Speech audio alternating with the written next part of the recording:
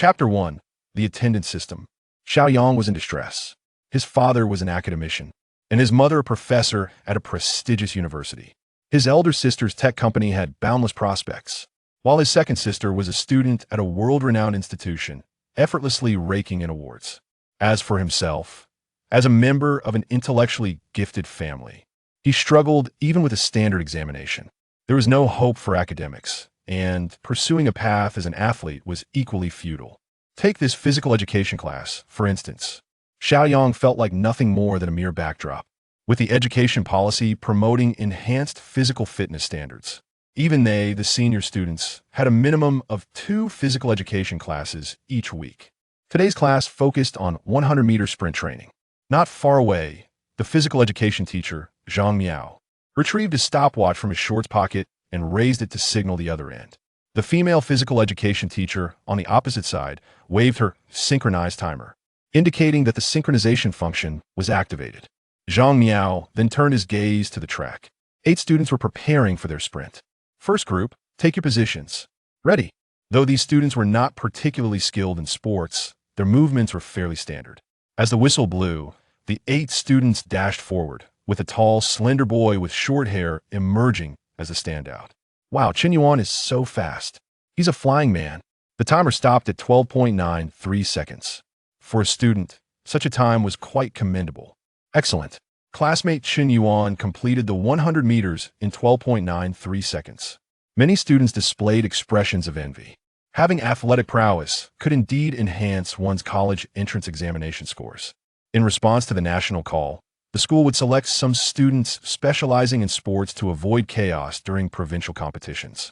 If one could achieve the level of a national athlete, they could directly participate in competitions, bringing glory to their country. If they secured a ranking, they could choose from any prestigious university. Zhang Yang reset the timer. Second group, prepare.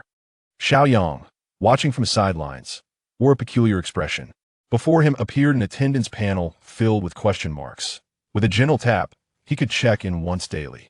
Such an occurrence left Xiao Yang with no hesitation.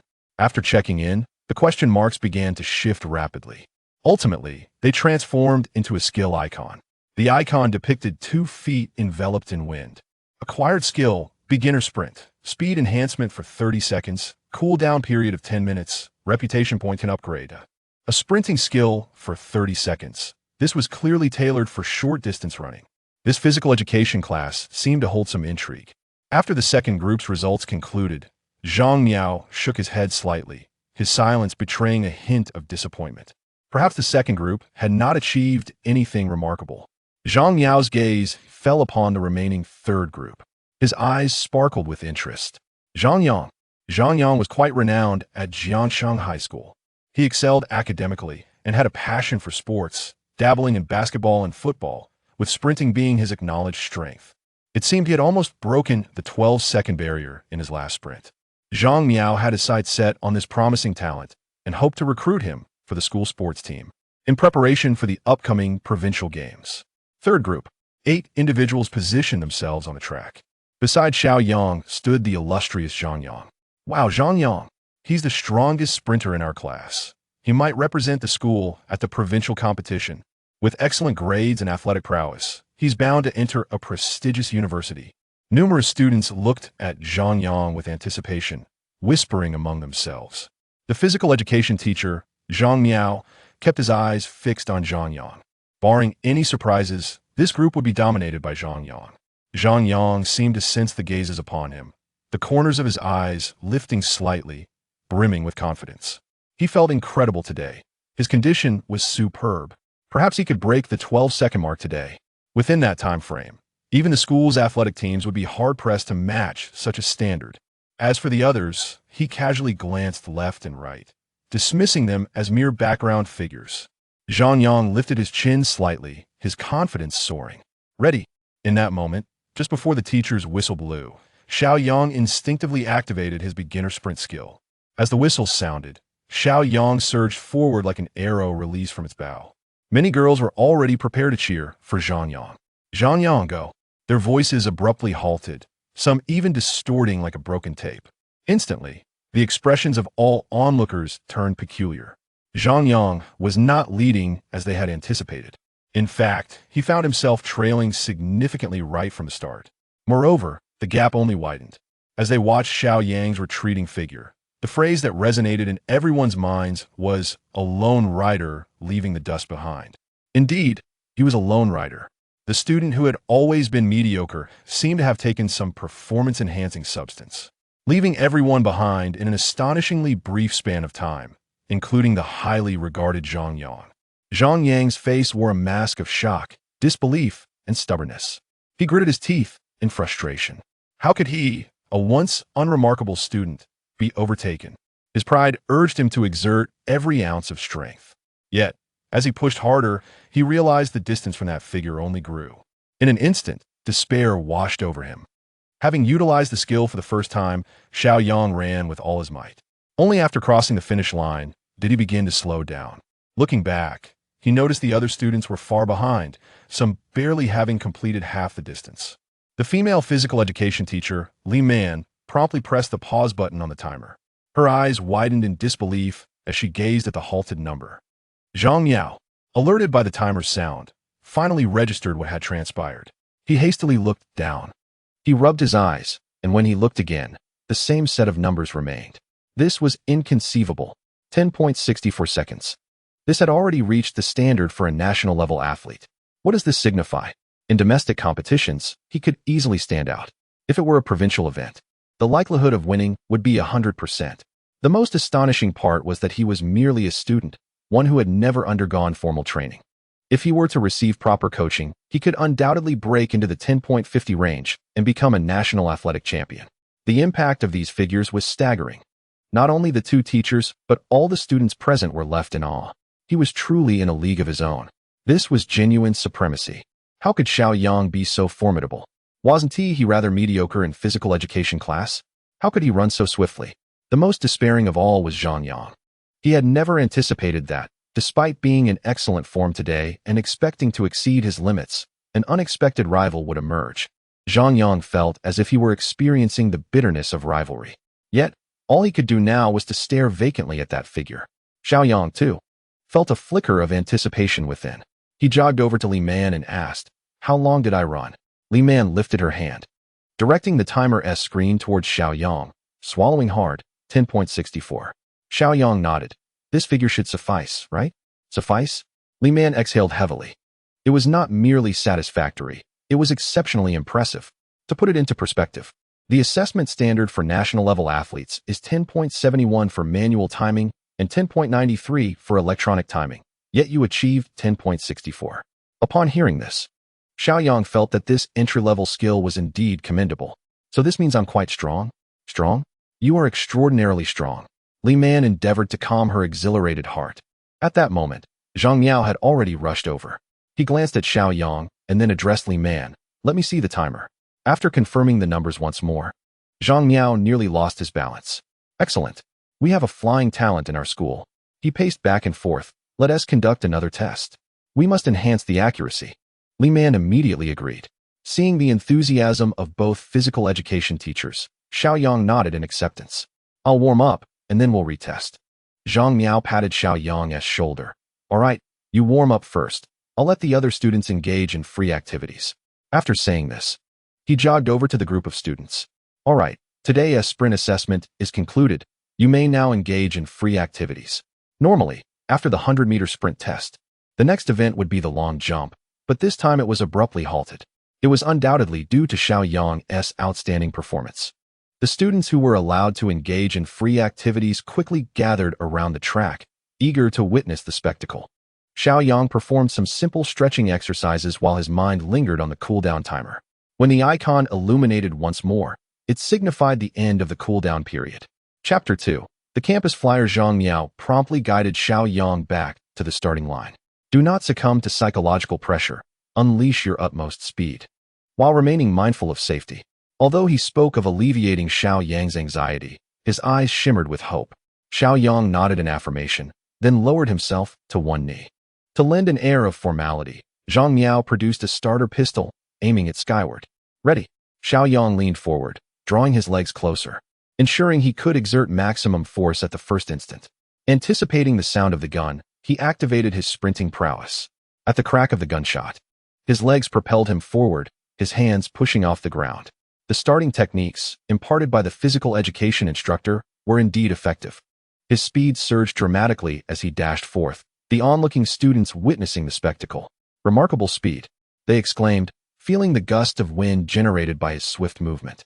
At the track's end, two female classmates held a red banner just before the finish line. Li Man, clutching the timer, poised her finger over the pause button, ready to act at the crucial moment. As she observed Xiao Yang nearing her, an unexpected wave of nerves washed over her, causing her palms to sweat. Xiao Yang swept in like a tempest. Upon his contact with the red banner, Li Man instinctively pressed the pause button. In that fleeting moment, she exhaled deeply and glanced at the data. 10:67 seconds. Incredible. He truly managed to run under 10:71 seconds. Zhang Miao's eyes widened as he beheld the timer's display, his hands trembling violently, nearly dropping the starter pistol. This timing was meticulously recorded. While it may not rival that of professional judges, the margin of error was minimal, offering considerable reference. Thus, it was evident that this student might indeed possess the caliber of a national-level athlete. What a remarkable talent! A prodigy who could bring honor to the school. With excitement swelling within him, Zhang Miao approached Xiao Yang. "My dear student, what is your name?" "Xiao Yang," he replied. "Xiao Yang, splendid. Your sprinting performance is exceptional, to the point of eliciting my envy." Xiao Yang smiled, responding, "It is due to the excellent instruction from my teacher. This boy certainly has a way with words." Zhang Miao chuckled heartily. "Such talent. In all my years teaching, I have never encountered anyone who has reached your level." Sobering his expression, he continued earnestly. "Athletes with commendable results may receive bonus points for college entrance exams. Those with extraordinary achievements, like you, can qualify as specialized students to participate in various competitions. Should you compete in international events and bring glory to our nation, prestigious universities will be within your reach. Xiao Yang, you are a gem in need of a grander stage. The upcoming provincial competition presents a splendid opportunity for you to shine, to elevate our school's reputation and forge a promising future for yourself. The provincial competition, a response to the national call, would be held to showcase athletic prowess, with results contributing to bonus points. Those unable to participate would face an alternative examination."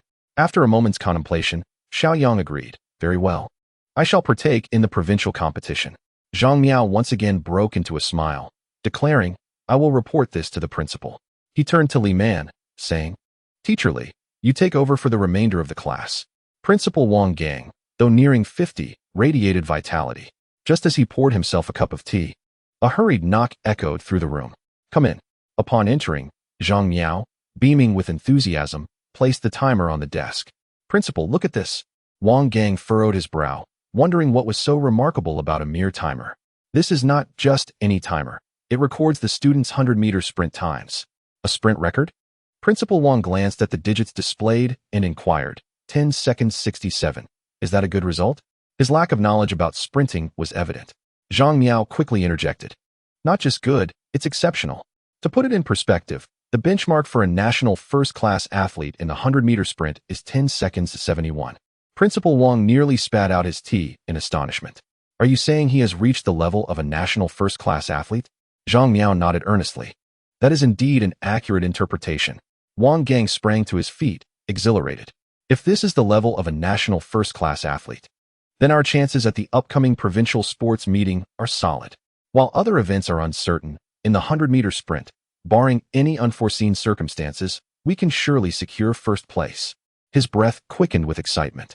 The Provincial Education Bureau held this sports meeting in high regard, even going so far as to include performance in the college entrance examination bonus points for the first time. Most importantly, Jiangxing High School had long lacked visibility. Winning an award in sprinting would be a tremendous boon. It is not easy for our Jiangxing High School to produce talent. Principal Wang mused, continuing, "We must ensure we have the right person. Which class does he belong to, and what is his name?" "Class 6, Year 3, Xiao Yang." "I will remember Xiao Yang. I'll speak with his homeroom teacher." Inside the classroom, the atmosphere buzzed with excitement. "Wow, Xiao Yang, you ran too fast. How come I never noticed you were so strong in sprinting before?" asked a slightly chubby boy, Wang Ziluan, his good friend and desk mate, whose idol was the Asian sprinter Su Bingtian. Xiao Yang glanced at his desk mate and replied, I've always been strong. I was just keeping a low profile before. Wang Ziluan scoffed. If you were truly low-key, you wouldn't have run so fast today. So what was your time? 10 seconds, 67. Wang Ziluan's eyes widened in shock. His voice trembling. What? Xiao Yang reiterated, 10 seconds, 67. What's the matter? Goodness. How is that even possible? Wang Ziluan exclaimed, leaping from his seat. You actually ran under 11 seconds. His voice was loud enough to catch the attention of two girls in the front row. They turned to look. One of them, Yang Rui, with short hair, rolled her eyes. It's just a sprint. Is there any need for such a fuss?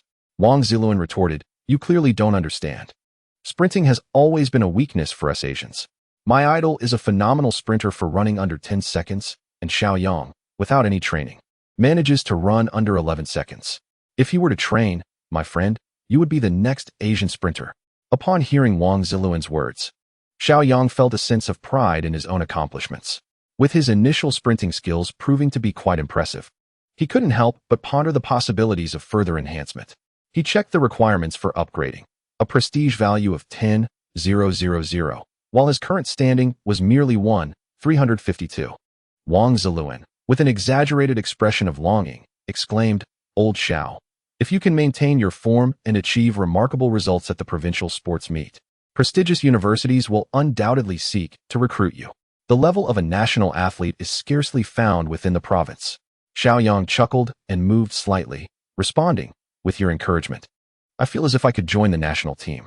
Wang Ziluan slapped his thigh in dramatic fashion, proclaiming, there is indeed a possibility.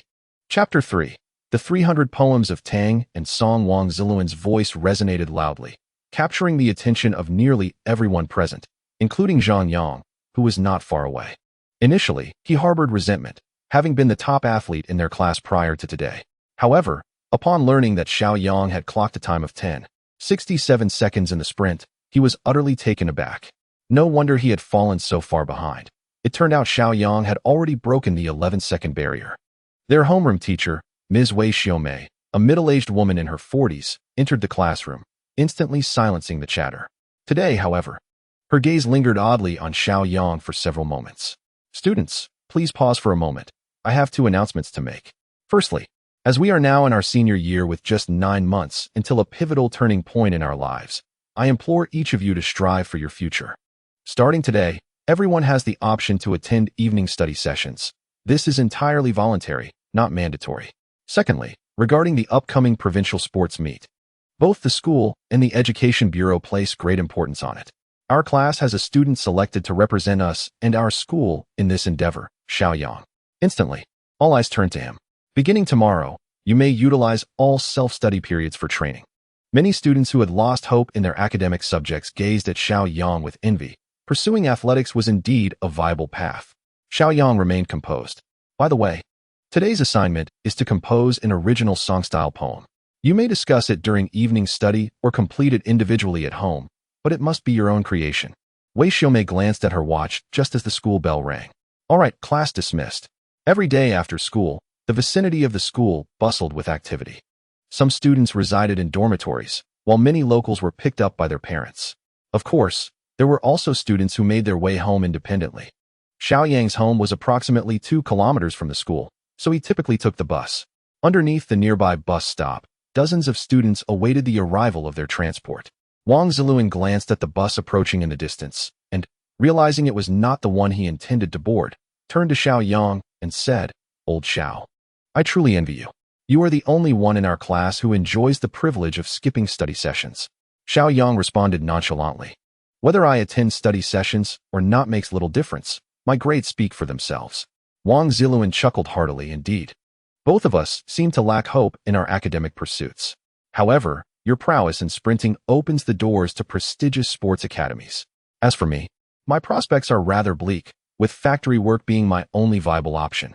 I've even devised a plan to attend evening study sessions to bolster my knowledge. Perhaps I might scrape into a second-tier university and bring honor to my family. What do you think? Will you join me for evening study? Xiao Yang shook his head. No, attending would be futile. My understanding of mathematics, physics, chemistry, English, and literature is quite lackluster. Sometimes, it seems that talent cannot be compensated for by mere diligence. As a bus gradually approached, Wang Ziluan quietly announced, "The bus is here, old Xiao. I must take my leave." In the Huifeng community, before a quaint two-story villa, stood Xiao Yang's home. He retrieved his keys and opened the door. The courtyard boasted an array of flowers and a robust osmanthus tree, its branches standing tall and closely knit. Upon entering the house, he found himself in the living room, where he placed his backpack on the sofa and proceeded to the kitchen to fetch a bottle of water. His father, an academician at the Academy of Sciences, had been preoccupied with a cutting-edge research project and was often away from home. His mother, a professor at a prestigious university, was equally busy with frequent lectures. His elder sister managed a company and rarely returned home, while his second sister was studying abroad. Consequently, Xiao Yang spent most of his time alone in the house. Unlike his peers, Xiao Yang possessed a strong sense of independence, a necessity given his circumstances. He settled in the living room and idly turned on the television. Yet an inexplicable sense of guilt washed over him for watching TV while he was in his senior year of high school. After switching off the television, he began to explore the sign-in system. Each day, he could check in once, with each check-in potentially yielding skills or items. However, the rewards were not guaranteed, resembling a lottery where luck dictated the outcome. Nonetheless, based on the sprinting skill he acquired during physical education class today, it seemed that the rewards from checking in were correlated with one's circumstances. Additionally, there was the concept of reputation. According to the system's description, reputation points could be earned by increasing one's visibility to others and could be accumulated repeatedly. In simple terms, any remarkable performance would earn 1 reputation points, which appeared to enhance skills. For instance, his only current skill, beginner sprinting, could be elevated to intermediate with 10,000 reputation points. With beginner sprinting, he could already run at the level of a national athlete, and perhaps with intermediate status, he might reach the ranks of an elite athlete. Just as Xiao Yang delved deeper into the intricacies of the sign-in system, a phone call interrupted his thoughts. He hurried to the small table and glanced at the caller ID. It was his mother, Lu Ping, a professor in the computer science department, well regarded in her field. Upon answering the phone, a gentle voice emerged from the other end. Yang, today I shall prepare materials for my lecture and won't be returning home. You can cook for yourself or order takeout. The absence of his parents was a familiar norm for Xiao Yang, who simply acknowledged with an "oh."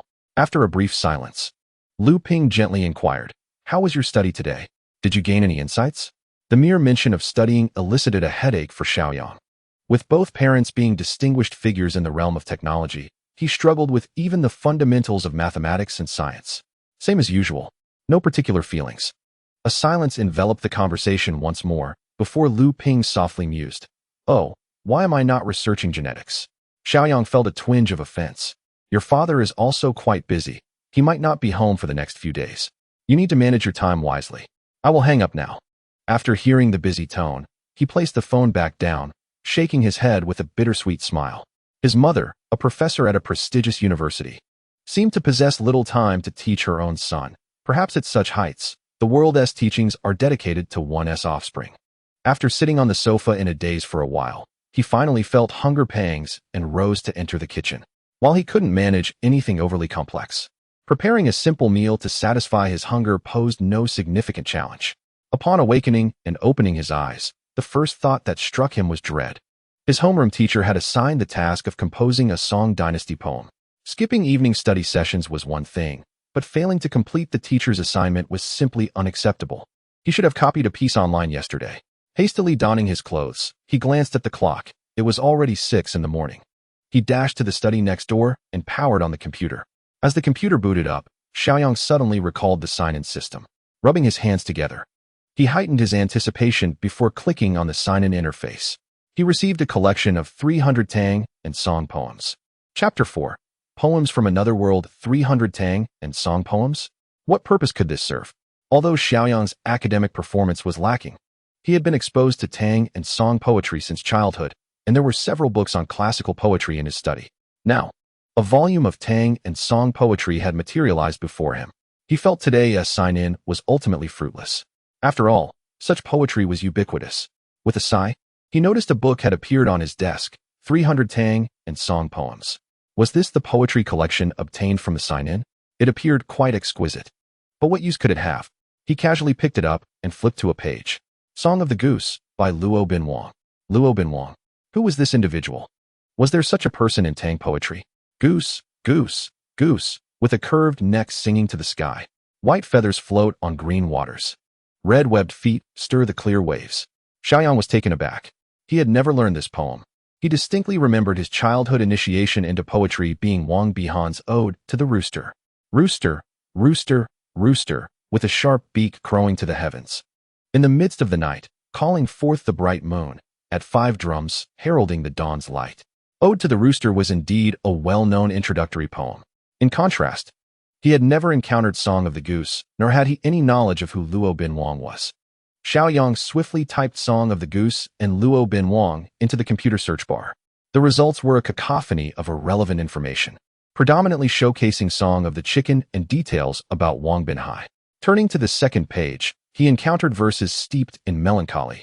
Tang, Li Bai. The beauty rolls up her beaded curtain, deeply seated with furrowed brows. But behold, the tear stains are damp. Who knows whom the heart resents? What nonsense is this? Who is Li Bai? Bai Ji Du Fu, who are these figures?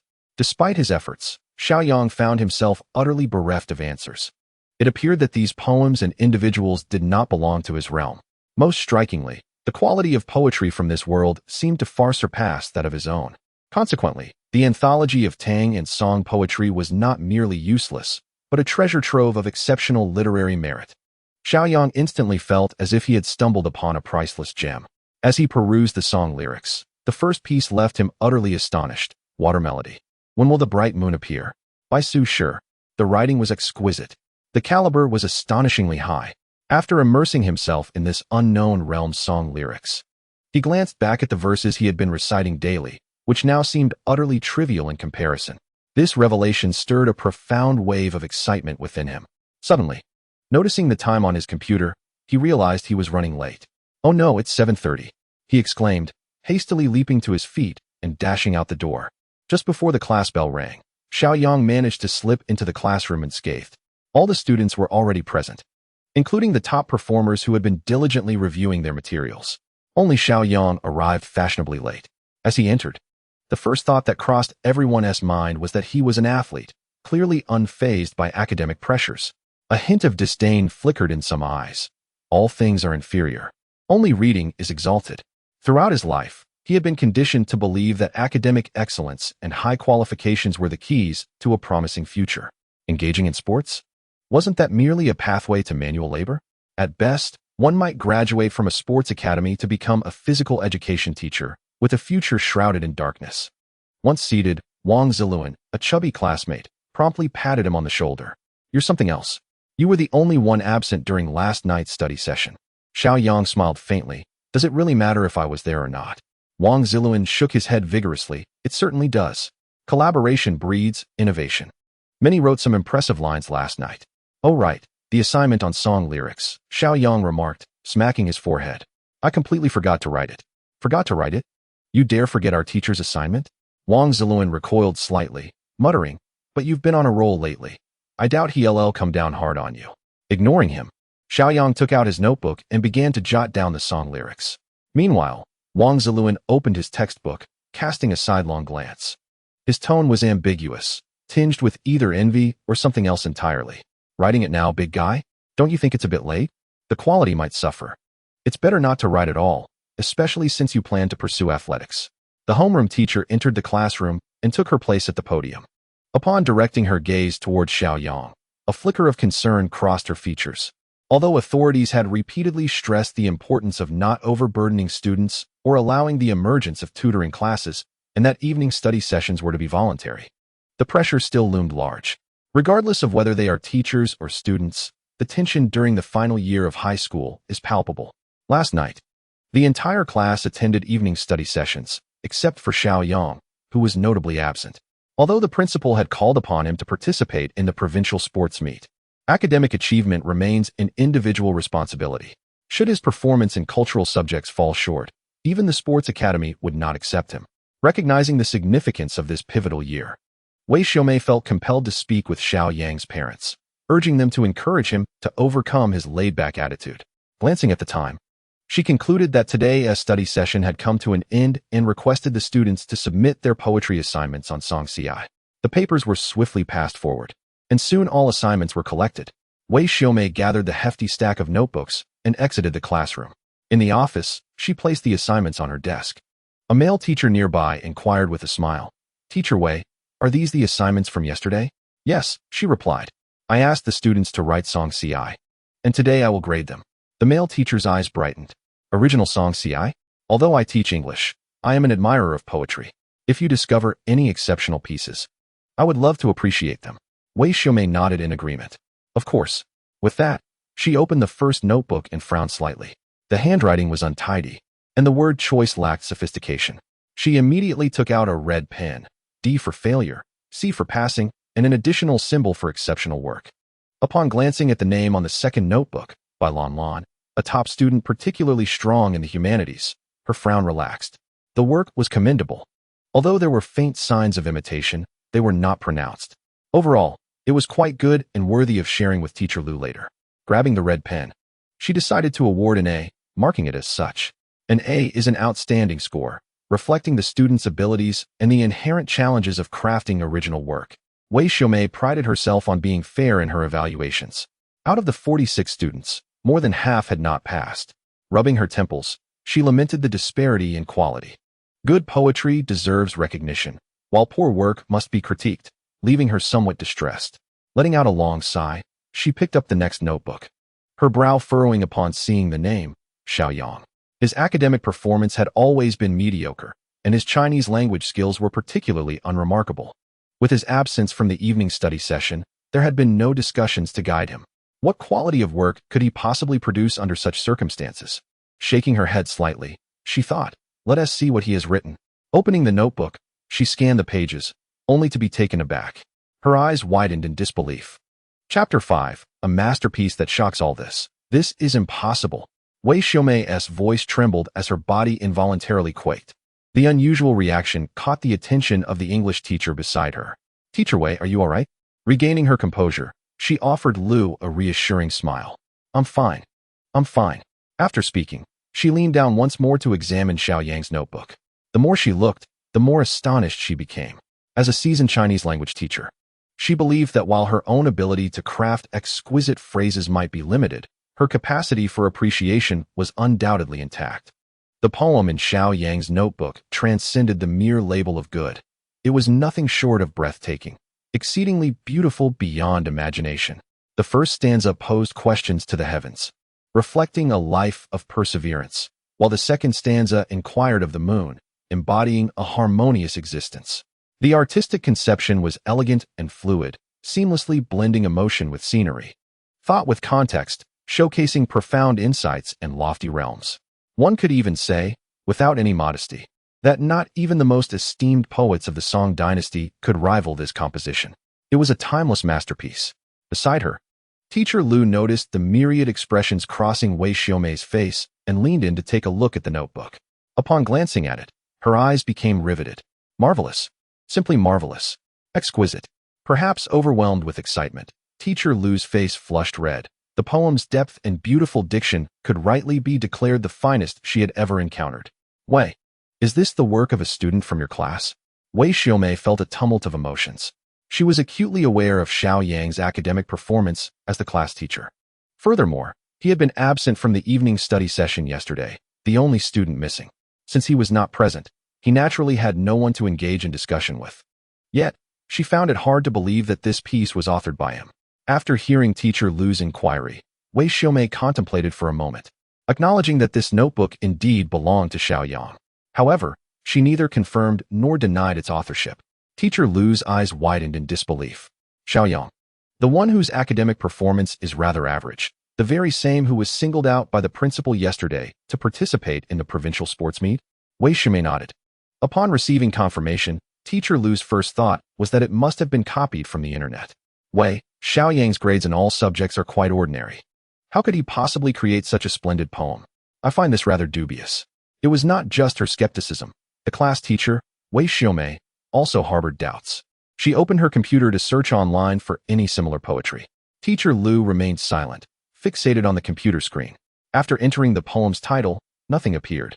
She then input the entire text, yet the result was still devoid of any matches. This was perplexing. How could there be no information on this poem online?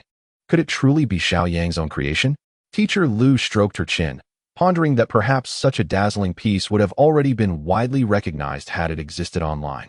She turned to Wei Xiaomei. Do you think it's possible that despite Xiao Yang's mediocre academic performance, he is a genius in the realm of poetry? After all, we can find no answers online. Wei Xiaomei mulled this over for a considerable time. The poem was indeed stunning, exceptionally so, capable of eclipsing those of ancient poets. Yet, she still struggled to convince herself that this masterwork could emerge from an ordinary student. Just then, a passing teacher approached, inquiring, "What are you two looking at? You both appear quite absorbed." When the teacher discerned the content within the assignment book, her expression instantly mirrored that of the two students. "This was written by a student?" she exclaimed, her voice booming and promptly capturing the attention of all the teachers, who gathered around in curiosity. "Ah, this poem is truly magnificent. The quality is exceptional. My goodness, this student is impressive. Should this poem be published, it would undoubtedly create quite a stir. Is this the work of a student from your class?" Nearly all the teachers in the office had congregated there, taking turns to read and showering praises upon the piece. Under the persistent inquiries of the crowd, Wei Xiaomei recounted Xiao Yang's academic prowess. Although she did not directly express disbelief, her tone carried a hint of skepticism. One bespectacled teacher adjusted his glasses and remarked, "It's quite simple. Just summon this student named Xiao Yang and ask him directly." The others nodded in agreement, evidently intrigued by both Xiao Yang and the poem. Wei Xiaomei contemplated for a moment, then stood up resolutely. "All right, I shall fetch him. Xiao Yang, come to the office," she called out as she pushed open the classroom door, turning to leave immediately afterward. Xiao Yang rose, and Wang Ziluan beside him remarked, "Old Xiao, why do I get the feeling that our homeroom teacher is about to confront you for being too lackadaisical in your poetry?" Xiao Yang shot him a glance. Lackadaisical? If that were true, then all poetry in the world would be deemed rubbish. He probably doesn't even know what he wrote. "Who knows? I'll head over now," he replied, stepping out of the classroom. The remaining students began to discuss among themselves. What could the homeroom teacher want with Xiao Yang? I just heard Wang Ziluan say that Xiao Yang's poem was terrible, so the teacher is probably going to reprimand him. Oh, I thought there was some significant news. Turns out it's just about an assignment. Isn't Xiao Yang's academic performance always subpar? Xiao Yang knocked on the office door. "Come in." The homeroom teacher's voice echoed from within. Upon entering, he was momentarily taken aback. 7 pairs of eyes were fixed upon him, each gaze seemingly ablaze with curiosity. Although Xiao Yang possessed a heart of steel, he felt a twinge of discomfort in that moment. "Teacher Wei, what brings me here?" Wei Xiaomei lifted the assignment book from the desk and said, "Xiao Yang, you have consistently performed well, humble, low-key, and never once have you lied to a teacher." She raised the book with a smile, continuing, "We teachers believe this poem is of a high caliber and wish to confirm if it is indeed your creation." Xiao Yang thought to himself, "This poem was penned by a great talent named Su Shi, though it belongs to another realm. In this world, it is entirely original. Brought forth by me. Thus, claiming it as my own seems rather justifiable." With this realization, he lifted his head and nodded earnestly. "Yes, it was I who wrote it." The teachers exchanged glances, astonished. Wei Xiaomei even found herself breathless. Did he truly compose it himself? In the eyes of everyone present lingered a sense of perplexity. How could an unremarkable student produce such exquisite poetry? Chapter 6. Astonishment. This is a genius. Lu, the English teacher, propped his chin on his hand and remarked, "Xiao Yang, I never anticipated you possessed such remarkable talent in this area. You must be an ardent lover of poetry, correct?" Xiao Yang indeed had a profound passion for poetry, and he nodded affirmatively. Lu continued, "I wonder if you have any other poems you could share with us. If so, please present them for our appreciation." The crowd's interest was piqued. It was a splendid idea. A person capable of such eloquence surely must have more than a single work. If other pieces could be showcased, it would almost certainly confirm that these verses were indeed penned by Xiao Yang. Should he refuse or falter, it would likely suggest that he had merely copied them from elsewhere. Wei Xiaomei felt a twinge of conflict within her. On one hand, she was curious to discover whether Xiao Yang had additional works, and if this particular piece was genuinely his own. On the other hand, it was a matter of her own reputation. If he could not produce other writings, while other teachers might not openly accuse him, they would surely label him a plagiarist, thereby tarnishing her own standing as his instructor. With so many teachers focused on this matter, she felt a sense of being caught in a dilemma. However, remaining silent was not an option. After weighing her thoughts, Wei Xiaomei finally spoke, her expression complex. If you have other works, please present them. If not, that's perfectly fine. We can continue with our lesson. Xiao Yang observed the intricate expressions on his homeroom teacher's face, and his mind was as clear as a mirror. It was merely poetry. After all, though he didn't recall many, he had read a few. With certainty, he nodded, I do have some other pieces. If the teachers wish to hear them, I would be pleased to share. Is there truly more? The audience's anticipation heightened as they awaited the quality of his poetry. If it were mediocre, silence enveloped the room as they turned their attention to Xiao Yang, eager to listen. After a moment of contemplation, he began with calm assurance. Last year, I ventured to Jingtian Mountain for an excursion. Inspired by the moment, I composed a poem titled Alone on Jingtian Mountain. Jingtian Mountain is a renowned peak in Jiangcheng, often frequented by tourists. He steadied his breath, envisioning the mountain's grandeur. With a resonant voice, he recited, as the last of the birds soar high and vanish from sight, the solitary cloud drifts leisurely away. His tones softened yet remained piercing. In mutual gaze, we find no weariness, only the presence of Jingtian Mountain. The 7 teachers instinctively closed their eyes, feeling an inexplicable sense of solitude wash over them. The lingering echoes of his words resonated in their hearts. Being educators, they were naturally attuned to the emotions conveyed within. The birds vanished without a trace. The lone cloud drifted freely and unhurriedly. In silent communion, they regarded one another, finding no aversion, only the company of Jingtian Mountain before them. Though the poem never explicitly mentioned loneliness, every word encapsulated that sentiment. The feeling of unrecognized talent and unfulfilled aspirations surged through the hearts of all present, filling the room with a profound, shared melancholy. Indeed, Xiao Yang is merely an ordinary student, perceived as such by all. Yet he alone recognizes that he is not devoid of merit. His talents have remained concealed, only revealing themselves during solitary excursions when he gazes upon Jingtong Mountain, expressing his solitude and unrecognized abilities. A mere teenager, yet capable of articulating the vicissitudes of life with remarkable insight. How astonishing. Esteemed teachers, what do you think of this poem? Xiao Yang's words jolted the educators back into their reality, their eyes and hearts filled with sheer astonishment, true astonishment. They could hardly believe that this student possessed such poetic prowess. A prodigy indeed. Wei Xiaomei's body began to tremble.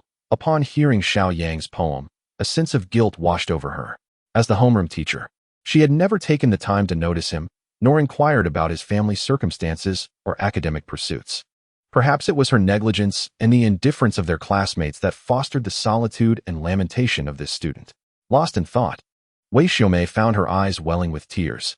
What a magnificent poem, she exclaimed, her repeated praises reflecting her complex emotions. The onlookers admired Wei Xiaomei, with teacher Lu remarking, "Ah, how enviable it is for Wei to have such a gifted student in her class. The words are exquisite, and the poem is truly remarkable." Xiao Yang is indeed a talent. The depth of his composition left the teachers astounded. Xiao Yang, feeling a touch of embarrassment from their effusive compliments, mused to himself, "Forgive me, brotherly Bai from another realm. It is indeed your poetry that inspires." A teacher from another class, smiling, inquired, "Wei Laosher, may I transcribe Xiao's poem to share with my students?" Wei Xiaomei turned to Xiao Yang. Although she was the homeroom teacher, it was his work, and he was the original creator. Xiao Yang nodded, granting permission. Almost all the teachers copied the poem, with some so moved that they shared it online, ensuring that Xiao Yang's name was credited as the author. Once the teachers dispersed, Wei Xiaomei gently addressed Xiao Yang. "You may return to the classroom. I shall join you shortly." Xiao Yang complied and exited the office. "How did it go, old Xiao? Did the homeroom teacher scold you?" Wang Ziluan inquired as Xiao Yang settled down. Xiao Yang shook his head slightly. "Not at all. The homeroom teacher was very courteous and expressed admiration for my poem." "Admiration?" Wang Ziluan scoffed, gesturing towards a girl in the front row. "I could believe it if you said she admired Bei Lanlin's poetry." The girl in question seemed to have heard her name and turned to glance at the two. Bei Lanlin was the top student in their class, consistently ranking among the top 3, particularly excelling in the humanities. Most importantly, she was not only beautiful and pure, but also the beloved class flower and the class monitor. "You two, please lower your voices. Do not disturb the other students," she said, casting a pointed glance at them. Wang Ziluan chuckled and, undeterred, remarked, "Xiao Yang claims our homeroom teacher praised his poetry. I'm just about to expose him. Bai Lanlan glanced at Xiao Yang, said nothing, and redirected her focus to her studies. However, her expression clearly indicated her disbelief in Xiao Yang's words. Wang Ziluan's voice was loud enough for many to hear, prompting laughter from the crowd, with some even jeering. If Xiao Yang received praise for his poetry, I shall perform a handstand while eating a textbook. Ha! If he can truly write exquisite poetry, I shall proclaim him the contemporary poet sage. Amidst the laughter, the classroom door swung open, and the homeroom teacher, Wei Xiaomei, entered, clutching a stack of assignment books. Instantly, the classroom fell silent. Chapter 7. A masterpiece. Students were stunned. Wei Xiaomei placed the assignment books on the podium. Everyone, please pay attention. I have finished grading yesterday's assignments. Many in our class did not meet the standards, yet there were a few commendable pieces. Notably, one student achieved the highest score and wrote exceptionally well. I have awarded an S grade. What? An S? Wei Xiaomei was renowned for her strictness. It was exceedingly rare for anyone to receive an A, let alone an S. All eyes instinctively turned toward Bai Lanlan, for it seemed she was the only one capable of such an achievement. It must be her. Wang Ziluan nudged Xiao Yang's arm and whispered, "It's definitely Bai Lanlan. She is the best in our class at poetry." Xiao Yang smiled slightly, but remained silent. Other students murmured amongst themselves, "Goodness, the homeroom teacher actually awarded Bai Lanlan an S. This has never happened before. How can you be so sure it's Bai Lanlan? It could be someone else. That's impossible. Bai Lanlan is the pinnacle of poetry in our class. Besides, didn't you see the teacher's gaze? She was looking directly at Bai Lanlan. Who else could it possibly be? Perhaps Xiao Yang at the back? Ha! Bai Lanlan slightly lifted her head and caught the teacher's gaze, which was indeed directed at her. Accompanied by a subtle nod, a wave of relief washed over her. Had her poetry truly impressed enough to earn an S? It felt rather splendid. Wei Xiaomei tapped the chalkboard to regain the class's attention. The student who received the S grade is truly remarkable, so I intend to invite him or her to the front to recite their work with passion. What do you all think? Seizing such a rare opportunity, everyone turned to Bai Lanlan and chorused, "Yes." A blush crept onto Bai Lanlan's cheeks. Reading her poem in front of her classmates felt a bit daunting. However, as the teacher called out names, she steeled herself to stand and read. Just as she prepared to rise, Wei Xiaomei on the stage spoke again, pointing in the direction of Bai Lanlan. When everyone anticipated that she would utter Bai Lanlan's name, instead, with a gentle gaze and an even softer tone, she said, "Xiao Yang, please come up." In that instant, everyone felt a sense of bewilderment. Who had the homeroom teacher just called? Xiao Yang. Surely, she must have made a mistake. It couldn't possibly be Xiao Yang. Bai Lanlan, who had intended to stand, was momentarily frozen. Did I hear incorrectly? It seemed she hadn't called my name, but rather Xiao Yang S. Could it be that he received an S rating? That's impossible. It makes no sense. I should be the one who wrote the best. The bewildered Wang Ziluan was in a state of confusion. Is it really Xiao Yang? He couldn't help but recall what Xiao Yang had said earlier. In retrospect, he truly had gone to the office to receive praise. What on earth? Wasn't Xiao Yang's academic performance subpar? How did he manage to secure an S rating this time? It defies logic. Did the teacher make an error? Everyone turned their gaze towards Xiao Yang, expecting him to remain seated. Yet, to their astonishment, Xiao Yang stood up and walked towards the podium. Curiously, the homeroom teacher, Wei, showed no intention of retracting her statement. Could it truly be him? The first instance of an S rating in Wei's language and history class was awarded to Xiao Yang.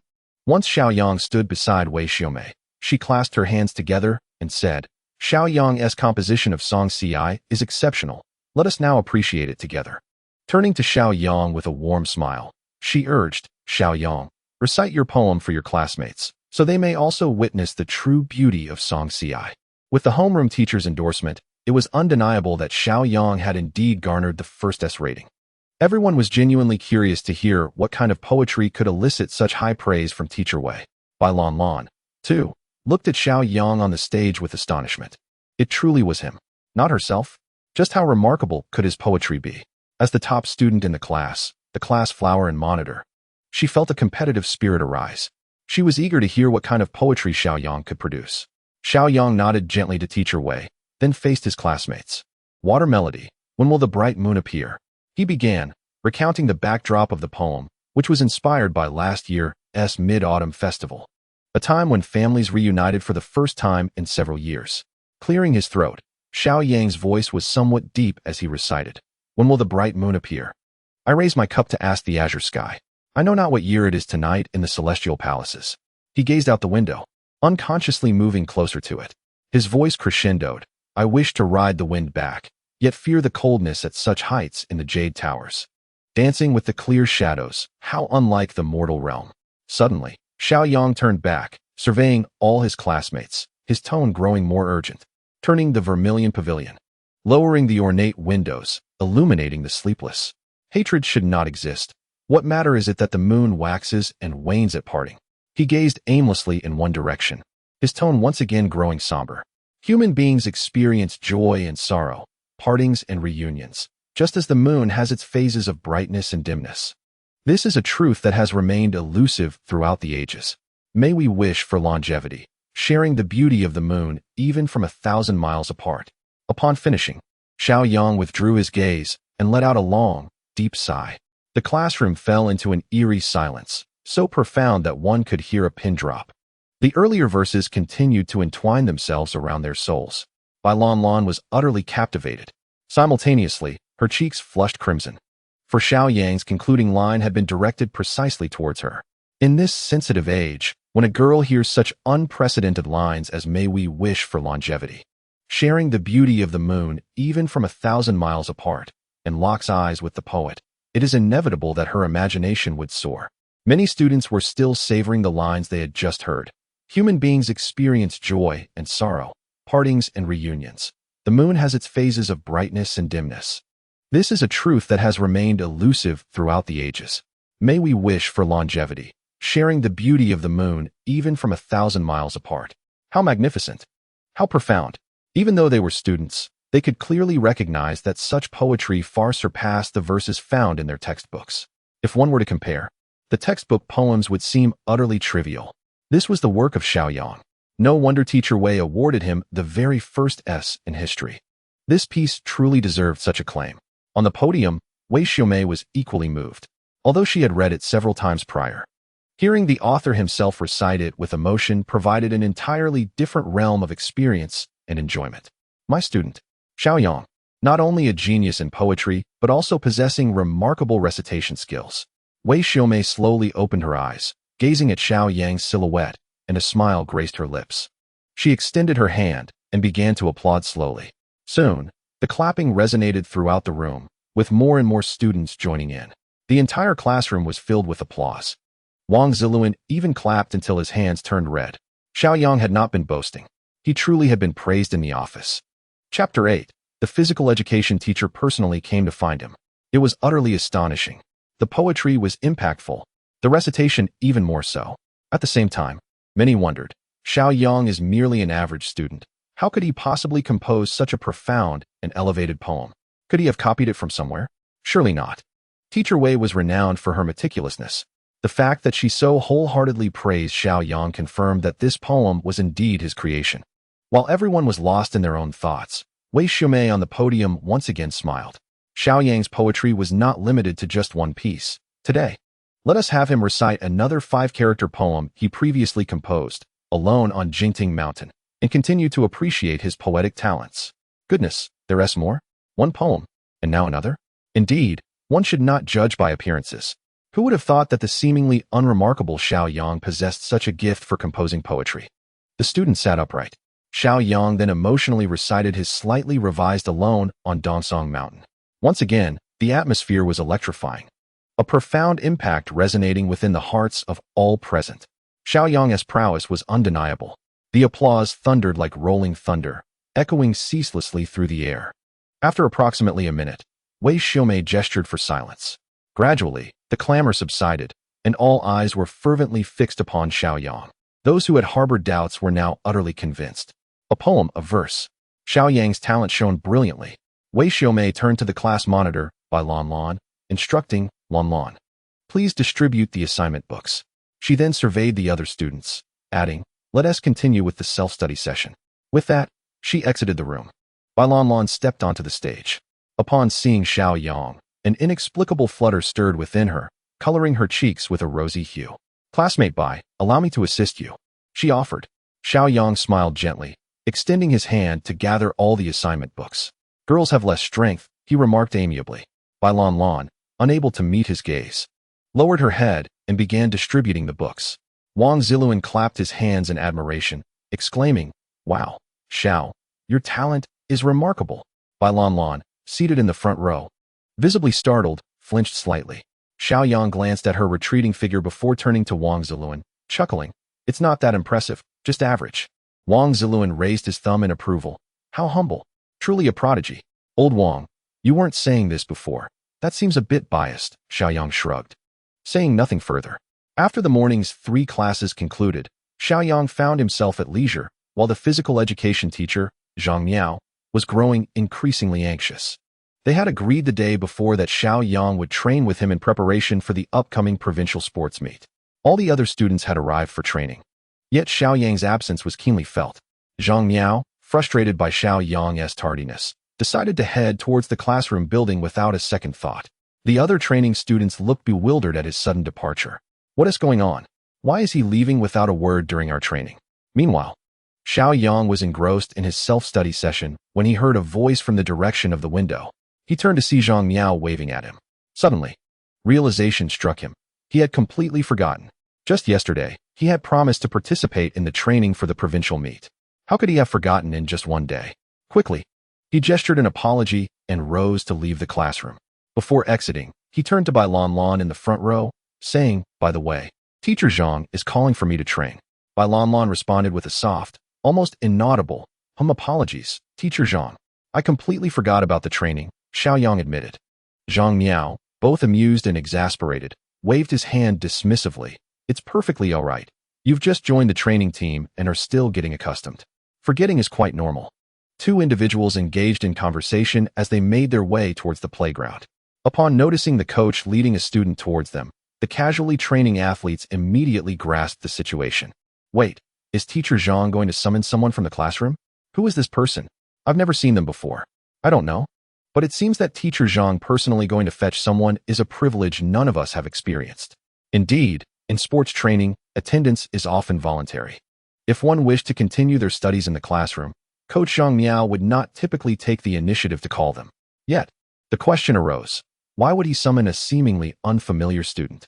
A rather tall student, tinged with a hint of envy, remarked. Teacher Zhang must have recognized some special talent in them.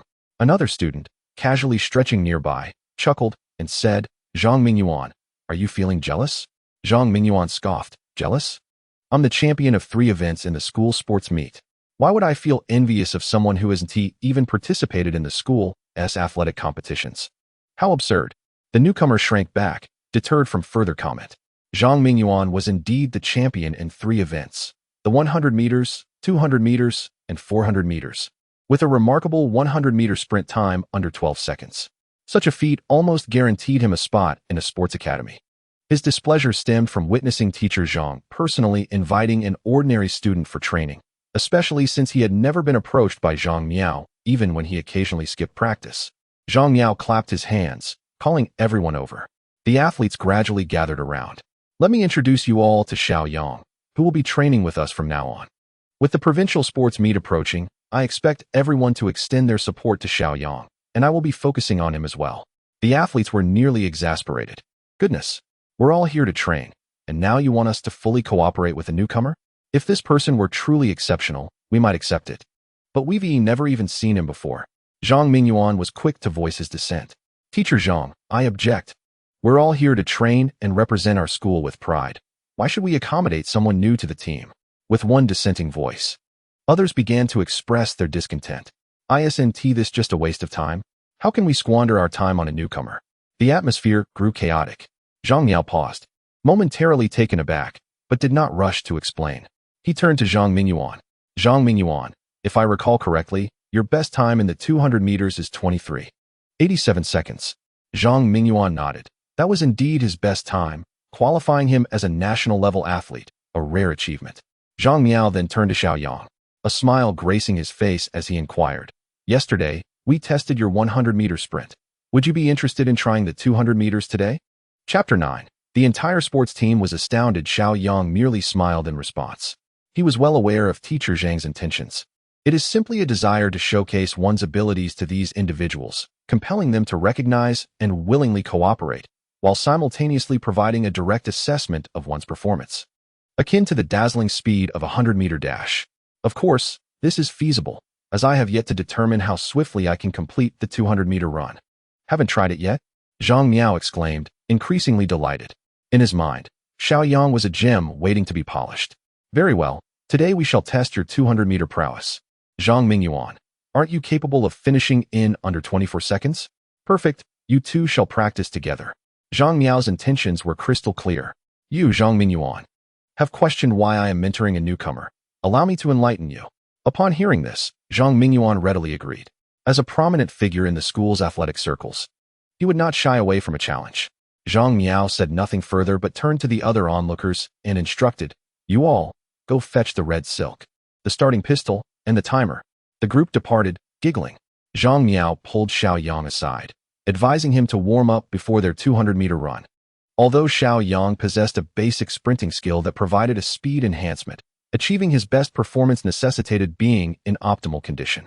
Observing Zhang Laoshe and the newcomer from a distance, Zhang Mingyuan scoffed and quietly remarked to his peers, "I truly wonder what Zhang Laoshe is thinking. Allowing a newcomer to accompany me for the 200-meter run." One athlete interjected, "Indeed, you, Zhang Mingyuan, are capable of completing the 200-meter dash in under 24 seconds. Having won 3 first-place titles at the last sports meet, has Zhang Laoshe forgotten your illustrious achievements, entrusting you to run alongside a newcomer? Huh, when you unleash your speed, you will leave that newcomer trailing by 30 to 50 meters. 30 to 50 meters? You underestimate Brother Zhang. I say you should leave him in the dust beyond 100 meters. Exactly. Let him follow in your wake and eat your dust." Laughter erupted among the group. As Xiao Yang engaged in some warm-up exercises, the students prepared for the run. Zhang Miao selected a composed student to time the event from 200 meters away, while he himself took the starting pistol, standing at the starting line and beckoning to Xiao Yang. "All right, everyone, come over." Xiao Yang approached and stomped his feet on lane 2. Zhang Mingyuan also made his way over, casting a sideways glance at Xiao Yang, clearly dismissive of the newcomer. Zhang Miao observed the remaining spectators and invited, "If any of you are interested, feel free to join. It's all about participation." 2 individuals brightened at the prospect, exclaiming, "Count me in. I'm in too." Thus, the number of participants reached 4. Zhang Miao seemed to perceive their intentions, a knowing smile gracing his lips as he remarked, "Seeing you all so eager, are you planning to dominate the newcomer?" As a physical education teacher, Zhang Miao maintained a casual demeanor during training, allowing for open and unguarded conversation among the students. A young man with short hair, grinning widely, remarked, "Indeed, who does not enjoy dominating the novices? As newcomers, they must be taught a lesson to understand the disparity between the skilled and the unskilled." Zhang Miao clapped his hands and responded, "Well said. You must ensure this newcomer is left far behind. Otherwise, it would be utterly embarrassing." Another individual pounded his chest, assuring, "Rest assured, we will certainly leave him in our dust, forcing him to eat the dirt behind us." Zhang Miao glanced at Xiao Yang and smiled. "Hearing your words puts my mind at ease." He shook the starting pistol, signaling the commencement of the race as the 4 of them readied themselves on their respective tracks. Zhang Miao raised the starting pistol, calling for the runners to assume their positions. Zhang Mingyuan took a moment to observe Xiao Yang beside him. Upon seeing Xiao Yang's standard yet somewhat awkward stance, his disdain deepened. This was clearly a novice lacking substance. Indeed, compared to these seasoned runners, Xiao Yang's movements appeared rather unrefined. Nevertheless, he activated his sprinting skill. In the next instant, the gun fired. Xiao Yang surged forward with tremendous force. Initially, Zhang Mingyuan, as an experienced athlete, held the advantage. Yet within less than a second, he found himself overtaken. Overtaken by a newcomer? Absolutely not. Zhang Mingyuan suddenly pushed himself harder. However, he discovered that no matter how fiercely he exerted himself, the distance between him and Xiao Yang only widened. How could a novice be so formidable? Frustrated, he exerted all his strength, yet the gap only increased, leaving him to trail behind. As a specialist in short-distance running, Zhang Mingyuan was struggling, while the other 2 were even worse off, unable to gain any ground. Watching Xiao Yang's distant figure, their faces flushed with embarrassment. They had boasted to their physical education teacher about making the newcomer eat dirt. But little did they expect not only to fail in that endeavor, but to find themselves consuming dirt instead. The disparity was so vast that their confidence crumbled in an instant. After barely 50 meters, they conceded defeat, dejectedly becoming spectators. Zhang Mingyuan felt a profound sense of despair. It was too fast. No matter how skilled he was, before this newcomer, he could not even glimpse a hint of victory. As he watched the distance steadily increase, his mindset completely shattered. Xiao Yang crossed the finish line marked by a red ribbon. The timer immediately clicked off. The official, glancing at the displayed numbers, nearly lost his composure. Zhang Miao approached the group of athletes unhurriedly. What was the time? The official swallowed hard and raised the stopwatch, announcing 21:88 seconds. The athletes immediately focused intently on the stopwatch. The numbers indeed confirmed 21:88 seconds. Zhang Miao nodded. He was the only one among them who had anticipated such a result. It was within his expectations for Xiao Yang to achieve this time. Gasping for breath, upon hearing that number, Zhang Mingyuan nearly suffocated.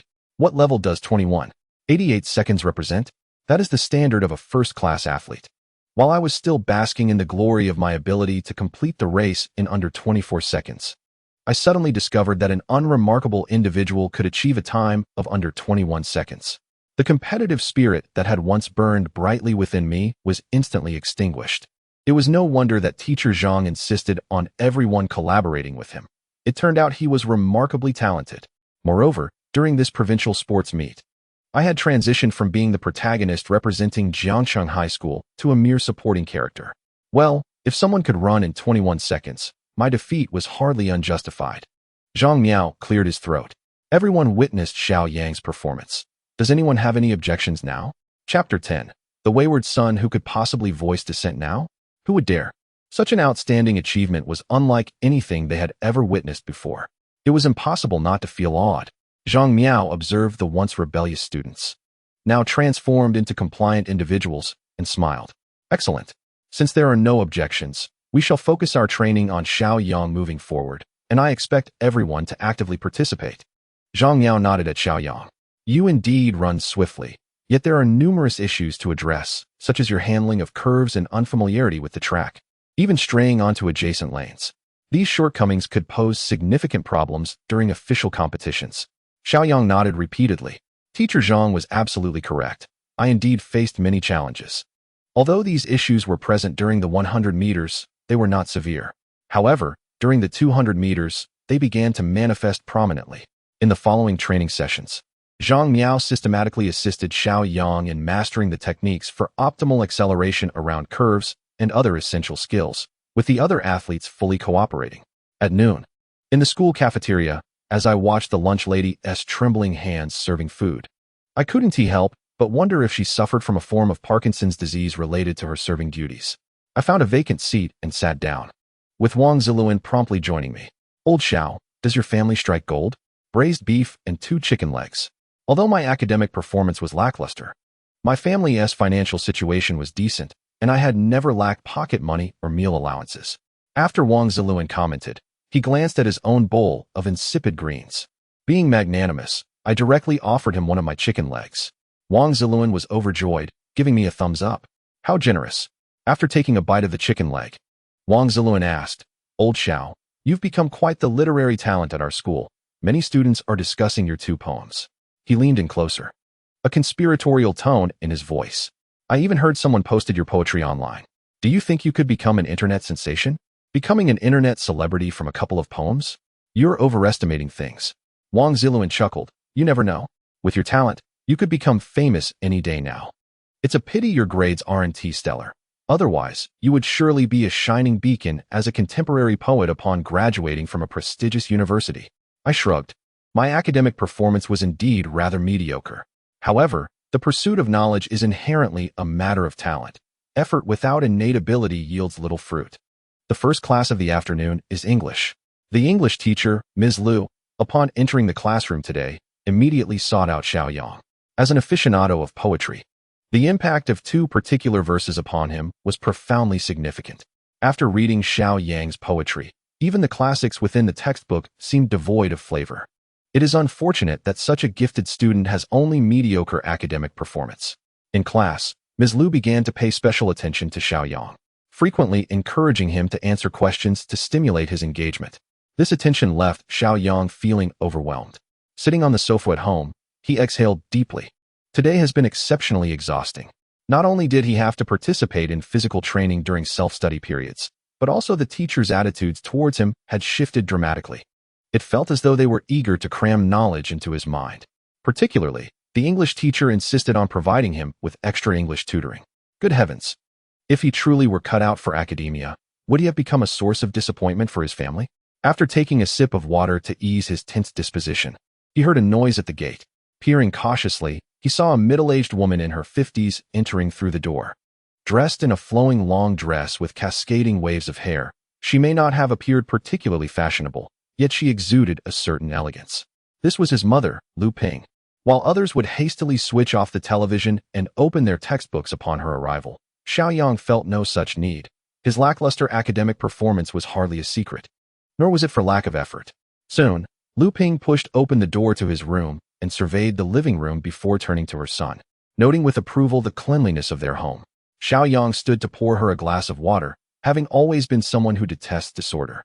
Lu Ping accepted the glass with a smile and sat down beside him, teasing, "You never lack modesty when it comes to praising yourself." After setting down the glass, she inquired about the matter that concerned her most. "How have things been at school lately?" Xiao Yang settled into a chair, resting his hands behind his head. "Things have been all right. I've made it onto the school's sports team." He turned to look at his mother. "What do you think about my pursuing athletics?" Lu Ping was momentarily taken aback, then chuckled. "Can you be serious for once? I've never seen you exhibit any particular athletic talent." She assumed he was jesting. "I'm serious. I've truly joined the school sports team and am preparing to compete at the provincial level." "Really? Do I look like I'm joking with you?" Lu Ping's expression grew increasingly complex. "You know, as long as you apply yourself, excelling academically isn't the only measure of success. Your father and I were considering sending you abroad for a few years to gain some experience. That could be worthwhile. Athletics, however, may not be your calling." Xiao Yang understood her perspective. The elderly couple realized that Xiao Yang was not particularly inclined towards academia. They planned to utilize their connections to send him abroad, euphemistically referring to it as gilding his resume, with the intention that upon his return, he would be regarded as an overseas returnee. They envisioned arranging a stable job for him, believing it would come to fruition naturally. Such a tactic was hardly novel. However, Xiao Yang harbored differing sentiments. What value would an education from a prestigious university abroad hold if it did not genuinely enrich his capabilities? Aside from appearing superficially impressive, it bore little distinction. In this digital age, academic credentials are readily verifiable, and upon his return, opinions about him could be both favorable and unfavorable. Moreover, regarding sports, as long as one possesses a certain level of skill, the possibility of being specially recruited as an athlete is not uncommon. If he were to excel, he might even bring glory to his country. Lu Ping, exasperated, laughed sarcastically. "If you were to voice such thoughts to your father, he would surely berate you for being ungrateful. You cannot even assess your own abilities, yet you aspire to pursue a path in sports. Our family is entrenched in research and computer science. We possess no athletic pedigree. You are merely indulging in fanciful dreams. Bringing honor to the nation is not as simple as you think. Your elder sister is pursuing 2 doctorates and 3 master's degrees without expending as much effort as you. And your second sister is a paragon of excellence at a world-renowned institution, earning scholarships that nearly rival my salary." Chapter 11. The ungrateful son. The conversation grew increasingly strained. In essence, they did not believe in Xiao Yang's athletic potential and conveniently contrasted him with his elder and second sisters. The same educational methods yielded success for the first 2 daughters, yet they doubted Xiao Yang's capabilities, even as they sought to gild him. Noticing Xiao Yang's silence, Lu Ping sensed that her words had been rather harsh. Softening her tone, she said earnestly, Yang, I am speaking for your own good. The path of an athlete is not suited for us. Let us proceed as I suggested and go abroad in a few months." Xiao Yang rubbed his temples, contemplating the matter for another time. "You sit tight. I will prepare dinner." Lu Ping quickly replied, "No, you should focus on your studies. Let me handle the cooking." Xiao Yang stood up, shaking his head with a complex expression, saying, "What use is reading? Can I attain the level of my elder and second sisters through it?" Lu Ping was momentarily taken aback, watching as he entered the kitchen. Xiao Yang's culinary skills were modest at best, producing meals that could only be described as satisfactory. At the dinner table, Lu Ping began to employ a more indirect strategy, still hoping to dissuade him from pursuing sports. Xiao Yang could only respond with half-hearted agreement. Upon returning to his room, Xiao Yang retrieved the anthology 300 poems from the Tang and Song dynasties, immersing himself in the poetic culture of another world. At the back of the collection, there was an introduction to a poet from that realm, Li Bai, styled as Tai Bai. Known as the secluded lotus scholar and the exiled immortal, a great romantic poet of the Tang dynasty.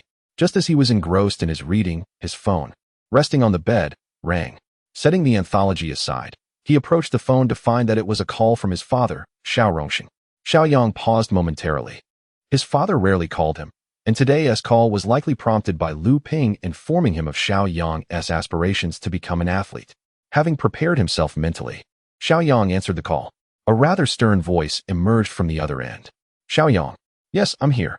After a brief silence, his father, adhering to his usual straightforward style, cut to the chase. I heard from your mother that you intend to pursue a path in sports? Indeed. Before Xiao Yang could elaborate, his father had already entered full-on rant mode. This is absurd. Are you truly cut out for this? Do you have any idea how many people attend sports schools? Only a select few can bring glory to the nation. Do you understand how difficult it is for those athletes to find employment after graduation? You spend your days contemplating such nonsensical ideas. As an academician engaged in scientific research, I find myself worrying about your trivial matters.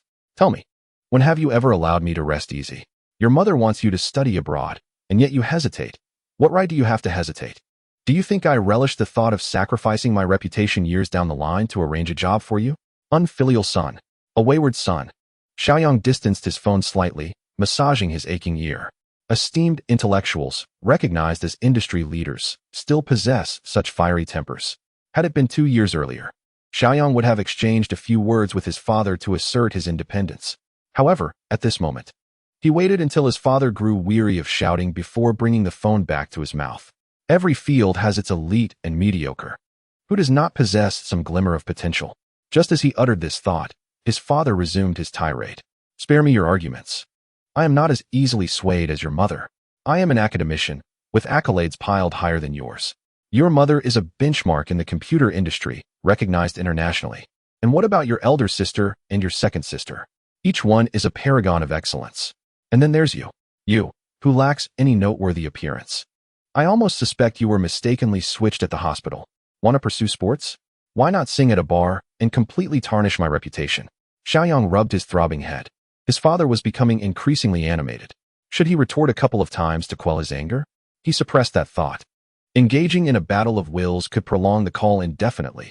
His father was currently immersed in research, and wasting his time would mean wasting the world's time. Sometimes, it is better to take a step back and breathe. Also, to pacify his father's anger with a few gentle words was not beneath him. Don't be upset. Let us take it easy. I am merely seeking your opinion. Whether I pursue a path in sports is still uncertain, and I outright dismissed the idea of studying abroad. Upon hearing these softer words, his father's fury indeed subsided somewhat, and his tone was not as harsh as before. Is that even a question? Your mother has already mapped out your path. Just follow it. Xiao Yang quickly responded. Going is one thing, but one must wear the shoes first. With more than half a year until the college entrance examination, there is no rush. His father grunted in acknowledgement. Fine, I still have a set of equations to solve. From now on, make things easier for me. Of course, the equations are paramount. Benefiting the nation is the most important. My trivial matters are not worth troubling you over. Please, focus on your equations, Xiao Yang replied. After much back and forth, his father finally hung up. Xiao Yang let out a sigh of relief. Lacking in ability, one cannot fault their parents for not being exceptional, for they too strive to pave the way for their offspring. Xiao Yang shook his head, reflecting on his sprinting skills. He accessed the reputation system and discovered that his reputation points had risen to 3,215. It seemed he needed less than 7,000 points to reach the coveted 10,000 for skill enhancement. At 6 in the morning, Xiao Yang rose promptly. This time, he immediately commenced his daily check-in. The icons swiftly scrolled, eventually settling on an image of a luminous brain. He had acquired the passive skill of basic supermemory. Supermemory? An enhancement of memory that allows one to retain information effortlessly? For a student, memory is undoubtedly a vital skill. Whether in the humanities or sciences, A vast amount of knowledge must be memorized and recalled. Almost all top students possess formidable memory capabilities. Now that he had drawn this passive skill, did it not signify that he was one significant step closer to becoming a top student? Xiao Yang opened a collection of Tang poems and song lyrics from another world.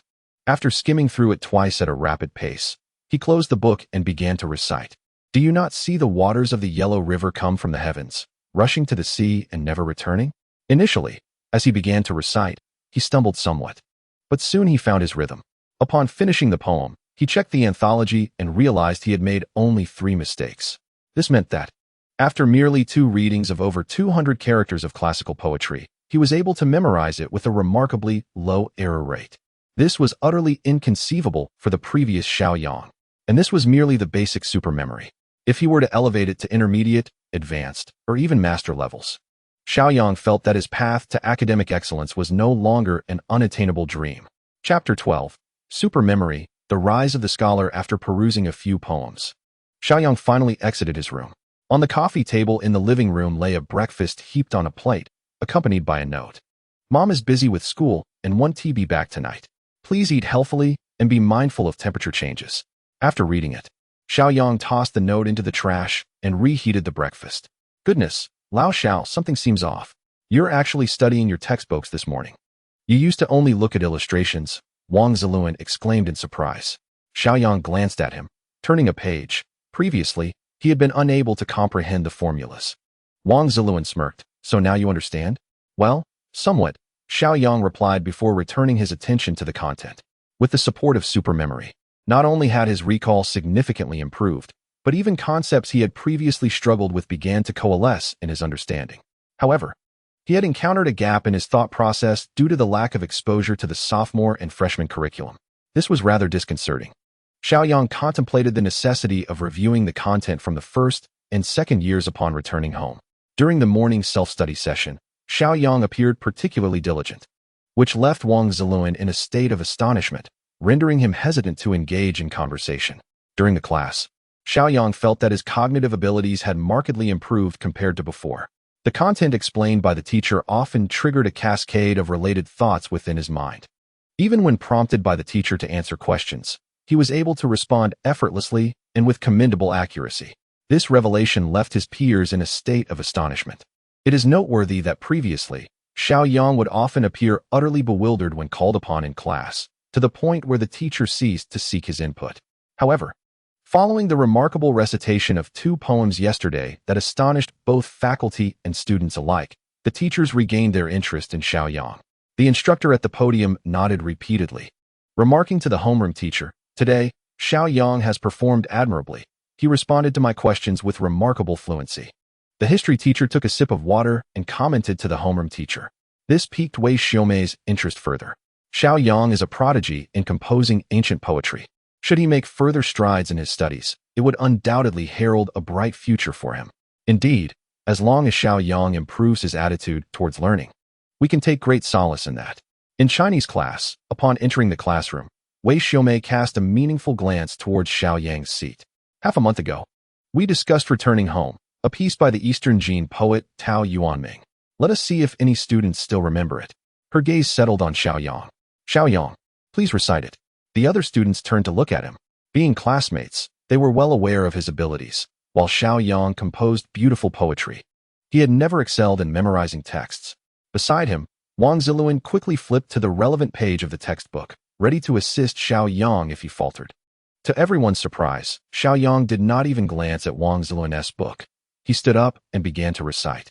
The more he recited, the smoother it became. As Xiao Yang continued, Wei Xiaomei nodded in approval. Well done. Please sit down. She then pointed to Wang Ziluan. Now, Wang Ziluan, your turn. Wang Ziluan was taken aback. He stood up and stumbled through a few lines, making it evident that he had long forgotten the material covered 2 weeks prior.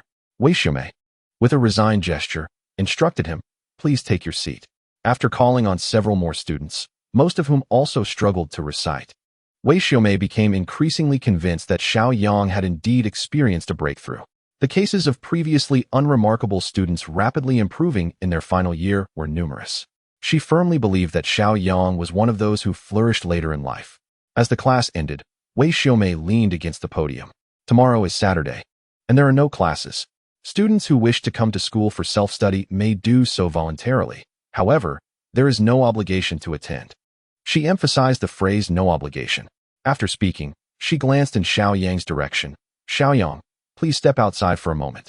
Wei Xiaomei stood in the corridor and, upon seeing Xiao Yang emerge, softly inquired, Xiao Yang, have you been feeling the pressure of your studies lately?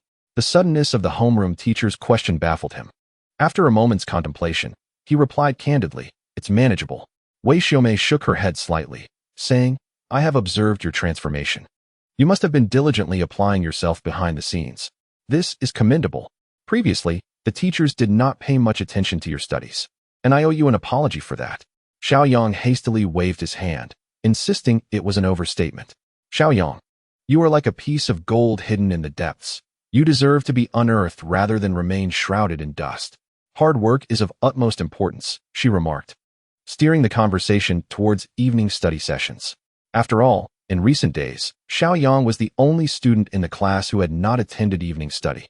Furthermore, these self-initiated study sessions were monitored stringently, and as the homeroom teacher, she could not be overtly candid. Xiao Yang, mustering his courage, said, next week, there's the provincial sports meet. If I cannot maintain my form, Wei Xiaomei lowered her voice, in just half a year, the college entrance examination will be upon us. Although sports can earn you extra points, ultimately, admission to prestigious universities relies on academic scores. You possess great potential. Your efforts should be channeled appropriately, rather than fully devoted to athletics. If you have no objections, I will inform the physical education teacher that we will forego his class. This was clearly a suggestion to focus solely on academics, abandoning sports altogether. Was the teaching profession truly this competitive these days? Besides, given Xiao Yang's performance, the physical education teacher would undoubtedly fight for him. When the subtle pressure turned overt, it might lead to a fierce competition for talent.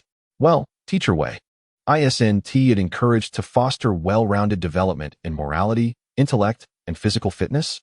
I still wish to give sports a try, he replied. In fact, the principal had previously approached Wei Xiaomei, hoping to have Xiao Yang specialize in athletics.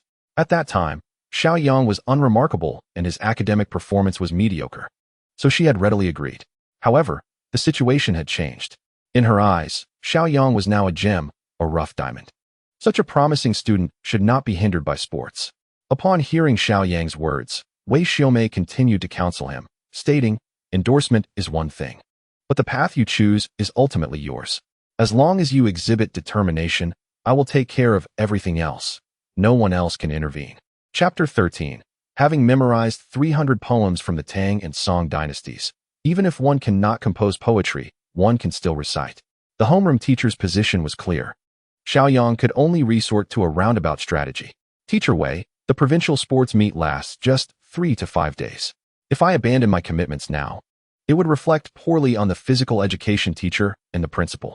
While I know you can withstand the pressure, we should not fret over these few days. Once the sports meet concludes, we can reassess our plans. Indeed, it was only a matter of days. It seemed unreasonable to prevent Xiao Yang from participating in the sports meet. Wei Xiaomei pondered for a moment before responding. All right, we will wait until the sports meet concludes. With a brief farewell, Xiao Yang hurried back to the classroom. Wei Xiaomei stood in the corridor, and only when Xiao Yang entered did she remember the evening self-study session scheduled for tomorrow, as well as her intention to tutor Xiao Yang in his studies. She retracted her hand that had reached towards the classroom door. This child. With a sigh of resignation, Wei Xiaomei turned and walked towards the office. Wang Ziluan approached, asking, what did the homeroom teacher want with you? Xiao Yang glanced at him and replied with a smile, nothing much, just preparing to have me attend evening study. Did you agree? I ran away. Wang Ziluan gave him a thumbs up. You're impressive, not even giving the homeroom teacher any face. What do you know? It's much quieter to study at home alone during evening self-study, making it more conducive for me, and it saves time. At that moment, Bai Lan in the front row suddenly turned around. Xiao Yang, did you bring a compass? May I borrow it? Xiao Yang glanced at Bai Lan's deskmate, who had a compass on the table. Why borrow from the back row when his deskmate had one? He wisely kept silent and readily handed the compass to her. Thank you. You're welcome. Once Bai Lan turned back, Wang Ziluan whispered, I think our class flower seems a bit off. She rarely borrows things from us. Xiao Yang shot him a glance. You should focus on your studies instead of pondering this. Maybe it will come in handy during the college entrance exam. And you might score an extra point or two. Cut it out. You can't even lecture me. You're not studying better than I am. Are you attending the self-study session tomorrow? Xiao Yang opened his textbook and flipped to the previous page. Not attending. I'll study at home. In the afternoon self-study session, Xiao Yang took the initiative to practice on the playground. Seeing Xiao Yang's enthusiasm for training, Zhang Yang was naturally delighted and spared no effort in imparting his knowledge and skills from his time at the sports academy. The remaining athletes were completely ignored by Zhang Yang. Zhang Mingyuan, too, had lost his temper today, even stepping forward to assist Xiao Yang in his training. Sitting on the sofa, Xiao Yang noted that his prestige points had barely reached 4,000 today. This meant that throughout the day, his prestige had only increased by over 700. At this rate, he wondered when he would accumulate enough prestige to reach 10,000 for skill upgrades. Currently, he possessed one active skill and one passive skill, and the prestige required for upgrading both had multiplied. In recent days, Xiao Yang had also conducted some research on acquiring prestige. As long as others formed a deeper impression of him, he would earn a bit of prestige. Additionally, any remarkable performance on his part would also yield prestige points. In essence, the more people present and the more outstanding his performance, the greater the prestige he could gain. This was also why Xiao Yang preferred to participate in the provincial sports meeting. He stood up to stretch and glanced at the time. It was now 7 in the evening. Others would not be going home, and tonight he would once again be alone. After grabbing a bite to eat, Xiao Yang promptly locked himself in his study, retrieving his high school textbooks from the past. For someone like Xiao Yang, endowed with remarkable memory and exceptional cognitive abilities, revising knowledge was a task he could accomplish with remarkable speed. Stretching his limbs and twisting his body, he could hear the crackling of his bones. Glancing at the time, he realized it was already 1 o'clock in the morning. No wonder he felt so fatigued. He had been sitting continuously for more than 4 hours.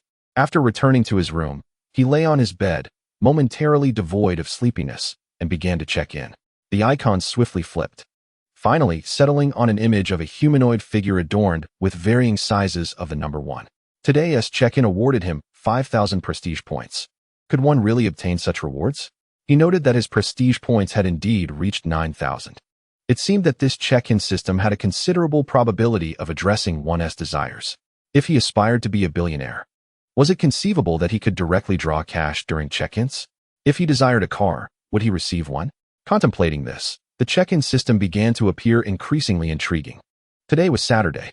While many of his classmates had likely gone to school for self-study, Xiao Yang had opted to stay home. Studying at home was just as effective. He had set himself a modest goal: to review all of his first-year high school knowledge within a single day, with the primary focus on memorizing the 300 Tang poems and songs to perfection. The reason for committing it to memory was, of course, to ensure greater certainty.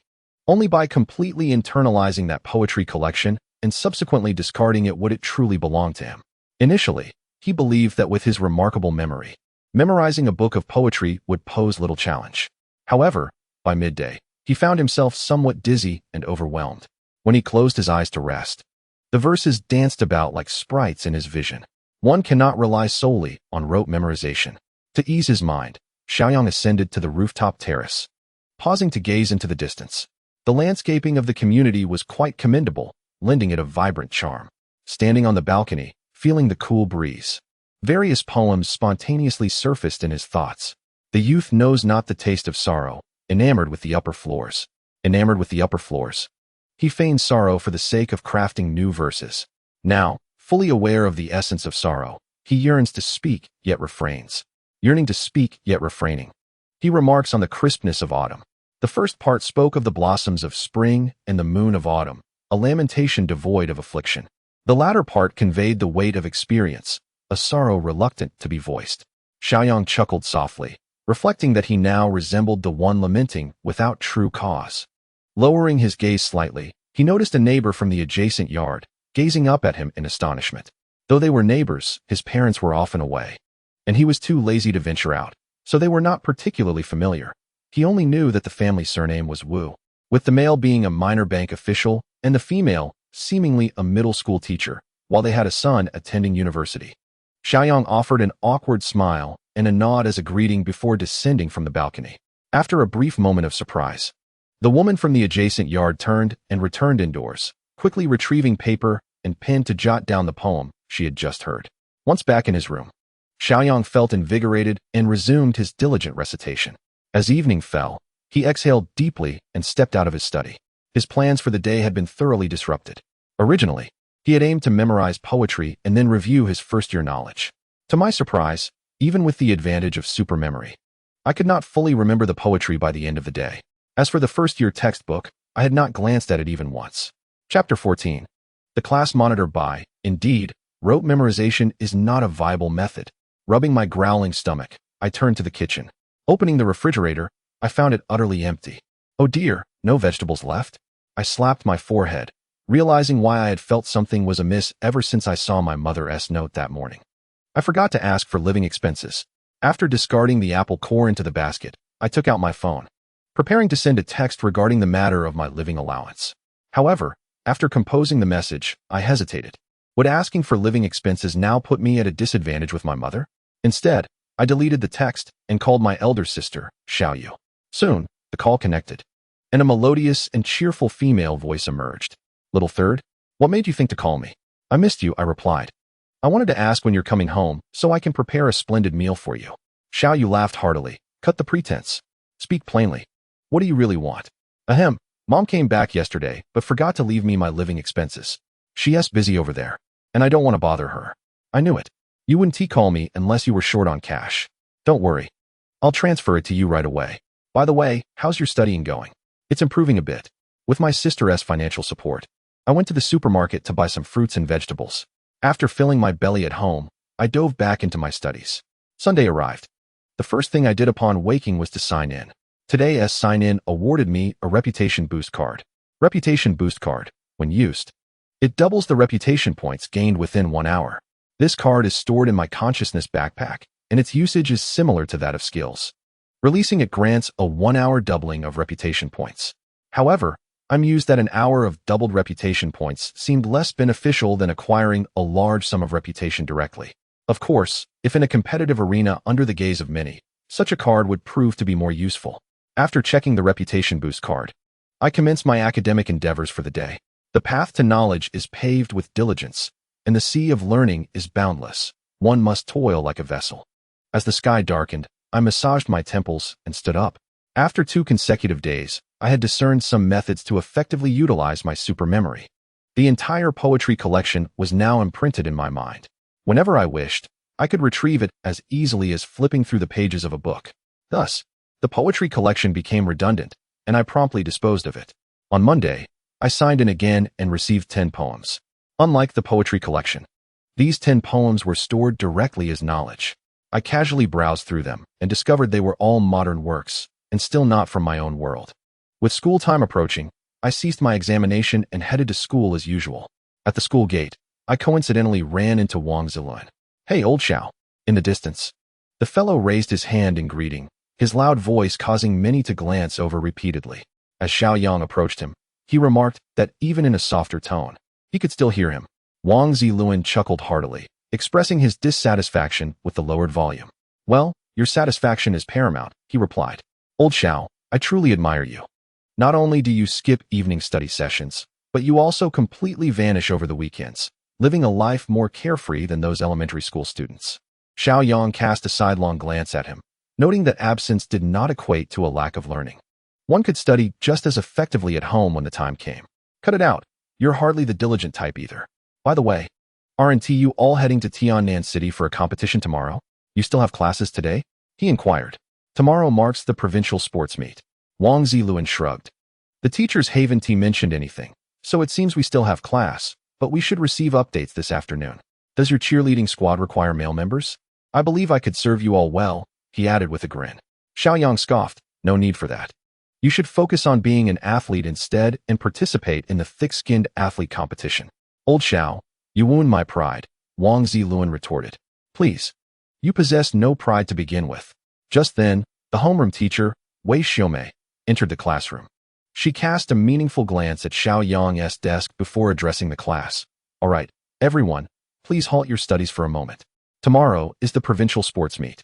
Besides the participants, each class is required to send 1 female student to serve in the logistical support team as per school regulations. She surveyed the room, her gaze landing on Bai Lan Lan. By Lan Lan, as class monitor and life committee member, you will join the logistics team this time. With the teacher's directive, Bai Lan had no choice but to comply, responding affirmatively. Wei Xiaomei's eyes then turned to Xiao Yang. Xiao Yang, after your afternoon classes, you will accompany Bai Lan to the school gate, where a bus will be waiting. All right, you may resume your reading. Xiao Yang, please step outside for a moment. Wang Ziluan nudged Xiao Yang's arm, raising his eyebrows in intrigue. Xiao Yang pretended not to notice. Once he left, the students began to murmur amongst themselves. It seems the homeroom teacher is particularly attentive to Xiao Yang. She has called him out nearly every day this week. Of course she is. If you could compose high-level poetry, the teacher would extend the same attention to you. Bai Lan glanced towards the door, her head bowed in contemplation. As she watched Xiao Yang step out, Wei Xiaomei's face reflected a sense of helplessness. Why didn't you come to school for self-study the day before yesterday and yesterday? Xiao Yang blinked, responding, Isn't attending self-study voluntary? I find studying at home equally effective. Wei Xiaomei was momentarily speechless. Xiao Yang, are you genuinely foolish or merely pretending? My words were clearly formalities. The notion of voluntariness was merely for show, and yet you took it to heart. Xiao Yang, this is your final year. We must embrace the pressure. After this sports meet, you must keep pace with your classmates. I shall personally guide you. Furthermore, I will reach out to the other subject teachers to see if they can spare some time to assist you. This certainly set the stage for a collective push towards academic improvement. Xiao Yang immediately displayed a look of astonishment. Teacher, there's no need for that. I actually enjoy studying by myself. Enough said. I am certain that the teacher would never allow such talent to go unnoticed. This matter is settled. You may return to the classroom. Once Xiao Yang took his seat, Wang Ziluan hurried over. So, what did the homeroom teacher want with you? Xiao Yang noticed the class monitor in the front row and slightly turned to listen. She wants me to attend evening self-study sessions. Wang Ziluan chuckled. Well, serves you right. Everyone in the class is coming, and you're the only one being compelled to go. Let's see how you handle that. No problem. The bell rang for class dismissal. Xiao Yang reached out and tapped Bai Lan on the shoulder. Startled, Bai Lan quickly set down her textbook and turned around. Class monitor. It's time for us to head to the school gate. Only then did she recall her role as the logistics officer for the school team and hurriedly tidied her desk. Chapter 15.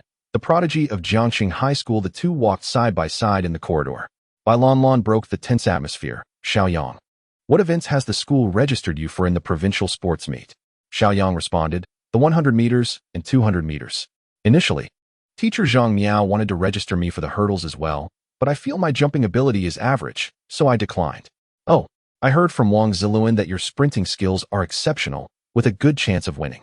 Winning would certainly be great, but if not, it's all about participation. Xiao Yang replied. Bai Lan nodded in agreement. Yes, don't put too much pressure on yourself. She then shifted the topic. Have you written any new poems lately? Are you interested in poetry, class monitor? I am particularly interested in your poetry, she said earnestly. Your level is quite high, in my opinion, surpassing that of the poems in our textbooks. If you have new works, I would love to admire them. I have many pieces, rich in both height and depth, with dozens of poems, but they require the right occasion to share. Mentioning them casually would be rather meaningless, Xiao Yang said with a light smile. Not at the moment. But if inspiration strikes one day, I will be sure to show them to you first. Bai Lanlan's lips curled into a smile. All right, you've made a promise. As they conversed, they arrived at the school gate, where a large bus was parked, with students continuously boarding. Physical education teachers Zhang Miao and Li Man stood at the entrance of the bus. Upon seeing Xiao Yang, Zhang Miao's face lit up, and he waved. Xiao Yang, come over. Xiao Yang approached. Teacher Zhang, Teacher Li. Zhang Miao nodded and glanced at Bai Lan. This is your class's logistics officer, right? All right, hop on. We've saved seats for you in the front. Xiao Yang and Bai Lan boarded the bus, one following the other. The bus was nearly full, with only a few seats remaining, and the front row was entirely vacant. At this moment, Zhang Miao pointed to the empty seats in the front and said, You two sit here. Xiao Yang stepped aside to let Bai Lan take the inner seat while he sat on the outer side. As the lead teacher for this trip, Zhang Miao began checking the attendance list. Once he finished, he turned to the driver and called out, Driver, everyone is here. You may start the bus. The driver promptly started the bus. The journey from Jiangxing to Tiannan takes approximately 2 hours. This was not Xiao Yang's first visit to Tiannan, and feeling relaxed, he often gazed out of the window. Perhaps due to his frequent glances, Bai Lan seated beside him, appeared somewhat uneasy. "Class leader, are you all right?" she inquired. To which Bai Lan replied, "I'm fine."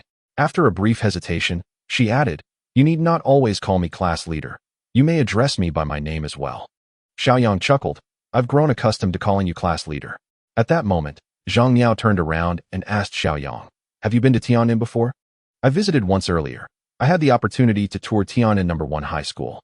He continued, "Not only did I visit, but my parents nearly left me there." "Really?" Tian'an No. 1 high school has produced many accomplished students. Indeed, Tian'an No. 1 high school ranks highly among secondary schools in Huaxia, boasting an impressive admission rate to prestigious universities each year. Moreover, it excels in athletics as well. This was primarily why his parents wished for him to study there. At that time, Xiao Yang was also determined to study diligently, but they deemed him too inexperienced, and even connections could not secure him a place. Zhang Yang grew animated, standing up and raising his voice. "By the time we reach Tian'an, it will likely be evening, and the night views there are truly splendid, especially the rivers near the school, which are popular spots for social media check-ins. Let us take a stroll together later. The teachers will treat us." The students erupted in cheers. Nearby, Li Man stood up, distributing the athletic uniforms she had prepared in advance. As dusk fell, the bus came to a halt by the roadside. Although this was merely the outskirts of Tian'an, it exuded vibrancy. The main thoroughfare bustled with vehicles, flanked by dazzling neon lights. Not far away stood the venue for the upcoming sports meet, Tian'an No. 1 High School. With a rich history, Tian'an No. 1 High School was pointed out by Zhang Miao, who indicated the hotel behind them, stating that the school had already reserved rooms for them. Soon, Li Man began to allocate the dormitories. Xiao Yang seemed to receive special attention, as he was assigned to share a room with Zhang Miao. After placing his belongings in the room, Zhang Miao turned to Xiao Yang and said, "What we discussed on the bus stands. Tonight we shall explore Kong River. Gather the classmates." Including the two teachers, there were fewer than 20 individuals, with the other rooms located next door. Minutes later, all the students had assembled at the door.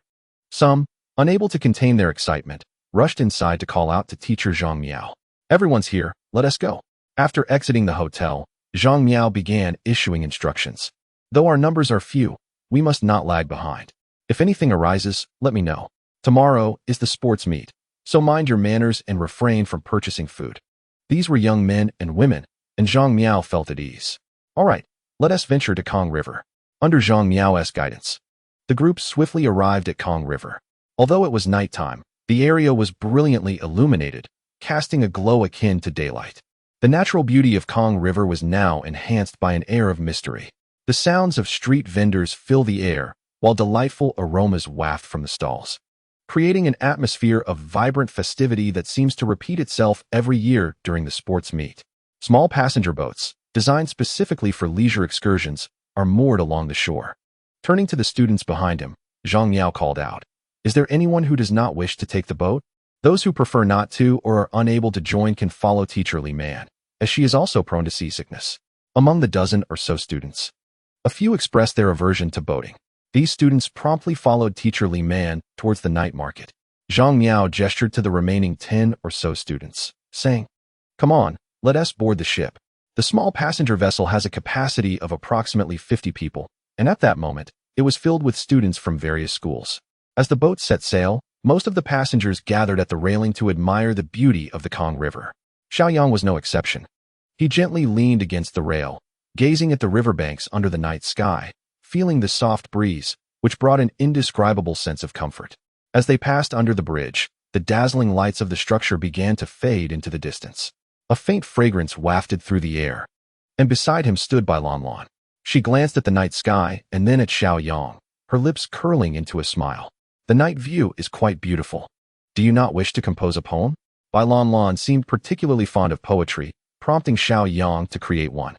The students nearby began to cheer him on. "Indeed, everyone knows you are the literary genius of our Jiangsheng High School. Your 2 poems have left our teachers in awe. Let us hear another." Zhang Miao looked at Xiao Yang in surprise and quietly inquired of the other students, "Does Xiao Yang really write poetry?" "Absolutely. Many teachers have praised his poetic talent, and he has even garnered attention online." Students and teachers from other schools cast curious glances in Xiao Yang's direction. Seeing the enthusiasm of the students, Zhang Miao chuckled and said, "Xiao Yang, It's a rare opportunity to relax. Why not share a poem for everyone to enjoy? Chapter 16. A modern poem that amazes the crowd. Even the physical education teacher, Zhang Yang, joined in the encouragement, prompting Xiao Yang to offer a reluctant smile. You're all pushing me into a corner. Very well, I shall recite a poem, but if it does not meet your expectations, please refrain from mocking me. After saying this, Xiao Yang gently closed his eyes, searching for inspiration in his mind. Suddenly, he opened his eyes, a spark of brilliance illuminating them. Let me present a modern poem. The form of modern poetry is free, rich in meaning, and emphasizes imagery over rhetorical flourishes. Compared to ancient poetry, which reflects deep emotions in a gentle and understated manner, modern poetry breaks free from such constraints, accentuating open expression and candid communication between the tangible and intangible. To put it plainly, modern poetry allows for greater freedom and spontaneity. Even an illiterate person could randomly tap on a keyboard and claim to be a modern poet. For contemporary poets seeking fame, it is not merely their poetry or talent that garners attention, but rather the stories and public discourse surrounding them. Consequently, the number of modern poems that endure is dwindling, while the remarkable tales of modern poets become widely celebrated. Upon hearing that it would be a modern poem, many students from other schools scoffed. This creation can be composed by anyone. Even an elementary school student can be deemed a poet, rendering it devoid of substantial value.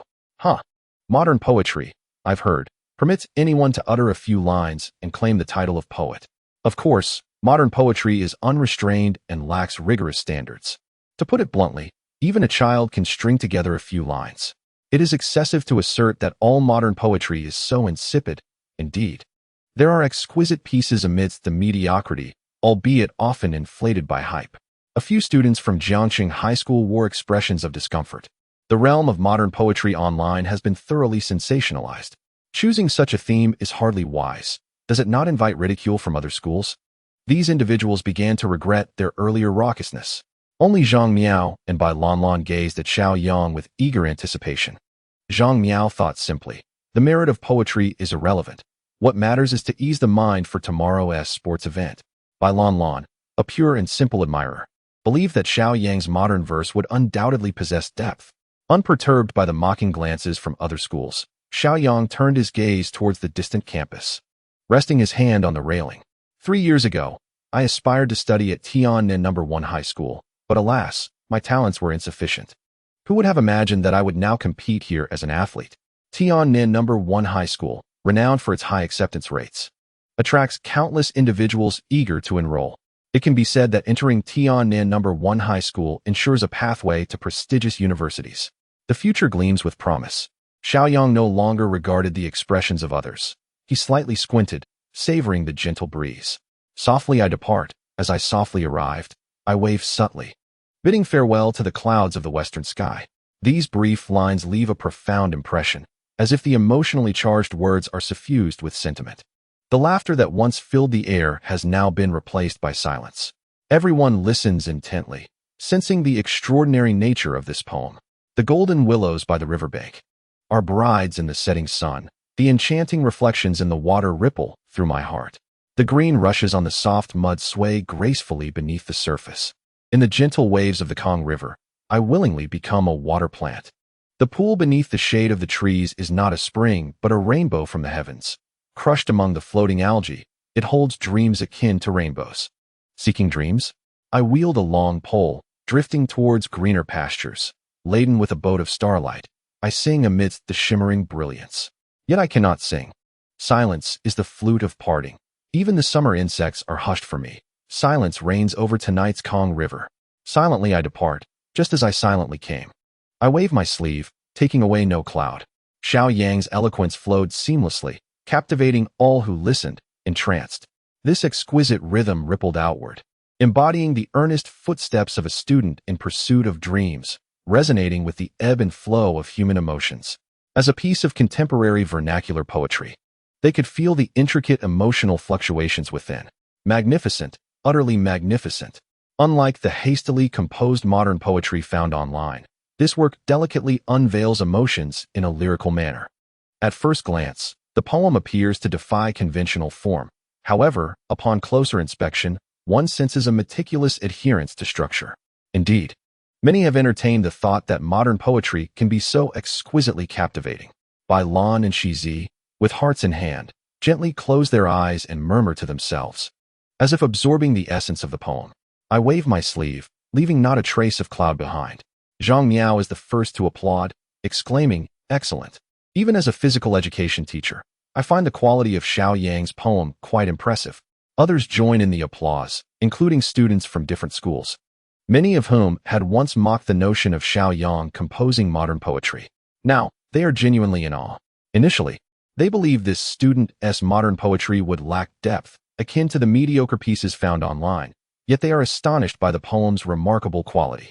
One could assert, without exaggeration, that this single poem could herald a new genre within modern poetry. It possesses depth and employs beautiful language, undoubtedly destined to become a classic. A teacher from another school steps forward, scrutinizing Xiao Yang with palpable excitement. What is the name of this student from Jiangxing High School? After a brief assessment, Xiao Yang notes the middle-aged man, bespectacled and with short hair, adorned with the insignia of Luqing High School. "Greetings, I am Xiao Yang," he replies. "I am Chang Fangxing, the vice principal of Luqing High School and a member of the Modern Poetry Association." The name is distinctive. "Ah, Vice Principal Chang," Xiao Yang responds promptly, shaking hands.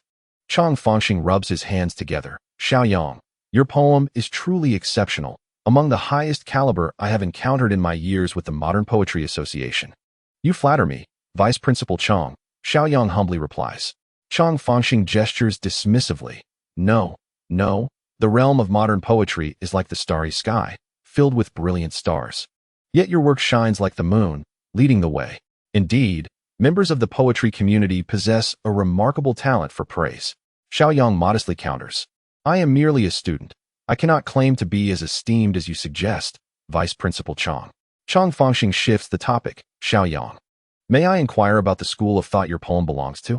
Though the quality of modern poetry varies, there are numerous distinct schools.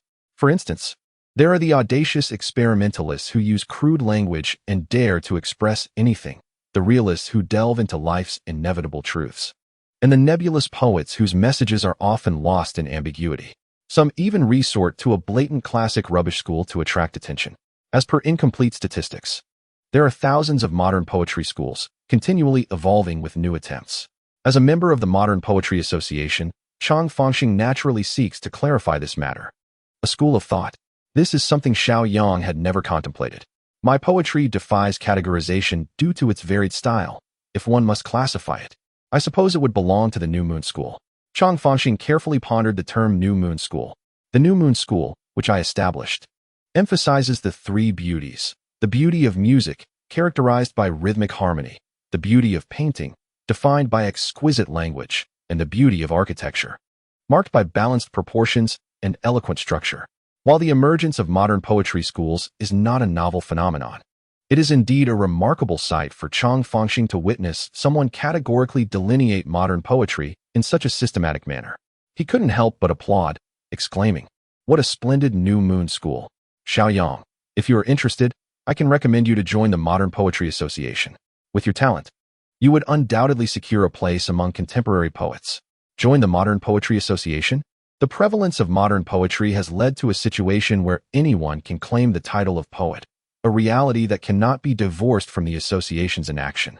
I suspect the framework within is hardly commendable.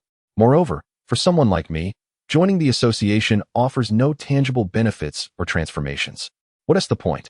Xiao Yang politely declined, stating, "I am currently in my senior year, facing immense pressure.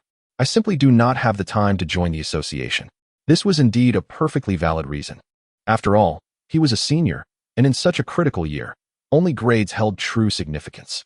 Chang Fangxing, however, was clearly reluctant to let such a talented modern poet slip away. He took a couple of steps forward, about to speak again, when Zhang Yang intervened, saying, "Principal Chang, I too have a fondness for modern poetry. Shall we discuss it over there?" As a physical education teacher, his robust physique was not something Chang Fangxing, a refined scholar, could easily resist. He craned his neck, but Zhang Yang swiftly pulled him aside, urging, "Let us chat." Although there seemed to be a difference in their ranks, they were ultimately part of the same system, which alleviated any need for restraint. Xiao Yang glanced around, noticing that all the students were regarding him with a peculiar intensity. It was evident that they were genuinely moved by his modern poem, with some even hastily jotting it down, feeling somewhat uneasy under their gaze. Xiao Yang turned to Bai Lan Lan and suggested, "Shall we go over there and take a look?" At that moment, Bai Lan Lan was still immersed in the shock of the poem and the significance of the term New Moon School. It was only upon hearing Xiao Yang's words that she snapped back to reality. "Ah, okay." The two promptly moved away from the railing. Among the crowd, a student dressed in the Tiannan No. 1 high school uniform glanced down at his phone and remarked, "Xiao Yang, this poem of yours is truly magnificent. It evokes a sense of breathtaking beauty." Bai Lan Lan, gazing at the river's surface, felt her cheeks flush slightly. Xiao Yang shrugged, responding, "It's nothing much. I just penned a few lines." To him, it was indeed nothing extraordinary, as his mind still harbored 9 world-class poems. Bai Lan Lan bit her lip and replied, "Be modest. If this modern poem of yours is nothing special, then those online modern poems could easily belong to a school of their own." Xiao Yang tilted his head slightly, observing her pure, unadorned face, and asked, "What school?" "The classic garbage school." Taken aback, Xiao Yang burst into laughter, surprised that the class monitor had a penchant for snatching food from pandas. Bai Lan Lan couldn't help but smile, responding, "I suppose I am simply influenced by my surroundings." "Oh." It appears that the class monitor possesses a sense of humor. The small cruise ship has docked, and the students eagerly leapt onto the ground. "All right, everyone follow me. Let us seek out Teacher Li Man," Zhang Yang instructed. The students responded in unison and promptly followed Zhang Yang away. Upon locating Teacher Li Man, they noticed that the group appeared somewhat perturbed. Zhang Yang hurried over and inquired, "Teacher Li, what seems to be the matter?" Li Man glanced at Zhang Mingyuan beside her before recounting the events. It turned out that while they were enjoying the night market, they encountered several athletes from Tiannan No. 1 high school. In a night market setting, encountering students from various schools is not uncommon. However, coincidentally, these students had a minor dispute with Zhang Mingyuan during the last sports meet. When they met at the night market, they taunted him, suggesting that Jiangxing High School's participation in the sports meet was merely a sightseeing expedition. Zhang Mingyuan, known for his fiery temper, immediately engaged in a heated argument with them. Although his athletic prowess was commendable at his school, it paled in comparison to the esteemed Tiannan No. 1 high school. The outcome was predictable. The other students left in high spirits, leaving the students from Jiangxing High School to simmer in frustration. Zhang Miao felt helpless, for this scenario unfolded annually. Jiangxing High School was indeed somewhat lacking in athletic prowess. He could only offer consolation. "Let it go. They are just words. If we surpass them in the sports events, they will surely fall silent." The others remained silent. Excelling in sports was no simple feat after returning to their room. Zhang Miao exchanged a few words with Xiao Yang before settling down to rest. Just as Xiao Yang was drifting into a deep slumber, a knock echoed through the night. Zhang Miao, rubbing his eyes, asked, "Who is it?" "It's me, Zhang Mingyuan." Upon recognizing his studentess voice, Zhang Miao quickly donned a jacket and opened the door. "What brings you here at such an hour?" Zhang Mingyuan appeared pale and troubled, an unmistakable tremor of distress in his voice. "I have an upset stomach." In the dead of night, a stomach ailment was indeed a grave concern, particularly with the sports meet looming the following day. Zhang Miao promptly asked, "How severe is it?" "Quite serious. I must attend to it immediately," Zhang Mingyuan replied. Hearing the door close, Xiao Yang turned to see that Zhang Miao had stepped out. Approximately an hour later, Zhang Miao returned, and any remnants of sleep were gone from Xiao Yang's eyes. "Mr. Zhang, how is he?" Xiao Yang inquired. Zhang Miao sighed, glancing toward Xiao Yang. "It's rather serious. I procured some medication from the pharmacy, which has somewhat stabilized him, but his participation in tomorrow's sports meet is highly questionable. The provincial sports meet mandates a minimum number of athletes from each school, with no fewer than 15 events being required. Zhang Mingyuan was slated to compete in 3 events. If he were unable to participate, it would leave a gap in the 400-meter race. Zhang Miao was particularly troubled by this predicament. If they could not even manage the basic participation requirements, it was certain that the provincial authorities would reprimand their principal, who in turn would undoubtedly chastise Zhang Miao. The coach. Once he lay down again, Zhang Miao began to toss and turn, sleep eluding him. This restlessness even affected Xiao Yang, who found it difficult to sleep as well. He casually glanced at his reputation points and was astonished to find that they had surged to over 12,000. He distinctly recalled that just a few hours earlier, his reputation stood at a mere 9,000. How could such an astounding increase of 3,000 occur in such a brief span. Picking up his phone from the bedside, he discovered a message and a screenshot from Bailanlan. Chapter 18, Provincial Sports Meet. Xiao Yang, your poem has garnered much acclaim in the alumni group of Tiananmen One High School. Many have praised it. The screenshot included snippets of conversations from the alumni chat and a video clip of Xiao Yang composing poetry aboard a cruise ship. Xiao Yang understood the source of the 4,000 reputation points. He possessed an active skill, dash, and a passive skill, super memory. 12,000 reputation points were sufficient to upgrade only one skill. Which one should he choose? After a brief contemplation, he opted for dash. Upgrading dash would enable him to accumulate reputation points more effectively tomorrow, while investing in super memory would not yield immediate returns. With the upgrade, dash transformed into intermediate dash, substantially enhancing speed for 1 minute, with a cooldown period of 10 minutes. Previously, the duration was 30 seconds. Now it extended to a full minute. Moreover, the description indicated a significant improvement in speed. This meant not only enhanced velocity, but also extended duration. Quite impressive. Most importantly, this upgrade allowed him to cover 400 meters efficiently. Given that Zhang Mingyuan was unwell and unable to compete, he could easily fill the gap left behind, ensuring a bountiful return of reputation points. Teacher Zhang? Yes? Zhang Miao responded promptly. Zhang Mingyuan's absence meant that if there was a vacancy, he could step in. Zhang Miao sat up, a look of delight on his face. Previously, he had wished for Xiao Yang to run the 400 meters, but Xiao Yang had declined. Therefore, when Zhang Mingyuan encountered an unexpected issue, he did not bring it up, but to his surprise, Xiao Yang proactively mentioned it. Do you want to run the 400 meters? Xiao Yang nodded. Yes, I will take Zhang Mingyuan's place. Zhang Miao lay back down and said, the 400 meters relies heavily on cornering technique. With your speed, you should perform quite well. Just don't overexert yourself. Tomorrow morning, I will revise the competition roster. With this agreement, both felt a sense of relief. And soon the room fell silent again. Upon awakening in the morning, Xiaoyang noticed that Zhang Miao had already left, presumably to submit documents at Tiananmen One High School. Xiaoyang neatly folded the bedding and opened the sign-in system. He received a reputation boost card, another one. This item could be stacked, meaning he could quadruple his reputation within an hour. A second card would bring it to 8 times. Xiaoyang inexplicably felt that this item held great potential. Just as he was examining the reputation boost card, a knock came at the door. Xiaoyang. It was Bailanlan's voice. He opened the door to find her standing there with a glass of milk and a piece of bread in her hands. Her eyes twinkled like crescent moons as Teacher Li Man instructed us to prepare breakfast, which included a fried egg and a stick of glucose. Xiaoyang reached out to take it, saying, "You logistics personnel shouldn't just focus on taking care of us. Have you eaten?" Bailanlan responded with a smile. "Once you finish your meal, we'll head downstairs for dumplings." The mere thought of steaming dumplings made Xiaoyang feel that the milk and bread in his hands were no longer appealing. "All right," he said, turning to the table to set down his items before picking up the delicate bread and taking a few bites. After Bailanlan entered, she opened the milk, cautioning, "Don't choke." Xiaoyang mumbled a thank you and took a sip of the milk. The breakfast portions were quite modest, merely enough to serve as a base. Just as they finished, Bailanlan had already opened the small bottle to offer the glucose. Xiaoyang cheerfully accepted it, exclaiming, "You are quite the capable logistics personnel.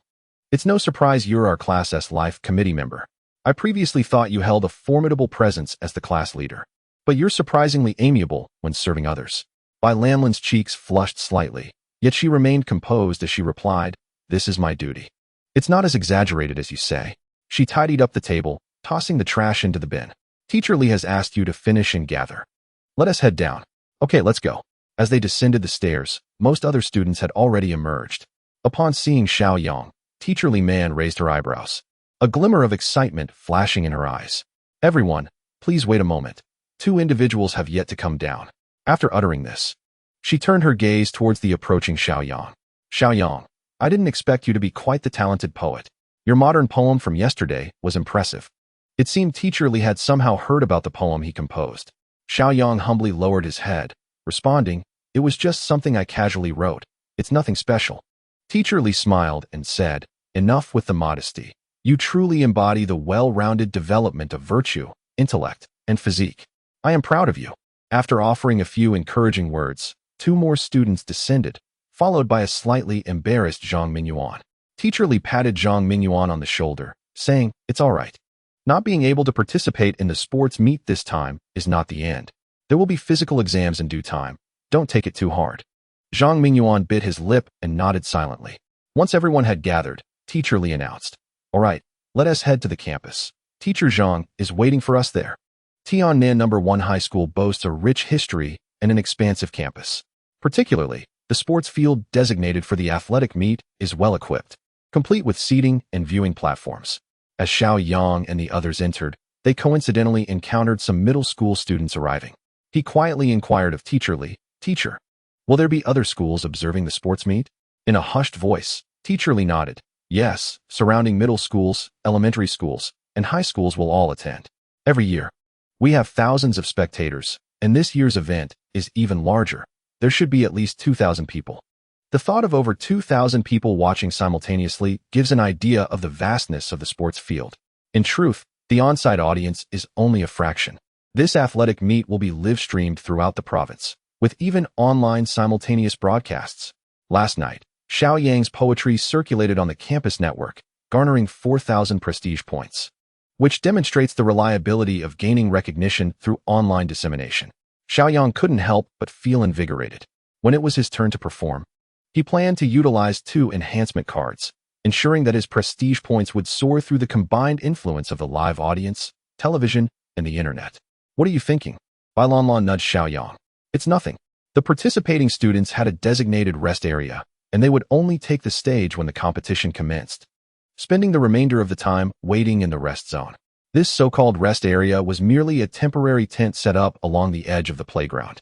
Upon arriving at the rest area, they spotted Zhang Miao standing in front of a tent, waving. The group promptly approached. Li Man inquired, "Teacher Zhang, is everything ready?" Zhang Miao opened the plastic bag in his hand, stating, "All set. Here are your competition certificates." After receiving it, Xiao Yang examined it closely.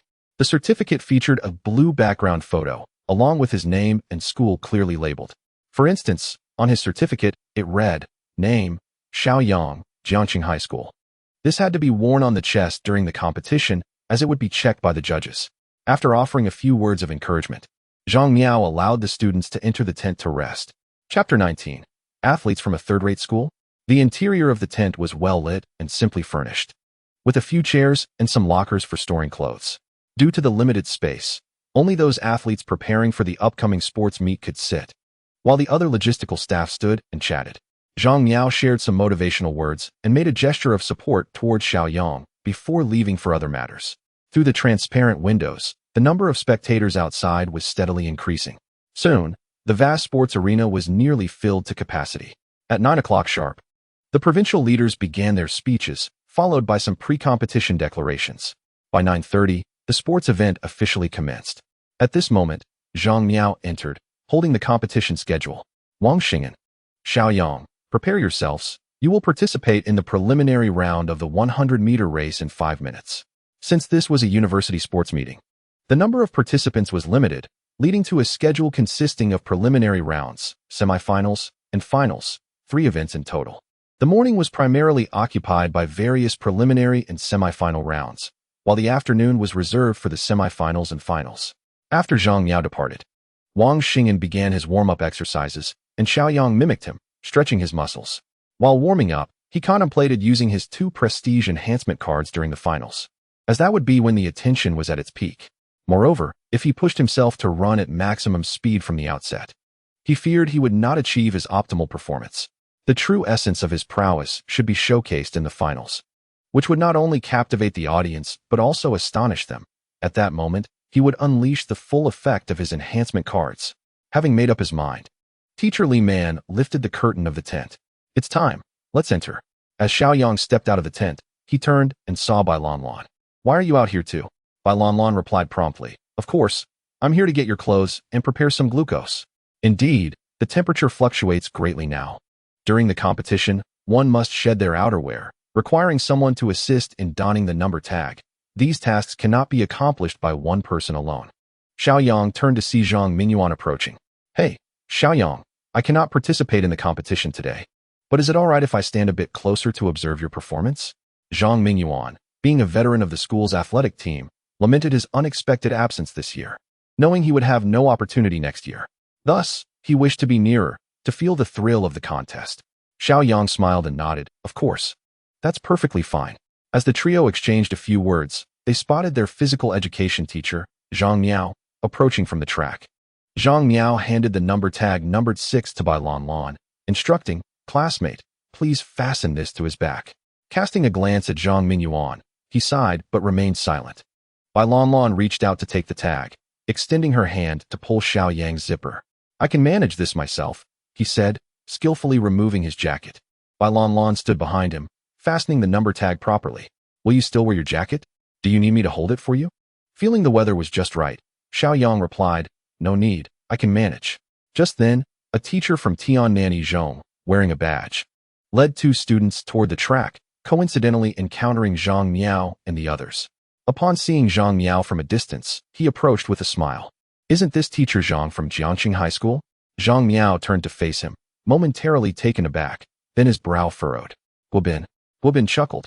"We meet once a year, yet you still wear that surprised expression?" Zhang Miao grunted in response, choosing silence, indicating some underlying tension between them. Unfazed by Zhang Miao's demeanor, Guobin turned his attention to Xiao Yang. "A new face, I see. TSK, your school's performance may not be stellar, but the speed at which you replace newcomers is commendable." Noticing the number tag on Xiao Yang's back, Guobin smiled at the 2 athletes behind him, saying, "Did you see? Jiangqing High School is on lane 6. Be sure to look after him. We wouldn't want him to lose too embarrassingly." The 2 students chuckled but remained silent. Guobin then recognized Zhang Mingyuan. "I recognize this student from your school." One student chimed in, "Teacher Gua. He was here last year and placed 6th. Guobin slapped his forehead. "Oh, now I remember. He's the one who boasted before the race only to cry afterward. Why isn't he in athletic wear? Is he lacking confidence this year, and therefore not competing?" Zhang Mingyuan was quite agitated by this remark. Zhang Yao, unable to bear witnessing his student's humiliation, pulled Guobin aside. "Although we are on your turf at Tiannanmen Zhong, you shouldn't speak so excessively. It was only one victory. Do you really hold a grudge over it to this day?" Guobin sneered. "That's because our student faced an unfortunate incident. Otherwise, do you genuinely believe that your mediocre Jiangqing High School, along with a teacher of your caliber, could secure any accolades? Most sports events were dominated by Tiannanmen One High School. However, a few years ago, an unexpected turn of events occurred when Jiangqing High School remarkably broke Tiannanmen No. 1's monopoly on sprinting, securing a first place. For this achievement, Zhang Miao received commendation from the Jiangqing Education Bureau. In stark contrast, Guobin's situation was quite the opposite. That incident caused Tiannanmen No. 1 to lose face in their most esteemed event, and Guobin was reprimanded, resulting in his demotion from head of the sports department to deputy. Thus, he began to harbor resentment towards Zhang Miao, often mocking him during sports meets or showcasing his own prowess. Labeled as a third-rate school with third-rate teachers, Zhang Miao felt deeply aggrieved. While Tiannanmen No. 1 was indeed formidable, it did not imply that other schools were inferior. We ought to let our results speak for themselves. Results? Guobin smirked. "I am eager to see what achievements Jiangqing High School can boast. Look at my students. They excel academically and athletically. Then take a glance at yours." Being called third-rate is merely an understatement. After mocking them, Guobin waved off 2 of his students to the track with satisfaction. Noticing that the others had no intention of leaving, Zhang Miao resignedly patted Xiao Yang on the shoulder, saying, "The referee has signaled. It is time to enter. Remember, you are on lane 6, and do not feel pressured." As Xiao Yang entered the field, Bai Lan raised her left hand, and when Xiao Yang turned to look at her, she made a gesture of encouragement, saying, "Go for it." Xiao Yang smiled slightly, moving his fingers at his temple before turning to step onto the track. Zhang Mingyuan appeared to harbor a strong disdain for Guobin. Once Xiao Yang was on the track, he joined Bai Lan at the side as a supportive presence. Guobin, with his hands clasped behind his back, cast a sidelong glance at Zhang Miao. He chuckled, "Teacher Zhang Miao, I truly envy your Jiangqing High School. You always leave shortly after the preliminary rounds. I suppose this time will be no exception." Zhang Miao let out a cold huff, ignoring him. Chapter 20. An easy victory. Guobin continued nonchalantly. "The preliminary rounds will eliminate you, and Tiannanmen will enjoy a delightful day out. How enviable." Zhang Miao turned his body slightly, refusing to even glance in Guobin's direction. Guobin scoffed, High-ranking officials from both the Provincial Sports Bureau and Education Bureau will be present. Jiangcheng High School is sure to leave them with a profound impression. Zhang Miao finally reached his limit, retorting, "Teacher Guobin, the outcome is yet uncertain. How can you be so sure we will be eliminated? Perhaps it is your students who will be the ones to falter." "My students?" Guobin nearly choked on laughter. "My two competitors. One is last competition's champion, and the other is an extraordinary newcomer. Their progression is undoubtedly assured." Recalling Xiao Yang's prior performance, Zhang Miao felt a surge of confidence and smiled, saying, "The outcome remains undetermined. Who the true dark horse is still remains to be seen." Haha. I wonder who has instilled such courage in you. On the rubberized track, the young man with the number 7 bib turned to size up Xiao Yang, remarking to his companion, "I thought this kid looked familiar. Isn't he the one who recited poetry on the cruise ship last night?" Numbers 7 and 8 were indeed the two students from Tiannan number 1. Number 8 turned sideways to take a look, and indeed, just as I saw on the campus website yesterday, the standard was quite commendable. Number 7 chuckled and remarked, "The student from Jiangcheng High School. Do you have any other poems? Bring them forth for us at Tiannan number 1 High School to critique." Tiannan No. 1 High School is a nationally recognized key institution, excelling in both academics and athletics, which bestows a sense of superiority upon its students. Xiao Yang glanced at the two, a smile creeping onto his face, and thought, "You wish for me to compose poetry, yet do you believe yourselves worthy?" The expressions of the two changed momentarily. The competition took place on the grounds of Tiannan number 1 High School, akin to being disrespected by students from an obscure school on one's own territory.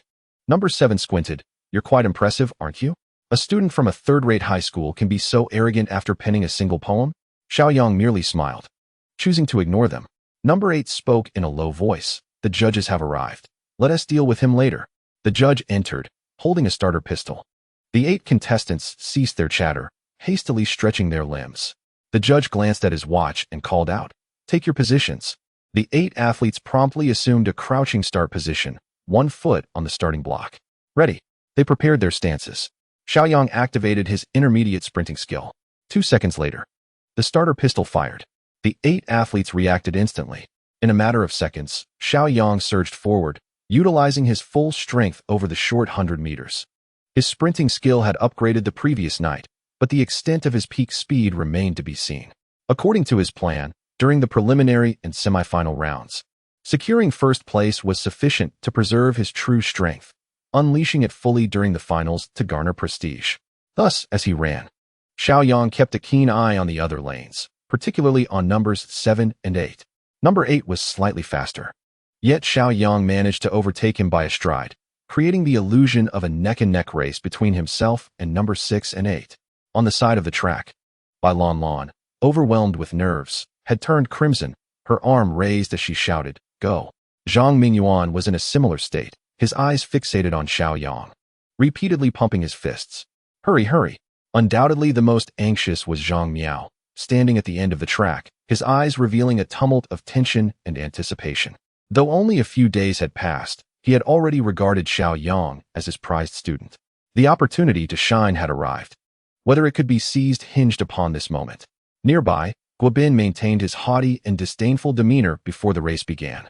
However, as he noticed that number 6 from Jiangcheng High School remained in the lead, the smile on his face gradually faded, replaced by astonishment and disbelief. "No way. The Jiangcheng High School, which I have always looked down upon, is truly the dark horse?" He couldn't help but place all his hopes on number 8, Jiang Tsong. "Come on, Jiang Tsong, step it up, you're so close. Hurry and overtake." Jiang Tsong was truly infuriated.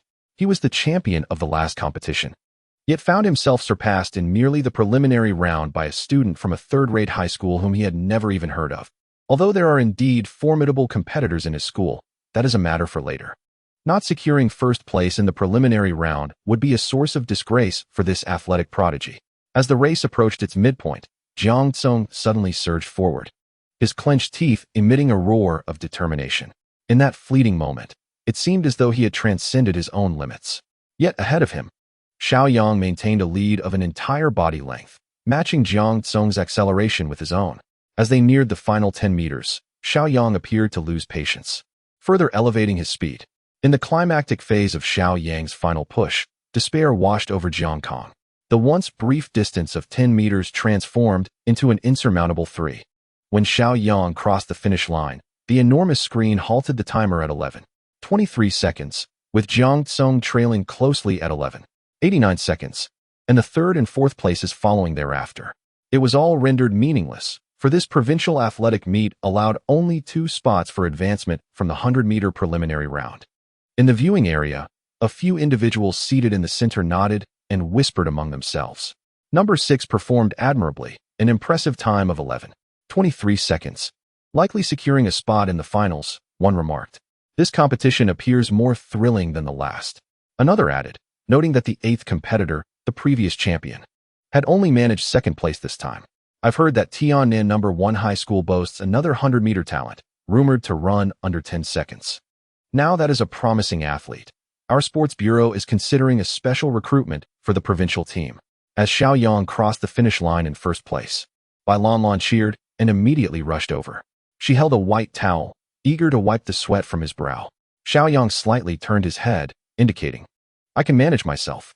Despite it being merely the preliminary round, Zhang Miao felt a sense of vindication. He cast a sidelong glance at Guobin, saying, "Your athlete, Jiang Tsong, doesn't he seem to have made significant progress? Has he not trained properly this past year, or is it your coaching that has fallen short?" Though his words remained unfinished, the implication was clear. Guobin was momentarily at a loss for words. Just moments ago, he had mocked Jiangxing High School, only to be swiftly contradicted. After a few seconds of contemplation, Guobin scoffed, "It's just the preliminary round. An 11-second time is still far from championship material." He regained his prior confidence and composure, for Tiannan No. 1 high school possessed a genuine sprinting talent capable of running under 11 seconds. That individual was the true ace of Tiannan No. 1. Zhang Miao was evidently aware of this sprinting prodigy as well. He merely smiled, choosing silence as he strode purposefully toward Xiao Yang. Chapter 21. The final circle. Zhang Miao stood before Xiao Yang, patting his shoulder. "Your speed control was commendable. Maintain this form." He recognized Xiao Yang's true capabilities, and this strategic conservation of energy was a tactical decision. After offering encouragement, Zhang Miao allowed Xiao Yang to take a moment's respite. In the 200-meter preliminary round, Xiao Yang replicated his earlier success, securing first place to advance to the next heat. Having undergone specialized training, Zhang Miao felt no concern. His primary worry lay with the 400-meter event. Before the preliminary round commenced, Zhang Miao called Xiao Yang aside to alleviate any pressure. "There is no need to feel pressured about the 400 meters, just run at your own pace, as qualifying is not of utmost importance." For Zhang Miao, it is entirely normal for the 400 meters to not go well. As long as he performs consistently in the 100 and 200 meters, Jiangxing High School will still make its mark at this provincial sports event. Xiao Yang understood Zhang Miao's implication and replied with a smile, "Rest assured, I will not feel any pressure." Currently, the duration of the intermediate sprint skill has reached 1 minute, which is ample time to complete the 400 meters in full. That's good. Maintaining our condition is what matters most. The referee is about to take the field, so hurry along. Xiao Yang approached the track and secured his place in the semifinals with the top score in the preliminaries. His performance, while not dazzling, was sufficient to keep him ahead of the second-place competitor. Other events were also progressing fervently, with television and online streaming occurring simultaneously. Before the second round of the 100 meters began, Xiao Yang checked his reputation points, discovering that they had risen to 5,600. Yesterday, his reputation was 12,000. After spending 10,000 to upgrade his skills, he had 2,000 remaining. This indicated that even if Xiao Yang's performance was not particularly remarkable, the 3 preliminary rounds had still contributed 3,600 reputation points. Such a high-profile event indeed provides ample opportunities to accumulate reputation. If he were to clinch victory in the finals with superhuman speed, he needed to prepare quickly. Xiao Yang maintained his slight lead to secure first place in all 3 semifinal events, ensuring his entry into the finals for all of them.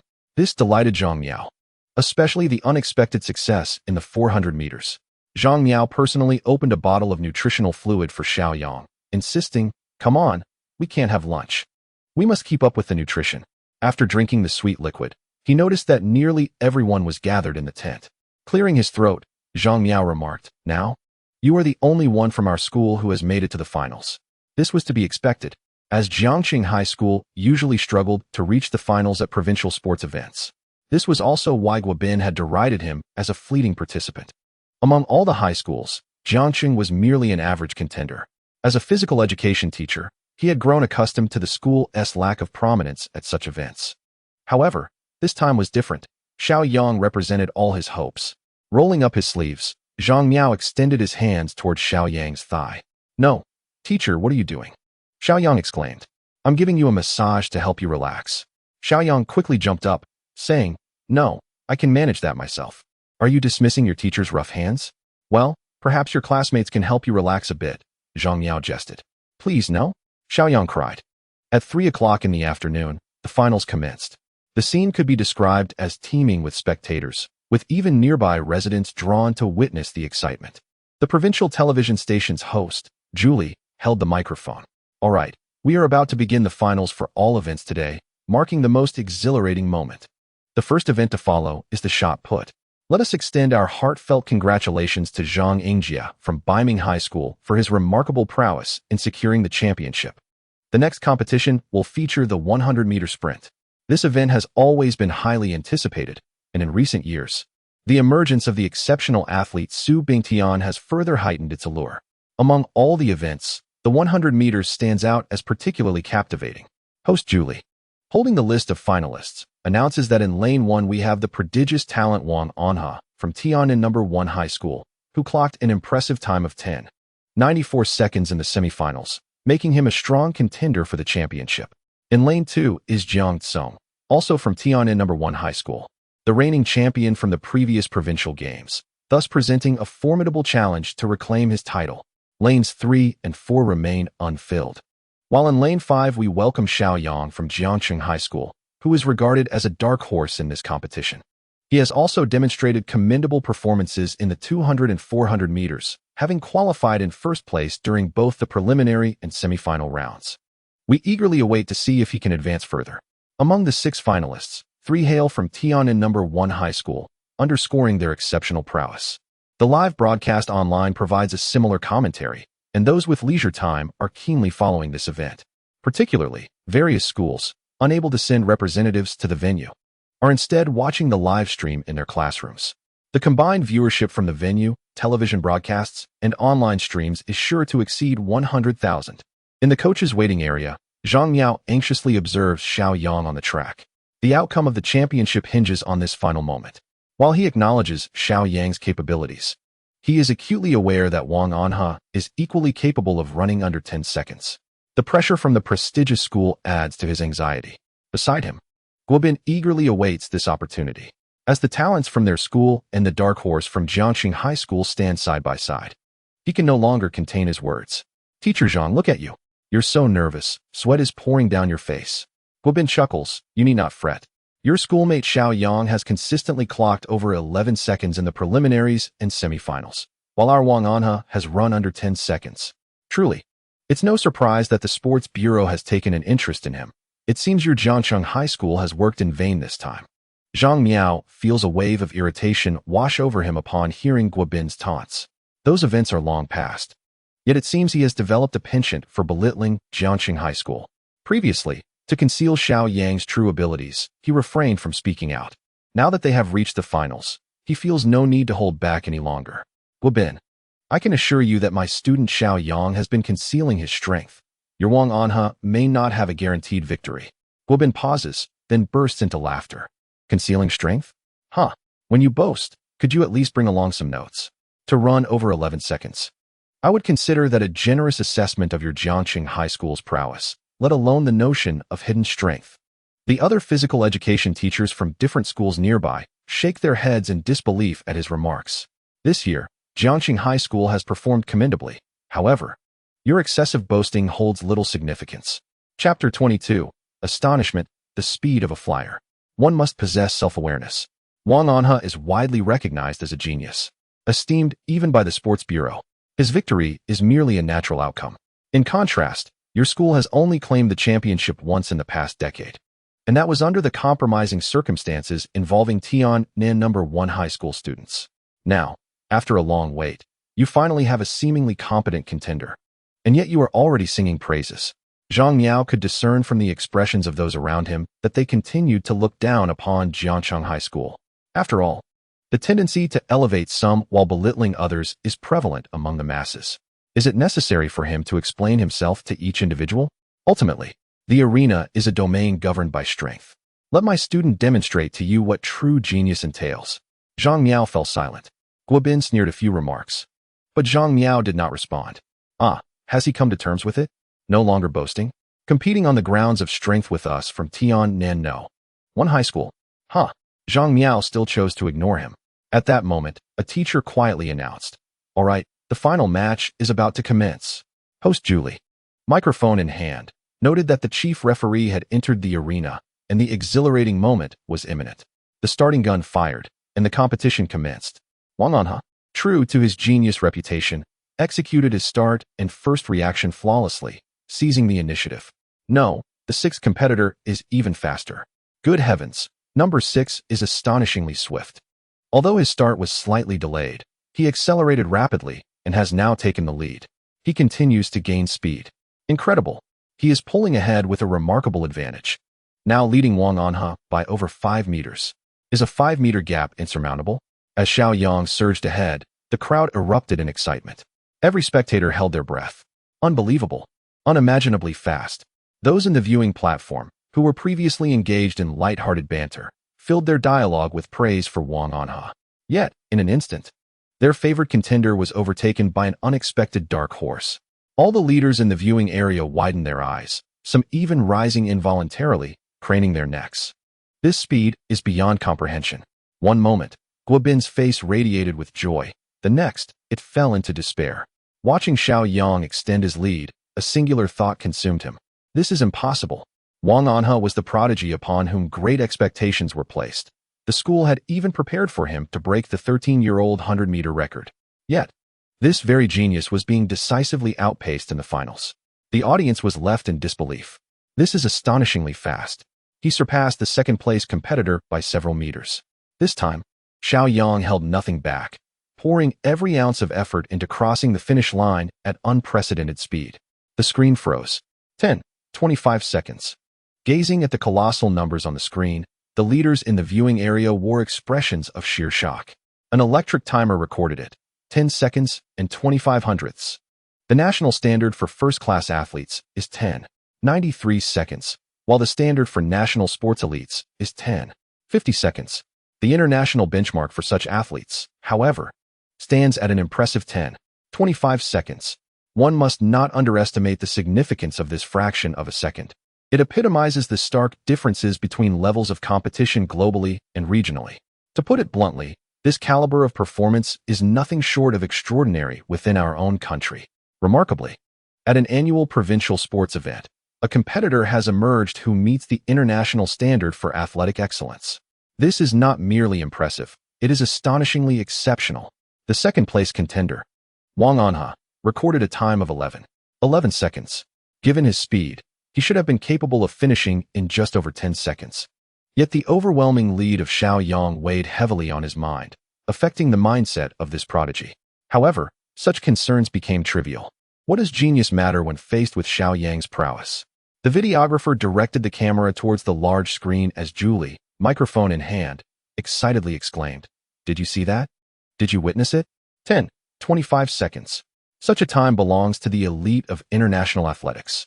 The record that had stood for 13 years was shattered today. And I am confident that this will stand as the new provincial record for a considerable time to come. Remember his name, Xiao Yang. He hails from Jiangxing High School. Let us celebrate him."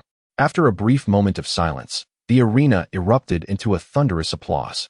The first-place winner had finished nearly 10 meters ahead of the second, a spectacle rarely seen at provincial competitions. Anyone who had been following this sport would readily offer their applause. Even some elementary school students in attendance rose to their feet, clapping fervently as if Xiao Yang were one of their own classmates. The excitement was not confined to the audience. The officials in the observation area could no longer remain seated. "Quick, bring me Xiao Yang's profile. We must recruit this talent for our sports school. Can your mediocre institution accommodate him, or is our school the better choice?" A middle-aged man clad in sports attire, with a glimmer of intrigue in his eyes, was none other than Wu Feiyue, the head coach of the provincial sprint team. What a fortunate discovery. Originally, the provincial team had come merely to assess Wang on his capabilities and determine if there was any potential for advancement. Little did they expect to encounter an even more formidable athlete in Xiao Yang, who not only shattered the collegiate record with his 10.25-second finish, but also exhibited ample room for growth. This was precisely the kind of talent the provincial team needed. He stroked his chin thoughtfully and remarked, "Xiao Yang. Excellent. Impressive. Truly, heroes emerge in youth.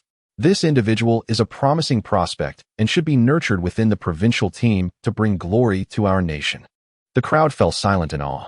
Indeed, the provincial team was an entity bold enough to challenge even the provincial sports bureau, who would dare compete for talent against them. Guobin gazed at the time displayed on the large screen, his eyes widening in disbelief. 10.25 seconds. A high school student has achieved such a remarkable feat, directly surpassing our school's genius athlete by nearly a second. Zhang Miao felt an incredulous disbelief, yet the bold inscription above confirmed it. He was not boasting. That Xiao Yang truly concealed formidable strength, and it was indeed monumental. Such an achievement would certainly be coveted even by top sports academies. In stark contrast stood his own school's Wang Yan, who remained unnoticed. Guobin glanced at Zhang Miao in the distance, feeling his face flush with embarrassment. Seizing the moment while the other was still basking in joy, he decided to make his discreet exit. "Teacher Gua, are you leaving without even a word?" Zhang Miao's voice broke the silence. Chapter 23. A stun to the audience, records shattered. At this moment, Zhang Miao felt a surge of pride. The pent-up frustration of recent years erupted in this instant. "You, who rely on your prestigious institution, doubted my students and my school. What now? My student clocked a time of 10 seconds and 25 hundredths. Such a record is on par with international athletic champions. Take a good look, everyone. This is my student." The exhilaration was overwhelming, so much so that Zhang Miao felt an urge to roar with delight. He quickly noticed Guobin attempting to slip away, a figure who had mocked him over the years. He could not allow this opportunity to pass. Thus, he called out to keep Guobin from leaving. Guobin, awkwardly caught, turned to face him. "Teacher Zhang," he began, but Zhang Miao raised his hand. "Just call me Zhang Miao." He cleared his throat. "Teacher Gua, I recall you stating that our Xiao Yang could never clinch the championship. What do you say now? And your pride, Wang Yan, seems to have produced a rather mediocre performance." Guobin managed a smile more tragic than tears, muttering congratulations to Zhang Miao. Zhang Miao had intended to retort further, but found the words caught in his throat. After all, he was not just any passerby to Guobin. He shook his head slightly and decided to let it go. A group of sports teachers surrounded him, inquiring eagerly, "Teacher Zhang, how did you train this student? Please, share with us." Their enthusiasm contrasted sharply with their earlier indifference. Guobin observed them engulfing Zhang Miao, feeling a mix of emotions. Xiao Yang, meanwhile, checked his reputation score. Indeed, under the effect of 2 quadruple booster cards, his reputation began to soar at an astonishing rate. Within mere minutes, it had exceeded 10,000. With no signs of slowing down. This was indeed a powerful tool. "Here, let me wipe your sweat." Bai Lanlan rushed over without hesitation, brandishing a towel for Xiao Yang. He attempted to evade her, but ultimately accepted the towel. "I'll manage this myself." "No, you are the newly crowned champion. You've shattered records. Allowing me to wipe your sweat is an honor." "All right, if you insist," Xiao Yang conceded, allowing her to assist. Bai Lanlan wiped with great care, even tending to areas that were not sweaty. With a sense of satisfaction, he retrieved the glucose and said, "Here, replenish yourself." After nearly a day without substantial food, even the Iron Man could not endure it. Xiao Yang reached out and took it, downing it in one gulp. The sweet liquid slid down his throat, bringing a wave of comfort. "Thank you. You're welcome." Bai Lanlan glanced at the numbers on the large screen. "Just now, Zhang Mingyuan informed me that your speed has reached international standards. Is that true?" "Perhaps." The school's 100-meter record was updated, and Xiao Yang's name appeared in the champions column. Zhang Miao approached with a broad grin. "I knew you would surprise me, but I never anticipated it would be this monumental." During the testing, Zhang Miao had consistently recorded results around 10 seconds 7 to 8. However, this time, he achieved a stunning 10 seconds 25 to claim victory. With this singular achievement, Jiangqing High School would undoubtedly shine. This is also a testament to our coach's expertise. Zhang Miao laughed even more heartily at this. "You certainly know how to flatter." Come on, Zhang Mingyuan, fetch a chair for Xiao Yang to rest. Soon, Zhang Mingyuan brought over a chair, quickly setting it down and urging Xiao Yang to take a seat. Zhang Miao leaned in, crouching to ask, in 10 minutes, the 200-meter final will commence. Do you feel capable of performing at your best? Xiao Yang shook his legs, sensing he was in excellent form, unaffected. No problem. That's great. Zhang Miao beamed. Our success at this sports meet hinges entirely on you. Turning to Zhang Mingyuan and Bai Lan, he added, don't just stand there. Go prepare a massage to help Xiao Yang relax. Xiao Yang instinctively retracted his legs. I really don't need that. In the 200-meter sprint, Xiao Yang unleashed his full potential, pushing his speed to the utmost limit. In his explosive effort, he left his competitors trailing by several dozen meters. Crossing the finish line, the time on the big screen froze at 20 seconds 57. Such a performance still placed him among the ranks of international athletic prowess. The announcer, glancing at the frozen time, appeared exceedingly exhilarated. Ladies and gentlemen, did you witness that? Xiao Yang has once again shattered the record. He has broken the 200-meter record. He has set consecutive records for both the 100 and 200 meters. His strength is unparalleled. He is the little flying man. The audience erupted into cheers. A record-breaking 100 meters, followed by another in the 200 meters. Particularly during the latter, he surged ahead of the second-place competitor by several meters. Such speed, such achievement, is truly rare. The experts in the viewing area had their eyes wide with astonishment. While they understood that reaching international standards in the 100 meters would suggest a commendable 200-meter performance, witnessing it firsthand was profoundly shocking. To see the so-called genius Wang and fall behind by dozens of meters was visually striking. As a high school student, especially one not specializing in athletics, to reduce the 200-meter time to 20 seconds 57 is nothing short of astonishing. Provincial team member Wu Feiyue's eyes nearly sparkled with excitement. What a promising talent. A gem with considerable potential for growth. This individual is undoubtedly destined for our provincial team. At the moment when Xiao Yang broke through the red line, Zhang Miao leapt into the air. Splendid. Absolutely splendid. He surged ahead of the second-place contender, Wang Un, by several dozen meters, utterly shattering the opponent's confidence. In the 100 meters and 200 meters, Xiao Yang claimed victory in both events. Our Jiangxing High School is bound to shine at this provincial sports meet. As the coach, Zhang Miao was naturally overjoyed. Not only Zhang Miao, but also Li Man and all the students were ecstatic. Jiangxing High School is basking in glory. Many online viewers watching the live broadcast were in an uproar. Is this truly a high school student? My goodness, it seems his performance is not far from Olympic standards. Incredible. He is undoubtedly the future of sprinting in our great nation. Mark my words. This level of talent could easily compete in international events. If he is not present at the next Olympics, I want to be watching. The numbers on the big screen froze, then flipped upward, setting a new record. Xiao Yang's name also appeared in the 200 meters champion column. Wu Feiyue turned to the officials from the sports bureau beside him and said, Sir, it seems Xiao Yang still has a 400-meter race, doesn't he? The official flipped through the documents, confirming, yes, there is indeed a 400-meter final. Wu Feiyue nodded, casting a peculiar glance at Xiao Yang on the track. The 400 meters is not merely a test of speed. It also demands endurance and stamina. Some athletes may excel in the 100 and 200 meters, achieving remarkable times, yet falter in the 400 meters. In simpler terms, to secure the first position in the 400 meters, one must not only run swiftly, but also possess resilience. Wu Feiyue stroked his chin thoughtfully. While Zhang Miao was feeling lighthearted, Xiao Yang, you have already secured victories in both the 100 and 200 meters. Now, just give your all in the 400 meters. Whether you place or not is of little consequence. For Zhang Miao and Jiangxing High School, indeed, securing a place no longer holds significance, as they have already clinched top positions in the two most crucial events. However, for Xiao Yang, it was far from a mere embellishment. Upon checking his prestige points, he was astonished to find that they had soared to over 46,000. In other words, within a mere half hour, his series of outstanding performances had catapulted his prestige points by over 40,000, with fewer than 2,000 spectators present. Such a surge in prestige could likely be attributed to online and televised broadcasts.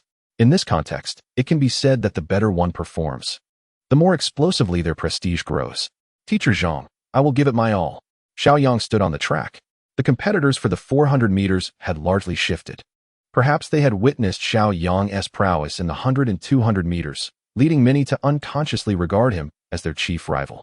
Among the audience, predominantly students, many gazed at Xiao Yang with admiration. In the stands, all the officials' eyes were fixed upon him. Among them, the principal of Tiananmen. One high school wore the most displeased expression. As the host and the finest high school in the entire province, this institution has always showcased its prowess in athletics. However, this year, an unremarkable school has unexpectedly stolen the spotlight. The prestigious 100-meter and 200-meter events, which were highly anticipated, were decisively claimed by a certain individual, rendering the school's hopeful contender, Wang Anha, rather inconspicuous. As the principal, he naturally felt somewhat embarrassed. Could you muster some spirit? Xiao Yang demonstrated commendable stamina, maintaining a leading position from the outset. As the race progressed and the track shortened, the gap between him and his competitors continually diminished. By the latter half of the race, Xiao Yang's decline in speed was hardly noticeable, and he increased his lead. Ultimately, the timer halted at an impressive 46.77 seconds. While this time did not match the extraordinary records of the past, it nonetheless surpassed the standards of national athletic champions. Wu Feiyue from the provincial team suddenly slammed his hand on the table, exclaiming, "Excellent! Impressive stamina! A promising talent!" The others around him were startled, but quickly put on smiles, inwardly murmuring, "Did we really need to be told that?" The principal of Tiananmen. One high school had completely lost his temper. Competing in 3 events, his school claimed first place in all, setting new records in the process. This was undeniable hard power, leaving no room for dissent. "Marvelous!" Zhang Yang exclaimed, leaping to his feet. It was indeed an unexpected delight. Initially, he had harbored little expectation for the 400-meter event, considering Xiao Yang had not trained for endurance in recent days. Yet, after this lap, Xiao Yang's performance remained strikingly impressive. Our Jiangxing High School has swept the first place in all 3 track events, showcasing an undeniable presence. The shadows that hung over previous years would surely dissipate, and Jiangxing High School would undoubtedly secure its standing within the provincial education system. Watching the live broadcast, Principal Wang Gang of Jiangxing High School erupted in applause. "Wonderful! Absolutely splendid!" As the principal, he felt immense joy. Had he known of Xiao Yang's exceptional performance, he would have personally attended the sports meet, not only to familiarize himself, but also to bask in the glory. Unfortunately, his lack of confidence had held him back. Nevertheless, he promptly received a call from the local education bureau, with the officials showering him with praise. In her office, Wei Xiaomei was momentarily stunned. Amid her busy schedule, she had tuned into the live broadcast of Xiao Yang's events, mentally preparing herself to console her star pupil with platitudes about the importance of participation upon his return. However, she was taken aback to discover that Xiao Yang had secured first place in every event. Her initial reaction was not one of joy, but rather an inexplicable sense of urgency. Xiao Yang, a poetic genius, had recently shown notable improvement in his academic subjects. An average performance in this competition would have sufficed, allowing her to continue motivating him toward the goal of attending a prestigious university. Yet now, with such a flawless performance and shattered records across all events, it became evident that Xiao Yang possessed a greater talent for athletics. Consequently, would renowned sports schools and provincial athletic teams not begin to vie for him? She is a teacher. How could she possibly compete with those prestigious schools or even the provincial team? Thus, it is inevitable that Xiao Yang will devote himself to specialized sports. The source of this sense of urgency lies precisely here. Teacher Wei, congratulations. Your student Xiao Yang has astonishingly broken records 3 times. Truly impressive. Faced with the congratulatory remarks from other teachers, Wei Xiaomei could only manage a forced smile in response. The timing is just perfect. Shortly after the conclusion of the competition, the effects of the 2 stacked reputation-enhancing cards began to wane. He glanced at his reputation score, bolstered by the 3 matches. An increasing number of people started to take notice of him, and his reputation had accumulated to a remarkable 136,000. Although the reputation boost had faded, his reputation continued to rise steadily, and it was almost certain he would reach 140,000 without difficulty. With the pressure lifted, Zhang Yang decided to spend the remaining time watching other competitions. Standing next to him was teacher Li Man. Teacher Li, you should go up to receive the award later. Li Man was taken aback, but then smiled and said, "Of course, it should be you. Xiao Yang is a talent you discovered and trained. Are you really going to back out when it's time to receive the award?" Zhang Yang rubbed his hands together, feeling somewhat unaccustomed to the podium after years of absence. No, you go, he insisted. Li Man shook her head. I will not go. Before long. It was 4:30 in the afternoon, and the award ceremony for the entire school officially commenced. This ceremony was jointly organized by the Provincial Sports Bureau and the Provincial Education Bureau. Each champion of the competition would receive a scholarship of 3,000 yuan and a certificate of honor, with their achievements also contributing to their overall score. As for whether they would be noticed by sports schools or other opportunities, that would be determined later. After the leaders delivered their closing remarks, the award presentation began. The students and teachers who achieved first place took turns to stand on the podium. Xiao Yang, winner of the 100 meters, 200 meters, and 400 meters in athletics. Please come to the stage with your physical education teacher, Zhang Yang. Xiao Yang and Zhang Yang ascended the stage with joy, while Bai Lan in the audience appeared exceedingly excited, matching or even surpassing the two award recipients in enthusiasm. She stood below, continuously applauding and waving at Xiao Yang. Chapter 25. Homeward Bound. Abundant reputation points. The leader handed 3 certificates of honor and 3 large red envelopes to Xiao Yang, along with a certificate of excellence and a trophy for Zhang Yang. Ultimately, amidst the leader's impassioned speech, the entire sports event came to a close. After stepping down from the stage, Zhang Yang smiled at Xiao Yang and remarked, "This is the first time in recent years that our school has waited until after the awards to leave." He glanced at the sunset on the horizon. It turns out the sunset in Tiannan is this beautiful too. Xiao Yang rolled up the certificate of honor and tucked the 3 large envelopes into his pocket. While it's still light, let us head back to Jiangqing. After confirming the number of participants, under the leadership of Zhang Miao and Li Man, the group boarded the bus. While on the bus, the students teased Xiao Yang to treat them, and he agreed. However, Zhang Miao disagreed, suggesting it was better to head home first, considering the parents would be worried after a day and night. By the time Xiao Yang returned home, it was already past 8 in the evening. Zhang Miao glanced at the villa where Xiao Yang lived. "Ah, how splendid it is that your family resides in such a charming villa," remarked Xiao Yang with a smile. "This villa is inconsequential. Please, come inside and have a seat, teacher." "No need for that. Is there no one at home?" Xiao Yang shrugged and replied, "My parents have been preoccupied with their respective jobs lately and seldom return home. Do come in, I shall brew you a pot of tea." Zhang Miao repeatedly waved his hands, saying, "That's unnecessary. Just leaving it at your doorstep will suffice. Teacher Li and the driver are waiting for me at the entrance of the community. I must take my leave." Xiao Yang then refrained from further insistence. After Zhang Miao departed, he turned and entered the villa. A short distance away, Zhang Miao glanced back at Xiao Yang's home, where the lights had flickered on. He shook his head slightly and continued on his way. Xiao Yang casually satisfied his hunger and, upon returning to his room, opened 3 red envelopes. Each contained 3,000 yuan, totaling 9,000.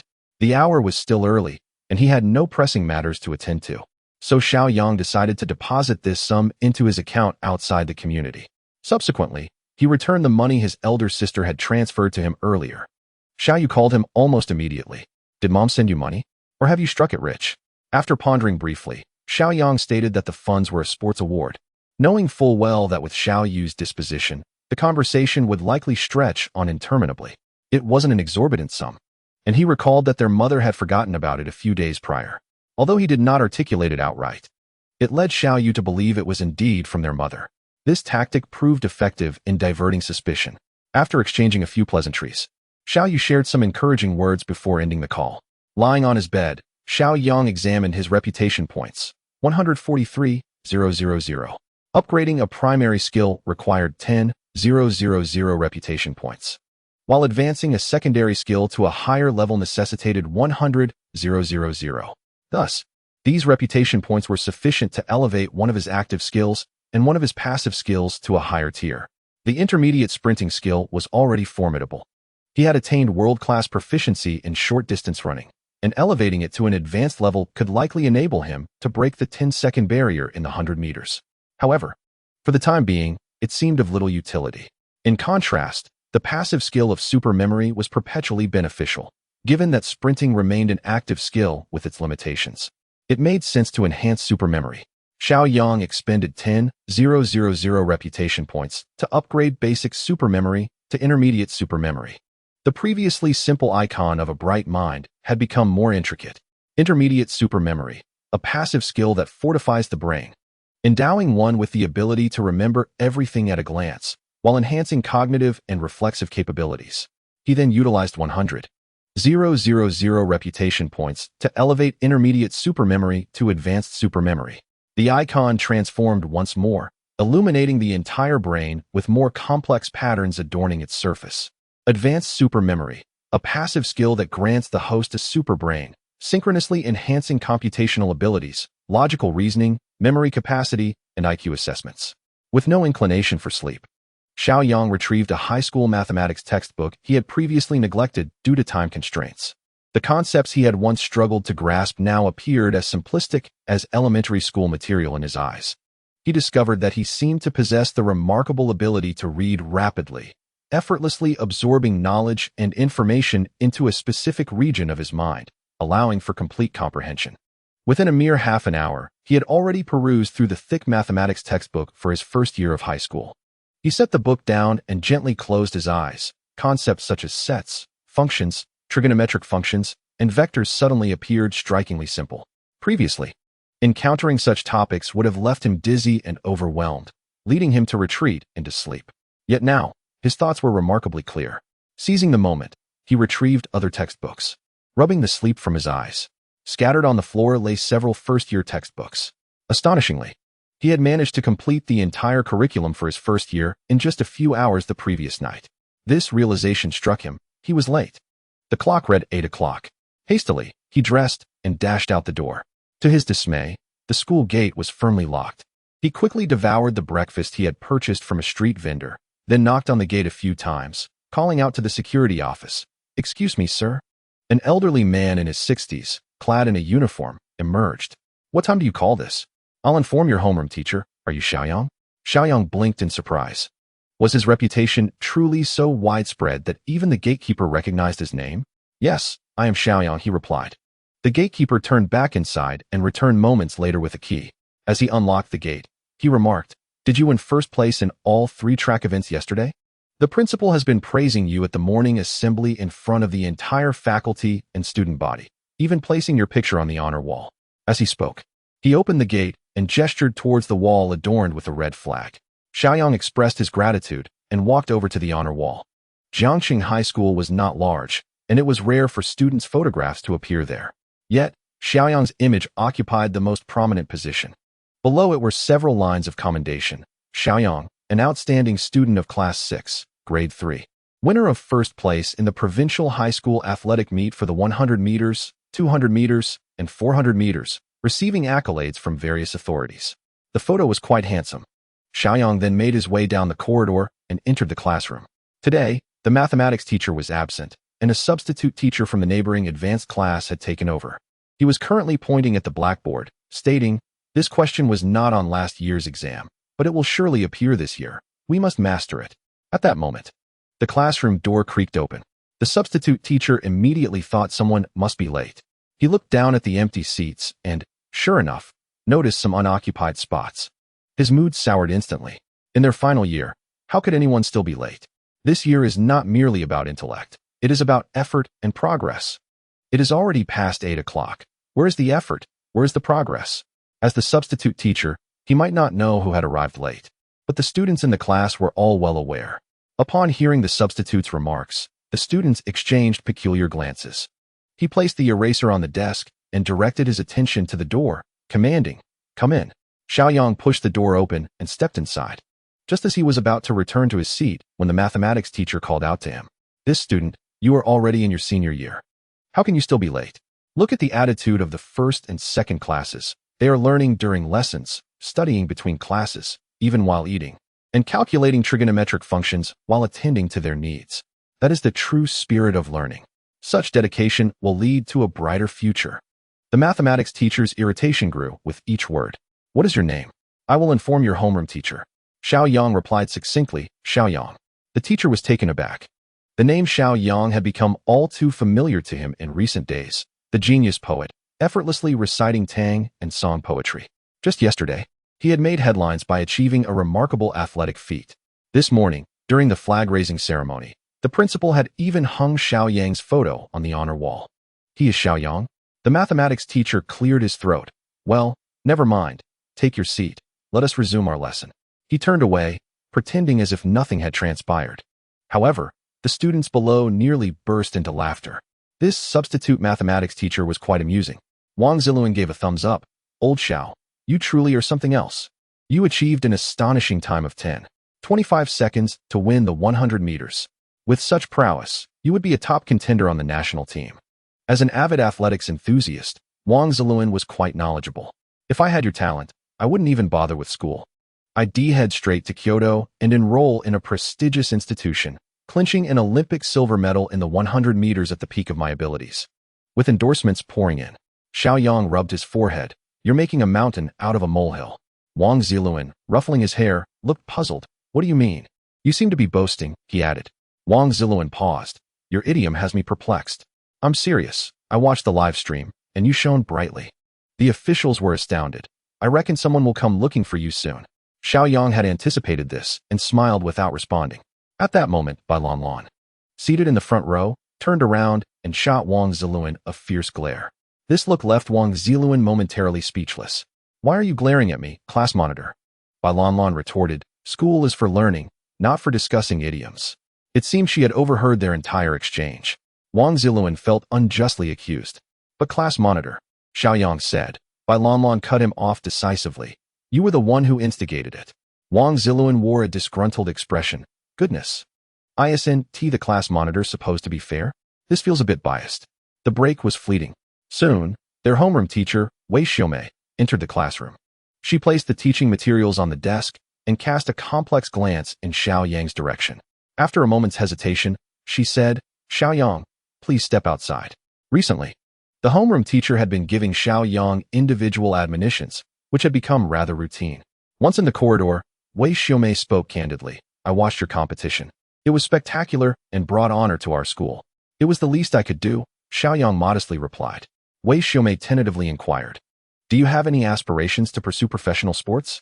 Given Xiao Yang's remarkable prowess exhibited during the sports meet, it seemed entirely feasible for him to embark on a career as a professional athlete. As a teacher, she harbored hopes that Xiao Yang would focus on his academic studies under her guidance. Yet it appeared that the path of athletics was more fitting for him at this juncture. Should Xiao Yang indeed choose to pursue sports, she would wholeheartedly support him as his homeroom teacher. Upon hearing this question from his teacher, Xiao Yang paused momentarily to reflect. Pursuing sports? With his extraordinary memory reaching advanced levels, would it not be a squander of such a skill? Perhaps a more diversified approach would be better suited to him. Teacher, I currently do not have intentions of specializing in sports, he replied. Wei Xiaomei was momentarily taken aback, her eyes wide with disbelief. What did you say? Xiao Yang reiterated. I cannot abandon my studies for sports. After all, I am still a student. A look of surprise spread across Wei Xiaomei's face. She had assumed that, given Xiao Yang's athletic achievements, he would naturally opt for a career in sports. She had even prepared to offer her unwavering support. However, she was utterly astonished to learn that Xiao Yang did not intend to pursue athletics, but rather to continue his studies.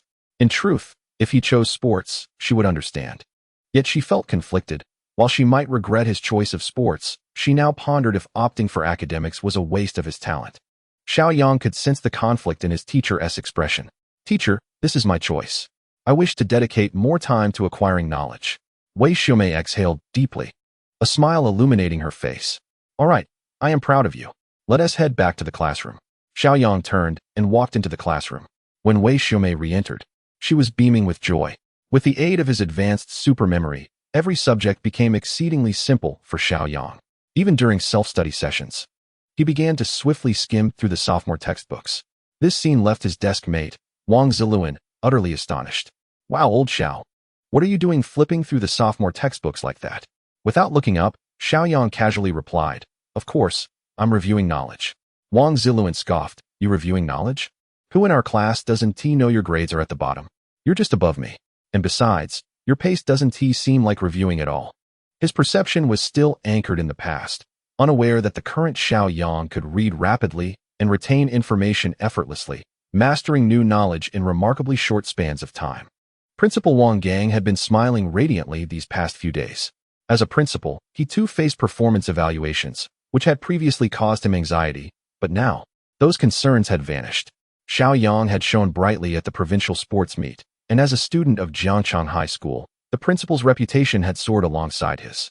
The local education bureau had even reached out multiple times to extend their congratulations. The issue of evaluations was no longer a concern, and as a result, he could not help but wear a smile of genuine joy. As he was enjoying his tea, a sudden, urgent knock at the door interrupted his moment of tranquility. Wang Gang set down his cup and calmly inquired, "Who is it?" "It's me, Old Wang." Chapter 27. A generous invitation from the provincial team. Old Wang, the gatekeeper, was at the entrance. "Come in, Old Wang." The gatekeeper opened the door and peered in, speaking with a sense of urgency. "Leader, several vehicles have arrived outside. I believe they are from the Education Bureau." "What?" Wang Gang quickly rose to his feet and accompanied Old Wang to the door. Upon reaching the entrance, he saw a dozen individuals approaching, chatting, and laughing. Among them was someone he recognized, Director Jean from the Education Bureau. "Director Jean, how delightful to see you," Wang Gang exclaimed. Director Jean, a middle-aged man around 175 meters tall and wearing glasses, introduced Wang Gang to his companions, saying, "This is Wang Gang, the principal of Jiangcheng High School." He then gestured towards another individual. "This is Director Qian from the Provincial Sports Bureau." Upon hearing Provincial Sports Bureau, Wang Gang immediately understood the purpose of their visit. They were here for Xiao Yang. He quickly extended his hand. "Director Qian, it is an honor to finally meet you." Director Jean continued with the introductions. "And this is Coach Wu, the head coach of the provincial team and in charge of athletics." "Ah, Coach Wu, it's a pleasure to meet you," Wang Gang said warmly. Given that these individuals were either from the Provincial Sports Bureau or key coaching positions, it was evident that their interest lay solely with Xiao Yang. Indeed, after the pleasantries, Coach Wu wasted no time and directly addressed Wang Gang. "Principal Wang, I had the opportunity to observe the provincial high school sports meet in its entirety, and I must express my surprise and admiration for the performance of Jiangcheng High School. Xiao Yang not only clinched first place in the 100 meters, 200 meters, and 400 meters, but also shattered records across various events, an unprecedented feat at the provincial level. Jiangcheng is indeed a place of exceptional talent." Each of Coach Wu's words brimmed with praise. Wang Gang humbly replied, "Coach Wu, you flatter me. It is the students' dedication that has brought about such results." As he spoke, he led the group to the conference room, instructing the gatekeeper to bring out bottled water and refreshments. Once seated, Director Qian was the first to speak.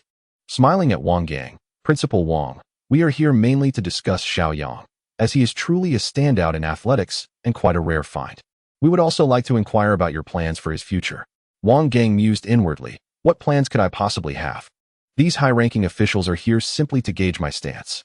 "Director Qian, Xiao Yang is indeed a prodigy in athletics, and I believe you are all aware of that. However, his academic performance is rather average. I support the idea of him pursuing a career in sports, but ultimately, the decision must lie with Xiao Yang himself." Upon hearing Wang Gang describe Xiao Yang's academic capabilities, Coach Wu appeared even more confident.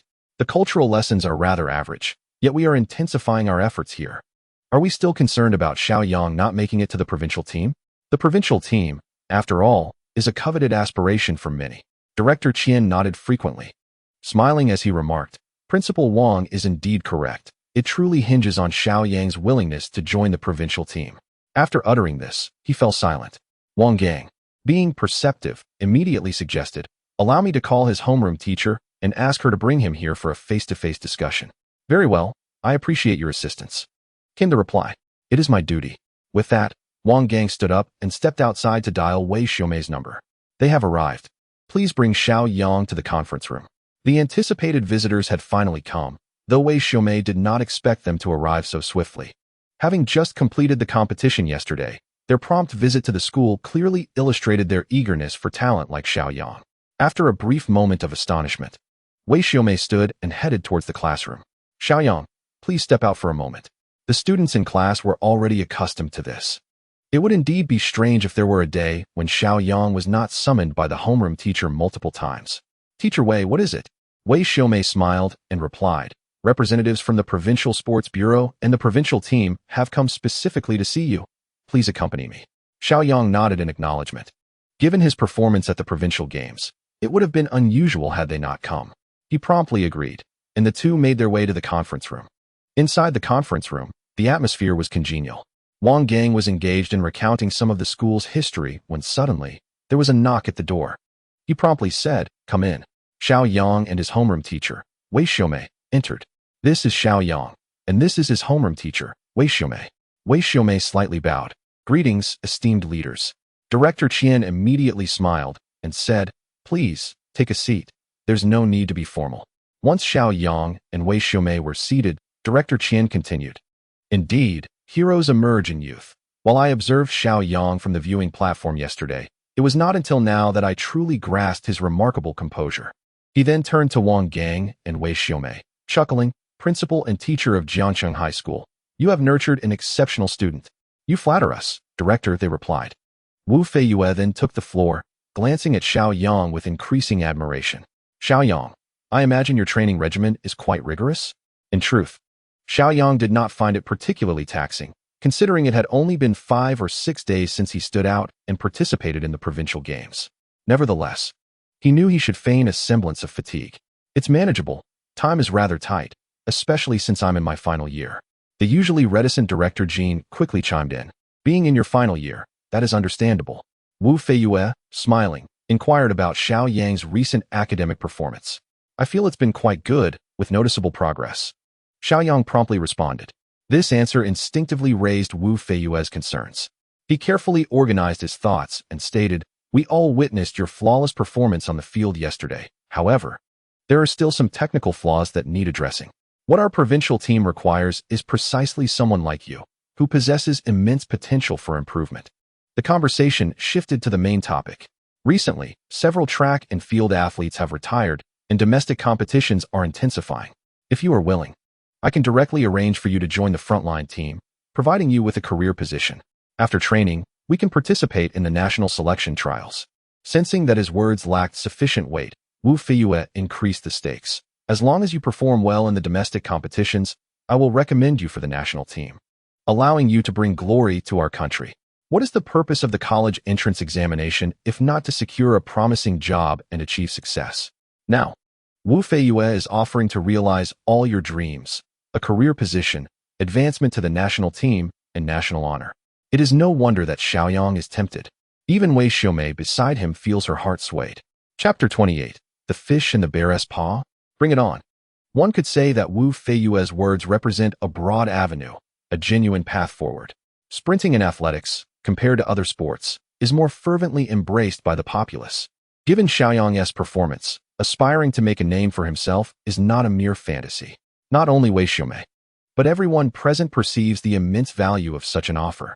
The mere prospect of a career position is what countless sports school students dream of. Not to mention the recommendation to the national team. Wu Feiyue has indeed shown great sincerity, reflecting his deep appreciation for Xiao Yang's talent. There is simply no reason to refuse. However, after a moment of contemplation, Xiao Yang replied decisively, "Thank you, Coach Wu, for your regard, but I am a student, and my primary focus must be on my studies." Expressions of disbelief spread across the faces of the crowd. He turned it down. Such an excellent opportunity. And he actually declined. Wu Feiyue was visibly taken aback. The conditions he offered were undeniably generous, complete with a promise of entry into the national team. Yet, such favorable terms were rejected. He must not comprehend how advantageous the offer truly is. Surely, Xiao Yang, a promising talent in sprinting, could potentially achieve great popularity if he succeeds. Su Bingtian serves as an exemplary case. He was the only Asian athlete to reach the finals at the Olympics. Now, Su Bingtian receives countless endorsements and advertisements daily. With your talent, you undoubtedly have the potential to become the next Su Bingtian. Wu Feiyue's words provide Xiao Yang with an extraordinary evaluation and a brilliantly illuminated future. He does not merely praise Xiao Yang. His comments are grounded in thoughtful consideration. Firstly, while Xiao Yang performed well at the sports meet, there remains room for improvement in many techniques, indicating that he is fully capable of further enhancing his time. Moreover, he is not yet in his prime. The golden age for track sprinting is around 25 years old, meaning Xiao Yang has several years left for training. He is confident that before reaching his prime, Xiao Yang will certainly be able to run under 10 seconds. Once one participates in the Olympic Games, merely reaching the finals could allow one to replicate the path to fame trodden by Su Bingtian. It can be said that as long as Xiao Yang enters the provincial team, his future would be resplendent. This is a highly tempting proposition, one that few could refuse, except for Xiao Yang. He possesses a signing-in system that reveals to him that once he acquiesces, he would be wholly immersed in the realm of sports, thereby severely constraining his development in other areas. Thus, he would not consent. What Coach Wu articulated was indeed alluring. Yet Xiao Yang yearned for achievements in academics rather than solely in athletics. He intended to pursue sports, yet not at the expense of his studies. All present were momentarily taken aback. As the saying goes, one cannot have both fish and bear's paw. Most individuals who excel in sports typically do so at the expense of their academic performance. This does not imply that athletes are devoid of intellectual prowess. Rather, they opt to dedicate more time to training. Consequently, their cultural knowledge often becomes negligible. However, this is not an absolute. There are some who excel in both athletics and academics. Xiao Yang aspired to tread this very path. Wu Feiyue, sensing urgency, exclaimed, "Xiao Yang, I am aware of your average academic standing. Rather than pursuing this path, it would be more beneficial to wholeheartedly engage in sports, as the prospects are indeed bright." Xiao Yang's academic performance was indeed average, but that was in the past. Presently, he had allocated his prestige points to enhance his supermemory. To focus solely on sports would be a waste. I appreciate Coach Wu's support, but I still hope to develop in a diversified manner. As the two continued to disagree, Principal Zhang Yang felt increasingly restless. In such a setting, he could not interject. However, Wei Xiaomei could. As the homeroom teacher, she had a responsibility towards her students. Thus, Zhang Yang hastily signaled to Wei Xiaomei. She recognized that, as a teacher, she could not remain passive. Rising, she stated, "Xiao Yang is my student, and I have a deeper understanding of him. He is an exceptionally intelligent and composed young man, as well as a highly skilled poet. While his academic performance was previously rather average, he has recently been working diligently, garnering praise from many teachers. Since Xiao Yang has chosen a path of diversified development, I, as his teacher, wholeheartedly support him." Zhang Yang's forehead glistened with sweat. He had intended for her to ease the tension, yet she directly endorsed Xiao Yang. Very well, he thought, I shall remain silent. In fact, continuing to remain silent now also constitutes a form of support for Xiao Yang. As principal, his capabilities were limited to this. The atmosphere fell silent once more, until Director Qian spoke up. Xiao Yang is undeniably a talent in sprinting, and it is evident that our athletic community requires individuals of his caliber. The pressure we are facing is rooted in the recent National Youth Athletics Championship held a month ago. Since Xiao Yang wishes to continue his studies, this is indeed commendable. We should not refuse such an opportunity. We will grant you a nominal position in the provincial team, and we will enroll you in this upcoming National Youth Gold Standard Championship. Subsequently, you will undergo 10 days of intensive training with the provincial team before competing under their banner. In an instant, several pairs of eyes sparkled with excitement. Truly, the leadership possessed a distinctive perspective. Initially, they planned to have Xiao Yang listed nominally with the provincial team, allowing him to compete under the team's name without encroaching upon his study time.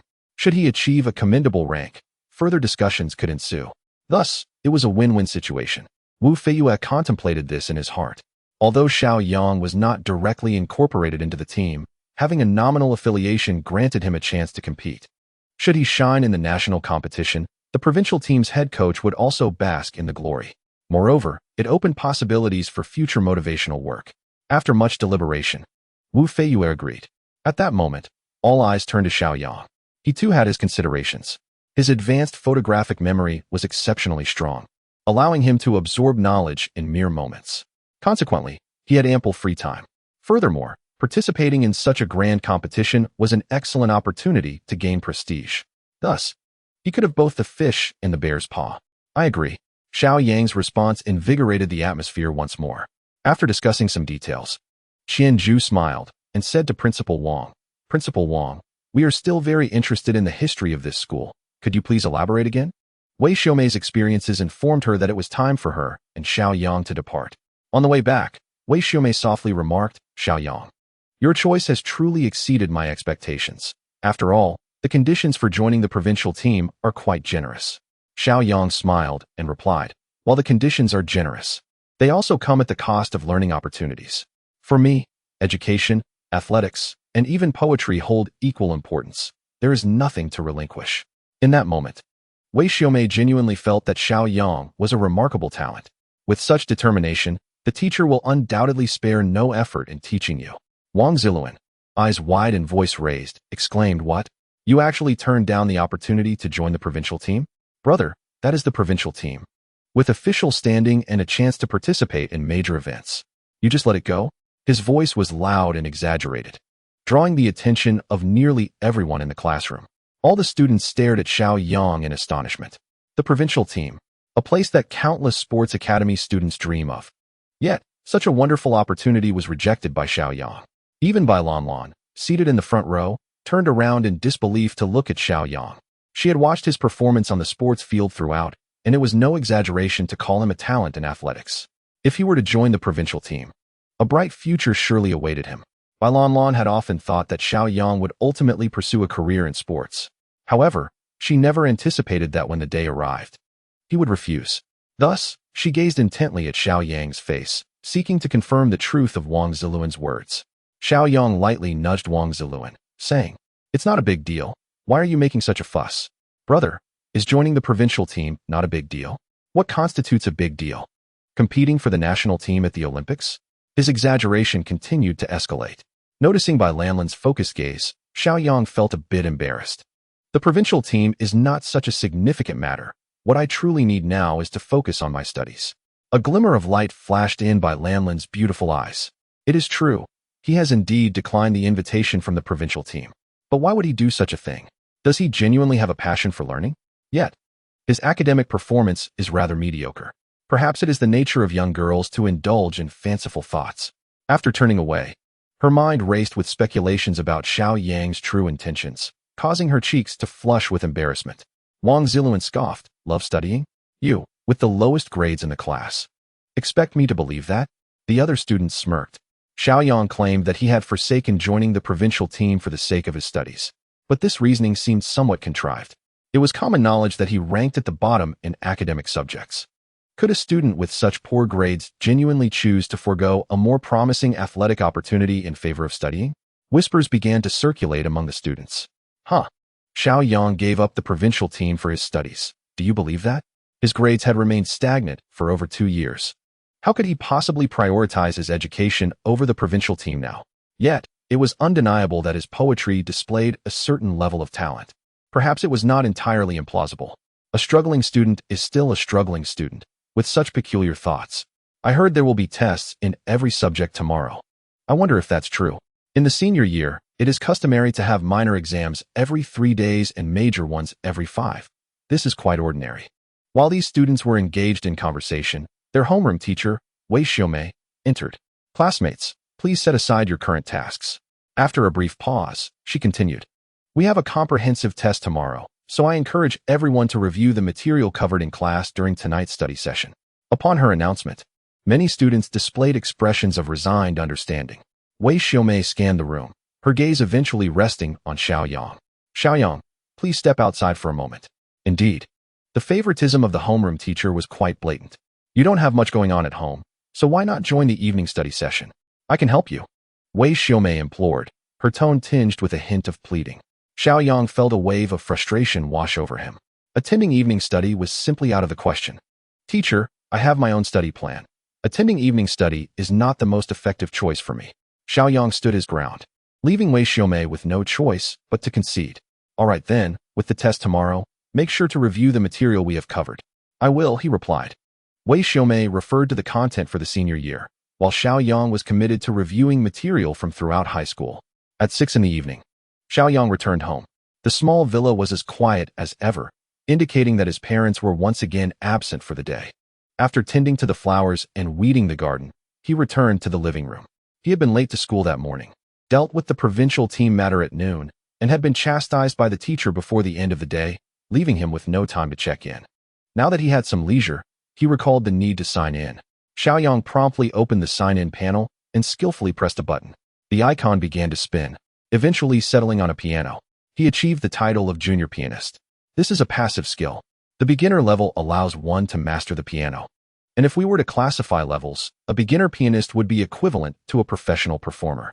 In this world, amateur piano assessments range from level 1 to 10, with level 10 marking the transition to professional status. The first tier of professional level is the performance level, followed by the master level, and subsequently the academician level. Therefore, the beginner pianist status that Xiao Yang has attained is already at the performance level.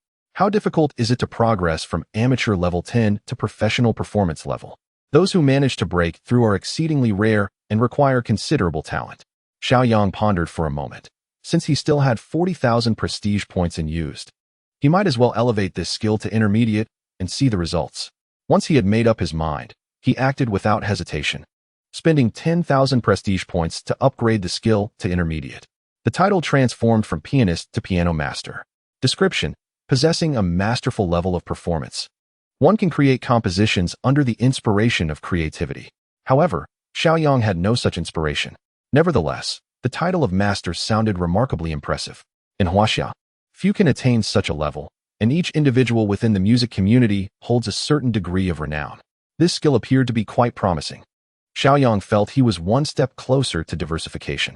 The only regret was that he did not have a piano at home, and his parents had never considered nurturing him in this aspect. At that moment, the landline in the living room rang. Xiao Yang stood up and approached the phone, glancing down to see it was his mother calling. "Hello, Mom."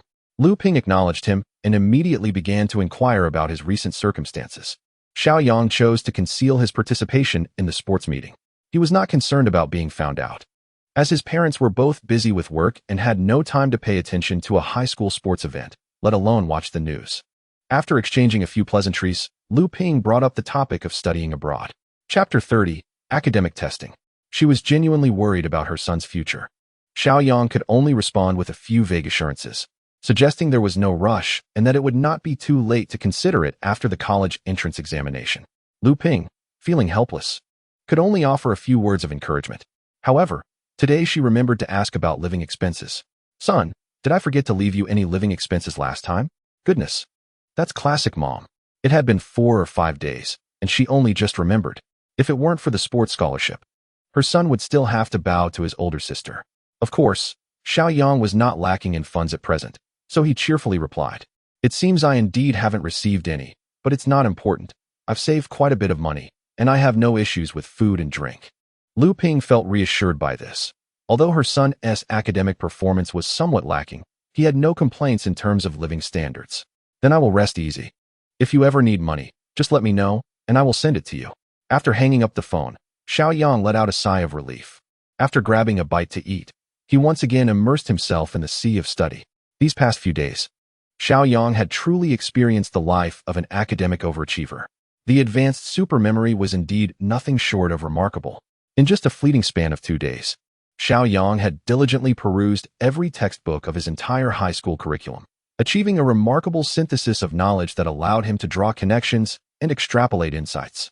On Wednesday morning, stirred by the insistent beeping of his alarm, he opened his eyes and drew back the curtains to behold the pristine, cloudless sky, heralding yet another splendid day of sunshine.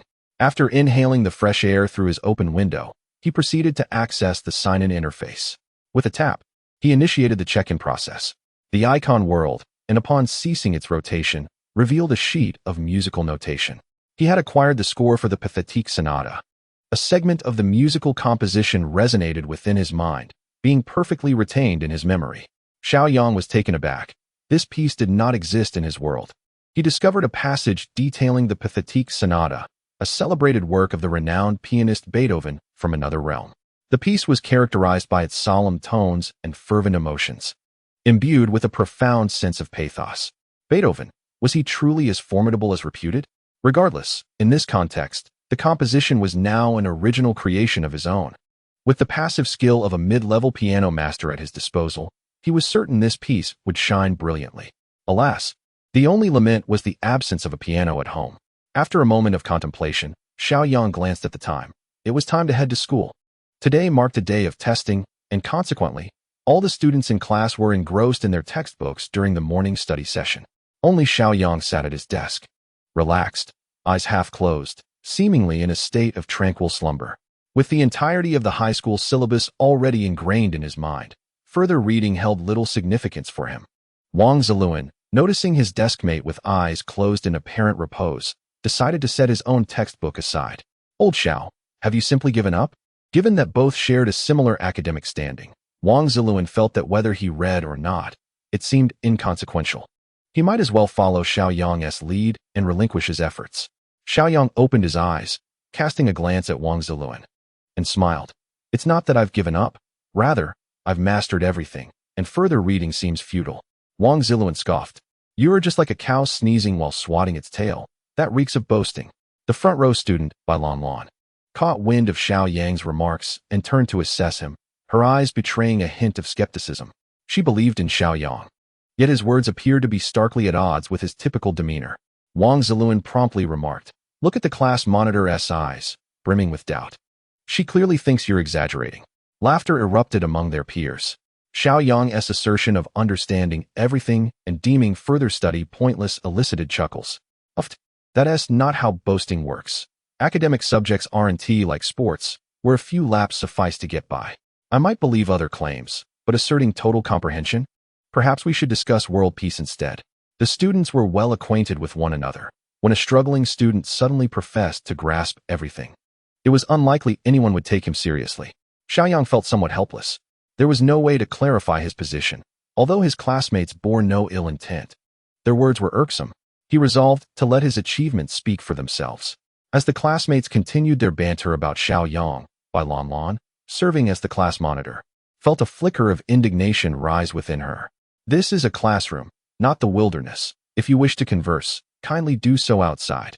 The noise within the classroom indeed diminished considerably, yet several students continued to murmur about Xiao Yang's studies. After all, in high school, not everyone is inclined to show deference to the class monitor. Xiao Yang shrugged. However, this monitor displayed quite a bold demeanor. In less than a minute, the homeroom teacher entered, clutching a stack of test papers.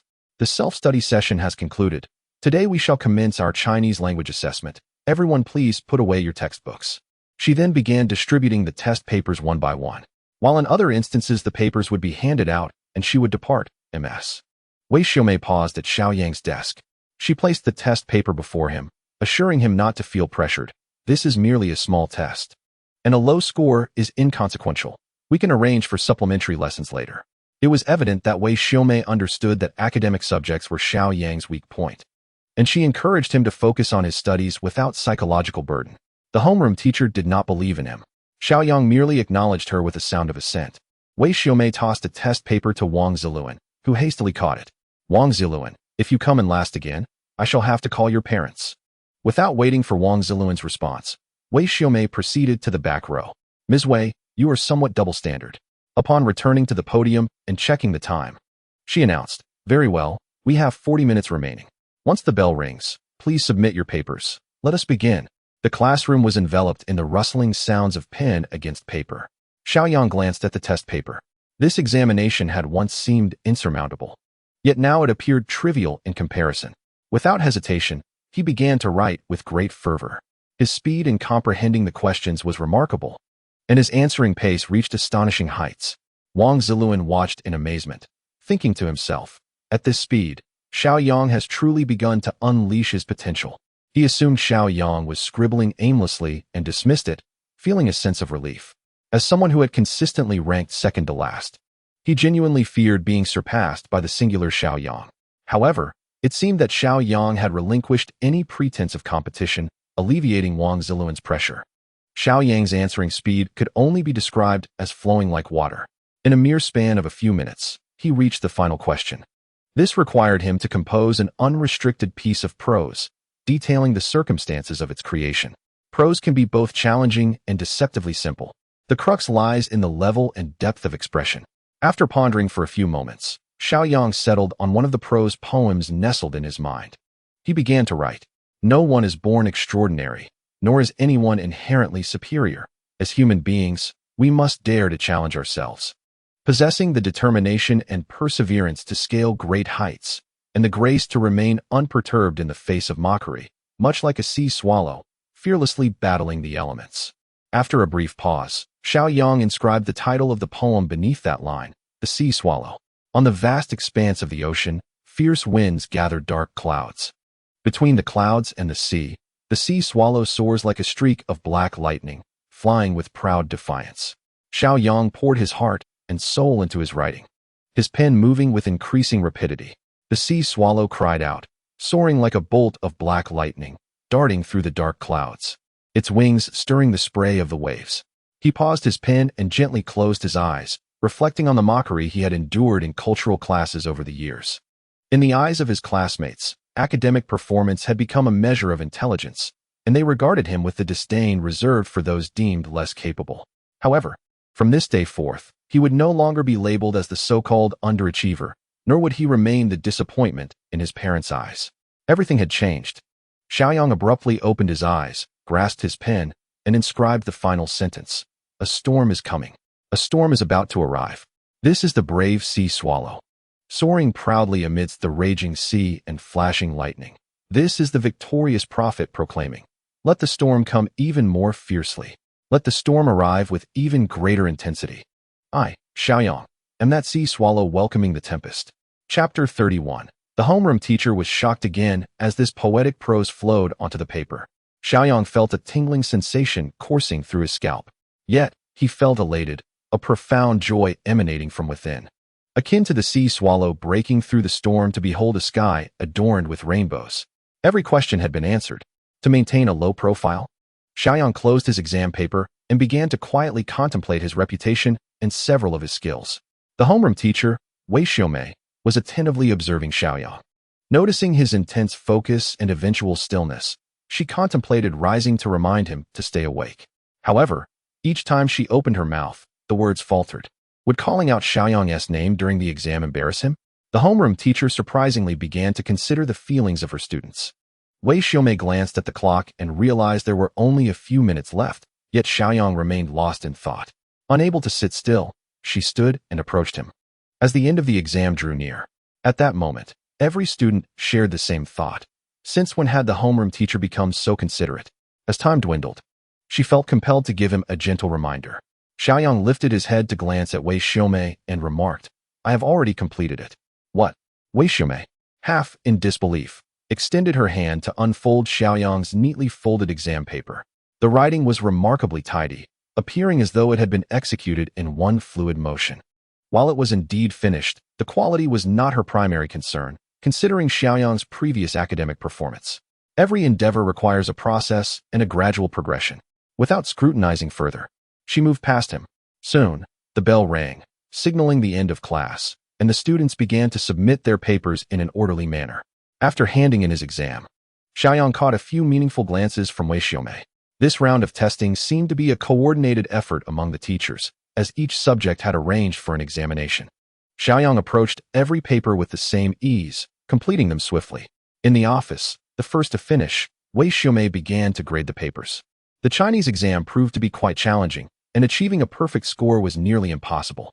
Halfway through the grading, thus far the highest score in the class belonged to Bai Lan, who answered all questions correctly, save for a deduction of 10 points on the essay section. Wei Xiaomei shook her head, performed a brief eye exercise, and resumed her grading. She picked up the test paper and glanced at the name inscribed upon it, Xiao Yang. The mere sight of Xiao Yang's name invigorated her, dispelling her earlier fatigue. His previous performances were vividly etched in her memory. This time, she was determined to scrutinize Xiao Yang's paper for any shortcomings, to devise a tailored teaching plan for him.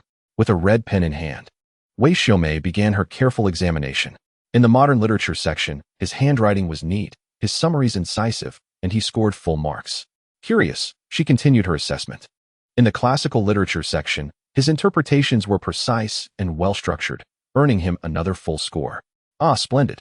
The ancient poetry segment required no further discussion, for he was an exceptional poet, and naturally, he achieved full marks there as well. Impressive.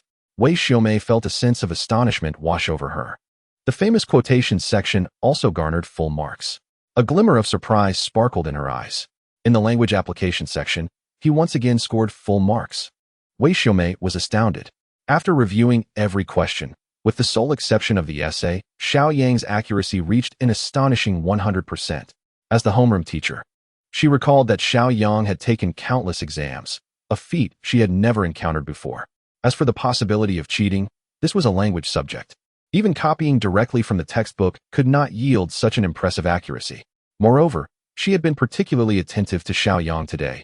Indeed, the entire room had their eyes on him, making any form of cheating utterly implausible. This was a true reflection of his capabilities. Every question, save for the essay, was answered correctly. For reasons unknown, amidst her astonishment, Wei Xiaomei began to feel a sense of anticipation. The essay. She glanced at the opening line. I am a poor student. My academic performance has always been a source of ridicule, but from this day forth, it shall no longer be. A wave of helpless anger surged within her. Students mocking those who struggle was a long-standing issue. Xiao Yang, too, had endured much scorn as a poor student. However, from this moment on, everything would change. This was a declaration, a proclamation of war against all humiliation and derision. Wei Xiaomei could not help but recall all the questions Xiao Yang had answered correctly. He had truly accomplished it. The title followed, The Sea Swallow. This was a prose poem. Wei Xiaomei began to read meticulously, word by word, from anticipation to astonishment. As she progressed halfway through, her astonishment transformed into a tingling sensation at her scalp. Upon reaching the final line, let the storm come more fiercely, she envisioned Xiao Yang roaring against the ridicule and the triumphant release that followed his academic achievements. In that moment, the tingling at her scalp signaled a profound elevation of her spirit. Wei Xiaomei read it once more. The more she read, the more shaken she became. The power within this prose poem was formidable, so powerful that her excited heart could not find tranquility, rendering her unable to review any other papers. I need a moment. I need a moment. Wei Xiaomei sat in her seat, gasping for breath. At long last, her emotions had begun to settle. She picked up a red ballpoint pen. 150 points. Full marks. As a high school language teacher, she had never awarded a perfect score in her memory. Yet today, she had done so, for this examination deserved such recognition. Other teachers from different classes noticed the unusual demeanor of Wei Xiaomei. Wei Laoshi, what's the matter? With a smile gracing her face, Wei Xiaomei held aloft Xiao Yang's paper, her expression infused with admiration, joy, and pride. The entire office buzzed with excitement. The day had been consumed by examinations, and time was indeed tight. Upon completing the final paper, the bell rang for dismissal. After packing his belongings, Xiao Yang promptly exited the classroom alongside Wang Ziluan. Old Xiao, why do you seem so relaxed? Indeed, Wang Ziluan had spent the entire day immersed in questions, and now appeared dazed and sleep-deprived. In contrast, Xiao Yang remained invigorated, as if the exams had not drained his energy in the slightest. He chuckled and replied, Isn't it just an exam? Is it normal to be as stressed as you? Wang Ziluan blinked in disbelief. Come on, brother, you're the one at the bottom of our class. Isn't it unusual for you to appear so carefree? He nudged Xiao Yang's arm. I don't plan on attending evening study sessions. All I want now is a good night's sleep. Xiao Yang shrugged nonchalantly. Whether you come or not is of no concern to me. I certainly want to be attending. Upon returning home, Xiao Yang felt a twinge of boredom. Previously, he had spent his spare time reading, but now that he had completed all his high school textbooks, revisiting them seemed unnecessary. Chapter 32. The Piano Activity. This is the utility of advanced supermemory. Its efficacy is astonishing. Previously, acquiring knowledge and retaining it had been a daunting challenge. Now, however, after a single reading, his brain would spring into action, not only storing information but also analyzing it. In fact, at this point, he found himself at a loss for activities. With newfound leisure, he truly felt a sense of ennui. After wandering around his home, Xiao Yang felt increasingly restless. Patting his stomach, he decided to venture out to a street stall for a bite to eat. After all, he had won 9,000 yuan from the sports meet. And though he had given 1,000 to his elder sister, 8,000 still constituted a substantial sum for a student. With money in hand, it was only reasonable to indulge a little. With this thought in mind, he stood up and stepped outside. Approximately a mile from his residential complex lay a bustling commercial street, teeming with life and vibrancy. Adjacent to the commercial street was a night market, brimming with food stalls and various vendors. Xiao Yang's destination was clear. A mile was merely a few hundred meters, thus requiring no form of transportation. He soon arrived at the night market, which was as lively as ever. The sounds of vendors calling out and lively conversations filled the air. Xiao Yang quickly spotted a stall selling grilled squid. The squid here was notably sizable. How much do you charge for your squid? He inquired of the vendor. The proprietor is a woman in her 30s, her face radiating with a sincere smile. 7 yuan. Xiao Yang responded eagerly. I'll take 2. After placing his order, he promptly scanned the payment code. Then came the anticipation. The night market was bustling and noisy, yet amidst the clamor, Xiao Yang discerned an unusual sound. He strained to listen. It was the sound of a piano. Previously, he might not have cared to investigate the source of such music, but now, things were different.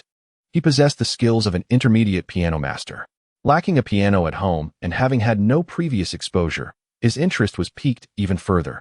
While the female vendor busied herself at the squid stall, Xiao Yang casually inquired, "Sister, how is there piano music in this night market?" Without lifting her head, the vendor replied, "It seems there's a piano shop on the commercial street hosting an event and competition. I just want to check it out. It was quite lively." "An event at a piano shop? Your 2 squids are ready."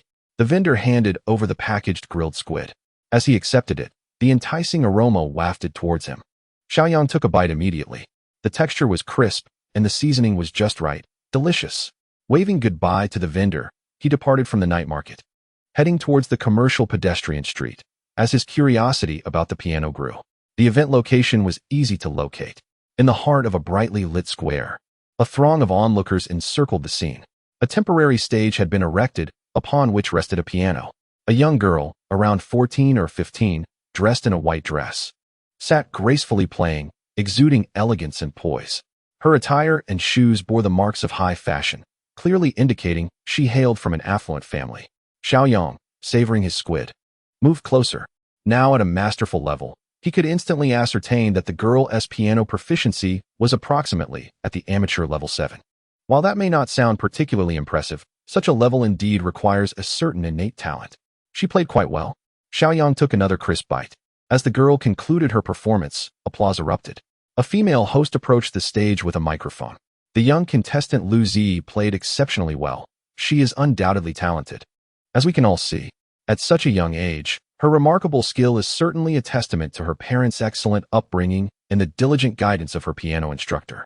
Our EHI piano special training class will soon commence.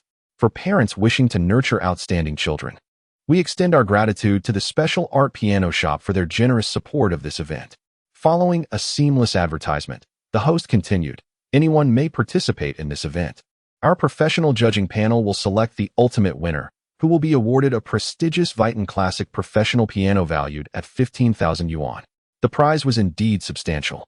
A nearby mother promptly sent her child up on stage, a young boy. The piano, a versatile instrument, is accessible to both genders. However, it is predominantly males who achieve notable success, primarily due to the physical demands involved. One should not underestimate the exertion required for piano playing. On the contrary, when faced with complex compositions, it can be more exhausting than manual labor. Currently, in our country, it is still predominantly girls who are sent for piano lessons. Regardless of the outcomes, there is undoubtedly an enhancement in their demeanor. A prime example of this is the young Lu Zi, dressed in a school uniform. He approached the piano, his gaze fervently fixed on the distant prize, a classic piano model. After the host inquired about his name, he began to play. Xiao Yang, taking a bite of grilled squid, slightly closed his eyes. The boy, an amateur at level 7, performed a piece designated for assessment. While his skill may have seemed ordinary to Xiao Yang, the emotion he conveyed was profound. As a piano master, Xiao Yang could discern the boy's determination and affection for the instrument.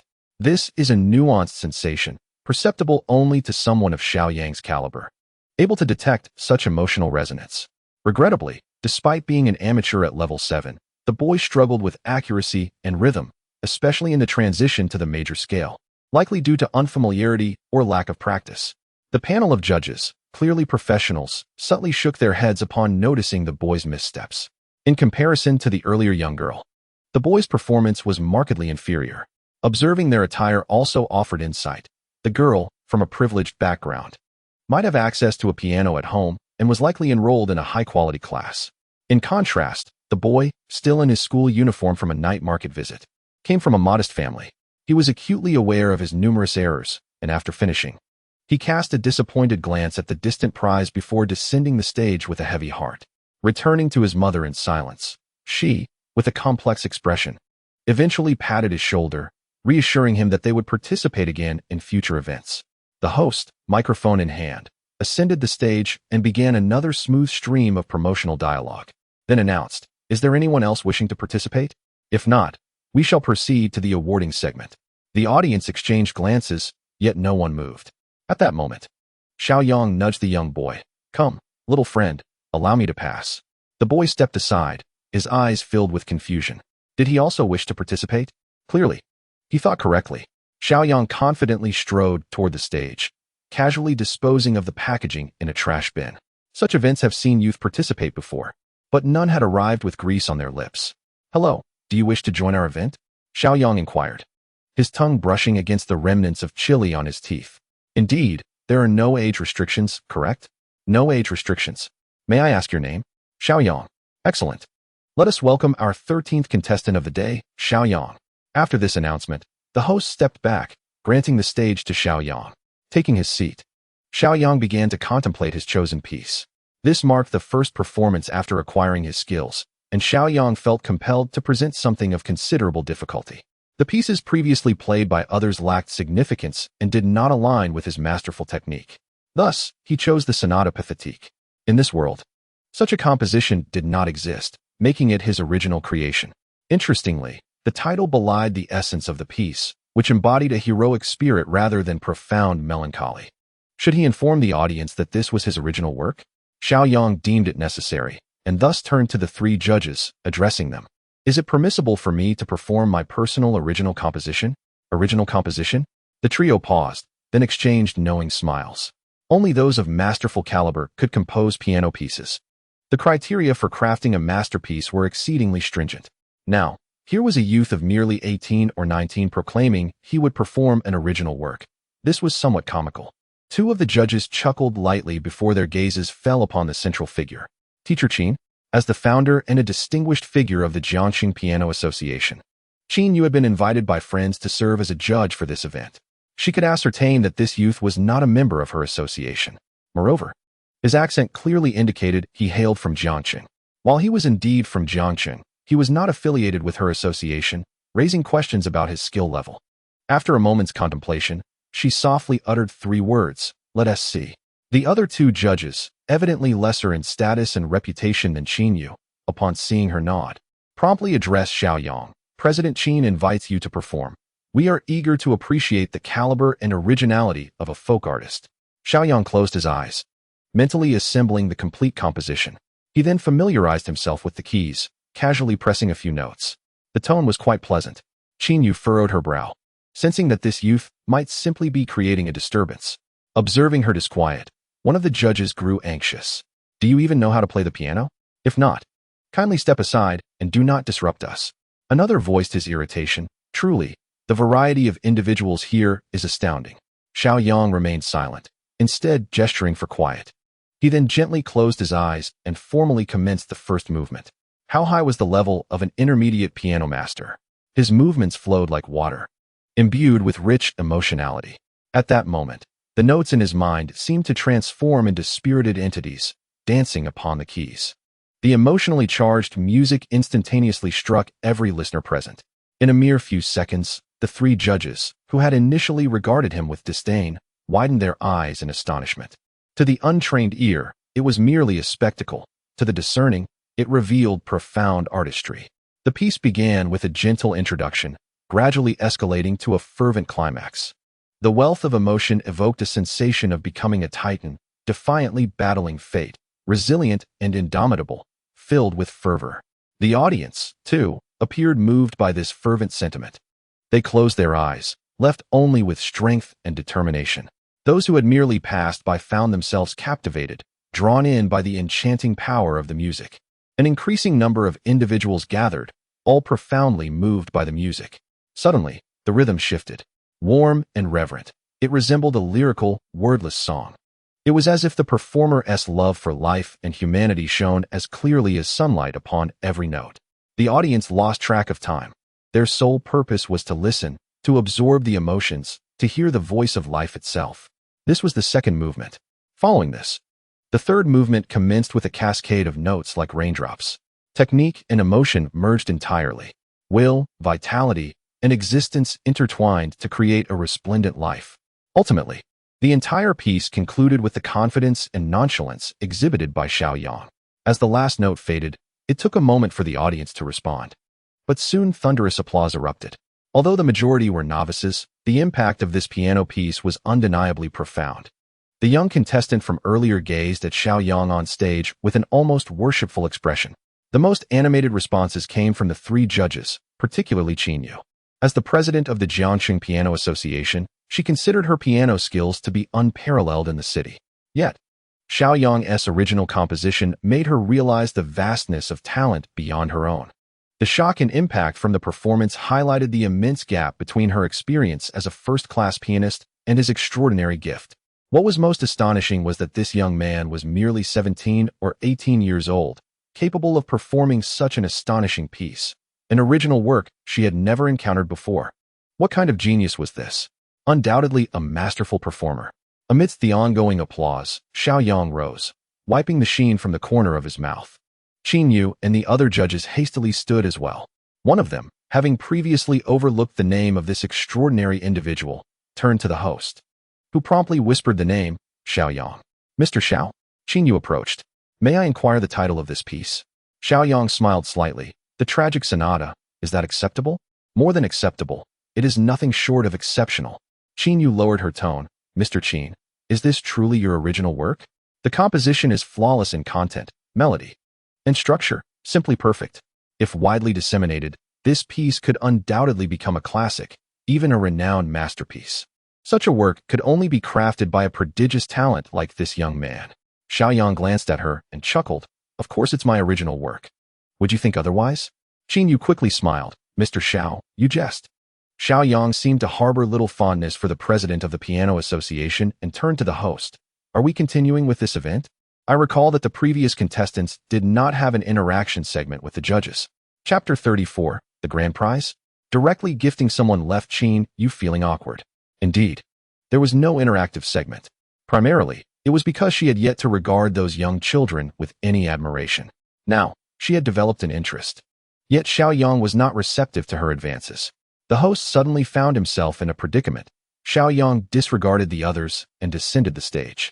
All eyes turned to Xiao Yang, filled with admiration and reverence. Unfazed, Xiao Yang stood amidst the crowd. As he descended, Qin Yu and the others could only return to their previous positions at the judging table with a sense of disappointment. The host took a few deep breaths and regained his previous smile. Are there any friends willing to join the competition? Xiao Yang's performance was indeed remarkable. Even the onlookers could perceive its extraordinary quality. In such circumstances, should anyone else step forward, it was evident that their performance would pale in comparison. A profound silence enveloped the crowd. The young boy glanced at Xiao Yang, his gaze exceedingly complex. Noticing the boy's expression, Xiao Yang raised an eyebrow with a friendly smile. Seemingly encouraged by Xiao Yang's amiability, the boy mustered his courage to inquire, "Brother, how many years have you been learning the piano? You are incredible." Xiao Yang replied with a smile, "It hasn't been long. With enough effort, you too can reach such heights." A glimmer of hope sparkled in the boy's eyes. "Really?" "Of course," Xiao Yang responded. "May I ask your name?" "Li Haochen," came the reply. The host recognized that the event was nearing its conclusion. It was time for the awards ceremony. The host gestured toward the judging panel, inviting the three judges to select today's victor, who would receive prizes. The first place winner would be awarded a classic professional piano. The second place would receive a comprehensive gift package or a 50 discount on a 6-month professional training course. The third place would gain a 50 discount for a quarter. All participating children would receive a week's worth of free training and a 20 discount on registration fees. It was a commercial endeavor aimed at attracting new students. Xiao Yang's stunning performance had indeed played a significant role, allowing parents to appreciate the allure of piano music. Some parents, already contemplating enrollment, began signing up in the corridor. After approximately 5 minutes, the judges' scores were tallied. The host returned to the stage with the name cards in hand. "Now, I will announce the top 3 winners." In third place, Chen Tianmei, a young girl. Not very old, but quite tall. In second place, Lu Zi, the same little girl Xiao Yang had heard upon his arrival.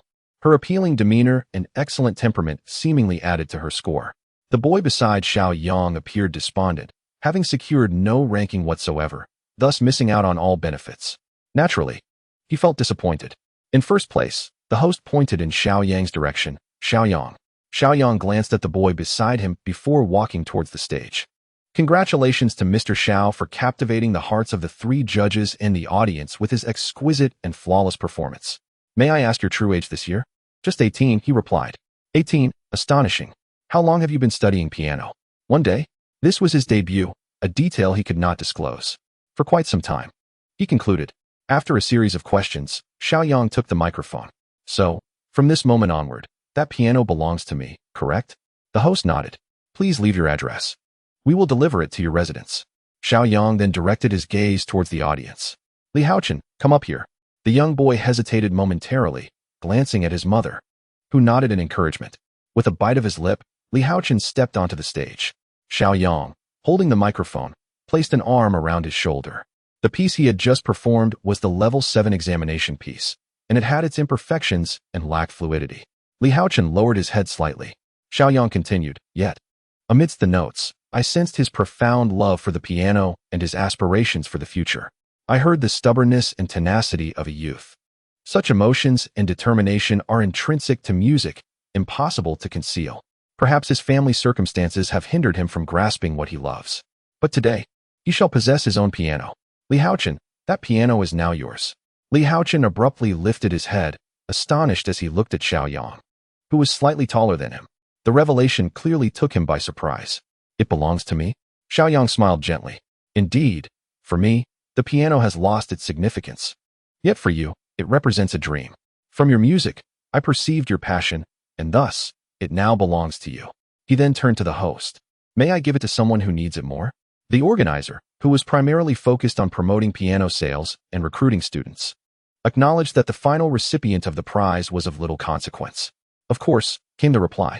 Xiao Yang turned back, patting the boy's shoulder. Keep going, brave dreamer. With that, he leaped off the stage, greeted by rapturous applause from the onlookers. As Xiao Yang's figure gradually faded, the applause began to dwindle. Upon returning from her errands, Qin Yu found that the prodigious pianist, Xiao Yang, was nowhere to be seen. She hurriedly inquired of the host, where is Xiao Yang? The one who just won first place? The host gestured towards the east.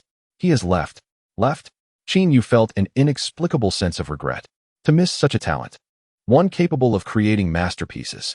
The host hesitated momentarily before saying, Teacher Qin, if you wish to find Xiao Yang, it should be relatively easy. Qin Yu quickly asked. How so? Considering his age, he is likely a high school student, and there is only one high school in Jiangxing. This significantly narrowed down the search. Indeed, Jiangxing High School. Meanwhile, Xiao Yang strolled through the night market, purchasing some snacks before finally making his way home. Unbeknownst to him, a video of his piano performance had already been uploaded online. By the time he returned home, it was around 9:30 in the evening. With nothing pressing on his mind, Xiao Yang turned on the television but found nothing of interest. He checked his reputation and was astonished to see that his previous 32,000 reputation points had risen to over 34,000. Thus, performing a single piano piece amidst a crowd had garnered him an increase of over 2,000 reputation points. Just imagine the rise he could achieve by participating in larger competitions. The time was 6 in the morning. Xiao Yang had developed a habit. The first thing he did upon opening his eyes was to check in. After clicking on the check-in button, the icon began to spin, ultimately transforming into a book. He had acquired the three-body problem, and a new volume filled his mind. This was a novel, a work of science fiction. According to the introduction, the complete series consists of 3 volumes, and in another realm, this novel is regarded as a true masterpiece of science fiction. In Chapter 35, titled Full Marks in Language, the entire class was taken aback. Xiao Yang felt that a novel seemed somewhat excessive. After all, it was merely a book. Moreover, in his context, science fiction belonged to a niche market. Despite feeling that this book was just another novel, he nonetheless began to peruse its contents in his mind. At first, Xiao Yang found nothing particularly special. The exposition felt rather prolonged. However, as the narrative unfolded, he gradually became engrossed. With his reading pace, he swiftly completed the first volume of 200,000 words. The plot revolved around Yi Wenjie, whose family tragically passed away due to peculiar circumstances, prompting her to seek revenge on humanity by clandestinely contacting the Trisolarians. Subsequently, she established the scientific boundary, which later divided into 3 factions: the Adventists, the Rescuers, and the Survivors. The deaths of several prominent scientists garnered attention, placing the scientific boundary under surveillance. The police dispatched undercover agents to infiltrate the scientific boundary through gaming. Armed with intelligence provided by these agents, they dismantled Yi Wenjie and her organization's many leaders, making significant strides in understanding the Trisolarians. Yet it was too late. The Trisolarians had already launched protons containing supercomputers to Earth. The upper echelons fell into despair, but hope was reignited as the populace united to prepare for the impending invasion. This encapsulated the essence of the first volume. A masterpiece indeed. This singular volume alone could overshadow the vast majority of novels available on the market. However, in terms of content, many of the foreshadowings had been meticulously set up, only to be abruptly interrupted, akin to the discomfort of an urgent need to relieve oneself. Xiao Yang desperately wished to devour the narrative in one swift reading.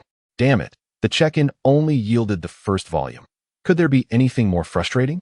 He glanced at the clock, noting it was already 7:30 in the morning. After tending to his morning routine, he stepped out of his home. As he walked, he continued to ponder. The content of the first volume had already eclipsed most science fiction novels on the market, if he were to draw the second or third volumes. This endeavor could turn into a tangible fortune. Though he was not late, he was the last to arrive in the classroom.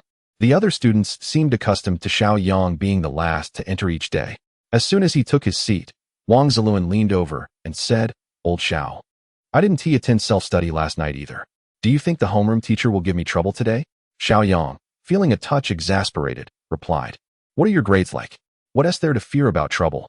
Wang Ziluan nodded, then suddenly realized, "Wait a minute, you, the one at the bottom of the class. Dare to mock the one and second to last." Xiao Yang waved his hand lightly. That was not mockery, it was consolation. Wang Ziluan scoffed, "Well, you truly have a way of comforting people." Just as the two engaged in a battle of wits, Bai Lanlan in the front row turned around and asked, "Xiao Yang, how did you find yesterday's exam?" Xiao Yang replied, "It was all right. After all, it wasn't particularly difficult." Immediately, Wang Ziluan glared wide-eyed at him and exclaimed loudly, "Not difficult? My hairline has receded by 3 millimeters, and you still dare to say it wasn't hard? Come on, know your place. Is that something you can say?" Yang Rui, Bai Lanlan's short-haired deskmate, glanced at Xiao Yang and then at Wang Ziluan, stating, "You two are equally matched. Neither should say anything." The surrounding classmates burst into laughter. Yang Rui had indeed spoken a fair word. Equally matched. The last and second to last in the rankings. Isn't that quite the equivalence? Wang Ziluan shot a glare at those who were chuckling. He leaned in and whispered to Xiao Yang, "Look at those who are laughing so heartily. All right, let us just refrain from speaking." Bai Lanlan and Yang Rui in the front row also turned back. Within moments, the classroom door swung open and the homeroom teacher, Wei Xiaomei, entered with a stack of exam papers.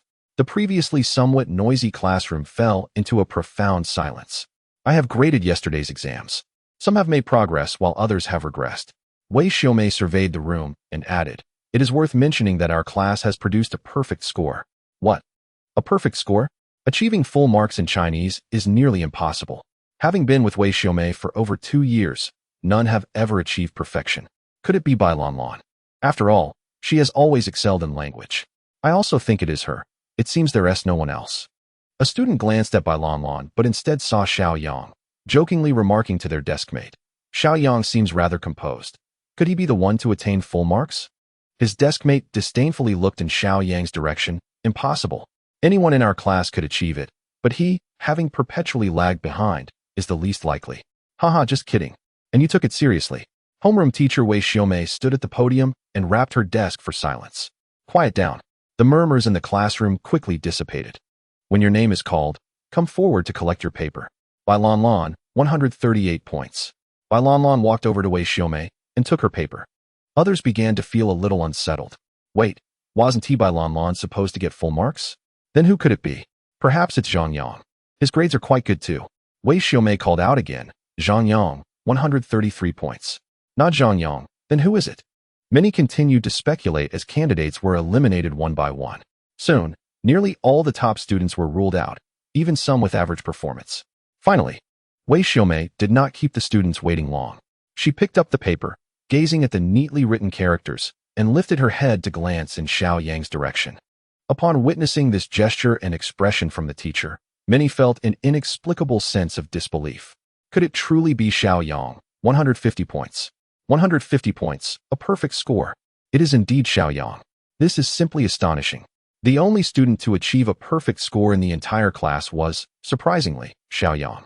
For many students, This moment was undoubtedly the most astonishing of their lives. It is worth noting that Xiao Yang had previously been regarded as an underperformer, a student who consistently lingered at the bottom of the class. Yet now, he had attained a perfect score in the most challenging subject, Chinese literature.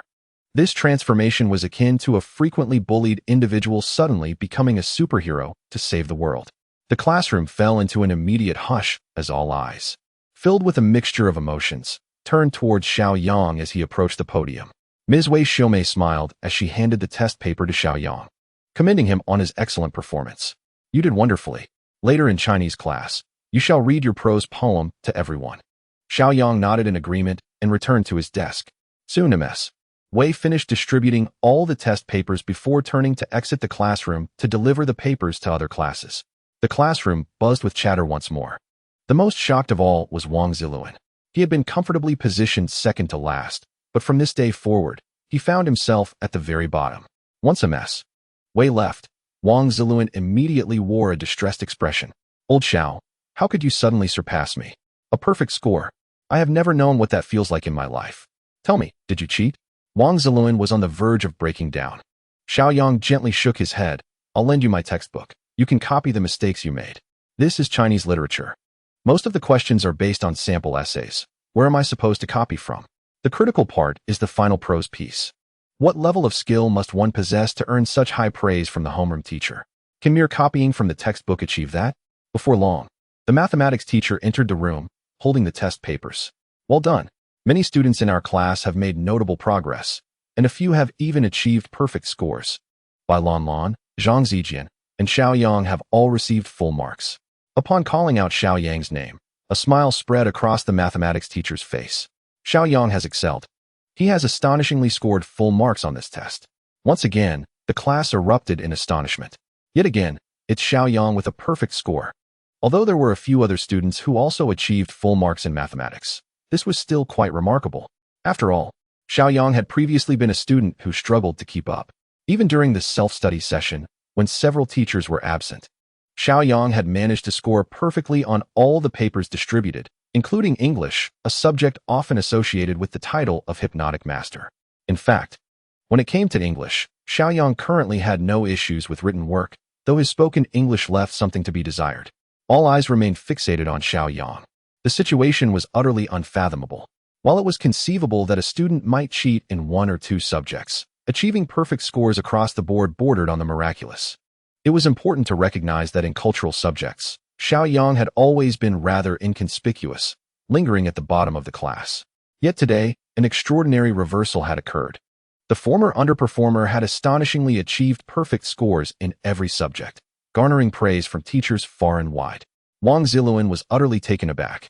His ranking had not significantly changed, merely one place lower, but from this day forth, he would find no room for further decline. My dear brother, must you be so exaggerated? Truly, it is a case of silence leading to an astonishing revelation. Indeed, this is precisely the situation. For 2 years, Xiao Yang has remained inconspicuous throughout high school. Yet today he achieved perfect scores in every subject. Is this not the very definition of silent talent suddenly unveiled? Xiao Yang glanced at his counterpart, initially intending to maintain a low profile, but he felt that suppressing his abilities was a grave sin. Thus, he declared with conviction, I am an academic prodigy. I lay my cards on the table. Wang Ziluan was momentarily speechless. He had previously thought Xiao Yang was merely boasting, yet the perfect examination papers lay before him, irrefutably persuasive. Rolling his eyes, he extended his thumb in approval, exclaiming, Old Xiao, you've truly mastered the art of pretense. The first task for Wei Xiaomei upon entering the classroom was to have Xiao Yang stand at the podium. It was evident that everyone was perplexed as to why she bestowed upon Xiao Yang a perfect score in writing. After all, everyone knew of Wei Xiaomei's stringent standards in language arts. Throughout 2 years of high school, no student had ever attained a perfect score in writing. Yet today, she awarded Xiao Yang such an honor, leaving many in a state of bewilderment. Some even suspected that Wei Xiaomei had granted Xiao Yang an unfair advantage. To dispel these doubts, she turned to Xiao Yang and instructed, please retrieve your examination paper and read aloud your final prose poem so that your classmates may listen. Xiao Yang smiled and replied, there's no need. I have it completely memorized. Wei Xiaomei nodded and stepped aside, gesturing for him to begin. Taking a deep breath, Xiao Yang prepared to evoke the right emotions. After surveying the classroom, he recited the monologue preceding his prose poem. No one is born extraordinary, nor is anyone inherently superior. As human beings, we should possess the courage to challenge ourselves, the determination and perseverance to scale great heights, and the composure to remain unperturbed in the face of mockery. Much like a sea swallow, those who had previously ridiculed Xiao Yang for his academic shortcomings bowed their heads in discomfort, as if undergoing a trial. Xiao Yang paid no mind to their feelings. The sea swallow. Amidst the vast ocean, fierce winds gather dark clouds. Between the clouds and the sea swallow soars, resembling a black flash of lightning, flying with pride. Xiao Yang's voice resonated powerfully, and as he described it, his classmates envisioned a fearless, free-spirited sea swallow soaring through the tempest. The sea swallow cried out and soared, like black lightning, piercing through the clouds, its wings stirring the spray of the waves. Strength and resilience coalesced within the essence of the sea swallow. It embodied a profound inner strength. Let the storm rage even more fiercely. How thunderous it was. Indeed, it was deafening. It is no wonder such a prose poem garnered a perfect score. Even a few extra points would have been entirely justified, especially under Xiao Yang's recitation. The penetrating power seemed to emanate from the depths of the soul. They envisioned themselves as intrepid sea swallows, navigating through the storm, embodying freedom and bravery. Yes, let the tempest come with greater ferocity. We fear nothing. Those who had previously launched verbal assaults against Xiao Yang now seemed to be tormented by their own conscience, as if they had transformed into the very villains they so despised on television. Some were even silently shedding tears of remorse. Xiao Yang gently descended from the podium, greeted by a fervent applause. Nearly everyone clapped vigorously, as if their hearts would not be at ease without exerting their full strength. In Bai Lamlin's eyes, an inexplicable radiance sparkled, her large eyes intently fixed on Xiao Yang, as if she sought to see into his very soul. In the realms of sports, literature, and even cultural studies, it appeared that nothing could pose a challenge to Xiao Yang. Just how much talent did he possess? After approximately a minute, Wei Xiaomei returned to the podium. Unbeknownst to many, Xiao Yang had declined the provincial team's invitation, resolutely choosing to focus on his cultural studies at school. His performance today filled me with immense satisfaction. From sports to academics, Xiao Yang's achievements were evident for all to see, serving as an inspiration for us all.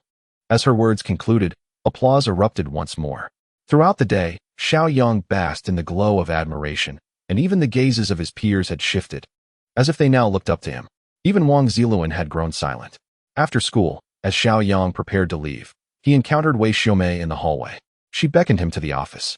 "Xiao Yang, are you still planning to skip tonight's study session?" "Of course not," he replied, having previously neglected such sessions. He had already grasped most of the high school knowledge, rendering him even less inclined to attend evening studies. Naturally, he felt the need to be somewhat diplomatic with his homeroom teacher. "Indeed, I have planned to read some extracurricular books or review previous lessons at home. Coming to school would only impose restrictions on me." Wei Xiaomei shook her head slightly. "Well, if you choose not to attend, so be it. Although you performed exceptionally well in this assessment, complacency is not an option. Continued effort is essential, as there are still many critical knowledge points that will be tested." In truth, Xiao Yang was well prepared for the upcoming material. After leaving the office, he headed straight home. The house was still remarkably quiet. It was evident that his parents had not yet returned. With nothing to occupy his time, Xiao Yang took it upon himself to clean every room before preparing a simple dinner. After eating, he found himself at leisure once more. As a spirited young man, idleness often prompted him to seek out various activities. With the household chores completed and the garden's flora neatly arranged, he suddenly recalled his science fiction novel, The Three-Body Problem. With ample time on his hands, why not share this novel online? Chapter 37. Technological Vanguard. In his view, this novel was exceptional, with a grand narrative that spanned the cosmos. The only regret was that only the first part was complete, and he had reached a critical point without any continuation. However, that was of little consequence. Not publishing such a remarkable science fiction work for others to appreciate would indeed be a travesty. While appreciation was one thing, attributing it to his own name seemed entirely justifiable. Upon conceiving this idea, Xiao Yang promptly commenced his endeavors. After booting up his computer, he began to search for websites dedicated to the publication of science fiction novels. His search yielded several promising results. among which the most renowned was a site named Tech Vanguard. This platform allowed users to publish their works simply by registering their identity. However, the submissions remained behind the scenes, only showcased after rigorous editorial review. Having selected the website, Xiao Yang began to type away on his computer. As a young individual, his typing speed was never a concern, and with the entire narrative vividly manifesting in his mind, he merely needed to transcribe it, propelling his pace to extraordinary heights, at times, reaching 6,000 words per hour. Of course, for the initial submission, only 20 to 30,000 words were required for the editor's evaluation. By 10 o'clock that night, under Xiao Yang's full exertion, a manuscript exceeding 20,000 words was completed. He then proceeded to submit it on the site, leaving the rest to the editor's discretion. After accomplishing this task, Xiao Yang promptly stood up and returned to his room to sleep. The role of a website editor is undoubtedly a demanding one. Lu Jing served as an editor for Tech Vanguard. Her daily responsibilities involved sifting through numerous submissions to identify the most exceptional piece, approving it, and subsequently urging authors for further submissions or offering constructive feedback. While Tech Vanguard held considerable weight in the realm of science fiction, it had recently faced a decline due to the gradual rise of online novels, rendering traditional science fiction increasingly desolate. Being a niche genre, survival was rather arduous. Despite Lu Jing's diligent efforts, she struggled to discover innovative science fiction pieces and was powerless to halt the genre's decline. In recent days, exceptional works had become alarmingly scarce, and the site's popularity seemed to have plummeted. Without quality submissions, the entire category appeared doomed. The general manager and supervisors were anxious, and nearly all the pressure fell upon editors like her. It felt as if the absence of quality submissions reflected a dereliction of duty on their part. Alas, under such circumstances, one must bow to the inevitable. Lu Jing had no choice but to work overtime, hoping to stumble upon one or two commendable works. However, by 1 o'clock in the morning, her face remained etched with worry. Exceptional works were as elusive as a cherished lover, encountered by chance, but rarely sought after. Well, I have done my utmost. After reviewing this last piece, if it doesn't suffice, there's little a mere editor like me can do, she mused. Taking a sip of coffee to bolster her spirits, she opened the back end of a manuscript. The Three-Body Problem? The title certainly possesses a hint of novelty. She began to peruse it. Within a few short minutes, a peculiar brilliance ignited in Lu Jing's eyes as she gazed at the computer screen. The opening felt unremarkable, lacking the celestial grandeur often expected. Rather, it was quite unassuming. Yet, as the plot unfolded, it revealed a harrowing tale set in a unique time period, showcasing the tragic experiences of an extraordinary woman and her disdain for humanity, which ultimately led her to exploit her position to transmit signals into the cosmos. Although this was merely the prologue, it still evoked within Lu Jing a profound and distinct sensation. From the perspective of anti-humanism alone, it is sufficient to illustrate the extraordinary nature of this book. Lu Jing truly exhaled in relief. This was quite commendable. She had, after all, completed her task for the day. Subsequently, she composed an email and sent it off. At 6 o'clock in the morning, Xiao Yang opened his eyes. Time to check in. The icon ceased its motion. He had acquired The Three-Body Problem, The Dark Forest, the second volume. Xiao Yang was utterly ecstatic. Just when he was lamenting the absence of a sequel to indulge in, he unexpectedly signed in and was rewarded with the second volume the very next day. One word, marvelous. With great delight, Xiao Yang began to mentally peruse the narrative. The second volume commenced to unveil the intellectual duel between humanity and the Trisolarans. Most significantly, the primary protagonist began to make an appearance. The most riveting aspect was the Earth's inhabitants formulating the Wallfacer's plan based on the 4 transparent traits of the Trisolarans. Among these 4 Wallfacers was the protagonist, Luo Ji. The Trisolarans, in turn, selected wall breakers from Earth's traitors. Due to time constraints, Xiao Yang could only hasten to school while finishing the remaining portions on the bus. It was not until he arrived at school that he had completely immersed himself in the second volume. The most immediate response was sheer exhilaration. Other students were taken aback. Was this fellow, who seemed to be the talk of the town lately, Xiao Yang, truly shouting at the school gates as if he had lost his sanity? Amidst the astonished gazes of others, Xiao Yang hurriedly made his way to the classroom. What an exhilarating experience. The Three-Body Problem, The Dark Forest, is undeniably a masterpiece. The intricate web of suspicion, technological explosions, wall facers, and wall breakers makes for an enthralling narrative. However, upon finishing the second volume, the sensation of a lump in his throat became even more pronounced. What ultimately awaits humanity? Can Luo Ji, through his newfound understanding, completely resolve the crisis posed by the Trisolarans? Moreover, that dialogue at the conclusion between Luo Ji and Shi Chang resonates profoundly. The universe is a dark forest, where every civilization is a gun-toting hunter, lurking like a ghost among the trees, gently parting the obstructing branches, striving to silence their footsteps. This encapsulates the dark forest theory that permeates the entirety of the narrative. Simply in terms of imaginative scope, Xiao Yang was left in awe. He held a genuine admiration for the author of this alternate world. In class, Xiao Yang meticulously revisited both the first and second volumes. The day passed swiftly. Upon returning home, Xiao Yang promptly powered on his computer, eager to share the three-body problem online. Upon accessing the back end of the Tech Vanguard website, he discovered several new emails. All were notifications from the website's editors, indicating that Xiao Yang's work had met the criteria for presentation and could be discussed for a potential contract once online. He immediately began to communicate with the editor through the back end. "Hello, I am the author of the three-body problem," editor Lu Jing replied. "Greetings, how may I address you?" "Xiao Yang." Editor Lu Jing continued. "Hello, Mr. Xiao. I have reviewed your work, and it meets our website's contract standards. Could you please inform me of the approximate word count of your work?" "Xiao Yang. The first volume consists of 200,000 words, while the second is envisioned to be approximately 300,000. As for the third volume, I have yet to finalize its concept, but it will certainly not be less than 300,000 words." Lu Jing, sitting in front of her computer, was momentarily taken aback. 3 volumes?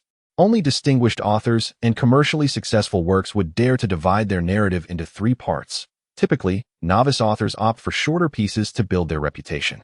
Yet this newcomer has chosen to debut with such an ambitious long-form work, subdivided into 3 volumes. Chapter 38, Godlike Typing Speed. The young lady exclaims professionalism. In traditional science fiction, the task of a novice publishing a lengthy narrative is akin to facing insurmountable challenges. Noticing the other party had not replied for some time, Xiao Yang inquired, "Is there a problem?" Lu Jing snapped back to reality. As an editor, she recognized that since the other party had chosen this Herculean task, her role was merely to provide a gentle reminder. Whether he persisted in his choice was ultimately up to him. "Mr. Xiao, it is common for novice authors to select shorter sci-fi tales to accumulate popularity and gauge market reactions at a lower cost." To her surprise, the response was quite resolute. "I understand, but my work is exceptional. It cannot be encapsulated in a mere short story." Lu Jing rolled her eyes. Indeed, yet another arrogant author. As an editor, she frequently encountered such egotism. Regardless, it was their prerogative. If they chose not to heed her counsel, so be it. Editor Lu Jing, "Very well. We have 2 contracting methods. One is a revenue-sharing model, and the other is a buyout of the work. However, given that this is a long piece and you are still a novice author, it is customary that the buyout option is not available." Xiao Yang had never considered a buyout, well aware of his book's potential. Xiao Yang, "All right, let us proceed with the first option, the revenue share. Regarding the copyright," editor Lu Jing, "you retain full ownership of the copyright. Our platform merely provides a venue for exhibition. However, during the serialization period, you cannot publish on other platforms." Xiao Yang understood this, recognizing the competitive nature between websites. They did not claim your copyright, yet they certainly sought exclusive serialization rights. Xiao Yang, "No problem, let us finalize the contract." The signing process was conducted electronically, simple, convenient, and highly efficient. In just half an hour, under the guidance of the other party, the contract was completed. Editor Lu Jing, "Done. The contract is finalized. You may begin serializing on the website and set up paid chapters. Good night." Following the completion of the contract, Xiao Yang immediately began typing. Possessing the dexterity of a piano maestro and an extraordinary intellect, the act of writing was a trivial endeavor for him. Just yesterday, his typing speed was 6,000 words per hour. Today, with increased proficiency, it soared to 10,000 words per hour, all while maintaining exceptional accuracy. Such speed would undoubtedly elicit envy from countless web novel authors. Xiao Yang's fingers danced across the keyboard, fully immersed in his narrative. As a creator, he felt a profound sense of accomplishment, for in this realm, he was indeed an original. By 11 o'clock, Xiao Yang was quite fatigued. After all, for consecutive hours of typing would wear out, even the most resilient of beings. He shook his sore arm. This evening, he had typed 45,000 words, and with yesterday's 25,000, his total had reached around 70,000 words. This meant that the first part of his work was already 1/3 complete. Tomorrow was Saturday. With no classes or self-study to attend, he would continue writing. Xiao Yang was rather tenacious. Once he committed to publishing his work, he would exert every effort to write. He stood up, massaging his aching arm, and headed to his bedroom to sleep. Writing was indeed a taxing endeavor, and upon entering his room, Xiao Yang promptly succumbed to a deep slumber. Saturday, 9 o'clock. Xiao Yang opened his eyes and stretched his limbs with a refreshing sense of comfort. It had been a long time since he had slept so soundly. As per his usual routine, he immediately signed in. The sign-in icon began to spin rapidly once more, ultimately stopping on a musical score. He received the piano piece Dream of Love. Was it not supposed to be the three-body problem 3? Xiao Yang felt a twinge of frustration. After all, the first 2 installments had been consecutively signed in, yet the third suddenly yielded a piano score. This sign-in system seemed rather cruel. He understood that there was a degree of probability involved, although the third installment he yearned for had not appeared. As long as he continued to wish for it daily, it would likely come to him. Well, probabilities were beyond discussion. After getting up and freshening up, Xiao Yang went outside the community to have some breakfast. He returned home and resumed his creative journey. He was a patient individual, capable of spending an entire day in front of the computer. 10 hours had passed. Previously, he could type 10,000 words in an hour. But now he had increased his speed to 15,000 per hour. Such a pace was truly astonishing, even with templates in his mind. By the end of the day, the first part of the three-body problem was entirely completed. If the online ladies were to know of his typing speed, they would undoubtedly exclaim, "Professional." Xiao Yang promptly published it. He also took a moment to check his earnings. On this website, he could directly view his subscription revenue, 107 yuan. Given that it was the first day of formal publication, this amount was within expectations. Next, Xiao Yang opened the comments section and was pleased to find an abundance of positive reviews. Readers were indeed the cornerstone for measuring a work's value. Of course, there were also requests for quicker updates. However, these requests soon faded into silence. With a pace of 100,000 words a day, writing was faster than readers could keep up, leaving little room for further demands. Lu Jing, as an editor, needed to monitor and follow up on the work. When she opened the interface, she was instantly taken aback. If she recalled correctly, the word count upon signing the contract yesterday was still 25,000. Now it had skyrocketed to 200,000. The first part was completed in less than 24 hours? Did this author have prior manuscripts? As an editor, she had never heard of anyone typing 180,000 words in a single day. It seemed to be a strategy in itself. The Sci-Fi Pioneer website treated all works with utmost fairness. Regardless of the author, once a work was completed, there would be an opportunity for a significant recommendation, meaning that upon completion, it would be featured prominently on the homepage. As for the duration of exposure, it largely depends on the data of the work itself. At the very least, it remains for 12 hours, while the most successful piece lingered on the homepage for 3 days. Upon completing her work, Lu Jing promptly elevated it to the exhibition pool. After midnight, the piece commenced its display on the homepage. The claim of 200,000 updates per day certainly serves as a captivating allure. Thus, she affixed this figure as the exhibition tagline. After accomplishing this task, Lu Jing shook her head. Typically, a piece showcased on the homepage would earn the author at least 1,000 yuan, with the upper limit being that highly popular work, which garnered 100,000 in 3 days. As for how much Xiao Yang's book could earn, Lu Jing began to browse. As an editor, her reading speed was notably swift. After a cursory glance at the first piece, she found it quite captivating. With a grand backdrop and innovative content, it should be able to exhibit for a day or two, earning 2,000 to 3,000 without issue. At 4 in the morning, while Lu Jing was enjoying a deep slumber, her phone rang beside her bed. Instinctively, she reached out to silence the device and returned to her dreams. Yet, within 2 minutes, the phone rang again. At this moment, she was somewhat more alert. Who could it be at such an unholy hour? She squinted at the screen, where the name displayed read, Chief Editor. Chapter 39, Explosive. Dominating the charts instantly, Lu Jing was wide awake. The chief editor calling her at this hour, and persistently at that, surely indicated something significant was afoot. She hastily sat up, cleared her throat, and answered the call. "Ah, leader." Although it was not on speaker, the voice resonated clearly in the stillness of the night. Lu Jing, we have a situation. The urgency in the chief editor's tone suggested something monumental had transpired. Lu Jing's heart raced. Could the editorial office be on fire? Leader, please calm down. What has happened? Fire. It's on fire. What? The editorial office is truly ablaze. Lu Jing exclaimed, quick, call 120 for fire rescue. At that, there was silence on the other end. Why call 120? Isn't there a fire? Lu Jing was taken aback. I meant 119. The chief editor, not dwelling on the mix-up, continued, I meant the work is on fire. The work? It's on fire? Which piece? Lu Jing remained bewildered. The one you signed, the three-body problem. With this revelation, Lu Jing felt a sudden clarity. The three-body problem is a hit. She raised her phone, opened her notebook, and accessed the website's backend. The data was unequivocal. Subscriptions, 38,652. Earnings, 120,786 yuan. Requests for updates, 205 instances. The first volume, The Three-Body Problem, Earth's Past, comprised 36 chapters, meaning nearly every subscriber had requested updates. It's worth noting that requesting updates on this site incurs a fee. Most crucially, the earnings had surpassed 100,000 within mere hours. This marked an unprecedented event on the SciTech Pioneer platform. The magnitude of its success was beyond imagination. It had truly ignited. The editor-in-chief's serious voice echoed through the phone. The general manager placed immense importance on this matter. This piece of work, which you have contracted, will significantly enhance your end-of-month bonus. Most importantly, this is the first time our website has encountered such a phenomenon in literary creation. You must prioritize resources accordingly.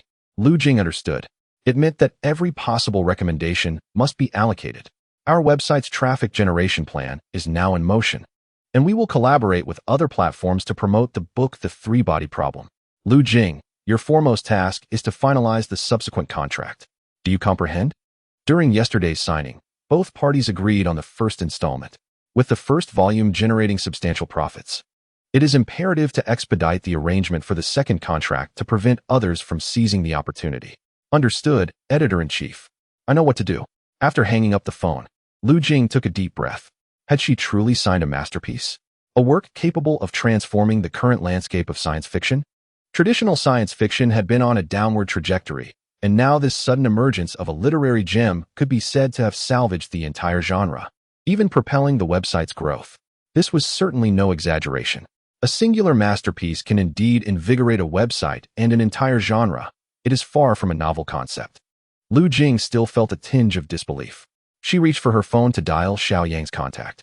However, in the next moment, she hesitated. It was 5 o'clock in the morning. A sudden call might disturb his rest. What if he were angered? Patience, patience.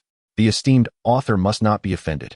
At precisely 8 in the morning, Xiao Yang was awakened by the ringing of his phone. Sitting up, he glanced at the unfamiliar number on the screen. Upon answering, a woman's voice emerged. Xiao Yang. Yes, that's me. May I ask who this is? I am Lu Jing, the editor from Science Fiction Vanguard. Xiao Yang was taken aback. The editor? Why was she suddenly calling him? Editor Lu. Is there something you need? Lu Jing spoke cautiously. Mr. Xiao, your work is selling extraordinarily well. You can check the backend for specifics. Extraordinarily well? This did not come as a surprise to Xiao Yang. After all, a work of such brilliance was destined for success. After exchanging a few pleasantries, Xiao Yang opened his computer. Once he accessed the backend, he was momentarily stunned. The earnings section displayed figures nearing 100,000. 100,000? Had such a sum been generated in just one night? In reality, the sales would be doubled, as the website and the author split the profits 50-50. The backend also revealed comments from readers, almost entirely urging for more updates. Divine Being, your writing is magnificent. Please release the second volume swiftly. This is the first time I have encountered such an enthralling science fiction piece. I implore you for an update. Tentacle Monster. Just yesterday, there were only 20 to 30,000 words, and today it has soared to 200,000. What do you consume to grow like this? I beseech you, let me see the next installment. Allow the Trisolarians to purify my soul, O Great One. I hold a personal admiration for Yi Wenjie. Under such circumstances, it is likely that anyone would contemplate destruction. By the way, I kindly request a prompt continuation. Those who can access the works on this website are predominantly science fiction enthusiasts, and thus, the reviews are exceedingly favorable. Upon perusing the site, Xiao Yang discovered that his work, The Three-Body Problem, has completely dominated the rankings. Daily updates. Number 1. Sales. Number 1. Recommendations. Number 1. Urgent updates. Number 1. Opening any random book, the recommendation page invariably features The Three-Body Problem. Evidently, the website has unearthed a treasure. While Xiao Yang was engrossed in his observations, his phone rang once more. The caller was none other than Lu Jing. Hello, Editor Lu. Mr. Xiao, I trust you have seen the news? Your book has become a sensation, and our editorial department is in the process of engaging with additional resources to collaborate with other websites for a vigorous promotion of your work. Lu Jing began to articulate the website's formidable capabilities. Hearing her words, Xiao Yang interrupted with a smile, saying, Editor Lu's extensive elaboration is likely in preparation for the subsequent contract, is it not? After all, the previous agreement only covered the first volume. Now that it has gained traction, it is only natural to enhance the terms for the signing of the second volume. Lu Jing did not shy away from the truth. Indeed, I have received a directive from above, mandating that we secure the second volume at all costs. To demonstrate our sincerity, I must inform you that while the previous contract entailed a 50-50 split, we have decided to adjust the division for the second volume to a 30-70 ratio, with you receiving the larger share. Furthermore, we will cover all promotional expenses, and the resource division will remain at your favor. Of course, should you wish for a buyout of the serialization rights, we are prepared to offer a substantial sum for your earnings on our platform. I can facilitate withdrawals at any time you desire. This time, Technology Vanguard is indeed making a significant investment. After all, this is a masterpiece that has the potential to invigorate the entire traditional science fiction genre. If it continues to be serialized on Technology Vanguard, the website is sure to gain both prestige and profit. Hence, they have extended an immense offer. Chapter 40. A lucrative venture. A masterpiece in the name of Xiao Yang. Xiao Yang contemplated the situation. It is undoubtedly a win-win scenario. Moreover, bolstered by the allure of fame and fortune, there is little fear of the other party lacking effort. Transitioning to another website would undoubtedly present complications. After a brief consideration, Xiao Yang replied with a smile, Very well. The second volume will continue to be serialized on your platform, and I am already preparing to write it. Lu Jing was overjoyed. How fortuitous. Mr. Xiao, may I be so bold as to inquire if you have any manuscripts prepared? Manuscripts? None. I write and publish immediately. No manuscripts? You have released nearly 200,000 words in a day without any prior drafts? Lu Jing seemed to have stumbled upon a new revelation. Then how many words can you write in an hour? As a professional editor, she was aware that authors of web novels typically write more swiftly. Those with exceptional typing speed might manage 100,000 words in a day, provided the material lacks significant depth. Traditional literature, in contrast, tends to be produced at a much slower pace. Xiao Yang pondered for a moment. In an hour, I could manage around 20,000 words. 20,000 words, indeed. In just an hour, one could produce 20,000 words, making it entirely plausible to reach 200,000 in a single day. How do you plan to update? Will it be a matter of writing and publishing more each day, or do you have another strategy? Xiao Yang pondered briefly. He was someone who couldn't abide being rushed. If he wrote a certain amount, he would publish that amount. Would that not imply publishing 200,000 words in a single day? Mr. Xiao, the act of writing is indeed an art that requires a certain finesse. Updating 10,000 words daily is already considered prolific. Is this an attempt to temper Xiao Yang's pace? Control is beyond my capacity. I am simply that obstinate. This is my style of updating. I trust your website does not wish for me to alter it? Lu Jing understood the deeper implications of his words immediately. She quickly replied, Please don't misunderstand. I was merely speaking casually.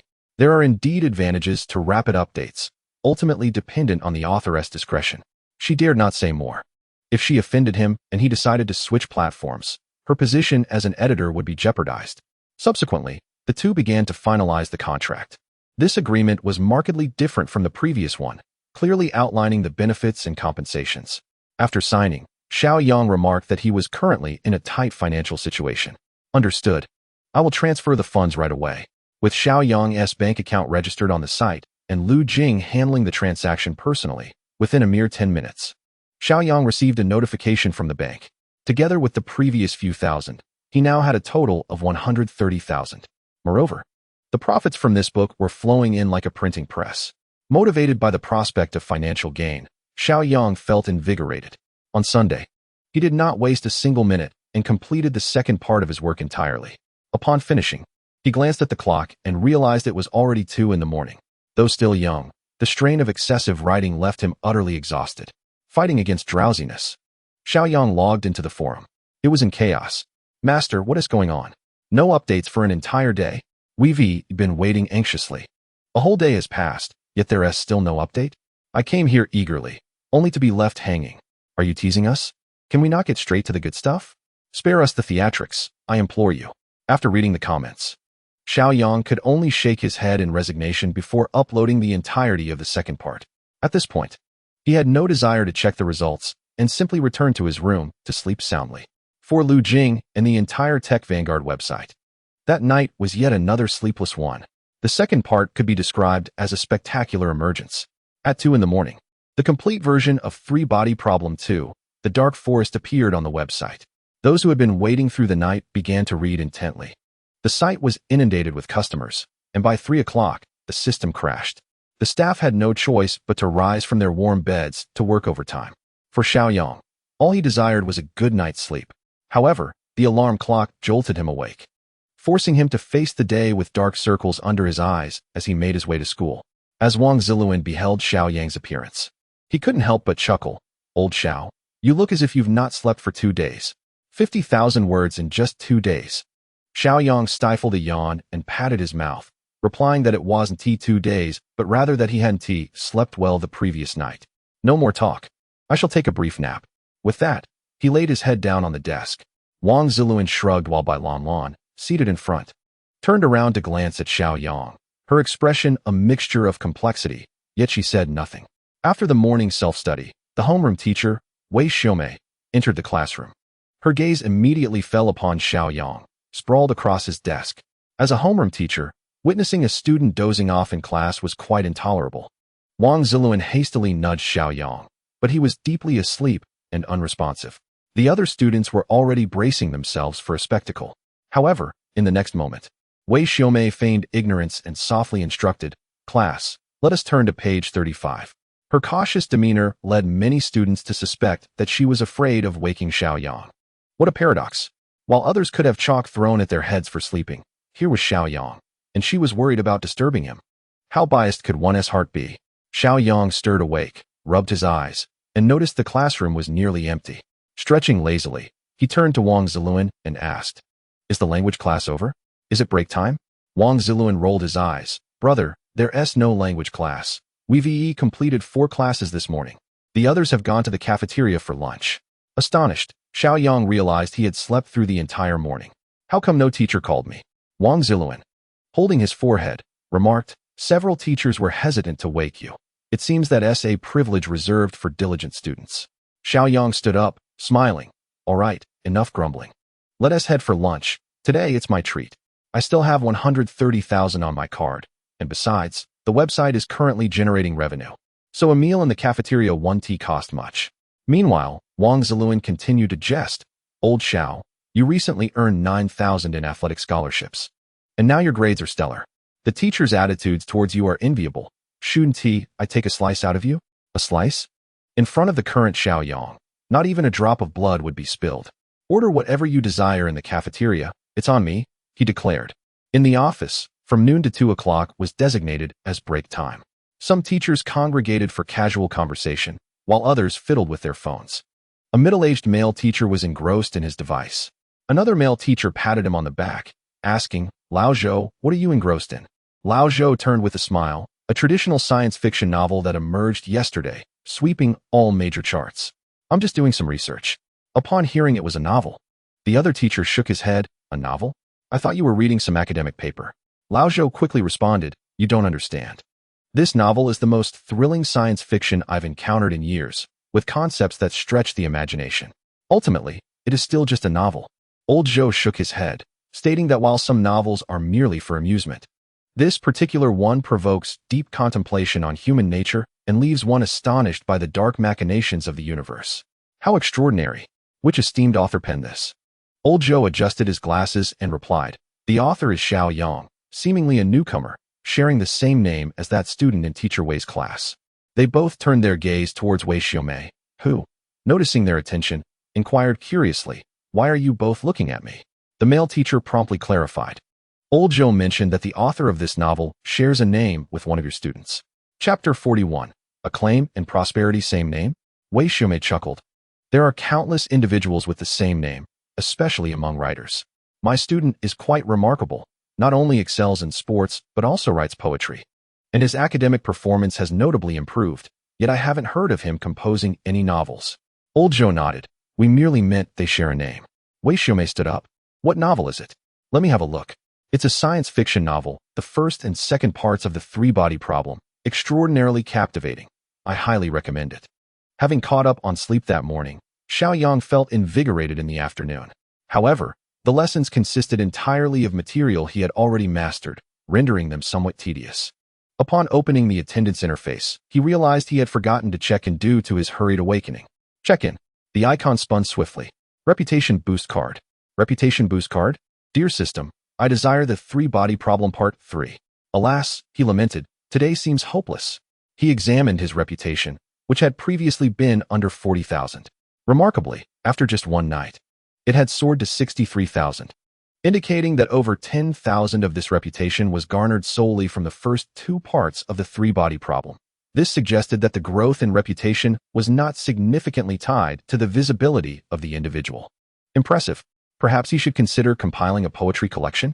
If his poems could be included in the curriculum, could the grievances from students not also enhance his reputation? How mischievous of me. A vision materialized in Xiao Yang's mind.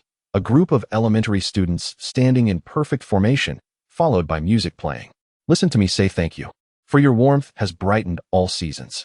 Upon returning home from school, Xiao Yang's first action was to power up his computer. He checked the back end. What was once a blank slate of earnings had now transformed into a little over 300,000. In just one day, the three-body problem, Earth S passed in the three-body problem 2. The dark forest had yielded a profit of 300,000. Furthermore, the volume of messages in the back end was astonishing, with the comment section overflowing with praise. Absolutely riveting. This is the most remarkable science fiction novel I have ever read. Author, please release the third part swiftly. You understand the agony of finishing the first 2 parts without the third, don't you? I implore you. Grant us the third part. Without it, my life feels devoid of meaning. Update faster, update faster, update faster. Everyone, let us not disturb the author. They are undoubtedly hard at work. Trust that the three-body problem part 3 will soon grace us all. Yesterday at dawn, it has already been 20 hours. Yet there has been no word. The author seems rather indolent. Imagine, within 2 days, someone has managed to produce 500,000 words. Can any novel across the internet boast such a pace? I am resolute. I must read the 3rd installment. From this day forth, I shall be an ardent admirer of Xiao Yang, a devoted one at that.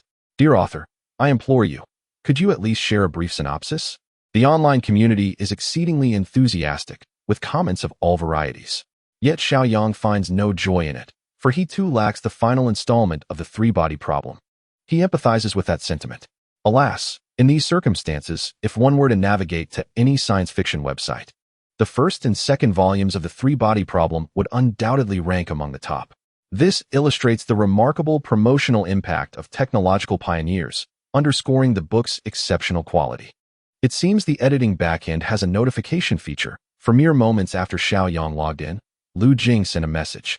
Mr. Xiao, are you available? Yes. Is there something you need? I trust you have seen the backend data. The second volume of the three-body problem is performing extraordinarily well. We have conducted promotions on several websites. So what about the third volume? She is suggesting a contract for the third part.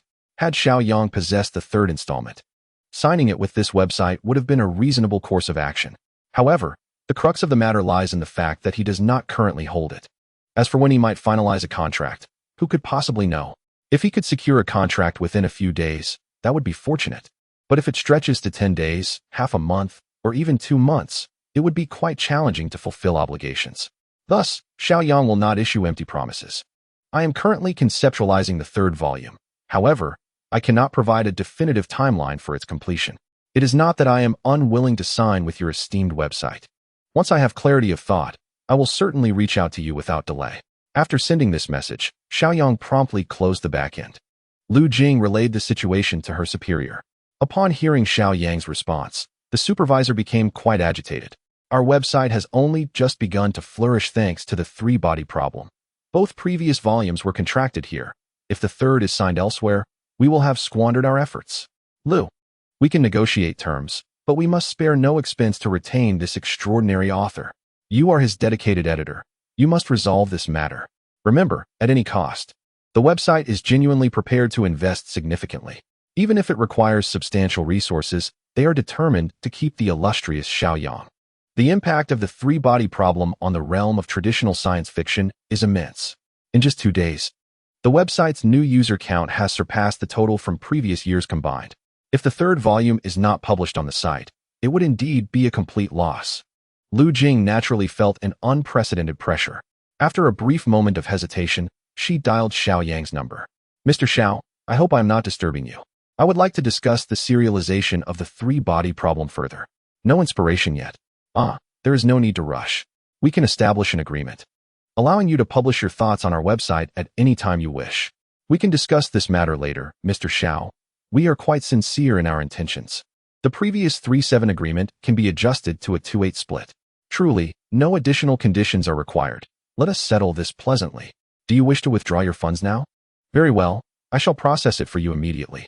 As he watched the 30,000 arrive, Xiao Yang felt an immense sense of satisfaction. In just 2 days, he had earned over 400,000.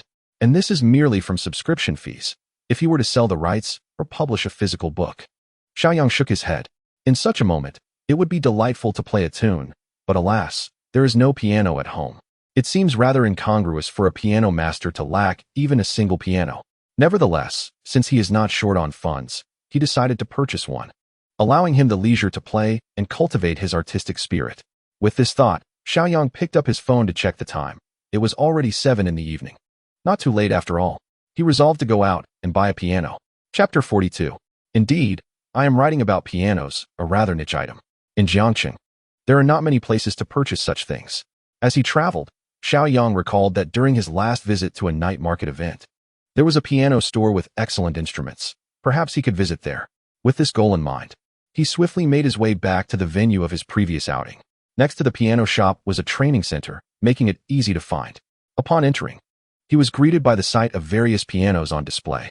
There were practice pianos suitable for beginners, which could be purchased for 3,000 to 4,000, while more expensive models ranged from 10,000 to 20,000.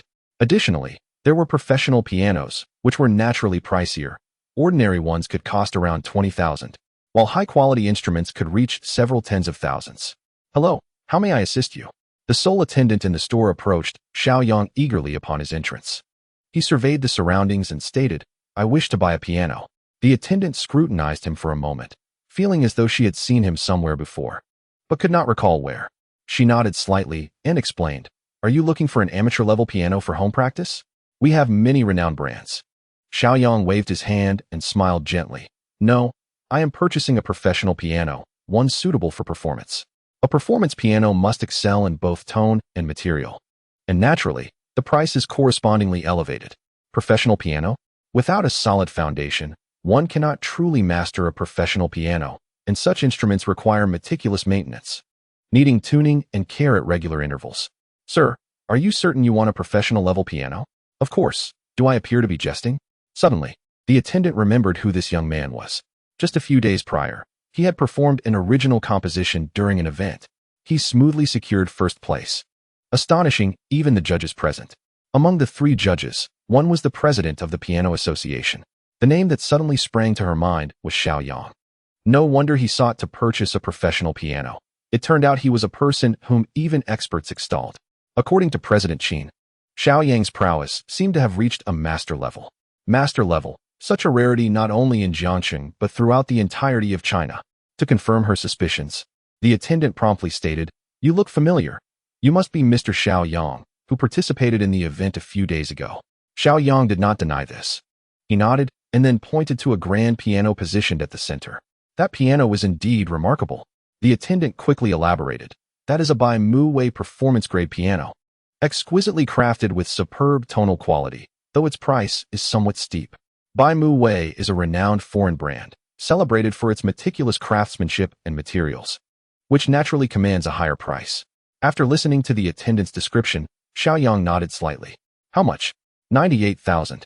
While the price of 98,000 is not the pinnacle within the realm of pianos, it certainly isn't considered inexpensive, given his current financial standing. Parting with 98,000 was not a challenge. May I try it? The attendant's eyes brightened, of course.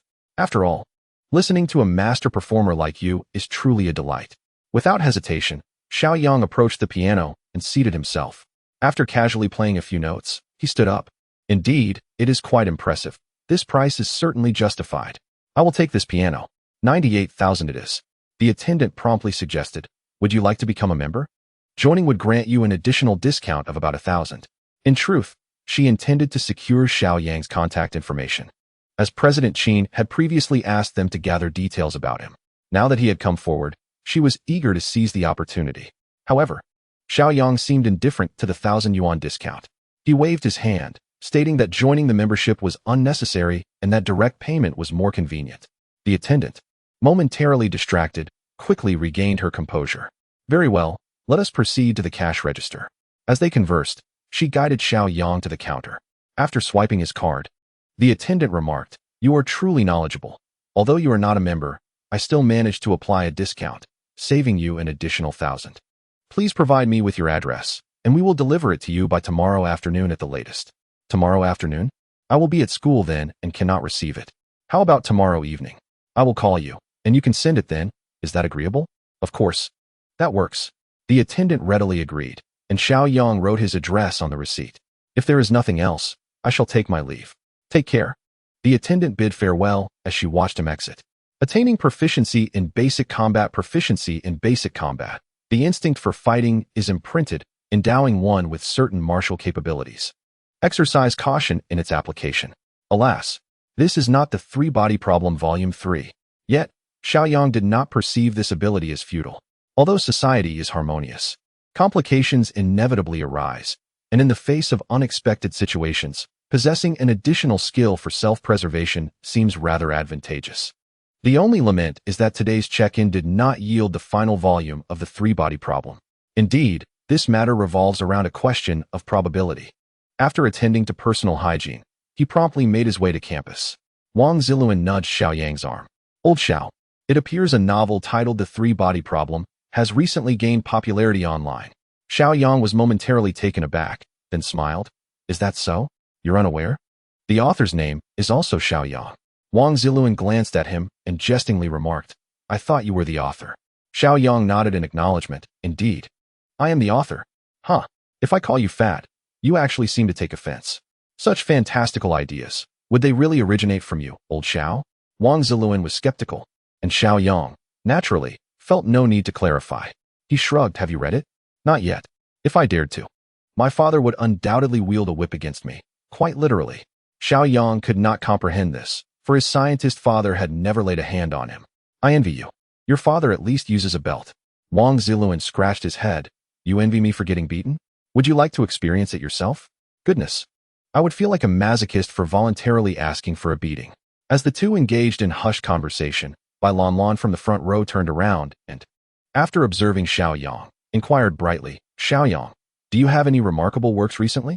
The remarkable works she referenced were, of course, poetry. Bai Lanlan seemed particularly enamored with poetry. Since discovering Xiao Yang's talent for poetry, she had persistently asked him every few days, as if fearful he would withhold his creations. There exists an abundance of poetry, world-renowned pieces, Tang and Song dynasty verses, but if one simply asks for them, their value diminishes. Thus, Xiao Yang shook his head. Not at the moment. Oh, Bai Lanlan appeared to recall something, and promptly continued. Actually, I recently discovered a beautiful poem online. How about I recite it for you? Chapter 43. Music class, are you up for it? Beautiful poem? Xiao Yang was aware of Bai Lanlan's level of appreciation for poetry. While she was not overly critical, ordinary verses certainly failed to resonate with her. Noticing her enthusiasm, Xiao Yang smiled and nodded. Sure, I would love to hear what splendid poetry you found online. After a moment of contemplation, Bai Lanlan began her recitation. The youth knows not the flavor of sorrow, loves to ascend the tall building. Loves to ascend the tall building. Feigning sorrow with forced new verses. Now, fully acquainted with sorrow's taste, wants to speak but holds back. Wants to speak but holds back. Yet declares, what a delightful autumn chill. Bai Lanlan raised an eyebrow and asked, what do you think? Is it not quite sophisticated? A peculiar expression crossed Xiao Yang's face. Indeed, it is quite sophisticated. I am very familiar with this poem. It is one of the 300 verses from the Tang and Song dynasties. I remember the title distinctly. Cho Nu Air, on the wall of Basan Road. The author hails from another realm, a literary figure of the Southern Song dynasty, a general, and an official. His name is Xian Chiji. However, it seems he has never disclosed this particular poem. How then did it find its way online? Xiao Yang inquired, his expression unchanging. This poem indeed possesses profound depth, by squad leader. From where did you encounter it? Bai Lanlan replied with a smile, on a university forum. This poem has been revered as a masterpiece by the students and is quite popular. A university forum? Xiao Yang pondered, resting his chin on his hand. Does Bai squad leader know the title of this poem? Who is its author? Noticing Xiao Yang's interest, Bai Lanlan divulged without hesitation. It seems to be called the Ode to the Ugly Slave. The term ugly slave is the name of the lyrical form, which is quite common. However, the name Ode strikes Xiao Yang as somewhat awkward. He could look it up when he returns home. After all, he is eager to ascertain whether it was indeed his collection of Tang and Song poems that had been leaked or if it was merely a coincidence. Seeing Xiao Yang lost in contemplation, Bai Lanlan turned to resume her studies. Wei Xiumei entered, her gaze immediately falling upon Xiao Yang. She remarked, "This morning, we have music class. The first period of the day is music class. It is indeed a luxury for a senior in high school." Upon hearing the excited whispers of the students, Wei Xiumei frowned slightly. "All right, let us head to the music classroom." The students promptly rose, brimming with enthusiasm. Xiao Yang was no exception. However, as he passed the podium, Wei Xiumei called out to him, "Xiao Yang, wait a moment." He had no choice but to stand aside. Once the classroom had emptied somewhat, Wei Xiumei addressed him. "Music class can be rather noisy. If you prefer not to attend, that's perfectly fine." Previously, Xiao Yang might have opted out, but now, as a piano maestro, how could he possibly decline? "I actually quite enjoy the ambience of music." Wei Xiumei nodded in response. "Very well, if you enjoy it, go ahead. However, there will be representatives from the Education Bureau observing today, possibly even recording. But don't feel pressured. They are merely here to take a casual look." No wonder the homeroom teacher consented to music class today. It turns out it was to accommodate the Education Bureau. "All right, let us go together." "She is going too?" he thought. It makes sense. She is there to keep him company. The music classroom was spacious, filled with a variety of instruments, drums, cellos, violins, pianos, and even gushings. The instructor for the music class was a woman, approximately 26 years old, named Ji Xiao, who appeared quite composed and exuded an artistic aura. She was a specially appointed teacher, specializing in piano, with a pleasing voice, fond of singing folk songs. Seated at the back of the classroom were several individuals, clearly representatives from the Education Bureau. Once class commenced, Ji Xiao began teaching some fundamental vocal techniques, occasionally prompting the students for practice. As time swiftly passed, she transitioned to the topic of the piano. After imparting some knowledge, she began to call on students to come to the front and play a few notes. The girl in the third row, in the classroom, Hu Ningming, one of the girls, promptly stood up. She seemed to possess some skill, and after playing a few melodies, Ji Xiao nodded approvingly. "Very good," she remarked. The girl in the fourth row, in the middle, "Please come and try." The student she called upon was Bai Lanlan.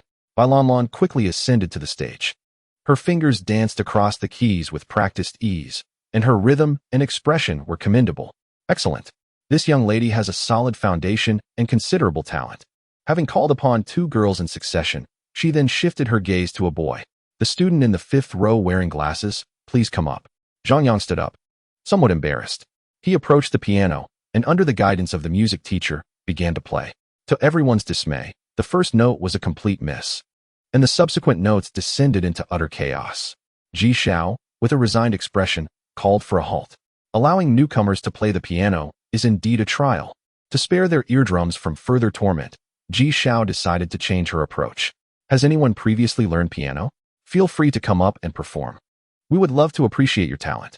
The response was sparse, with leaders from the Education Bureau seated at the back.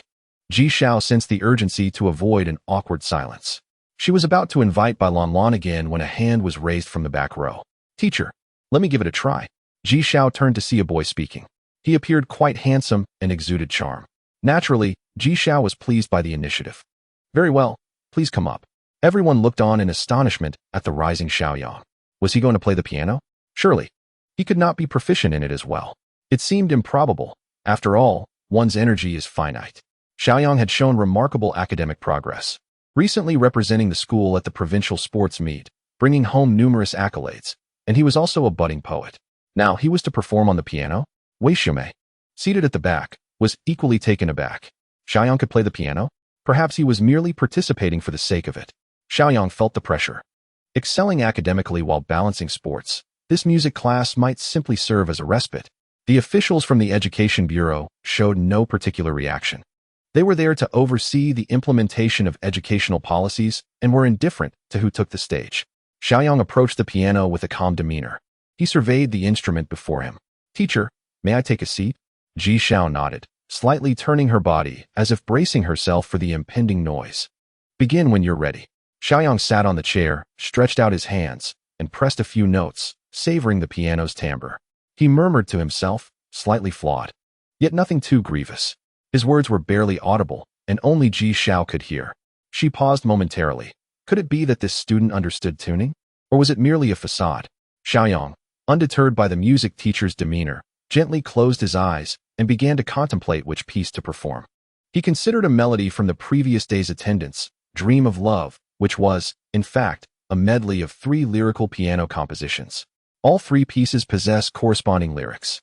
The first is Sublime Love, the second is Happy Death, and the third, which stands out in A-flat major, is Love to the Fullest. Thus, today we shall perform the third piece, Love to the Fullest. Upon witnessing Xiao Yang fall into silence, some students began to speculate that he was merely putting on a show. However, with personnel from the Education Bureau and the homeroom teacher present, no one dared to make a ruckus. Yet, whispers began to circulate. Is Xiao Yang unable to play? He has been silent for a full minute now, and hasn't he started? Who could blame them? If he struggles, perhaps Lan Lan should take over, as she has prior experience. When he stood, I had thought he was well-versed in piano. It seems Xiao Yang is not a polymath after all. Music teacher Ji Xiao was growing impatient. Classmate, are you capable or not? Have you not noticed the frowns of the Education Bureau personnel? Chapter 44. A marvelous skill. The classmates were enraptured indeed. The officials from the Education Bureau had begun to frown. After all, that student had sat on stage with closed eyes for 2 minutes without any sign of movement. Naturally, the most anxious among them was Wei Xiumei, who had long considered Xiao Yang her pride and joy. Now, with the higher-ups present, Xiao Yang had suddenly ceased to act. Just then, Xiao Yang opened his eyes. The melody of Love to the Fullest materialized in his mind. His fingers pressed against the keys, and soon, the melodious waves of piano sound filled the classroom. The rhythm was distinct and laden with emotion. The music teacher Ji Xiao, who had initially prepared to cover her ears, gradually lowered her hands. Her gaze was imbued with astonishment. The emotive music encapsulated romance, freedom, and a hint of madness. The nuances of strength and tempo were exquisite, resonating with profound emotion, vibrant and alive. As a piano major, she could discern that Xiao Yang's skill was extraordinarily high, far exceeding her own amateur level. It was unfathomable that a high school student could surpass her in piano performance. The previously restless students fell into silence, as if Xiao Yang's fingertips pressed against their very hearts, causing their own to pulse in harmony with the melody. It was an extraordinarily enchanting sensation. Several leaders were also taken aback. Though they lacked understanding of piano music, Xiao Yang's extraordinary technique evoked an emotional response in them. A single phrase sprang to mind: marvelous skill. Let love flourish. Xiao Yang gently closed his eyes, and the lyrics flowed from his lips with a melodic grace. Love as long as you can, love as long as you desire. He slightly leaned forward, merging both hands into one. The moment you lament at the grave shall eternally reside in the heart. Your heart must remain fervent, steadfast and yearning, as long as a single heart responds with warmth. Xiao Yang's deep, enchanting voice continued, perfectly aligned with the rhythm, captivating all. As long as there is someone who reveals sincerity to you, you must give it your all. Teach him to be perpetually joyful, devoid of even a fleeting moment of sorrow. I also wish for you to remain tight-lipped. Harsh words can inflict deep wounds. Oh heavens! There was no malice intended, yet some still part with tears in their eyes. As the performance concluded, Xiao Yang opened his eyes. The harmonious blend of exquisite piano melodies paired with a deep, captivating vocal lyricism is truly a match made in heaven. He appeared quite pleased with his performance, promptly rising to his feet. Teacher Ji? Ji Xiao abruptly opened her previously closed eyes. Her thoughts returned to her corporeal form. It was utterly enchanting, surpassing all expectations of beauty. She had never imagined that a young man could play such an emotive piano piece, complemented by such poignant lyrics. To describe it as perfect would be an understatement. The richness of emotion, the alluring depth of his voice. Could this fellow become a romantic in the future? The impact he had was undeniably profound. Nearly all the classmates had their eyes closed in rapture. After approximately half a minute, someone finally regained their composure and began to applaud. Soon, the applause swelled into a chorus. Many female classmates regarded Xiao Yang with inexplicable admiration. Athletic prowess, academic improvement, poetic talent, and now, he had showcased extraordinary piano skills. One might wonder, is there anything Xiao Yang cannot excel in? The most fervent applauder was Wei Xiaomei. She too was taken aback by Xiao Yang's exceptional abilities. This was true excellence. Merely being academically strong does not equate to greatness. But excelling in multiple areas constitutes true distinction. As she clapped vigorously, she addressed the leadership. This is Xiao Yang, from our class. Her words were imbued with pride and elation. As the homeroom teacher, how long had it been since she felt such a sense of pride? Xiao Yang was not surprised by their reaction. He slightly bowed and descended from the podium, returning to his previous seat. All eyes were fixed upon him with burning intensity. At that moment, the school bell rang. As the music teacher for the day, Ji Xiao finally regained her composure from the astonishment. Did the students all know his name? Can you all tell me loudly? The students chorused in unison, Xiao Yang. Ji Xiao silently etched that name into her memory. Xiao Yang. My goodness, you truly are remarkable. Wang Ziluan made a dreamy expression, pretending to play the piano, as if mimicking Xiao Yang's posture at the instrument. His piano performance had left the younger girls utterly enchanted. Before Xiao Yang could speak, Bai Lanlan's piercing glare fell upon Wang Ziluan.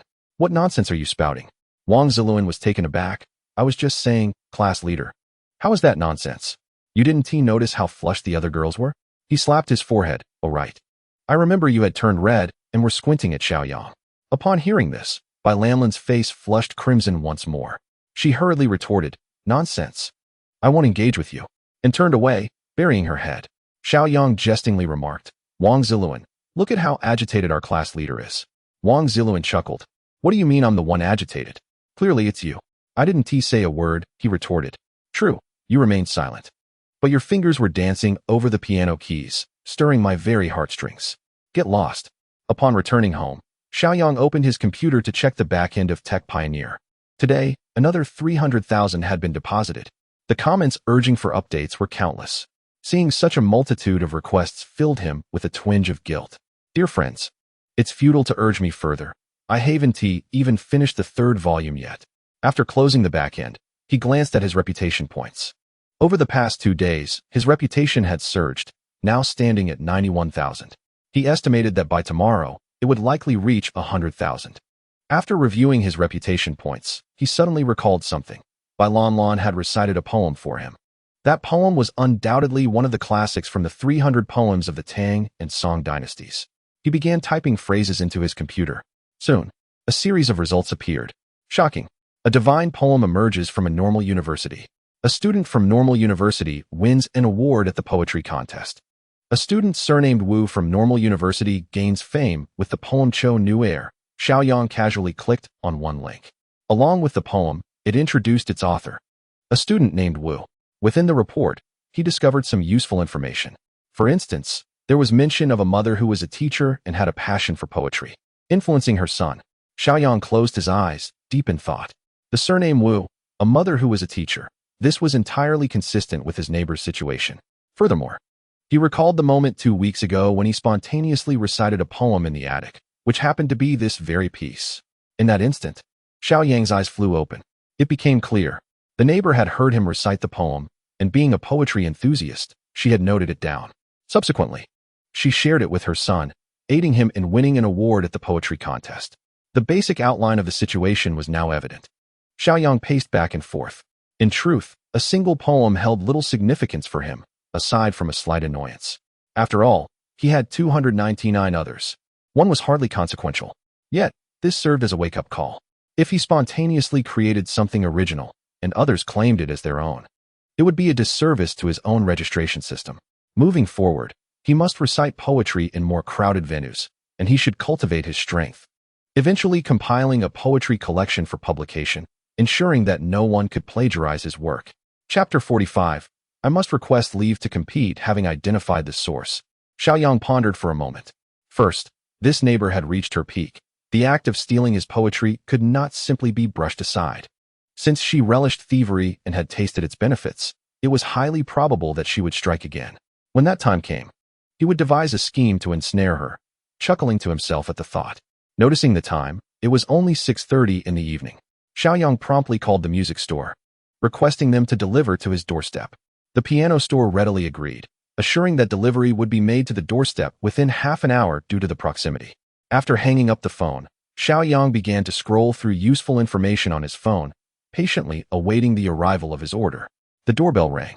Rising to his feet, Xiao Yang glanced outside to see a small delivery truck parked, its cargo a neatly packaged piano. He hurried outside. A few movers stood at the entrance, and upon spotting Xiao Yang, one of them inquired, "Are you Mr. Xiao?" "Yes, that's me," he replied, opening the gate. The workers commenced their preparations. At that moment, a woman approached from a distance. "Mr. Xiao?" Turning around, Xiao Yang recognized her as Qin Yu, the president of the Piano Association who had participated in the previous event. What a surprise to see her here, given her role as a judge at a minor event. It stood to reason that she had a good rapport with the piano store owner, making her presence quite understandable. "Oh, President Qin," he greeted her, but did not linger in conversation. Instead, he guided the workers to the living room. The space was quite spacious and devoid of clutter. Xiao Yang pointed to a specific area, indicating, "Please set it down here." The workers promptly began their tasks, unpacking, assembling, and tuning the piano. Approximately half an hour later, everything was in order. Xiao Yang retrieved several bottles of water from the refrigerator, offering them to the workers. "You've all worked hard. Please have some water." After bidding farewell to the workers, he noticed Qin Yu still waiting. "President Qin, you haven't left yet?" She smiled wryly, having finally met Mr. Xiao. "How could I depart so easily?" Nearly half an hour had passed from the piano's delivery to their casual conversation, and the sky had darkened while she remained. Xiao Yang gestured invitingly. "If you don't mind, President Qin, please come in for a chat." She certainly did not mind, as her purpose was to meet him. "Make yourself comfortable. Would you prefer water or tea?" After a moment of hesitation, she replied, "Water, please." Xiao Yang handed her a bottle of mineral water and then cheerfully said, "The piano has just arrived. I'd like to test its sound." He took a seat at the piano and casually played a cheerful tune. Even a simple melody seemed to come alive under Xiao Yang's fingers. Qin Yu nodded in appreciation. A master's skill is unmistakable. Even an impromptu piece could captivate listeners. "Mr. Xiao, your technique is remarkable," she applauded. Sitting across from her, Xiao Yang modestly replied, "Your praise is excessive. This is merely a small feat. In our country, such talent is indeed unparalleled." She insisted, "You are being humble. Very few can reach your level of expertise. So young yet possessing mastery, such talent is rare." Xiao Yang chuckled and shook his head. "President Qin, you're not here just to flatter me, are you?" It seemed she was ready to shift the conversation to a more serious matter. After a moment of contemplation, Qin Yu stated, "Recently, the national preliminary rounds for the Shanghai Cup have commenced, and our Jiang city has been assigned to the Southern Division, which has set stringent requirements. Every city, regardless of size, must have at least one participant. The Shanghai Cup, jointly organized by the Kyoto Music Academy and the National Grand Theater, has now reached its 19th edition, having successfully conducted 18 previous events. It is fair to say that all gifted pianists aspire to participate in this prestigious competition, with many renowned international musicians having emerged from its ranks." Qin Yu continued, "Ever since I heard your original composition during the event, I have been unable to forget it. Your music shines like the full moon in the sky, standing out amidst the stars. Therefore, I wish to invite you to represent our Jiangcheng in the competition." The notion of the moon surrounded by stars left Xiao Yang somewhat bewildered. Entering the competition would indeed enhance visibility, and with increased exposure comes the potential for acquiring prestige. This prestige could facilitate skill upgrades, thus initiating a virtuous cycle. However, participating in the competition was not an insurmountable challenge. What truly concerned him was the duration of his absence. A day or two would be manageable, but should it extend longer, his parents might unexpectedly return home to find him missing. What is the start date of the competition?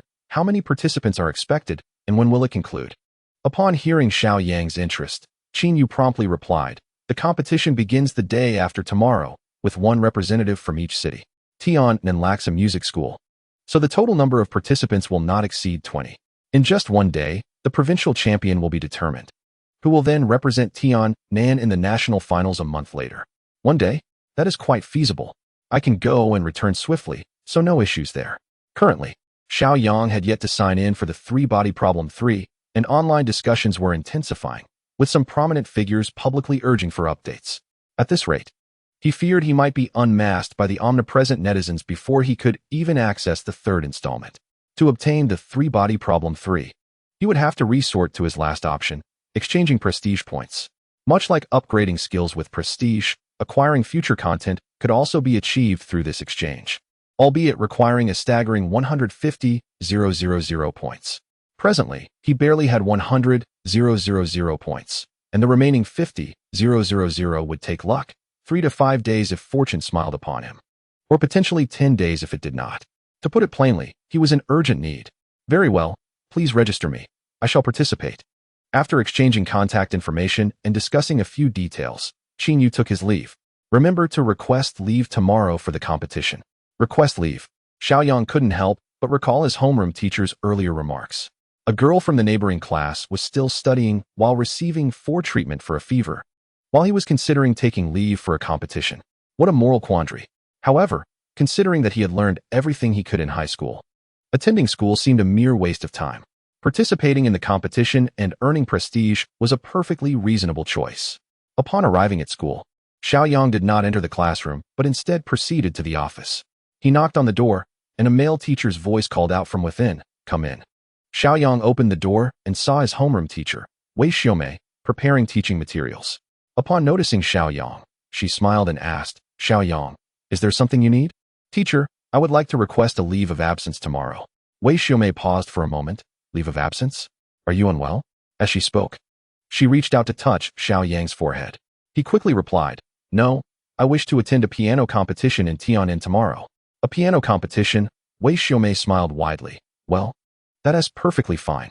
You may go." Was that it? Xiao Yang had prepared an elaborate speech for his request, yet the homeroom teacher granted it without a second thought. This left him quite taken aback. "Do you have anything else?" "No, then I shall take my leave." "Go ahead." As he exited the office, he could faintly hear Wei Xiaomei's voice. "Xiao Yang from our class is truly multi-talented, and his academic performance has significantly improved. A prodigy like him must be nurtured in all aspects." He also caught the approving murmurs of other teachers. "Indeed, this child has a remarkable future ahead. Indeed, I truly envy Teacher Wei." Chapter 46. Is this a piano competition or a lullaby? Wang Ziluan lifted his eyelids. "Old Xiao, you've been late 4 out of 5 days this week. I genuinely envy you." Xiao Yang retorted with annoyance. "I wasn't late. I was in the office requesting leave." "Requesting leave? For what?" "Yes, there's a piano competition tomorrow." "Wow. Old Xiao, can you be a little more low-key?" "I've been low-key for 18 years. It's just as well to be a bit more flamboyant." Bai Lanlan turned her head. "Xiao Yang, did you just say you're participating in a major piano competition?" "Yes, I'm heading to Tian'an." Bai Lanlan bit her lip, her feelings conflicted. She, too, had studied piano from a young age and possessed some talent. However, after entering high school, she had not touched the piano again. Now, Xiao Yang was able to take leave to participate in a piano competition while she was still buried in her studies. Perhaps this was the essence of disparity. The news of Xiao Yang participating in the piano competition spread throughout the campus. After all, he had demonstrated extraordinary piano skills just yesterday, making his participation in the competition seem reasonable. Yet, more and more people began to express their envy. He has achieved awards in sports at the provincial level. His academic performance has soared, and his poetry and songs are all classics. Now he is off to a piano competition. Goodness. It seems you have opened too many doors for Xiao Yang. Why have I been left with none? At this point, Xiao Yang had become a well-known figure throughout the school. After classes, many pointed at him, unsure whether it was envy or jealousy. Xiao Yang paid little mind to it. After all, nothing he encountered during his ordinary days was more outrageous than this. Editor Lu Jing called. Mr. Xiao, several media companies are currently negotiating copyright matters. One has offered 3 million for the film rights to the entire Three-Body series. 3 million? The first 2 volumes of Three-Body are immensely popular in the realm of traditional science fiction, yet within the entire literary industry, they are merely average. Thus, theoretically speaking, 3 million is a considerable sum. However, Xiao Yang understood precisely the caliber of this extraordinary work. Once the third installment is released, the entire narrative will attain its completeness. One might say that even 13 million would not pose a challenge for Xiao Yang. He need not deliberate at all. He firmly stated that no copyrights would be sold. Indeed, not a single one. If any inquiries arise, simply reject them outright. Lu Jing added, "By the way, the company has prepared some small gifts for you. They should be arriving at your residence shortly. Please check upon their arrival." After hanging up the phone, she shook her head at her supervisor. Xiao Yang had made his position abundantly clear. No copyrights would be sold. The supervisor's expression visibly dimmed. Selling the rights could yield substantial profits for their sci-fi vanguard. Yet if they refrained from selling, they would be left to scrape by on mere subscription fees. If only they could have included some rights in the contract. With a resigned sigh, the supervisor remarked, "Just focus on managing matters related to Xiao Yang. Handle them appropriately." A mere few minutes after Xiao Yang ended the call, he heard the doorbell ring. Upon opening the door, he was greeted by a delivery person carrying a box. Without a doubt, this must be the small gift that Sci-Fi Vanguard had sent him. After signing for it, he lifted the box, which felt quite heavy in his hands. Upon returning indoors and opening the box, he discovered a trophy inside, an award for the Sci-Fi Vanguard Creation Prize. The trophy was rather exquisitely crafted. Xiao Yang promptly placed it on his desk, where it joined the 3 trophies he had previously received from provincial awards, along with several certificates. These external accolades were merely for aesthetic appeal. The box contained a few other items, though none were particularly valuable, serving merely as keepsakes. At 9 o'clock in the morning, while Xiao Yang was tidying up his room, his phone rang. It was Qin calling. "Mr. Xiao, I am waiting outside your community." "All right, I will come out shortly." After hanging up, Xiao Yang stepped out of his home. Upon reaching the community entrance, he spotted Qin waving from in front of a luxury car. Today, she donned a white shirt paired with fashionable bell-bottom trousers, accentuating her graceful figure. As Xiao Yang approached, Qin cheerfully remarked, "I'll drive you there. I hope you don't mind." "Not at all. It's no trouble. Come on in." She gestured to the passenger seat. "Passenger seat?" Xiao Yang opened the rear door. "I think I would prefer to sit in the back." Qin appeared momentarily taken aback. "Isn't the front seat more comfortable? I might get thirsty."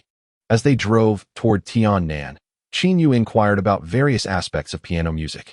Xiao Yang's skills were impeccable. He not only possessed extraordinary piano proficiency, but also had acquired extensive knowledge in the field. Thus, any questions posed by Lan Lan were no longer a concern for him. Moreover, Xiao Yang's humor and wit kept Qin in high spirits, eliciting peals of laughter throughout the journey. The upcoming competition was to be held in a closed music hall, devoid of any live audience. No audience. Xiao Yang felt he had lost an opportunity for recognition.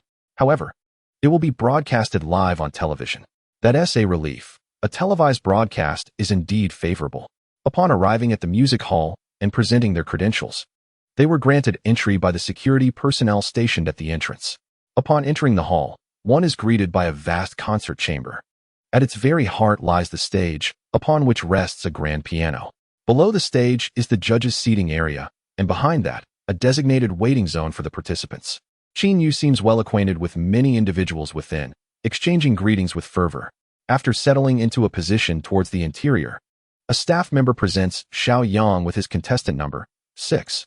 The competition is set to commence in half an hour. There is no need for undue psychological pressure. As long as you can exhibit half of your prowess, the championship shall undoubtedly be yours.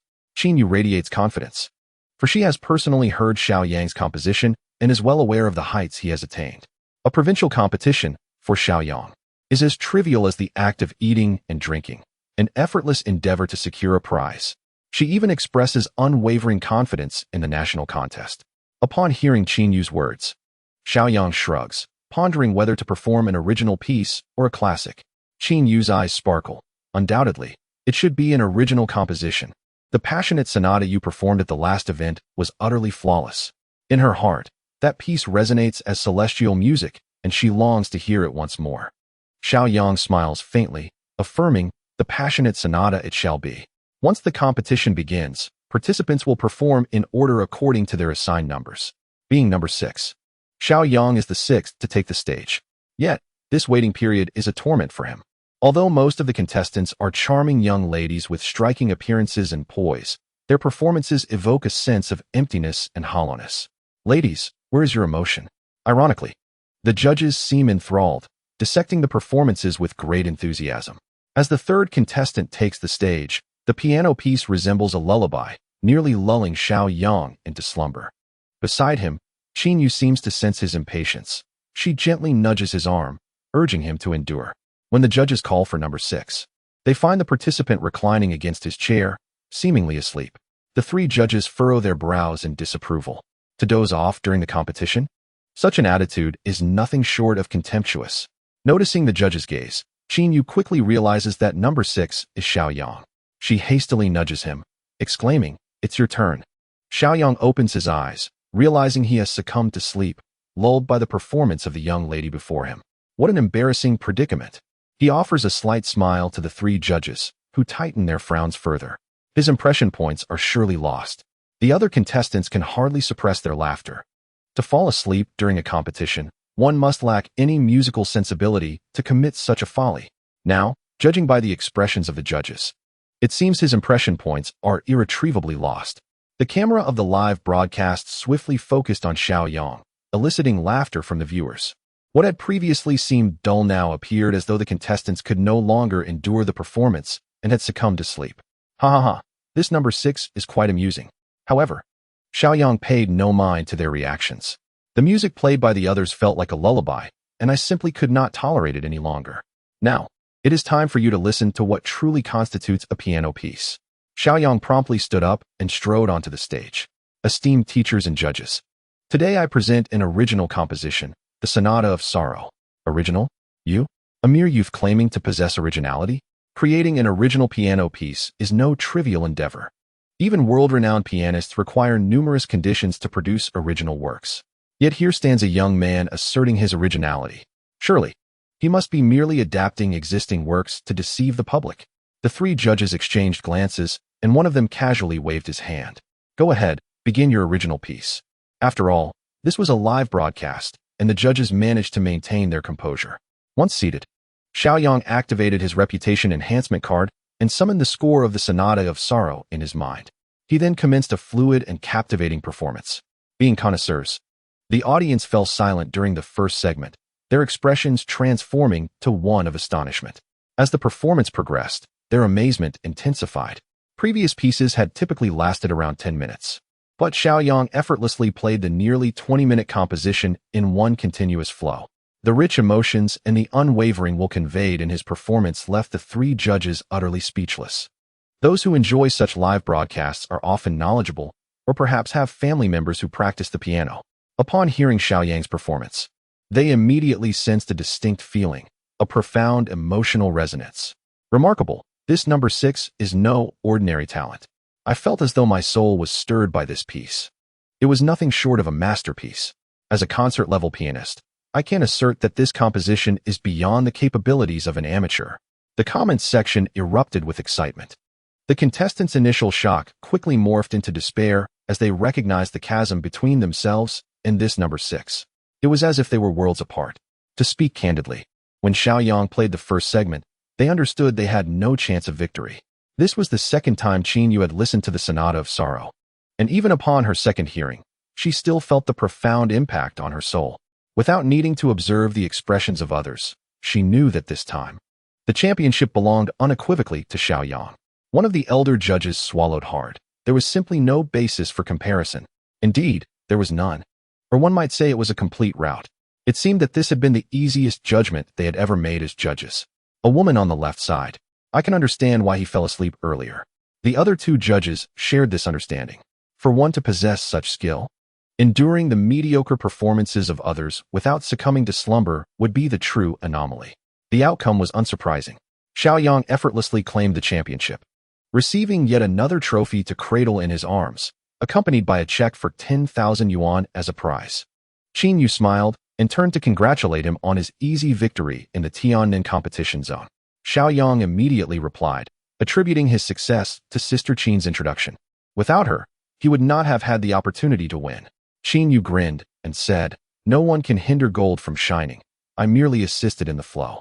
All right, let's head back to Jiang City. It's my treat. You can choose the place." As Qin Yu laughed and started the car, she teased, "Aren't you afraid that after I eat, your 10,000 yuan won't suffice?" Xiao Yang blinked, pondering how much she could consume with that slender waist. Qin Yu, however, did not allow him to treat. Instead, she dropped him off at his doorstep.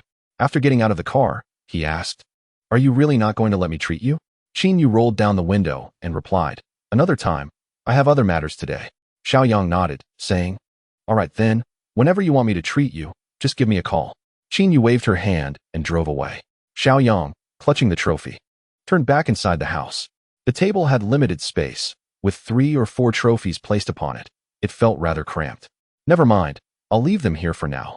I'll find a place to store them after dinner," he said, patting his stomach. It was still early afternoon, and he thought it would be perfect to combine lunch and dinner. Xiao Yang left home once more, heading to a restaurant not far from the community. Meanwhile, a business vehicle entered the neighborhood. After parking, one side of the door opened, and Lu Ping emerged, dressed in a colorful long dress. Soon after, the driver's door opened, revealing a tall, bespectacled middle-aged man, Xiao Yang's father, Xiao Rongxing. Upon seeing their home so close, Xiao Rongxing smiled, stating, "After more than half a month, the experiment has finally concluded. I can return home and catch my breath." Lu Ping shook her head with a smile. "You still remember you have a home." As she linked her arm with her husband's, Xiao Rongxing lowered his head slightly, saying, "Where there is a nation, there is a home. Scientific development is of utmost priority, though I cannot boast the same prestige as your many students." As they conversed, they took out their keys to unlock the door. Observing the tidy courtyard, Xiao Rongxing nodded slightly. That rascal may not excel in academics, but he certainly manages household chores well. By the way, he should be at school now, right? "It's Thursday, of course, he's at school," Lu Ping sighed, releasing her hold on his arm. "We've finally made it home. We must dissuade him from studying abroad. After all these years, we haven't really overseen him. If we neglect him further, he may truly squander his life." Xiao Rongxing grumbled in dissatisfaction. "That boy lacks talent. The eldest and the second. Didn't we also persevere through this? It's this rebellious child who accomplishes nothing." Lu Ping pulled Xiao Rongxing toward the house. "All right, you keep calling him rebellious. Even if he is not, you'll still call him that. Driving is quite exhausting. You should rest for a while." As they entered the living room, Xiao Rongxing abruptly pointed at the table, exclaiming, "What is that?" Lu Ping looked up and saw a table full of trophies and certificates. Chapter 48. Are all these Xiao Yangs? The table is not small, yet it appears considerably diminished under the weight of numerous trophies and certificates. Lu Ping was momentarily taken aback before she slowly approached. It seemed that all of these were indeed trophies and accolades. She casually picked up the one closest to the edge, which bore neatly engraved words, "Champion of the Xinguang Cup in the Tian'an District." Lu Ping furrowed her brow slightly. "The Xinguang Cup? Champion of the Tian'an District?" She turned to look at the puzzled Xiao Rongxing. "Have you ever heard of the Xinguang Cup?" As a scientist, he was familiar with the Nobel Prize, being a prestigious award not too distant from his own aspirations, and he was well aware of the national highest science and technology award. Photographs of him with award-winning leaders still adorned his office. However, regarding the Xinguang Cup, Xiao Rongxing took out his phone to search for it. The results were replete with references to elementary school poetry competitions, cultural arts, and piano contests. Closing his phone, he took the trophy from Lu Ping's hand. "It's rather exquisite. Did you not acquire this for decoration?" Lu Ping shot him a glance. "If I knew, would I need to ask you? Has your research dulled your wits?" Xiao Rongxing recoiled slightly, daring not to retort, and instead placed the trophy back on the table. Lu Ping picked up another one. The Technology Pioneer Creation Award. "This ought to be somewhat relevant to science, don't you think?" Xiao Rongxing shook his head once more. "Just because it has the word technology does not guarantee its authenticity. Wait, let me search again." After another search, the first result was a novel website, seemingly dedicated to traditional science fiction.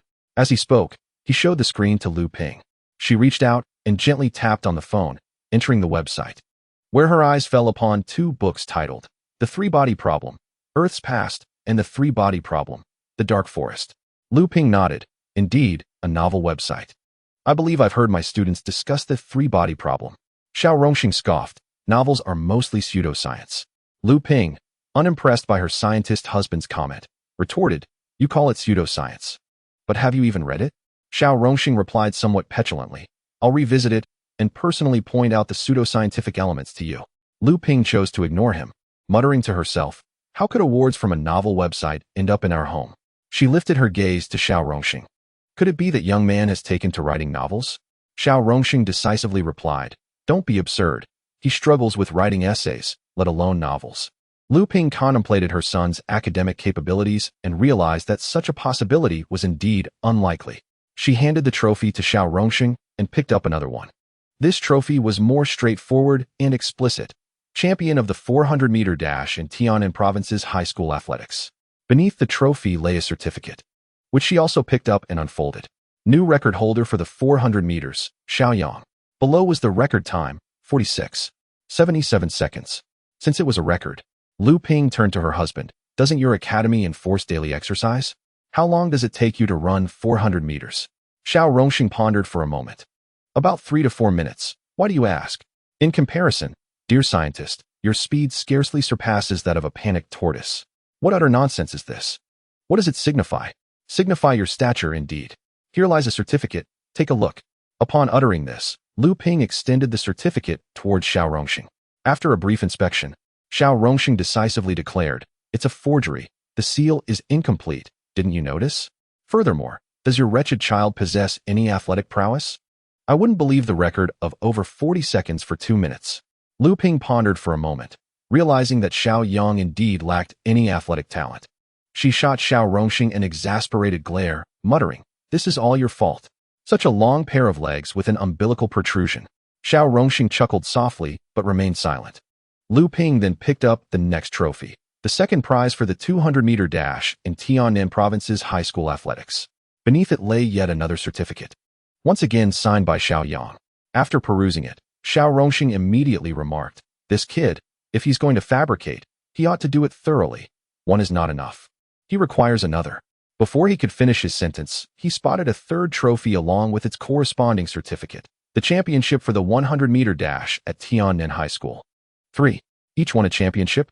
Lu Ping shook her head, contemplating whether she had perhaps provided too much in living expenses, allowing this child to purchase such items. Certainly.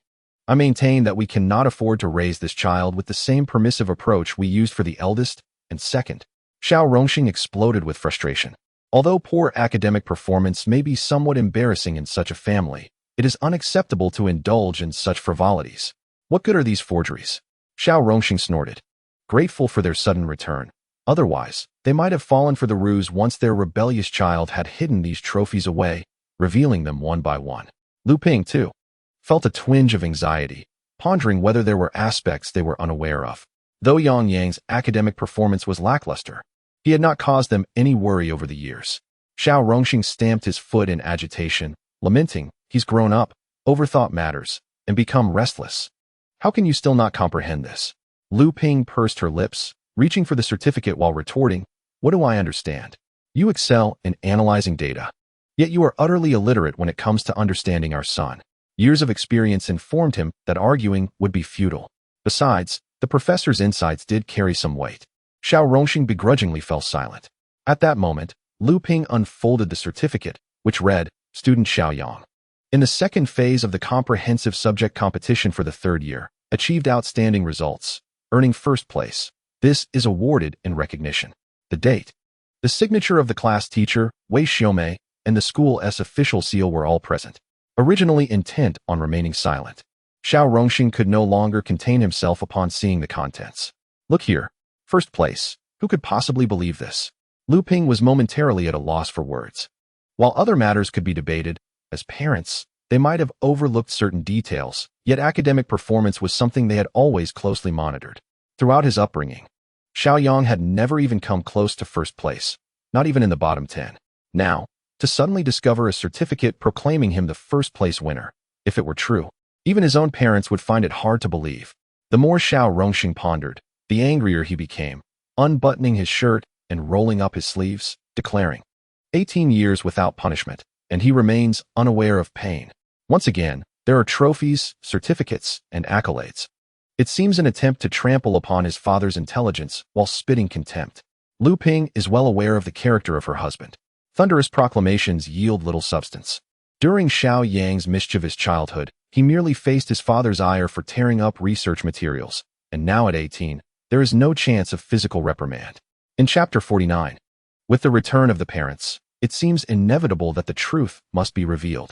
Aside from academic performance in this particular matter, Xiao Yang has excelled in other areas, leaving them generally content. It is likely that the old man will simply deliver a lecture and bang the table for emphasis, and that will be the end of it.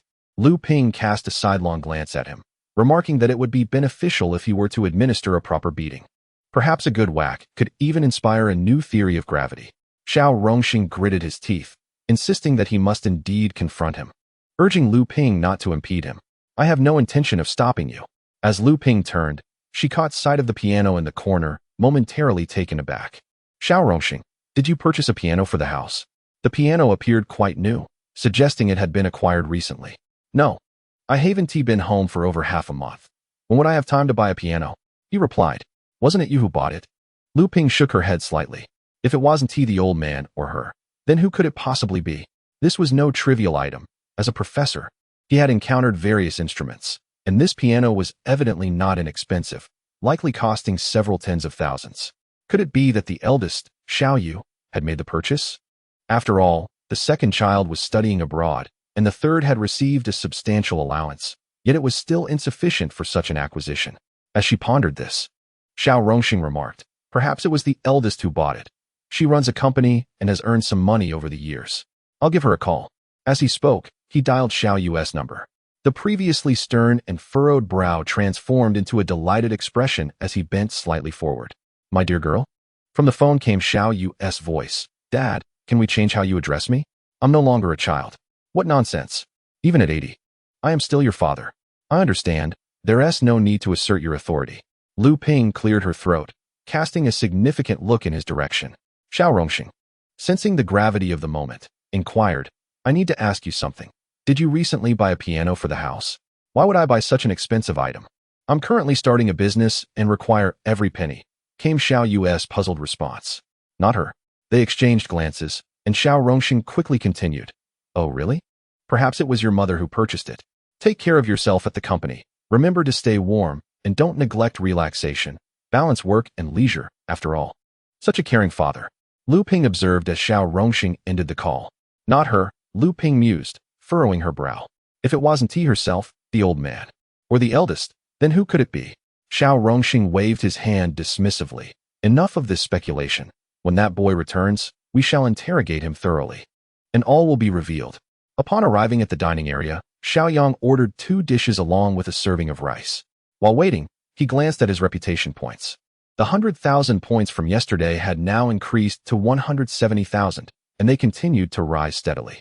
That is sufficient to exchange for the 3-body problem 3. Only 150,000 reputation points are needed, leaving him with over 20,000 to spare. Since the meal had yet to arrive, Xiao Yang promptly exchanged his points on the sign-in panel. Soon, the 3-body problem 3 materialized in his mind. He had long yearned for the 3rd installment, and upon the exchange, he began to immerse himself in its narrative. This 3rd part is also the one with the most rapid plot development. The most contentious character in the series officially took center stage. As Cheng Xin's influence unfolded, chaos ensued. Wei De, Luo Ji, Yun Tianming, and other prominent figures exclaimed their inability to cope. Just as Xiao Yang was engrossed in the story, he felt a gentle nudge on his arm. Coming back to reality, he noticed the restaurant owner standing before him. Young man, you should eat quickly. Your meal will get cold, the owner urged. Xiao Yang lowered his gaze to see the 2 dishes and rice on the table. So absorbed was he that he had not realized the food had been served. He quickly nodded and said, Thank you, I will start eating now. After finishing his meal, Xiao Yang settled the bill and exited the restaurant. The establishment was only a few hundred meters from his apartment. However, his desire to continue watching the 3-body problem 3 led him to seek out a nearby pavilion, where he resumed his viewing. Aware of his imminent fate, Yun Tianming bought a star to gift to Cheng Xin. However, she immediately urged him to forego euthanasia and instead contribute his brain. Following her advice, his brain was rapidly sent into space. Of course, this was merely the tip of the iceberg of Zhang Xian's audacious maneuvers. Xiao Yang was utterly captivated by this masterpiece.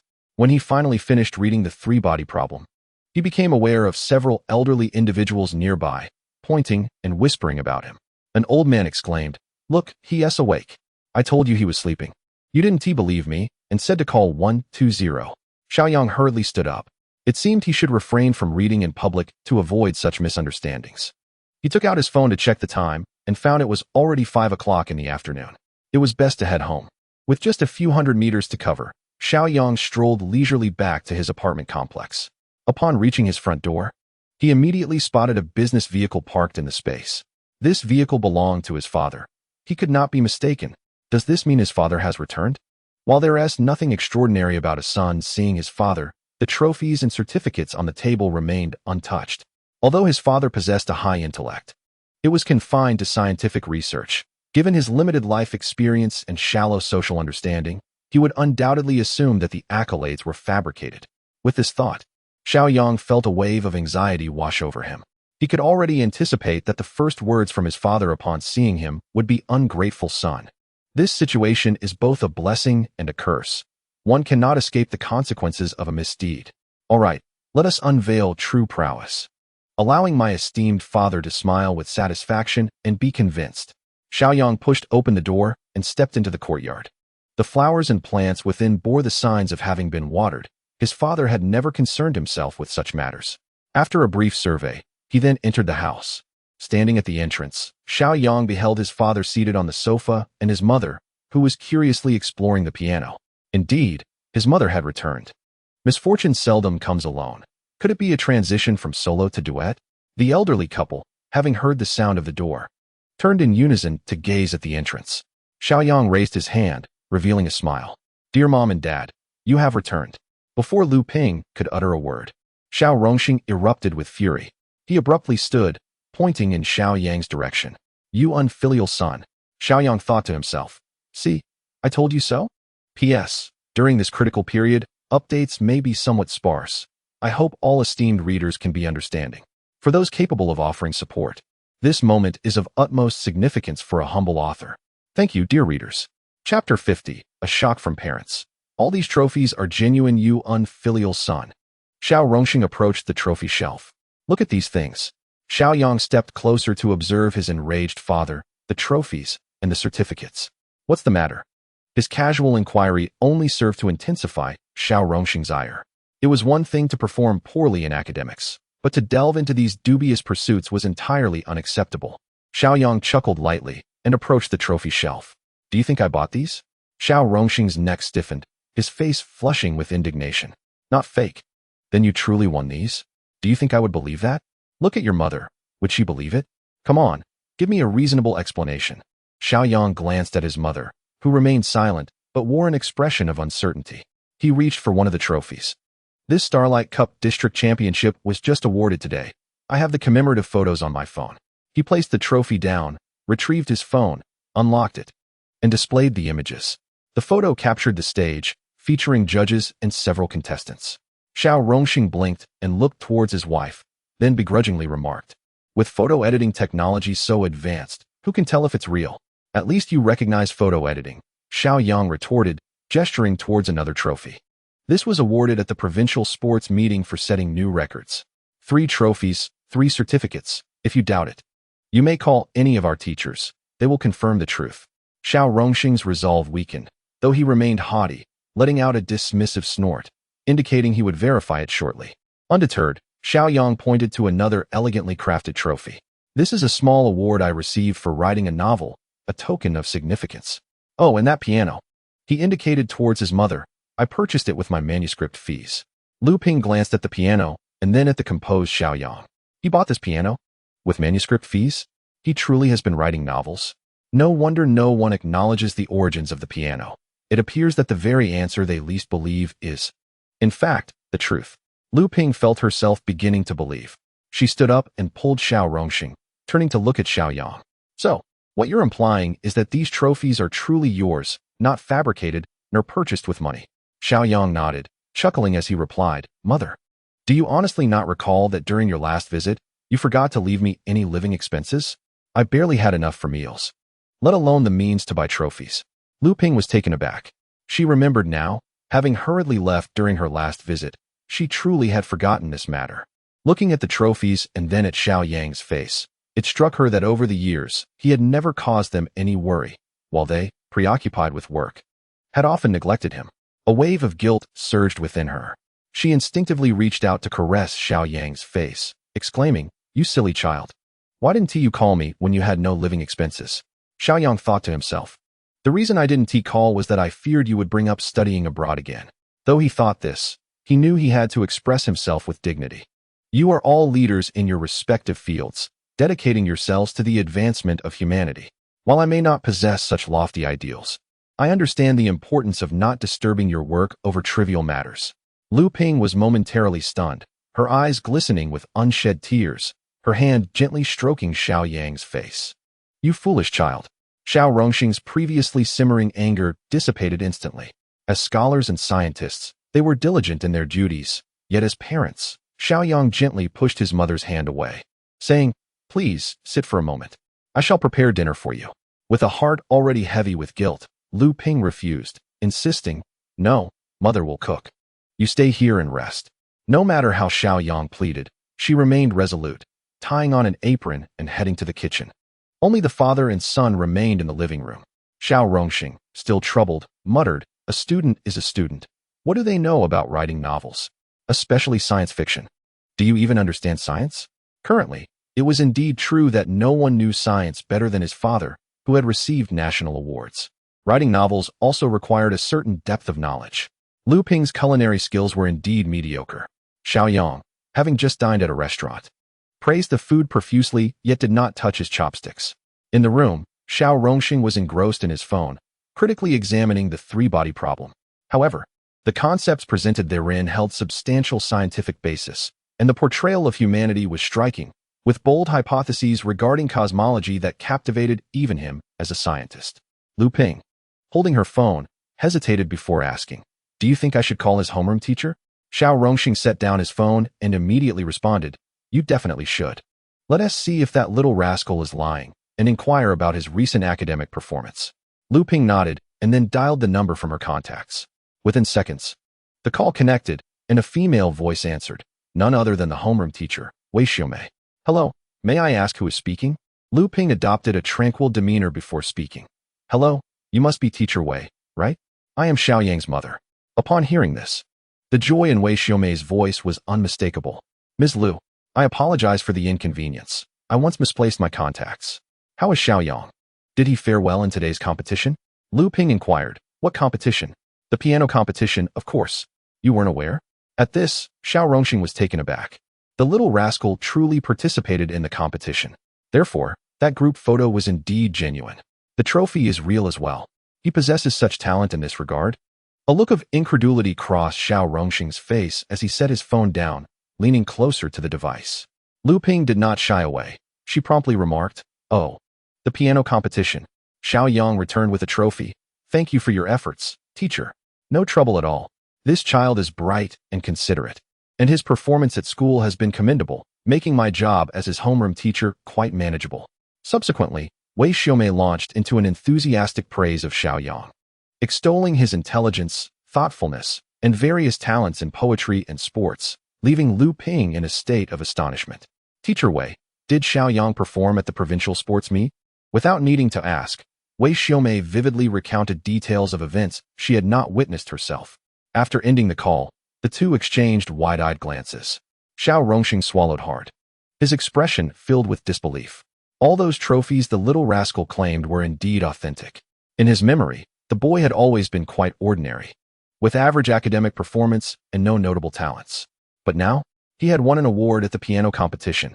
At the athletics meet, he had claimed first place in 3 events and set 3 records. His previously mediocre academic achievements had skyrocketed, culminating in him securing the top rank in the entire school. Chapter 51.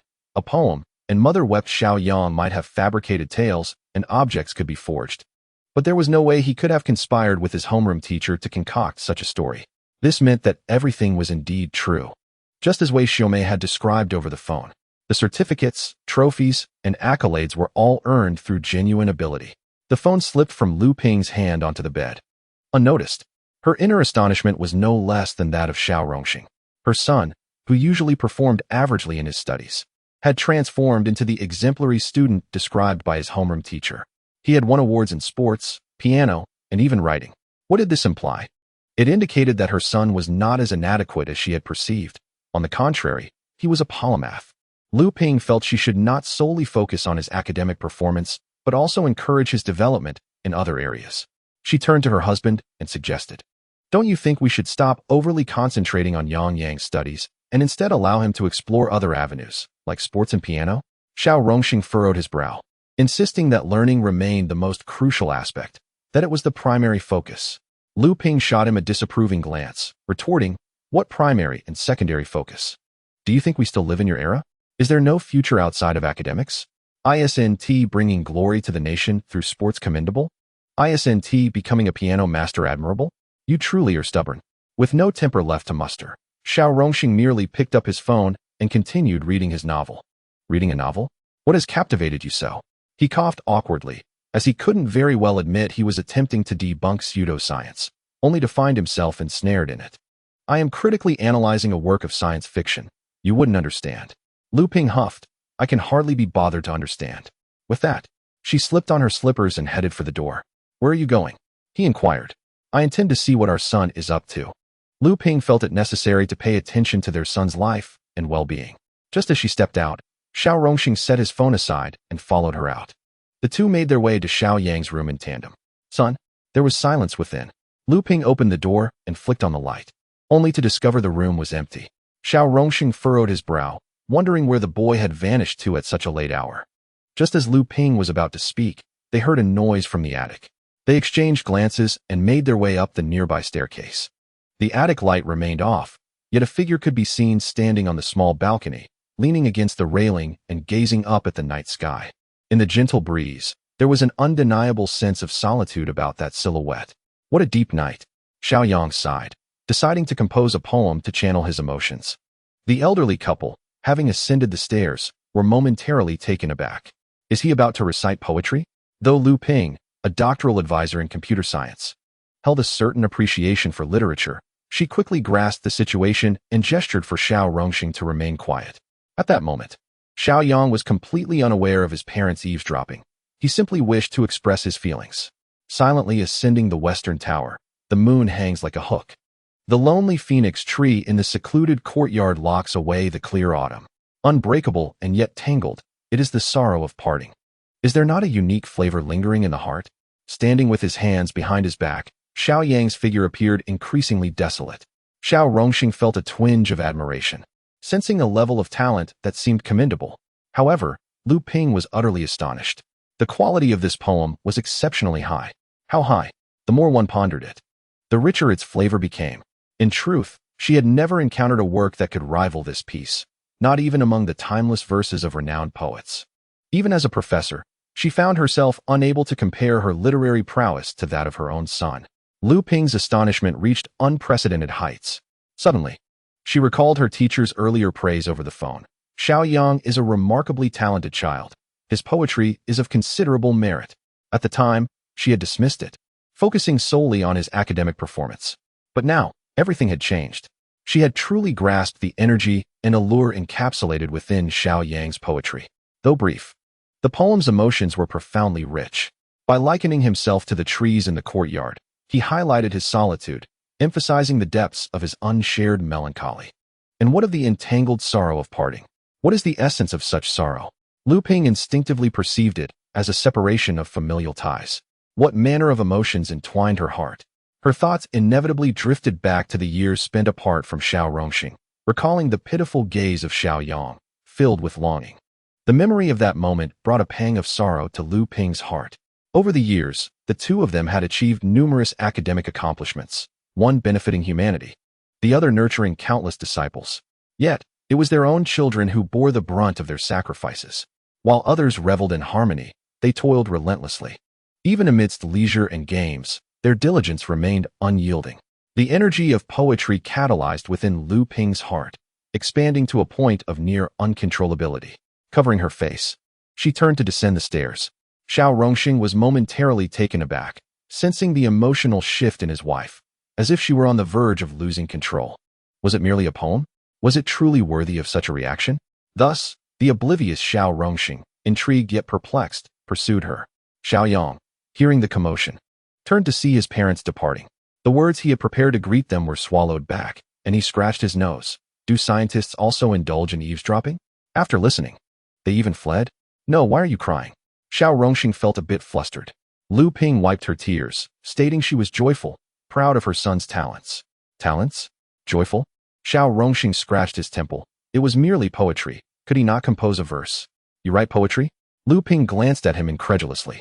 After over 20 years of marriage, she had never realized this clumsy man could craft poetry. Xiao Rongxing promptly recited hydrogen, helium, lithium, beryllium, boron, cold blossoms bloom alone.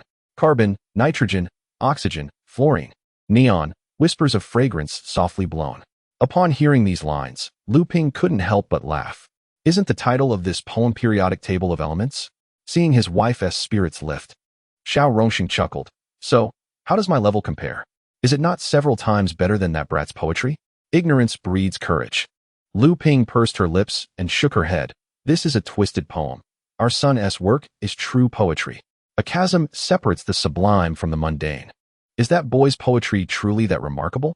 She gently nodded. Indeed, it is far more extraordinary than you can imagine, surpassing even the ancient verses found in textbooks. Upon hearing this, Xiao Rongxing was taken aback. He knew his wife well. She was not one to lavish praise, even on their own child. This implied that Xiao Yang's poem genuinely possessed the caliber she described. Chapter 52. The top scientist urges for more updates. To surpass the ancients in poetry. How exceptional must the writing be? How elevated must the realm of imagination reach? Xiao Rongxing shook his head slightly, realizing he still held some misunderstanding. Lu Ping, however, was not inclined to ponder his thoughts. She stood by the window, softly murmuring to herself. Her son, brimming with talent, excelled in athletics, and was proficient in piano. Such choices became increasingly complex. Normally, one's energy is finite, and as parents, they ought to be concerned about the path their son would prioritize in the future. Previously, there had been no choices. Hence the desire to have Xiao Yang study abroad for enrichment. Now, however, he had suddenly revealed his multifaceted abilities. Choosing a primary area of focus for development has become quite a conundrum. Standing by the window, she pondered for a long time without any clarity. Eventually, she shook her head slightly, deciding to ask him tomorrow about his interests. As long as her son chooses a path, Lu Ping had resolved to offer her unwavering support. If he opts for sports, then the best sports school awaits. If he chooses piano, then the most prestigious music academy in the world shall be his destination.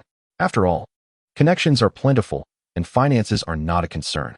When she turned her head, she noticed Xiao Rongxing once again engrossed in his phone, thoroughly enjoying a novel. Her brows furrowed slightly. How could he be so captivated? Wasn't he the one who despised science fiction? Xiao Rongxing, without lifting his head, replied dismissively. This one isn't entirely nonsensical. It not only holds theoretical validity, but also delves into the depths of human nature and philosophical implications. In the morning, the first thing Xiao Yang did upon waking was to sign in, hoping to receive a lucky card. The lucky card. It can be used on anyone, and upon activation, one's fortune skyrockets for the next 10 minutes. A card shimmering with a bright silver light appeared in Xiao Yang's consciousness backpack. A lucky card? Having encountered items during sign-ins before, Xiao Yang was not overly surprised. He was prepared for such occurrences. This seemed akin to a buff in a game. After brushing his teeth and washing his face, he noted that his parents were likely still in a deep slumber. It was a rare holiday for them, and he had no desire to disturb their rest. Opening his computer, he accessed the author's backend. The account balance had unexpectedly surged to 350,000 after a day of activity.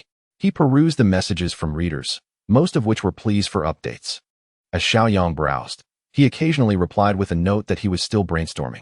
In reality, he had already exchanged for the third installment the previous day. However, with his parents at home, he had no opportunity to write. Just then, Xiao Yang's expression shifted to one of confusion. One comment consisted of a mere sentence. Your novel is captivating. Please release the third installment soon.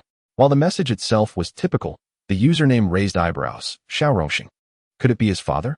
Curiosity piqued. Xiao Yang clicked on the blank profile, discovering that the background information was also empty, with a registration date from yesterday. As a middle-aged man with little engagement in online entertainment, the likelihood of him using his real name for the account was quite high. Thus, it was highly probable that this was indeed his father.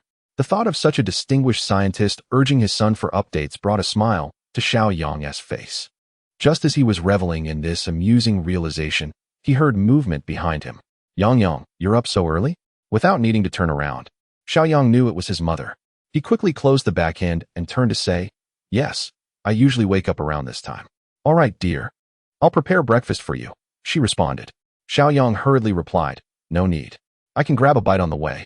After persuading Lu Ping to return to her room for a rest, Xiao Yang finally set off for school. What? You're going to take the academic proficiency test? Wei Xiaomei exclaimed, her eyes wide with astonishment. In this world, academic proficiency tests serve as a gateway examination overseen by the local education bureau. A satisfactory score grants direct eligibility for the college entrance examination, while a failure results in the loss of this opportunity for the year. As the final semester approaches, Wei Xiaomei would normally remain unfazed, given the standardized testing. However, the predicament lies in the fact that they have only recently commenced their senior year, having completed less than 2 mock tests, with 9 months left before the college entrance examination. Most crucially, numerous knowledge points remain unstudied. It was then that Xiao Yang proposed to undertake the academic proficiency test. He is currently her most promising student, and should he fail this assessment, an entire year could be rendered futile. Not only was Wei Xiaomei taken aback, but the other faculty members in the office were equally astonished. Jiangxing High School boasts a history spanning several decades. Yet in all those years, no student had ever sought to take the academic proficiency test ahead of schedule. In fact, many teachers had forgotten that students could even initiate such a request. After all, time is invaluable for students. Once a request is made, there is no turning back, making it far more prudent to await the standardized examination when the stakes are safer and more certain. After a brief moment of distraction, Wei Xiaomei began to counsel. Xiao Yang, there is still over half a year left. We need not rush. Let us take one step at a time and proceed methodically. However, Xiao Yang had evidently resolved to follow through with his decision. He had independently studied all high school subjects and had solidified his understanding of the material.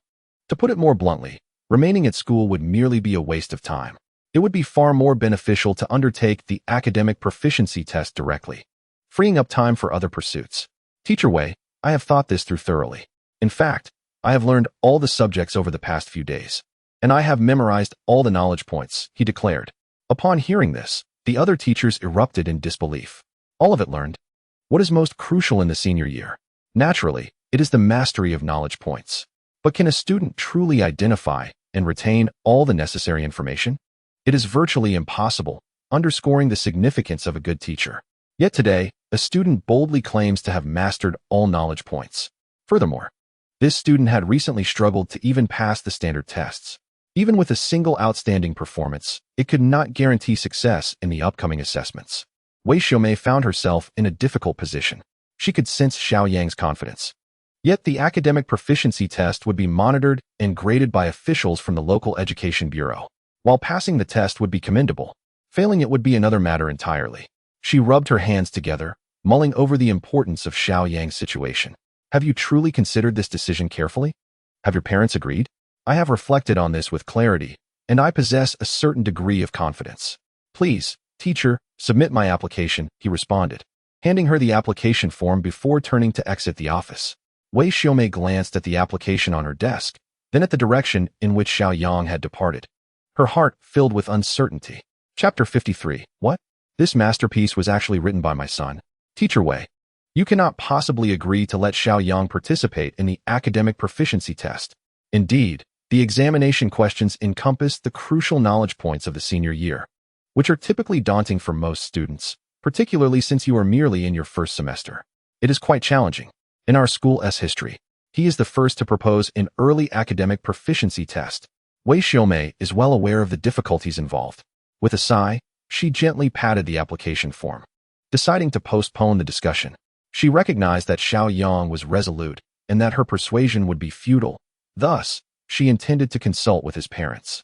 Wang Ziluan, swaying his head, quipped, "Old Xiao, if you don't run to the office at least 3 times a day, you just can't feel right, can you?"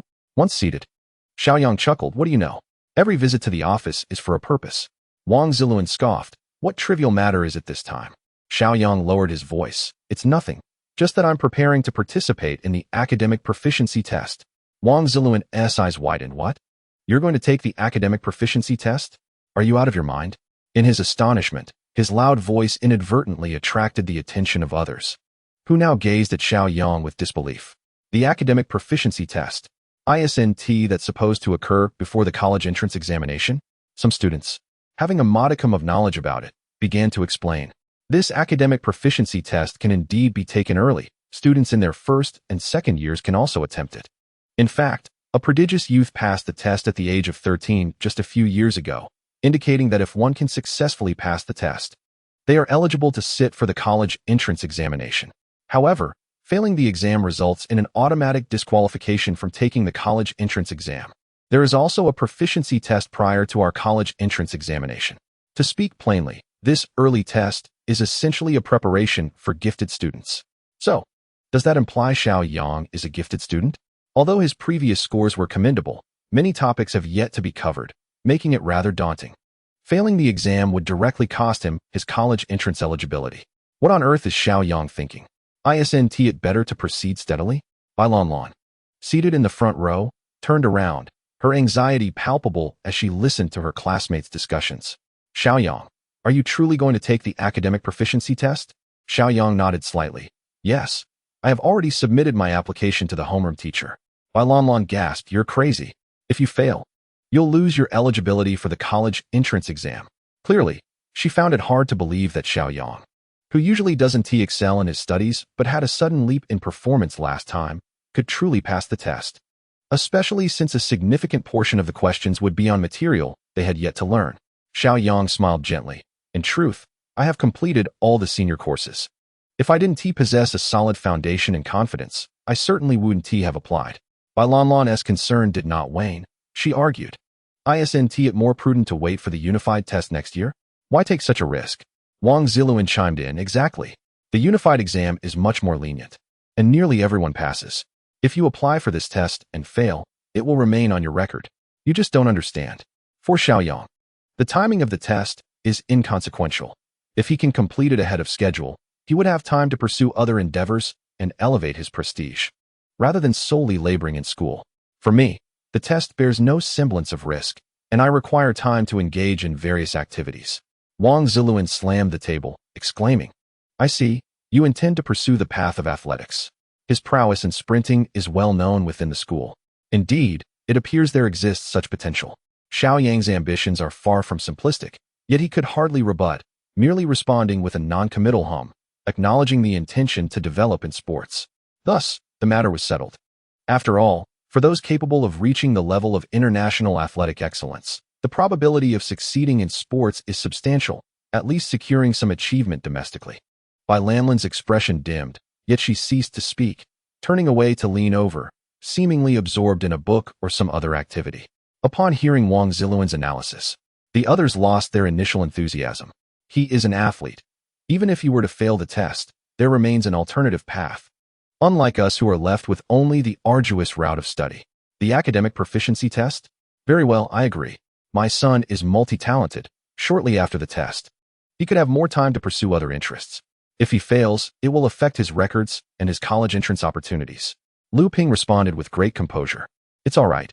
If he doesn't pass this year, he can always take it next year." Then, Wei Xiaomei hastily uttered something before hanging up the phone. She had just informed Lu Ping about Xiao Yang's application for the academic proficiency test. Originally, Wei Xiaomei intended for Lu Ping to dissuade Xiao Yang, but she was taken aback by Lu Ping's swift agreement. This unexpected response left Wei Xiaomei flustered, prompting her to end the call in a hurry. Holding her phone, Wei Xiaomei let out a wry smile. "Well, since his parents consented and Xiao Yang's desire is fervent, I cannot continue to suppress him."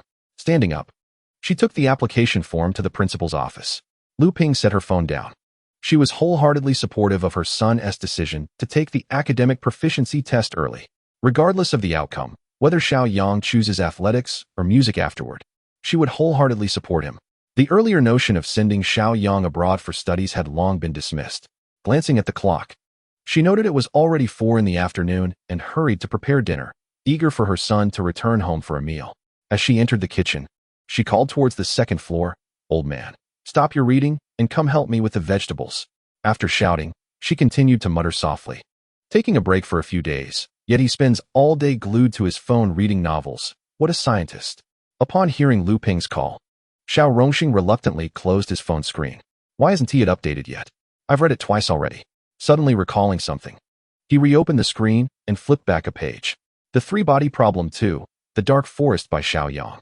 Why does the author's name resemble that of a mischievous boy? Xiao Rongxing frowned and scratched his temple, pondering whether it was mere coincidence. The urging voice of Lu Ping echoed from downstairs once more.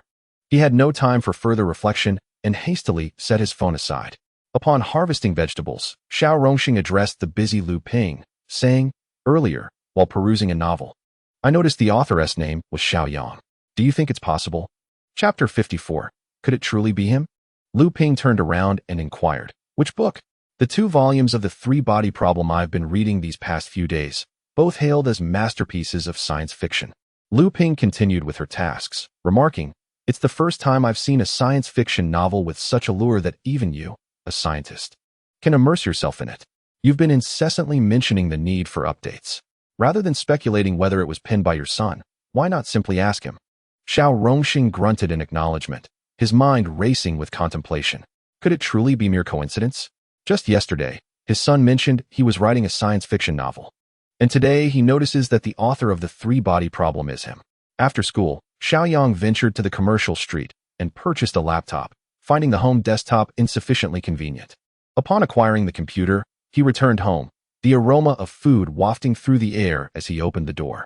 Xiao Rongxing, seated on the sofa with a newspaper, waved him over as soon as he noticed his return. "Come, sit down. I have a few questions for you." Xiao Yang glanced towards the kitchen before taking a seat and placing his laptop beside him. "What is the matter?" Clearing his throat, Xiao Rongxing began. "I recall you mentioning yesterday that you were writing a novel for Sci-Fi Vanguard, correct?" Xiao Yang nodded. "Yes, there's that creative award, isn't there?" Xiao Rongxing rubbed his hands together. "What is the title of your novel?"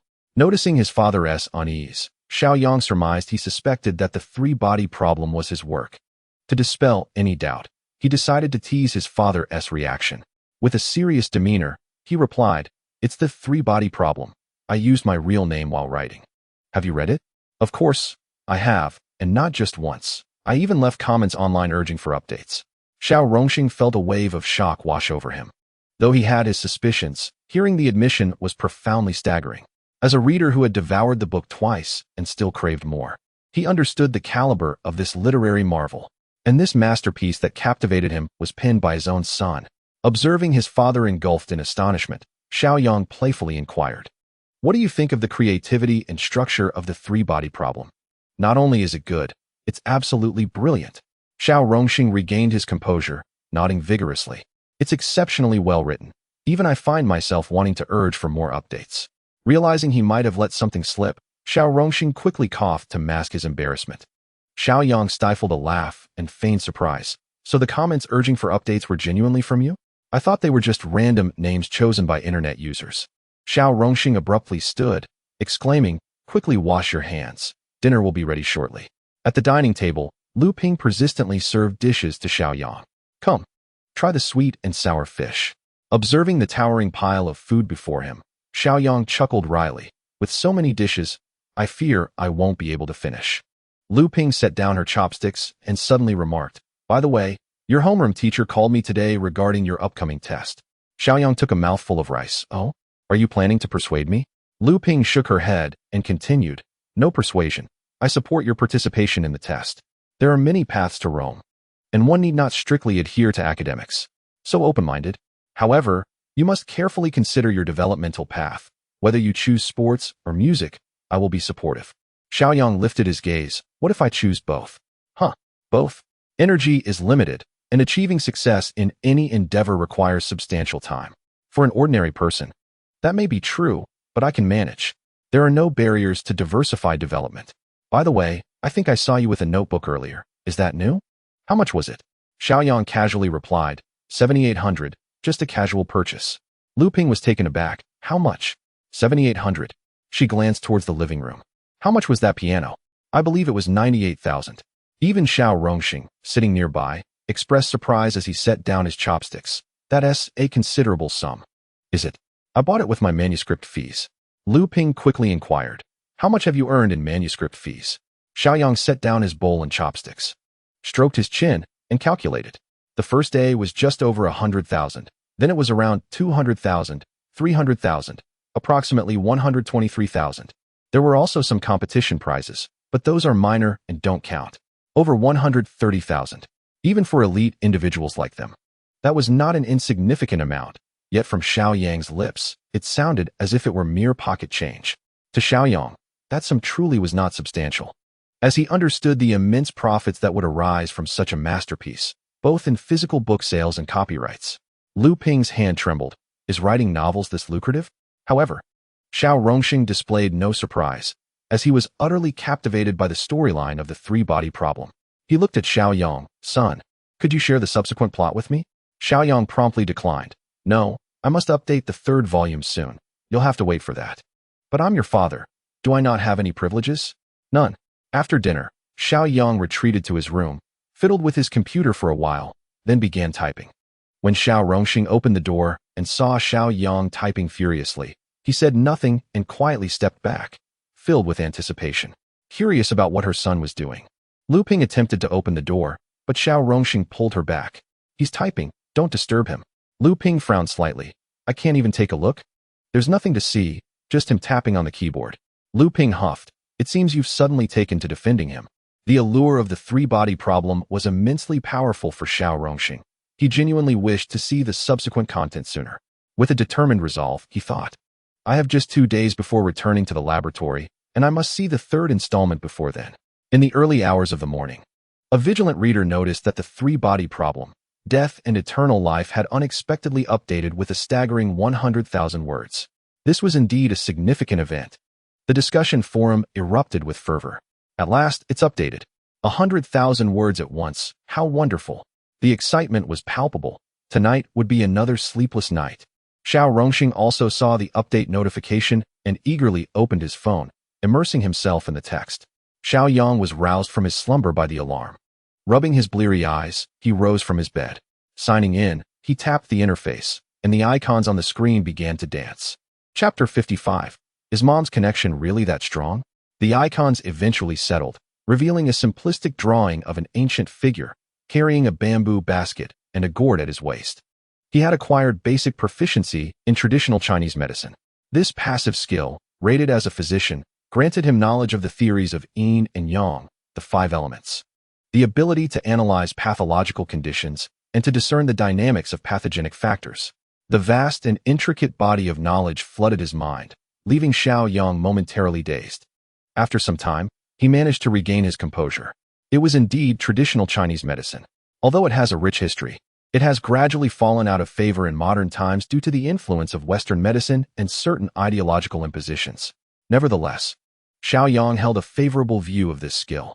After all, at a critical moment, it could potentially save his life or even the lives of others. Reflecting on his recent achievement of releasing the third installment, which had raised his reputation to 40,000, he decided to invest 10,000 to enhance this skill. Successfully upgrading, he attained intermediate proficiency in traditional Chinese medicine, a passive skill rated as a senior physician, proficient in ancient remedies and acupuncture, capable of treating most complex ailments. This skill appeared promising, though it held little immediate utility for him. Upon entering the school that day, he spotted his homeroom teacher, Wei Xiaomei, standing to the side. She waved at Xiao Yang, beckoning him over. Once he approached, she handed him a notification. Here's the application form I printed for you. Please take a look. It needs to be submitted tonight. Xiao Yang perused the document, which mainly outlined various stipulations, such as the serious violations associated with cheating. After tucking the notification away, he inquired, Ms. Wei, have you received any updates on when the supervision test will take place? Wei Xiaomei hesitated for a moment before responding. The test will commence tomorrow. If we postpone now, it can still be arranged, but I would face consequences from the Education Bureau. However, if you fail the exam, that would be a far greater issue. Xiao Yang smiled slightly. I am confident. While he exuded confidence, Wei Xiaomei was not as assured. Why rush such a promising student? Witnessing his resolute attitude, she could only sigh. All right then, do prepare thoroughly. You can study at home today and tomorrow morning. Just bring your student ID to the Education Bureau. If you have any questions, feel free to ask me. Have you given yourself a vacation?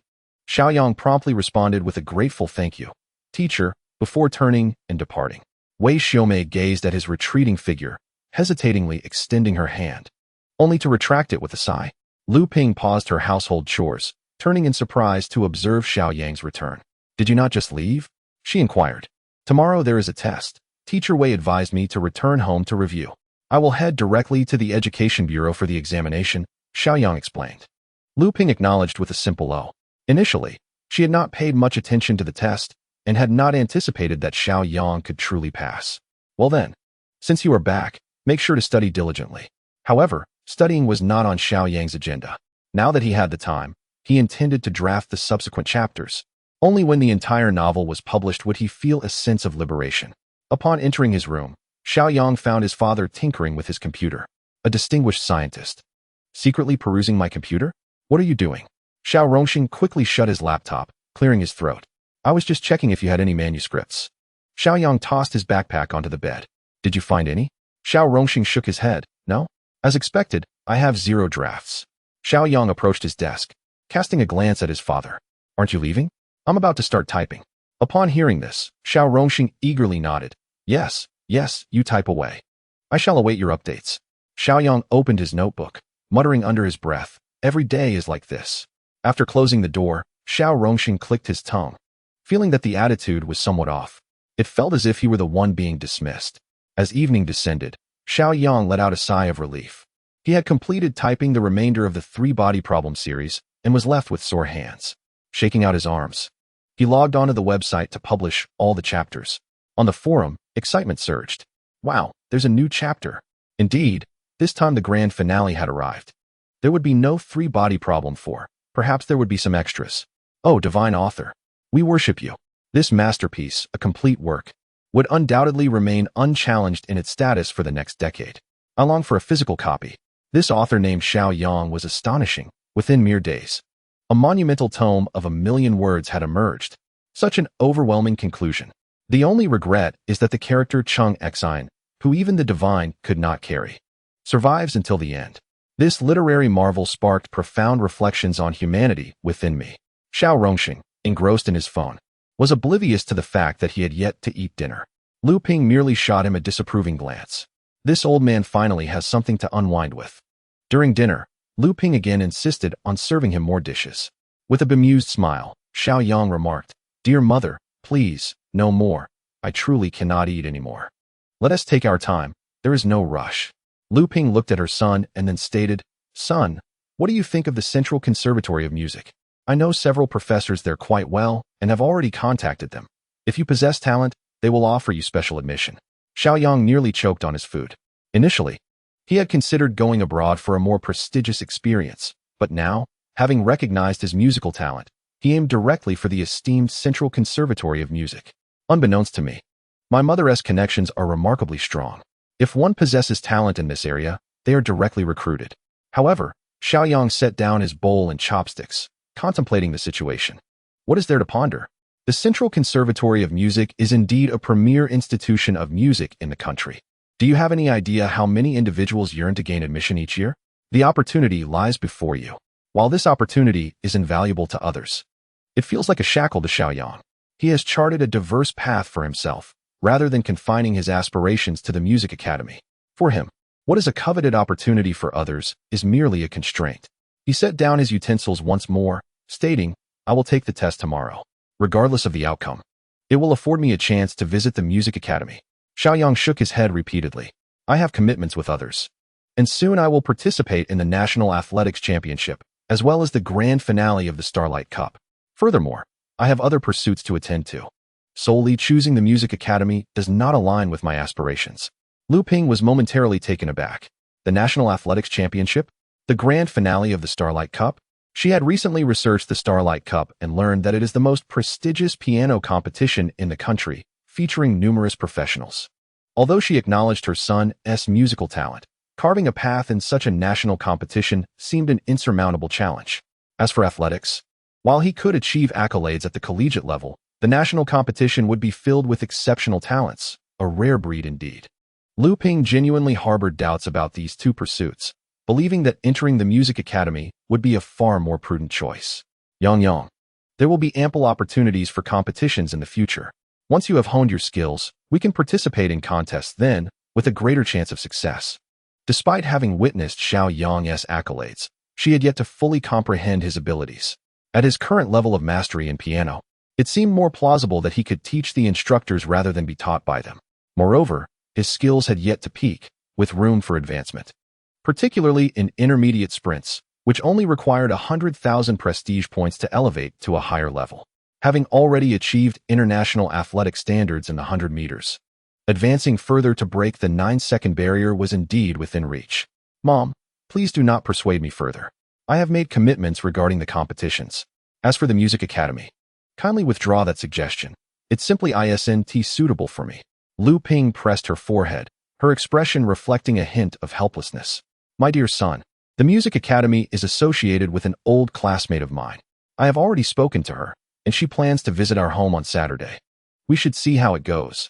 It would be quite embarrassing to inform her that we are not interested. Already arranged? No wonder you have been so adamant. You had already committed to it, and she is indeed coming to see you. Xiao Yang found himself at an impasse. After all, this was his mother's old acquaintance, and some respect was due. He shrugged and replied, very well. I shall be home on Saturday, and will present my abilities then. Lu Ping revealed a smile and said, You child, it sounds as if you are merely going through the motions. By the way, what is the level of your classmate at the Conservatory of Music? A doctoral candidate at the Central Conservatory of Music, a professor, a doctoral advisor, the director of educational music, the head of the keyboard instruments department, and the deputy director of vocal education. How does that sound? The titles are quite extensive. Xiao Yang picked up his chopsticks and remarked, So? This implies a high level of expertise. Lu Ping pondered for a few seconds. Her piano skills are indeed exceptional. Otherwise, I wouldn't have sought her out. When your aunt arrives, you must perform admirably. Xiao Yang nodded, contemplating inwardly. To compel the other party to relinquish their intentions, the most effective method is to showcase an even stronger self. After dinner, Xiao Yang returned to his room to rest. Just as he lay down, his phone by the bedside rang. He picked it up and saw that it was Lu Jing, the editor from Sci-Fi Vanguard. Hello, Mr. Xiao. I hope I'm not disturbing you. The voice on the other end conveyed a sense of caution. Xiao Yang chuckled, crossed one leg over the other, and replied, Not at all. Is there something on your mind, Editor Lu? After a brief pause, she continued, The third installment has been completed. Are you considering a fourth? Goodness. Is this an attempt at forced continuation? Having written 3 installments, Xiao Yang's writing prowess had undoubtedly improved significantly, and his creativity was flourishing. However, the crux of the matter is that forcing a continuation could tarnish this masterpiece and even impact the overall revenue. Thus, without a moment's hesitation, he declined, stating, There will be no 4th installment. The entire work has reached its definitive conclusion. Silence enveloped the other end for about 10 seconds. Will you be launching a new work then? Xiao Yang, currently quite occupied, found little inclination to contemplate new projects. Let us discuss this later. I don't anticipate any new works in the near future. Another silence ensued. The website had only just revived itself, without a substantial work to sustain it. It would likely revert to its former state. Xiao Yang considered for a moment. The online edition had concluded, so the next step should be to venture into the physical book market and various translation versions. Once the physical book is published globally, the potential for an increase in prestige would indeed be considerable. This requires someone to manage the operations, and Xiao Yang currently lacks the time for such endeavors. But the website could take on this responsibility. Editor Lu, although the online edition has been completely wrapped up, I still require commercial collaboration to promote the physical book and related matters. Your website has a stellar reputation and extensive connections. If you are interested in collaborating with me, we could certainly discuss this further. After expressing these thoughts, Xiao Yang could hear the other person's breathing quicken. As an editor, she was well aware of the influence of the 3-body problem. The sales of the physical book would undoubtedly be substantial. The author holds the copyright, which allows for collaboration with anyone, yet he sought them out. This was truly an opportunity for them. They must seize it. Lu Jing, without a moment's hesitation, confidently assured. No problem. Our website will undoubtedly maximize its resources to promote your physical book." After expressing her heartfelt gratitude, she promptly rushed into the editor-in-chief's office. Startled by her sudden entrance, the chief editor, who was tidying up to leave for the day, relaxed upon recognizing Lu Jing. "Ah, Lu still here?" she inquired. Panting slightly, Lu Jing exclaimed, "Chief editor, I bring good news." The editor paused, her hands still, a glimmer of excitement flickering in her eyes. Could it be that the illustrious Xiao Yang is preparing to release a fourth installment? Not quite. The editor's expression fell, but Lu Jing quickly continued. "Xiao Yang is contemplating a physical book and wishes to collaborate with us on its operation." "What?" The editor's head shot up, nearly dislodging her glasses. "Lu, take a breath. Please elaborate." Lu Jing recounted the details of the conversation. The smile on the editor's face grew broader. A physical book represents a substantial opportunity. And now Xiao Yang intends to share this bounty with them. How considerate. There was no need for consultation with the general manager. The editor decisively declared, "Lu Jing, you will take full responsibility for liaising with Xiao Yang regarding the physical book. Focus solely on this. The website matters are secondary." In the morning, Xiao Yang awoke and accessed the sign-in panel, obtaining proficiency in basic Western medicine. This proficiency included a thorough understanding of anatomy, physiology, biochemistry, and molecular biology. Categorized as a surgical expert, he discovered the possibility of integrating other medical disciplines, but found it impossible due to the requirement of intermediate proficiency in Western medicine. Chapter 57. The examination invoked shock. What? Submit the paper in 15 minutes? Yesterday, he signed in for traditional Chinese medicine, and today for Western medicine. Remarkably, the two disciplines could indeed be integrated. Sometimes, the sign-in system defied all logic. Glancing at his reputation points, he noted a surge to 74,000. Thanks to the fermentation of 3-body problem the previous day, he promptly spent 10,000 reputation points to elevate his proficiency to intermediate. Shall I integrate? The process would consume 50,000 reputation points. Integrate. A new passive skill emerged, advanced medical mastery. This skill encompassed mastery of both Eastern and Western medicine, adeptly addressing internal and external ailments. The combination of two skills had birthed an entirely new advanced ability. Regrettably, lacking a medical license, he mused that with such a powerful skill, he could easily gain worldwide acclaim. Sitting up, Xiao Yang mentally navigated the vast and intricate medical system. He contemplated the principles of observation, inquiry, and diagnosis, along with the philosophical concepts of yin and yang, the 5 elements, and the efficacy of medicinal remedies. With steady hands, he felt confident in his ability to perform surgical procedures with ease. Spending 60,000 reputation points felt undeniably worthwhile. Feeling that time was still on his side, he donned his athletic attire and ventured out for a run. Returning at 7:30, invigorated, he found Lu Ping had prepared breakfast on the table, slices of bread, eggs, some bacon, and milk. Over the past few days, as soon as his mother found leisure, her culinary skills had noticeably improved, evident in the perfectly cooked eggs. Just the right amount of heat, still running in the center. He picked up a piece of bread and asked, "Where's Dad?" "Don't mind him. He read ebooks all night and just fell asleep this morning." Frankenstein, perhaps, is just like this. Once he sets his mind on something, he must see it through to the end. Xiao Yang shrugged, taking a bite of his bread, with the runny yolk of the egg oozing onto the slice, heightening his appetite. He was no longer young. He ought not to stay up late. Lu Ping took a seat, exclaiming that it was unavoidable. Those in the scientific field are often single-minded. After finishing breakfast, Xiao Yang bid farewell and made his way to the Education Bureau with the stationery he had prepared in advance. The upcoming test was to be conducted at the Education Bureau under supervision. The examination papers had been transported from the provincial office, and there were 4 cameras set up to entirely eliminate the possibility of cheating. Upon entering the bureau and explaining his situation to the staff, a woman in her 30s welcomed him. "You must be Xiao Yang. I will escort you to the designated examination room on the 3rd floor," she said, glancing at her name tag. Her name was Chuyu. As they ascended the stairs, Chuyu was quite talkative. "You are the first student to request an early test in many years. This examination room has been specifically cleaned for you. It used to be a storage room." Xiao Yang smiled and replied, "I must have caused you some trouble." "Not at all. I'm just a bit curious as to why you want to take the test early. Wouldn't it be better to wait until after the college entrance examinations?" Xiao Yang pondered for a moment before responding, "I have a rather eclectic range of studies. Taking the test early allows me to pursue other interests. Eclectic? What could a student possibly learn? Xiao Yang recounted with enthusiasm. Athletics, piano, writing, medicine. Chu chuckled. That is indeed quite varied. By the way, Xiao Yang, you wouldn't happen to be the one who broke the provincial competition record, would you? That event certainly made waves with the provincial team and the sports bureau. Indeed, I broke a few minor records. Minor records? The sports bureau even sent representatives. How could they be minor? Chu cast him a curious glance. With such athletic prowess, why not just enroll directly into a sports school? Here we are, she said, leading him into the examination room.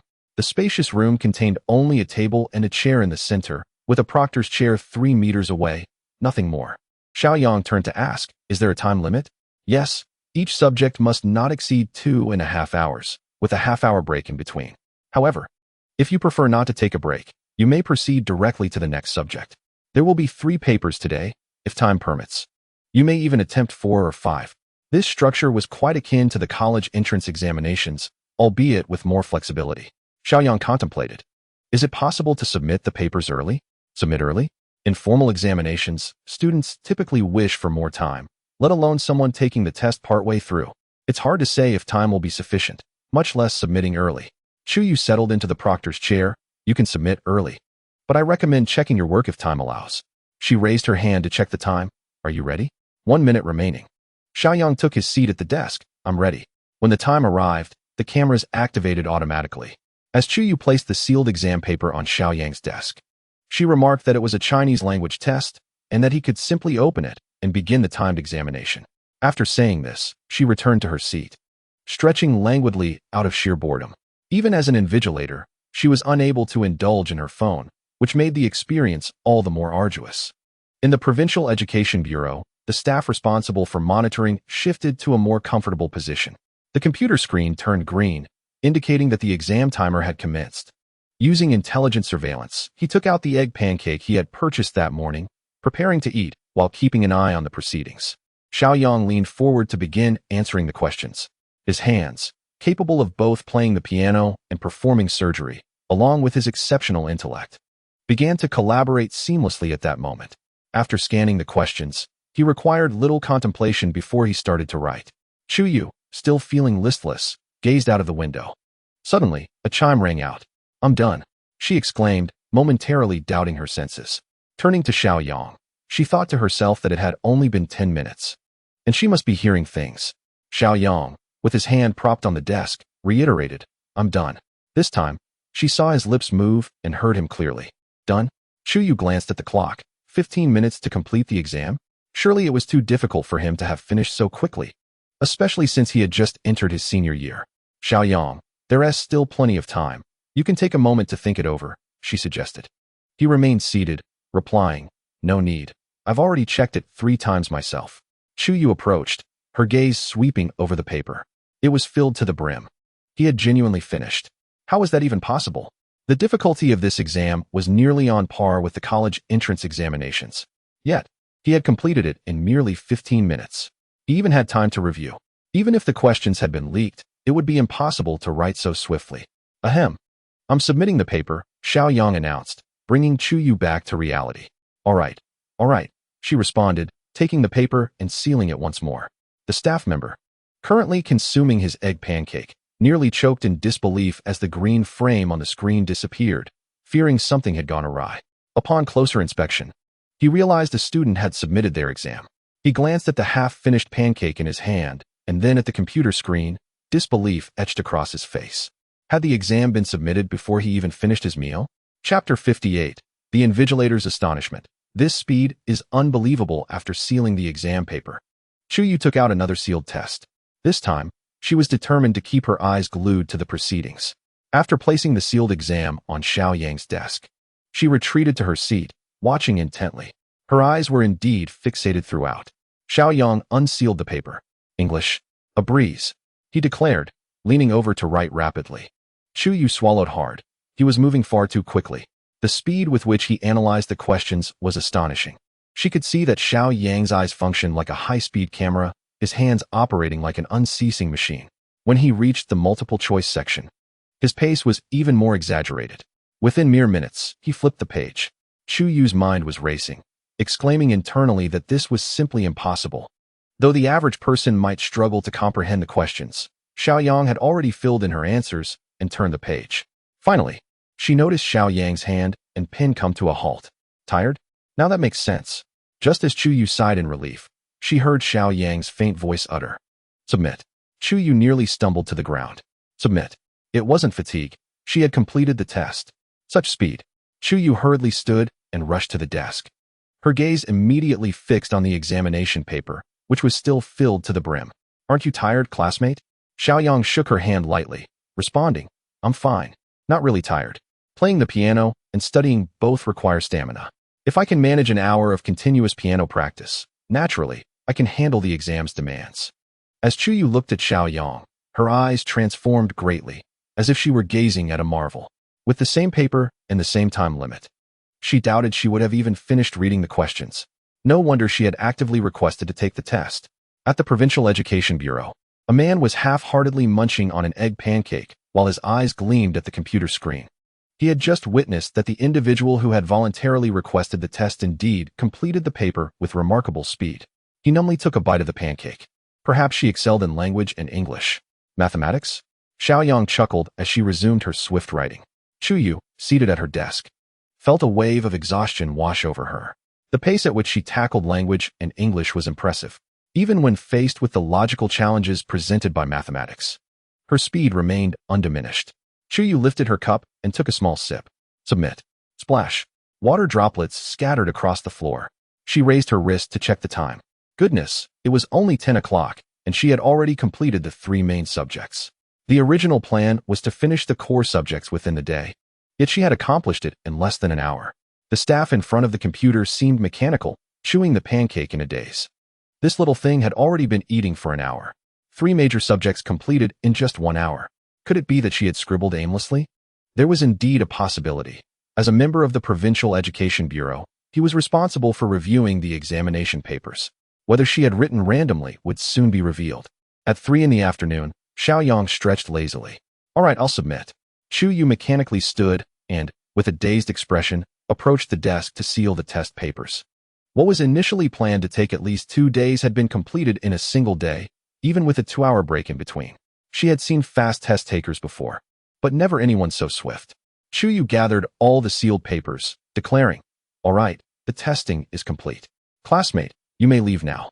These papers will be sent to Tiannan for grading by the Provincial Education Bureau." Xiao Yang packed her stationery and followed Chu Yu out of the room. After handing the papers to the custodian, Chu Yu let out a sigh of relief. Observing Xiao Yang walking ahead, she extended her hand and called out, "Xiao Yang." "Wait a moment." Xiao Yang halted and turned to face her. After a moment of hesitation, Chu Yu inquired, "Did you find these questions challenging?" She felt a twinge of confusion within her, yearning to discern whether Xiao Yang was genuinely engaged in his writing. After pondering for a moment, Xiao Yang candidly remarked, "It's not difficult. You simply need hands." As he departed, Chu Yu gazed after him, left to ponder in disarray within the corridor. "Back so early?" Lu Ping exclaimed in surprise upon witnessing her son enter the living room. "Wasn't it supposed to end at 6? I had even planned for your father to pick you up." Xiao Yang set down his backpack, having written swiftly and completed his work in good time. Lu Ping, not overly concerned about this test, refrained from further inquiries and stated, "An old classmate of mine just called. She finished early at the academy today and will be passing by our home on her way back to her hometown tonight." The classmate she referred to was, of course, the director of the prestigious music academy. "Is she coming tonight?" Xiao Yang expressed no surprise, merely nodding in agreement. Then he recalled, "By the way, Mom, it seems we have no fruit at home. I'll go buy some to properly entertain that aunt." Lu Ping nodded in affirmation. "All right, go ahead." Outside the community, a fruit shop awaited. Xiao Yang navigated it effortlessly, quickly selecting an assortment of fresh fruits. After making his purchase, he carried them home. Approaching the gate, he noticed his mother engaged in conversation with someone. Upon closer inspection, he recognized the individual as the neighbor, the teacher who had previously plagiarized his work for her own son. Naturally, he held no fondness for such a person. Just then, Lu Ping turned to see her son returning and beckoned him. "Come in quickly. Aunt Li from next door has arrived." Xiao Yang composed himself, a smile gracing his lips as he pushed open the gate. "Would you care to sample some of the freshly bought durian, Aunt Li? Among the variety of fruits, His emphasis on the durian carried a subtle connotation. However, Li Jun did not perceive this, perhaps believing her actions were impeccably discreet, unbeknownst to Xiao Yang. No, thank you. She politely declined. Typically, Xiao Yang would insist a bit more for her to try, and she had been contemplating this. Nevertheless, he simply smiled and said, "If you want to enjoy such fresh fruit, I shall have to take it inside." With that, he swiftly retreated. Li Jun stood there, momentarily taken aback. After placing the fruits in the living room, Xiao Yang promptly retrieved his phone. He was not a petty person, yet he could hardly condone the theft of his poetry without feeling indignant. Just as he was about to ignore Li Jun outside, he faintly overheard their conversation. "Sister Lu, as a university professor, you must have some knowledge of poetry, right?" Li Jun inquired. "I teach computer science, so I have no expertise in poetry. But my son has some understanding of it." Li Jun's eyes brightened. "Is that so? Does he have any works? I would love to appreciate them." Chapter 59. Do you still wish to plagiarize? No negotiation here. Xiao Yang furrowed his brow. Li Jun was becoming rather presumptuous. The last time she plagiarized my poetry, I had yet to confront her, and now she has the audacity to approach me, under the pretense of ignorance on my mother's part. To forego an opportunity to expose her duplicitous nature would be a disservice to her hypocritical facade. As Xiao Yang rose, he had already devised a plan. He pushed the door open and stepped outside, hearing his mother continue to praise him. "My son's poetry is quite remarkable. I've heard a piece that is profoundly evocative and deeply moving." Xiao Yang approached and took Lu Ping's arm, saying, "Mom, let me chat with her for a bit. That lady should be arriving soon. Please wash the fruits and such." Lu Ping gently clapped her hands. "Yes, you engage in conversation. She has a keen interest in poetry." After exchanging a few pleasantries, she turned and walked into the living room. Xiao Yang scrutinized Li Jun closely. A middle-aged woman wearing glasses, she exuded a certain academic aura. Truly, one can know a person's face, but not their heart. A teacher, yet she resorts to plagiarism, and even desires to continue her thievery. Xiao Yang chuckled inwardly, while maintaining a courteous demeanor. "I overheard your conversation. It seems you have a great interest in poetry?" Li Jun nodded repeatedly. "Indeed. I teach language arts and never tire of tang poetry and song lyrics." Xiao Yang replied, "Your mother mentioned that your poetry is quite profound. I wonder if you have any works? I mean no offense. I simply wish to appreciate them." "Appreciate them? More like to claim them as your son asks." He thought, but refrained from voicing it. Instead, he nodded earnestly. "I do have some poetry, such as a recent piece I composed. Cho Nuer writes on the wall of Basan Road." Then, Xiao Yang began to recite slowly. "The youth knows not the taste of sorrow, loves to ascend the high tower." To compose new verses, he feigns despair. This was indeed the very poem that her son had stolen and won accolades for. Xiao Yang observed her expressions closely, surprise, indicating she had not anticipated him reciting this piece. Realization, as the name dawned on her, and trepidation, fearing he might uncover something. Once he finished reciting, Li Jun tentatively inquired, "This poem is magnificent. Do you intend to publish it online?" With a calm smile, Xiao Yang replied, "I write poetry solely for enjoyment, not for fame or profit, and have never considered posting it online. It is merely a pastime." He noted her visibly relieved demeanor, likely realizing that her secret remained safe. Li Jun, with a more relaxed expression, asked, "Do you have any other new works?" Xiao Yang countered, "Aren't you also fond of poetry? Do you have no works of your own?" Li Jun's face stiffened, and she replied, somewhat disgruntled, "I enjoy appreciating and analyzing poetry, but my abilities are limited, and I cannot produce quality works." Xiao Yang responded, "Oh, I have another poem. Would you care to hear it?" Li Jun quickly replied, "Certainly, I would love to appreciate it. All the birds have flown high. Only the solitary cloud drifts leisurely. We gaze at each other without weariness. Only atop Mount Song do we ascend." As a language teacher, Li Jun could certainly appreciate the poem's extraordinary essence. Her eyes brightened, and her breath quickened. "What is the title of this poem?" Xiao Yang smiled subtly, "Alone on Mount Song." Alone on Mount Song. She firmly committed the 4 lines to memory. Xiao Yang, unhurried, awaited the moment when the other party's brow unfurled, fully absorbed in his words. Before he spoke, "I apologize, but we are expecting guests shortly." Li Jun immediately grasped the implication, exclaiming, "Oh, you two are busy. Do come visit us when you have time." With that, she departed, her face alight with joy. Xiao Yang observed her retreating figure, a cold chuckle escaping his lips. "Isn't imitation your forte? Allow me to oblige." He then turned and returned to the living room, where his mother was busily washing fruit in the kitchen. Xiao Yang opened his computer, searching for the school of the sun next door. Indeed, the poetry competition at the teacher's college was set to enter its final stage tomorrow evening. It seemed that Wu Xingtian had managed to break through the competition with his poem, Zhou Nu Air, and was now hoping for Li Zhan to come and pilfer some verses. Then I shall lend you a hand. With ease. Xiao Yang located the official email of the event organizers. He crafted an email featuring the poem he had just relayed to Li Zhan, scheduled the sending time, and smiled contentedly. Tomorrow's live stream of the poetry finals would be an excellent spectacle for him to enjoy. At that moment, Lu Ping emerged from the kitchen. Fruits in hand. What is you so cheerful? Xiao Yang shut his laptop and replied, just some good news. Tomorrow will bring quite the show. Lu Ping shook her head slightly. What kind of show? I'll call you to watch the live stream tomorrow. Then you will understand, he replied, with a hint of mystery. Just then, Xiao Rongxing, who had not made an appearance all day, yawned as he descended the staircase. Did you sleep the entire day away? He stretched his neck, the bones cracking audibly. Lu Ping shot him a sidelong glance. You're aware that this break was meant for relaxation, yet you've become engrossed in science fiction novels. Staying up all night. Be cautious, you might end up with high blood pressure. Xiao Rongxing rubbed the back of his neck. This is all Zhang Yang's fault. His writing is so captivating, I simply cannot stop. Lu Ping huffed, enough of that. Don't come downstairs just yet. Tidy yourself up. As my old classmate is coming over. Xiao Rongxing paused, taken aback, and inquired, which classmate? Fan Yuding, the one involved in music. Xiao Rongxing's expression brightened. Ah, little Fan. All right, I'll wash my face and change my clothes. At 7 in the evening, as the sun dipped low in the sky, Lu Ping received a phone call. After hanging up, she turned to her son. Your aunt has arrived. I will go greet her. Xiao Yang stood up. No, I'll go. You don't know her. She has a license plate.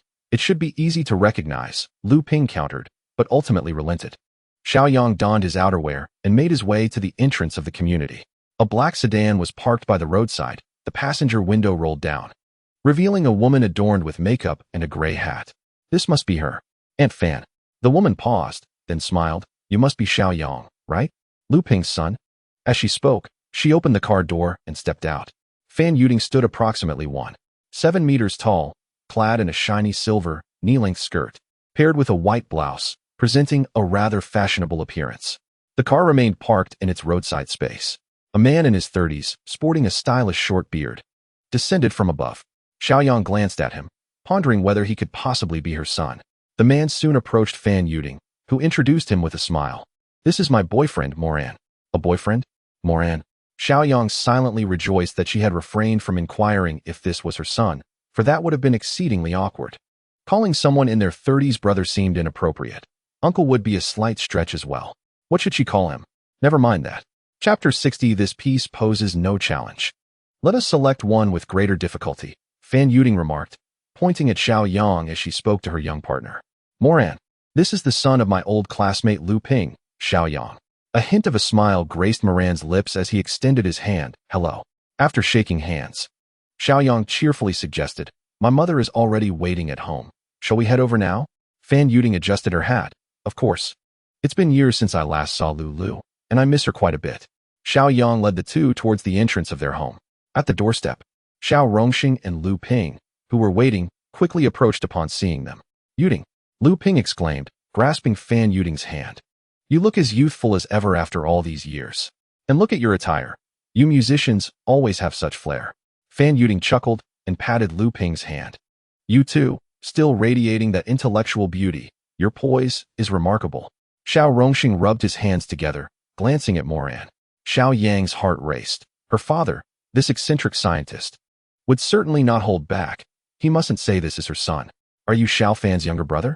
Xiao Rongxing inquired, his tone friendly. You look incredibly youthful.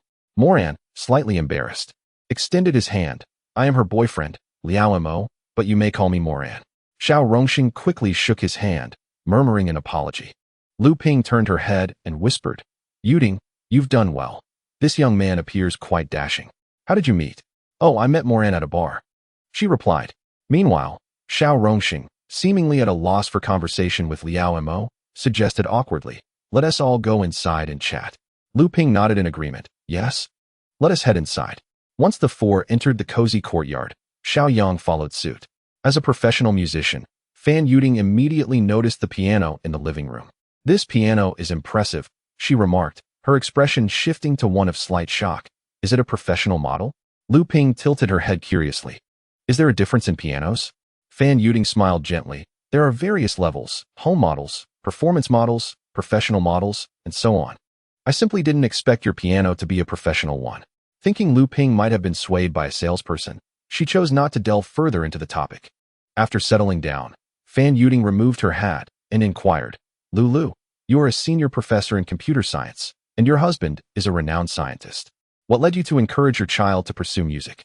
Lu Ping glanced at Xiao Yang, and with a hint of resignation, remarked, "This child lacks any scientific aptitude." As for sports, her tone shifted, and she quickly pivoted to music. "He shows considerable dedication to music, which is why I wish for you to assess him and discern if he possesses any innate talent in that realm." Fan Yuding smiled faintly. The admission standards of the Central Conservatory of Music are exceedingly rigorous. For an average child, one would have to navigate through numerous layers of scrutiny. However, Lulu, this is the first time in all these years that you have sought my assistance, no matter how challenging it may be. I shall undoubtedly ensure its successful completion for you." Lu Ping's eyes gleamed with hope. "Your words are all I need. Please, enjoy some fruit while I fetch a few bottles of water." With that, she rose and made her way to the kitchen. Fan Yuding cast several more glances at Xiao Yang before turning to Xiao Rongxing, "Brother-in-law, how has your research institute progressed in recent years?" "Oh, it's about the same," came the reply. "Goodness, you're truly a conversation ender." Fan Yuding was momentarily taken aback, then cast a helpless glance at Xiao Yang. "I heard from your mother that you won an award in piano?" Xiao Yang nodded. "Yes, I participated in a piano competition a few days ago and secured first place." Competitions, well, unless they are major ones, winning first place isn't particularly significant. It hardly serves as a reliable reference, he added. "What competition was it?" "The Starlight Cup. In the Tian-Nan division." The Starlight Cup? As the most prestigious competition in the country, Fan Yuding was well aware of it. She might even serve as a judge during the finals. If it were in the Kyoto division, the value of that first-place title would be immensely high. However, in the Tian-Nan division, where there are no music academies, even a first-place title does not necessarily indicate exceptional piano skills. Nevertheless, it does suggest that Xiao Yang possesses some noteworthy abilities. Fan Yuding accepted a bottle of water from Lu Ping and remarked, "First place in the Tian-Nan division is commendable. How many years has your son been studying piano?" Lu Ping was at a loss for an answer. Xiao Yang hastily interjected, "Just a few months." Immediately after speaking, a pang of guilt struck him. He had lied. It had only been about 10 days since he began learning the piano. Was he perhaps too modest? Fan Yuding paused, then shook her head and chuckled. "You think you can amuse your aunt with tales of studying for just a few months?" Xiao Yang thought to himself, "See, I shouldn't have lied. A few years would be more accurate." Fan Yuding continued, "To achieve such a level in just a few years is quite impressive.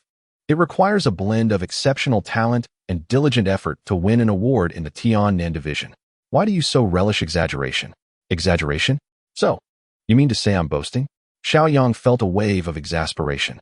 "Goodness, I made an effort to be understated, claiming I had only practiced for a few months, and now I'm accused of bragging." "Fine." Xiao Yang murmured in agreement. "Yes, indeed."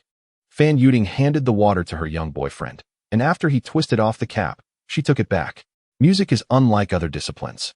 Both talent and effort are indispensable, especially in piano. It requires not only refined emotional sensitivity, but also certain physical attributes. To achieve success, one must meet standards across all dimensions. She took a sip of water and turned to Lu Ping. "Lulu, this path is far more challenging than you might imagine." Lu Ping nodded repeatedly. "I understand. Let him play the piano for you. Let us see if this young man possesses a bit of talent worthy of admission to a music academy. We shall heed your judgment." Fan Yuding glanced at the young man opposite her, Xiao Yang. She was also curious to gauge the proficiency of someone who had claimed the first place in the Tian-Nan competition. It would provide a comprehensive assessment. And if he truly had some talent, it shouldn't be overly difficult for her to leverage connections to facilitate his entry into the academy. With this thought in mind, Fan Yuding nodded and said, "Very well, Xiao Yang, why don't you play the number 10 etude?" The No. 10 etude is a piece for the amateur level 10 assessment. For an 18-year-old who has not received any formal training to master this piece would already indicate considerable talent. It would also reveal whether Xiao Yang had indeed reached the amateur level 10 standard. Xiao Yang pondered for a moment, then smiled slightly at her. This piece is quite simple. Shall we select a more challenging one instead? Chapter 61. The conclusion of a performance. Astonishment like a turbulent sea. Fan Yuding was momentarily taken aback by his words. Simple? For true piano masters, this level 10 assessment piece is indeed not a challenge. However, how could an 18 or 19-year-old dare to claim it as such? This was a clear case of bravado exceeding capability. Fan Yuding's expression turned somewhat displeased. After all, this was Lu Ping's son. If he were anyone else with lesser connections, she would have shown no hesitation in confronting him. After a brief reflection, she replied, "Since you wish to choose something more difficult, what do you suggest? You claim it's simple, so go ahead and select." Xiao Yang smiled gently. The piano pieces circulating in the market lack depth. Instead, how about I perform an original composition of mine? An original composition? Fan Yuding felt a wave of incredulity wash over her. Is composing a piano piece such a trivial endeavor? After nearly 40 years of practicing the piano, she had managed to create only one original piece, and its reception had been lukewarm. This young man, having merely secured a somewhat inconsequential first place in the Tiannan division, dares to present an original work? Throughout her years in music, she had maintained a rigorous approach. Upon hearing Xiao Yang's assertion, the last vestiges of her smile faded away. Xiao Yang, no music master achieves greatness overnight. It requires years of dedication and accumulation to foster an emotional outpouring. You probably wouldn't understand this. If you aspire to attend a music academy, your attitude towards music must be one of passion rather than presumption. Originality, even for world-class piano masters, cannot spring forth without prolonged contemplation. Their gestation periods often exceed your age. Do you still wish to perform an original piece? Xiao Yang brushed his hair slightly. Shall I give it a try? Fan Yuding felt a sense of being stifled. Had her lengthy discourse and reasoning fallen on deaf ears? Since you are insistent on trying, I shall allow it. But do not blame me for my harsh critique afterward. With this psychological preparation laid, Fan Yuding smoothed her skirt. Since you wish to attempt it, let us see. I, too, am eager to witness the artistic essence of a young composer. There was a hint of sarcasm in her words. Xiao Yang, however, did not dwell on it. He stood up, shook his arms, and murmured that his fingers felt somewhat stiff after a few days of not playing. Approaching the piano, he lifted the lid and pulled out the chair. Once seated, he began to contemplate which piece to perform. The pathetic sonata? It seemed rather uninteresting to play that again. Perhaps the Three Dreams of Love? But considering the presence of the elders, such romantic themes might not be appropriate. Xiao Yang accessed the sign-in panel and activated his passive piano master skill, entering a specialized shop. Here, he could exchange his reputation points for musical pieces. The selections were categorized into 4 tiers, 500 for one piece, 1,000, 1,500, and 2,000. The 2,000 tier contained around 20 pieces, presumably world-renowned compositions in another realm. He glanced at his reputation points, which had risen from 14,000 yesterday to 27,000 now. Subsequently, he spent 2,000 points to redeem a piece, canon. Instantly, the complete composition materialized in his mind.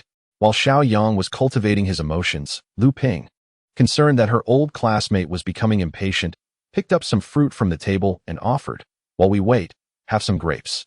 Fan Yuding smiled slightly and reached for one, casting a sideways glance at Xiao Yang's silhouette. Cultivating emotions was understandable, but 3 minutes of stillness was excessive. Lu Ping stood up and pushed the fruit towards Liao Mo, saying, "You should have some fruit too." "Thank you." Just then, Xiao Yang, who had been motionless, began to play. The performance commenced, and the melodious notes of the piano filled the air. Fan Yuding froze momentarily, as she immediately sensed the distinctiveness of the music. As the rhythm quickened, she even hesitated to bite into the grape in her mouth, fearing it would momentarily disrupt her auditory experience. She instinctively closed her eyes, savoring the emotions conveyed by the music. As the piano's rhythm unfolded, a subtle melancholy arose, infused with a hint of sweetness and tranquility. It seemed to express a serene pursuit of love, hand in hand, growing old together, a timeless devotion. Fan Yuding became entranced, ensnared by the exquisite notes. Liao Mo, who had initially extended his hand, halted. Once a resident singer in a bar, he may not have had profound skill on the piano, yet he could discern the extraordinary emotion within the music. His hand retreated as he gently closed his eyes, listening intently. Xiao Rongxing, who had been exceedingly bored, observed the two with a growing sense of unease. It's just a piano piece, isn't it? Why are they closing their eyes? Yet, it indeed seemed quite beautiful. Xiao Rongxing leaned back on the sofa with his eyes shut, appearing tranquil and comfortable. Lu Ping, though perplexed, found no hindrance in enjoying the music. She too shifted into a more comfortable position, gazing in Xiao Yang's direction, quietly listening. How lovely. The piece concluded, and Xiao Yang exhaled a breath of relief. He turned around to gaze at the four, now lost in rapture. Aunt Fan, how is this original piece? Fan Yuding finally registered his question. It is not merely satisfactory. It is extraordinary. It has reached a sublime state. This is no exaggeration, especially the final segment, which elevates one into a realm of divine ambience. Whether it is a piece unheard before, yet destined to become a classic, or the profound artistic mastery and intense emotional investment displayed, it transcends the ordinary. Moreover, it is an original composition, a true genius, an unequivocal prodigy. A glimmer of brilliance flashed in Fan Yuding's eyes. Initially, she believed it would require considerable effort and connections to secure Xiao Yang's admission as a special student into the music academy, but after witnessing his breathtaking performance, the situation felt entirely transformed. Such talent, would it necessitate any backdoor dealings or connections? He could be admitted directly into the music academy. The principal would be ecstatic. This is indeed a treasure, an absolute gem. Fan Yuding even felt that they could issue a graduation certificate immediately and have him participate in international competitions, gaining global acclaim. At that point, the reputation of their music academy would undoubtedly be elevated. She crushed the grapes she had been savoring for 7 minutes in her mouth. The sweet juice was reminiscent of the exquisite piano performance they had just heard. Marvelous. Absolutely delightful. I have never encountered such a beautiful piece of music. Fan Yuding appeared quite animated, rising instinctively to gaze at Xiao Yang. What is the name of this composition? Xiao Yang smiled gently. It is a canon for piano. This is the most exquisite piece I have ever heard in my life. Ineffably splendid. Lu Ping observed her old classmate, whose smile stretched from ear to ear, and felt a twinge of doubt. While she indeed found her son's performance to be exceptional and imbued with a certain depth that drew one into its essence, was it truly as extraordinary as Fan Yuding claimed? Was it not an exaggeration to say it was the best she had ever heard? She then inquired, Yuding, is it truly as magnificent as you say? Chapter 62, Recognition from Professionals. This is genius. Fan Yuding turned to her old classmate, nodding emphatically. Yes, and it is a sensation I cannot articulate. In any case, both the piece and Xiao Yang's technical prowess and emotional outpouring are impeccable, perhaps even surpassing my descriptions. Xiao Yang is a genius. The more she spoke, the more excited she became, even reaching out to grasp Lu Ping's hand tightly. Lu, the matter of the special admission is absolutely settled. I can make the decision now. This student will be accepted by our Central Conservatory of Music. Her earlier efforts to facilitate the process had shifted to a definitive stance. Lu Ping glanced at her old classmate, then turned to look at Xiao Yang. Could it truly be as remarkable as Fan Yuding described? Indeed, it appeared even beyond her portrayal. Lu Ping suddenly felt a tightness in her scalp. Her old classmate possessed over 40 years of musical experience and was an authority in the realm of piano in the country. For her to lavish such praise upon her son was a testament to the heights he had truly reached. Her son was indeed a piano prodigy, and not just any prodigy, but one of the highest caliber. She had only thought her son had some talent, prompting her to seek connections for his admission to the music academy, but she had never anticipated that his piano skills were so profoundly advanced. Even in the mouth of Fan Yuding, it became an existence of outrageous heights. Lu Ping's expression instantly transformed into a complex tapestry of emotions, joy, disbelief, and even a hint of guilt. Meanwhile, Liao quietly rose to his feet, his astonishment palpable, rivaling that of his girlfriend. Today, he had his eyes opened. To achieve such heights at such a young age foretold an unlimited future. A wry smile curled at the corner of his lips. If only he possessed a fraction of Xiao Yang's talent, perhaps he wouldn't have resorted to performing in bars. Today, he truly grasped the meaning of the saying, there are masters among the common folk. Xiao Rongxing appeared somewhat bewildered. He had caught on to the high praise his son was receiving. Could it be that this rascal was a musical prodigy? Pondering this, he turned to glance in Xiao Yang's direction. Xiao Yang met the gazes of the others and smiled, modestly stating, you flatter me. I am not as remarkable as you all suggest. Fan Yuding gently shook her head. Xiao Yang, you are far too humble. Hand me a copy of your ID. I will finalize your admission to the academy tonight. Is it that urgent? Xiao Yang rubbed his hands together. He had never entertained the thought of attending a music academy. After reaching such a level, he believed there was little value in further education, save for acquiring another diploma. Of course, he understood he could not openly reject the idea in front of them. After a moment's contemplation, he interlocked his fingers, feigning eagerness, and nodded repeatedly. Attending the academy sounds wonderful. The instructors there must possess profound expertise, and I could learn much more. Fan Yuding was momentarily taken aback. Learn? Let's be honest. Even my doctoral advisor pales in comparison to Xiao Yang's level. Would he truly gain anything at the academy? Previously, she had been awestruck by Xiao Yang's talent, which had prompted her eagerness to enroll him in the academy. Now, however, she suddenly realized that if attending the academy wouldn't yield any substantial benefits. There was no selfish motive behind her intentions, but this was the son of her dear friend of 20 years. After a few moments of contemplation, Fan Yuding sighed with a wry smile at Lu Ping. Lu, to speak candidly, Xiao Yang's prowess surpasses mine and even that of the academy's instructors. If he were to attend, it would merely be for the sake of obtaining a few certificates, which are not of great significance. What I mean is, for Xiao Yang to achieve greater development, neither the academy nor renowned teachers can aid him. He could participate in various competitions to elevate his profile, potentially reaching world-class status and even becoming a celebrated figure. Once he attains such renown, degrees and credentials would be readily offered to him, along with numerous endorsements and performances. Lu Ping recalled Xiao Yang's earlier reluctance to enter the academy. In hindsight, it was indeed unnecessary for someone of his caliber. She tentatively inquired, "Are you suggesting he should refrain from entering the academy for now?" Fan Yuding nodded with a smile. Indeed. He has already entered the Starlight Cup, hasn't he? With his talent, winning the overall championship would be a breeze. From there, with some strategic maneuvering, he could participate in the highest-level international piano competitions, inevitably achieving fame and acclaim on a global scale. Upon hearing the phrase world-renowned, Lu Ping's body quivered slightly, and her eyes sparkled with an inexplicable brilliance. Subsequently, Fan Yuding began to share various international examples related to the matters surrounding the piano with Lu Ping. Meanwhile, Liao Mo approached Xiao Yang to inquire about the essence of music and the piano, leaving only Xiao Rongxing neglected and set aside. Outside the community, Xiao Yang placed the carefully prepared gifts into the trunk of his vehicle. These items were intended for Fan Yuding, as they were meant to facilitate connections, though he had not anticipated that, despite not entering the music academy for the time being, Lu Ping would be generous with the gifts. Fan Yuding attempted to stop Xiao Yang, insisting that it was unnecessary since she had not been of much help. Lu Ping held on to Fan Yuding's hand tightly, exclaiming, "What are you saying? It's only natural for you to take something with you after coming such a long way to see me." After securing the items, Xiao Yang closed the trunk. At that moment, Lu Ping remarked, "The Samsung Hotel is just across the street. It would be quite convenient for us to dine there before we depart. We can't stay for a meal. Moran's family is still waiting for us.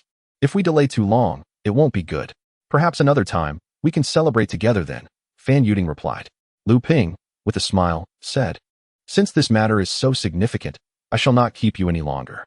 Travel safely. Goodbye." Fan Yuding waved in farewell. The two entered their vehicle, exchanged a few words of well wishes, and gradually merged into the flow of traffic. The night passed without conversation. At 6 in the morning, even without an alarm, Xiao Yang awoke punctually. The sign-in icon rotated, ultimately settling on a complex data emblem. He acquired a passive skill, Basic Mathematics Proficiency. Basic Mathematics Proficiency entails mastery of number theory, algebra, geometry, function theory, differential equations, and more. Chapter 63, A Performance Unfolds. Basic Mathematics Proficiency? Such a nuanced skill exists? Initially, this skill may not seem particularly remarkable. However, upon deeper reflection, the significance of this standalone mathematical expertise becomes apparent. Mathematics is profoundly ubiquitous in everyday life, intertwining with the lives of the vast majority of individuals and playing a vital role in the advancement of civilization. From the humble telephone watch to the majestic aircraft carrier, mathematics is indispensable. Xiao Yang's eyes gleamed with realization. If he were to elevate this basic mathematics proficiency to its highest level, could it potentially propel technological advancement? He felt a strong possibility in this regard.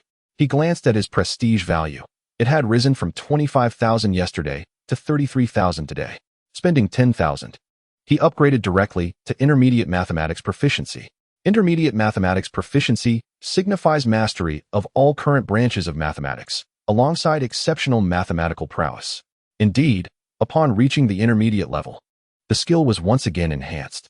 At 8 o'clock in the morning, at the Provincial Education Bureau, Xiao Chang discarded the packaging of his egg pancake into the trash before entering his office. Yesterday, he had observed, via surveillance, a student who astonishingly completed the subject assessment in a single day with remarkable speed. He harbored grave doubts regarding the quality of the examination papers. However, he had the opportunity to review the examination papers. The subject he was examining was English. After receiving the papers from the supervisor, he began grading them based on the provided answers. Xiao Chang scrutinized the papers with great attention, and the more he looked, the more astonished he became. All correct. It was not just him. The entire office was filled with gasps of amazement. Soon, Xiao Chang completed the grading and marked the scores directly on the papers. Remarkable, full marks in mathematics. I, too, had no errors whatsoever. Furthermore, the Chinese essay, this classical prose piece, the Ode to the Humble Room, was nothing short of a masterpiece. Xiao Chang hurriedly leaned in to examine the essay. The mountain need not be high. With a celestial being, it is renowned. The water need not be deep. With a dragon, it is spirited. This is a humble abode, yet my virtue is fragrant. What is there to disdain in the green moss upon the steps? No wonder the Chinese composition was completed so swiftly. It contained fewer than 80 characters. Though brief, it was undoubtedly exquisite. The essay carried a full score of 60 points, and the reviewing teacher hesitated for quite some time. Ultimately, she inscribed the score of 60 in red ink. A perfect essay. This concise piece, the Ode to the Humble Room, received a full score. The reviewing teacher exhaled deeply, murmuring to herself, "My hesitation was not a consideration of whether it deserved full marks, but rather that the essay was merely worth 60 points. Soon, the results were compiled. Such assessments cannot yield direct scores. They must be rated to convey the outcomes. The report was promptly sent to the local education bureau. Upon receiving the document, Chu Yu was taken aback. An S. According to regulations, a score of C is already considered passing, qualifying one for the college entrance examination. However, Xiao Yang's score astonishingly reached S. This is the highest rating, indicating that Xiao Yang's performance was of the utmost caliber. Chu Yu rubbed her eyes. The document still prominently displayed an S. It truly is an S. This signifies excellence and efficiency. By the afternoon, Xiao Yang received the notification. Upon seeing the S rating in the email, he felt no surprise. Beside him, Lu Ping, noticing Xiao Yang's calm demeanor, assumed he had failed the test. No worries. We will now focus on music and ultimately secure the championship in the Star Cup. Afterward, we will participate in international competitions. Results are not paramount. Xiao Yang then presented his phone to Lu Ping, revealing that he had passed the test. Lu Ping stared at the S on the screen, feeling a sense of unreality. He truly passed. And with the highest rating of S, Lu Ping fell into contemplation. Previously, she believed her son's academic prospects were rather bleak. She never anticipated that this highly formal and rigorous examination would be passed with an S rating. There is hope in sports, even more so in music, and now the college entrance examination also seems promising. Lu Ping tentatively inquired, Yang, what do you plan to do next? Xiao Yang glanced at his mother and replied with a smile, in a few days, I will head to Tiannan. As the provincial team has a 10-day special training session, followed by a national athletics competition, and I may participate in the Star Cup thereafter. The first thought that sprang to Lu Ping's mind was that she could not intervene, whether in sports or music. She now felt her role was solely to support her son. In other matters, she felt utterly powerless to assist. At that moment, Xiao Yang glanced at the time and said to Lu Ping, Didn't I ask you to check out something amusing yesterday? The live broadcast has begun. Let us watch it together. After speaking, Xiao Yang settled onto the sofa and connected the live stream from his phone to the television. Xiao Rongxing, descending from the second floor, curiously glanced at the screen and remarked, a poetry competition? What is so captivating about that? Xiao Yang replied with a smile. The son of our neighbor, Old Wu, attends Normal University. He is participating in the competition today. Oh, the Wu family. Xiao Rongxing frowned slightly, seemingly harboring a lack of fondness for that neighbor. The competition was progressing smoothly. Lu Ping quickly recognized Wu Xingtian. Look, that is Old Wu's son. On the television, Wu Xingtian appeared tall and slender, wearing glasses, somewhat reminiscent of Li Jun's demeanor. His prior performances in the preliminary rounds had been so striking that both the judges and the live audience held high expectations for him. Esteemed judges, the piece I shall present today is Alone on Mount Song, he declared. With practice and a commendable performance, his recitation proved effective, prompting the judges to nod in approval. Lu Ping furrowed her brows slightly. These 4 lines of poetry seem remarkably similar to what I overheard you telling Li Jun yesterday, Zhang Yang. Why do I feel a sense of suspicion? Xiao Yang smiled softly, urging her to watch further, assuring her that she would comprehend soon enough. Unable to quell her curiosity as Xiao Yang remained silent, Lu Ping continued to watch. The judges lavished praise upon him, extolling the depth of his artistry and the excellence of Wu Xingtian. Some judges even proclaimed him the likely victor of the poetry competition. Amidst the intense atmosphere, a staff member discreetly approached the judges' table, whispering a few words. One of the judges, suddenly displaying an unusual demeanor, glanced at Wu Xingtian before rising to leave. A few minutes later, when the judge returned, his expression was grave. Wu Xingtian instinctively sensed that something was amiss.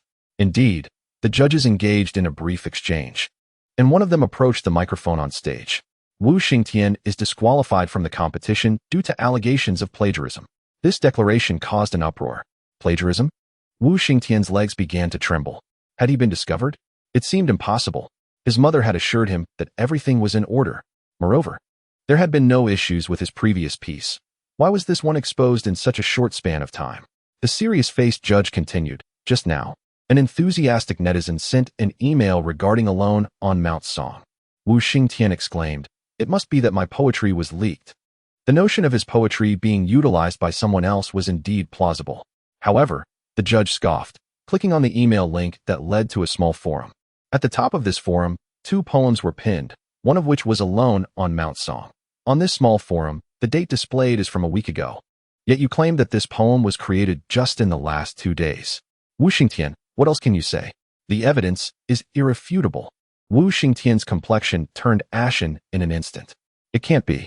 I searched online, and this poem does not exist. Could it be that the forum is too obscure for search engines to index?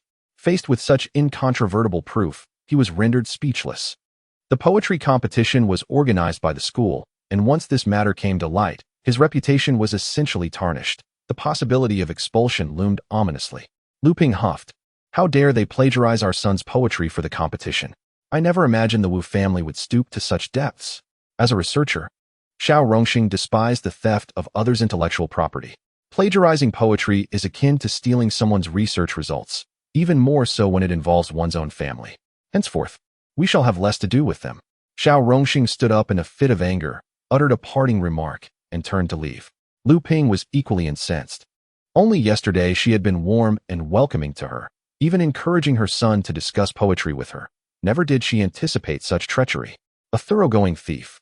In her frustration, Lu Ping stood up, believing that expelling such a person from Normal University was the only just course of action. Xiao Yang smiled, but did not respond. There is no second chance. Having stolen once without repercussions, they audaciously sought a second opportunity.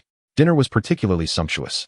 Though Lu Ping was acutely aware of her limited culinary skills, resulting in most dishes being takeout from a restaurant, Lu Ping served Xiao Yang a chicken leg, saying, Yang, your father and I must return to work tomorrow, and we want to know how many days we will be away, so you must take good care of yourself. Xiao Yang replied with a smile, haven't I been managing just fine all these years?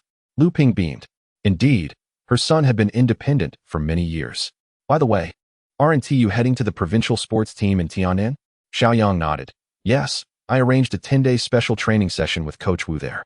Lu Ping responded. Your sister's company is in Tiannan. When you go, please take something for her. Xiao Yang inquired, what should I bring? Documents. A while back, your sister needed some papers on software development. I searched for days and only found a few hard copies. I had intended to detour to Tiannan, but since you are going, you can deliver them for me. Xiao Yang agreed. No problem. I haven't seen her in ages. So it will be nice to visit for a couple of days and unwind before the training. You rascal. Xiao Rongxing shook his head. Your sister's company is in a nascent stage. You mustn't create any disturbances. Lu Ping shot him a glare. What do you mean by creating disturbances? If you can't speak constructively, just eat your food. Xiao Rongxing, somewhat disgruntled, picked up his chopsticks. He turned to Xiao Yang with a smile. Go ahead and eat. Don't let it get cold. With nothing weighing on his mind, even his sleep quality improved. Upon awakening in the morning, Xiao Yang logged in once more. Reputation 5,000. Today, I received reputation points upon signing in. Upon reviewing my reputation score, I have amassed over 33,000 points once more. It seems that the impact of the website's literature on reputation points is gradually waning. To experience another surge, I shall await the launch of the physical book. The arrangements for the physical book have been entrusted to the Sci-Fi Vanguard website, and I anticipate news shortly. Xiao Yang rose from his slumber, tidied his room, and prepared for his morning routine. Upon reaching the first floor, he encountered his parents, who were busy organizing their belongings. They were set to head to their respective workplaces. A journey of over 2 hours, necessitating an early rise. Upon seeing her son descend the stairs, Lu Ping smiled and said, Yang Yang, the materials your sister requested are on the coffee table. Remember to take them with you. Xiao Yang gestured an okay, reassuring her, don't worry, I'll handle it. Lu Ping adjusted her clothing, feeling quite at ease. Xiao Rongxing appeared, descending the stairs with a small bag in hand. Are you ready? It's time to depart. Upon hearing this, Xiao Yang took the bags from them. Let me carry them. Mom, you're not old yet. He evaded his father's hand, insisting, it's only right for me to carry your bags. Besides, I'm young and strong. Xiao Rongxing removed the keys from the wall, stating, let him take them. It's a man's duty to handle such matters. After placing their belongings in the trunk, both parents settled into the car. Drive safely on the way. Have a pleasant journey. Xiao Yang closed the car door, playfully remarking, Dad, the advancement of humanity relies on you. This quip elicited laughter from his father. You little rascal. The vehicle slowly began to move toward the community entrance. Once they were completely out of sight, he turned back inside. After tidying up the house, he headed to the living room to retrieve the documents from the coffee table. Since there was little to do at home, he thought it would be more enjoyable to visit his elder sister's company for a few days and unwind. Tossing the folder into the air, he caught it with ease and stepped out of the house. It's inconvenient without a car. With over $1 million in his bank account, he resolved to acquire a vehicle once he obtained his driver's license. Lost in thought, he hailed a taxi. Driver, are you heading to Tiannan? At 9 in the morning, encountering such a lucrative fare felt incredibly fortunate. The taxi driver nodded eagerly. Yes, yes. Xiao Yang opened the car door and settled inside. The taxi merged into the flow of traffic as he glanced up at the towering office building before him. This is the place. Uncertain of the exact floor, he retrieved his phone and dialed Xiao Yu. Hello? You little rascal, why are you calling your big sister again? Her voice was as usual, but Xiao Yang keenly detected a hint of fatigue in her tone. I missed you, so I came to Tiannan to see you. Her surprise and astonishment were palpable. You're in Tiannan? Chapter 65. The Soul's 3 Questions from a Younger Brother. Xiao Yang swayed the documents in his hand, squinting at the glass of the building. To be precise, I am already at the base of your office. At my office's base? You didn't give me a heads up, you little rascal. All right, wait for me for 5 minutes. I'll be right down. As he heard the busy signal on the phone, Xiao Yang shrugged and placed the phone back into his pocket. 2 security guards stationed at the entrance exchanged smiles. The guards nodded in acknowledgement. The waiting period was tedious, and Xiao Yang surveyed his surroundings. This office building, located in the city center, was surrounded by bustling streets. Due to the time of day, there were not many pedestrians. While he was looking around, he heard the sound of the door opening. Turning his gaze, he saw a woman in a black professional outfit stepping outside. At 25, Xiao Yu had sleek, lustrous black hair that bounced with her movements. Her refreshing oval face, high nose bridge, and rosy lips were complemented by delicate double eyelids and long eyelashes, which framed her deep brown eyes, sparkling with an inner strength. However, her complexion appeared somewhat haggard, as if she had not rested well recently. Upon spotting Xiao Yang, her rosy lips curled into a delightful smile. Hey, you rascal. Over here. Xiao Yang smiled slightly and approached her. His sister, naturally beautiful and graceful, still radiated charm. Xiao Yu shot him a glance, immediately teasing him upon their meeting. That's not flattery. I'm merely stating the truth. I know you're sweet-tongued, she replied, glancing around. It's sunny. You shouldn't be standing out here. Come to my office and rest for a bit. Perfect. I can take a look at my sister's company as well. Xiao Yu turned to the 2 security guards and said, This is my brother. Is it okay for him to enter? The guards, well acquainted with Xiao Yu, immediately replied, Of course he can come in. Hurry along. Xiao Yang quickly followed her inside. The lobby of the office building featured a reception desk, and further in was the elevator. My office is on the 15th floor. Next time, just head straight up, she remarked while pressing the elevator button. Soon, the elevator doors opened, and they stepped inside. Xiao Yang shook the documents in his hand. Mom asked me to bring you these papers. After receiving them, Xiao Yu inquired, have they returned home these past few days? Dad's experiment made some progress, so they took a few days off, just as Mom's lecture wrapped up. They spent 4 days at home. Xiao Yu's large eyes curved into crescents. Did they ask about your grades? Are they planning on sending you abroad for studies? Did Dad scold you for being unfilial? Goodness, you truly are a sister. Your questions strike like daggers. In the past, such inquiries would have pierced deeply, but now Xiao Yang smiled with a hint of resignation. It was fine. They didn't mention studying abroad, and they've been quite lenient with my studies. Why bother with studying abroad? If you want education, you have it. If you want sports, you have that too, and you also possess exceptional piano skills. What else can they do but provide financial support? A brilliant work can earn over 100,000 a day. Xiao Yang glanced at Xiao Yu beside him. Oh dear sister, your questions are rather intense. Now let me ask you 3. Is there someone pursuing you? Do you have a partner? A boyfriend? Xiao Yu hesitated, feeling as though she had been struck with a meat cleaver. The soul-searching questions. I'm busy with work, she replied. Excuses. Xiao Yang teased. Indeed, life is bustling, with an array of challenges to confront daily. Who has the time to ponder other matters? Just then, the elevator doors opened, and Xiao Yu let out a sigh of relief. At last, we've arrived. Let us proceed inside. Xiao Yang looked up and immediately noticed the prominent company name on the wall, Xinghui Technology Company, Limited. This floor is designated for office space. Shall I show you around?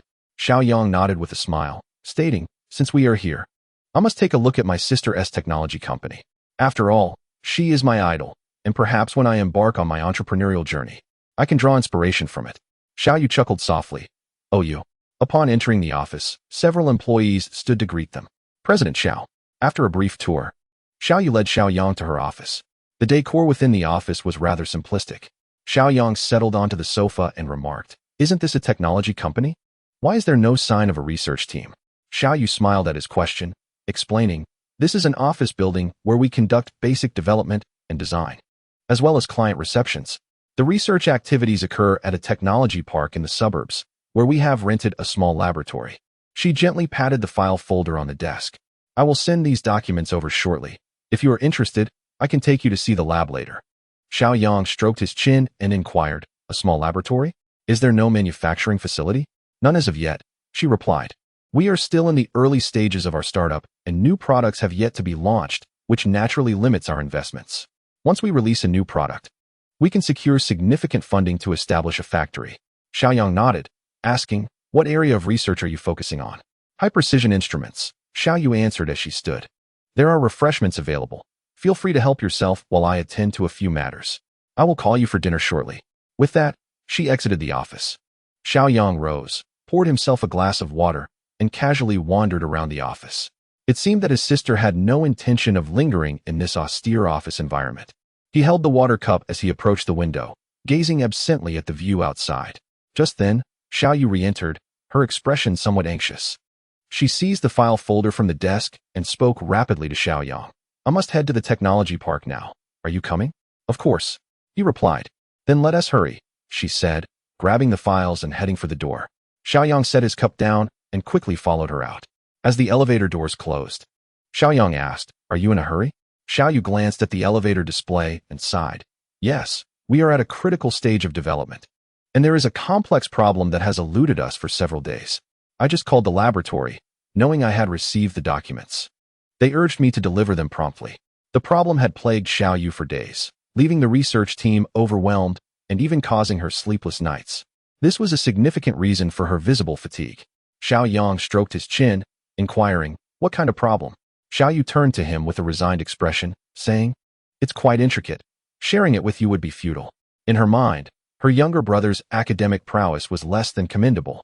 If she, a PhD with professional expertise in the laboratory, could not crack the problem, what assistance could he possibly offer? As Xiao Yang was about to utter a word, the elevator door opened. Chapter 66. Shall I give it a try? Let's go. With a single word, Xiao Yu hurriedly stepped outside. Peering out, Xiao Yang realized they had arrived at the underground parking lot. In the dim light, the only sound was the hurried footsteps of his sister echoing in the vast emptiness of the parking area. Xiao Yang followed closely behind. Soon, Xiao Yu came to a halt before a red sedan. This must be the new car his elder sister had purchased. It was a domestic brand, costing around 100,000 yuan. Given that she was in the early stages of her career, it was reasonable for her to opt for a modest mode of transportation. Xiao Yu swiftly opened the car door and took her place in the driver's seat. Stop dawdling, get in quickly. Xiao Yang opened the passenger door and settled into the seat. The tech park was located on the outskirts, surrounded primarily by factories and laboratories. Xiao Yu's laboratory was essentially a small courtyard accompanied by a two-story building. After parking the car, Xiao Yu opened the door. Seemingly apprehensive, she cautioned him before entering, advising him to speak little and refrain from interrupting others. Xiao Yang nodded in understanding. They were all professionals, and he was but a novice in their realm. Only then did Xiao Yu push the door open. At the moment the door swung ajar, a rush of cold air greeted them. The first floor consisted of a spacious room, approximately 100 square meters, where 6 individuals clad in white coats were engaged in a spirited debate. Among them were 4 men and 2 women. Upon seeing Xiao Yu, all 6 faces broke into smiles. Xiao Zong has arrived. One bespectacled man, probably in his 30s, approached with hands rubbed together. Did you bring the documents? Xiao Yu promptly handed over the materials she had been carrying.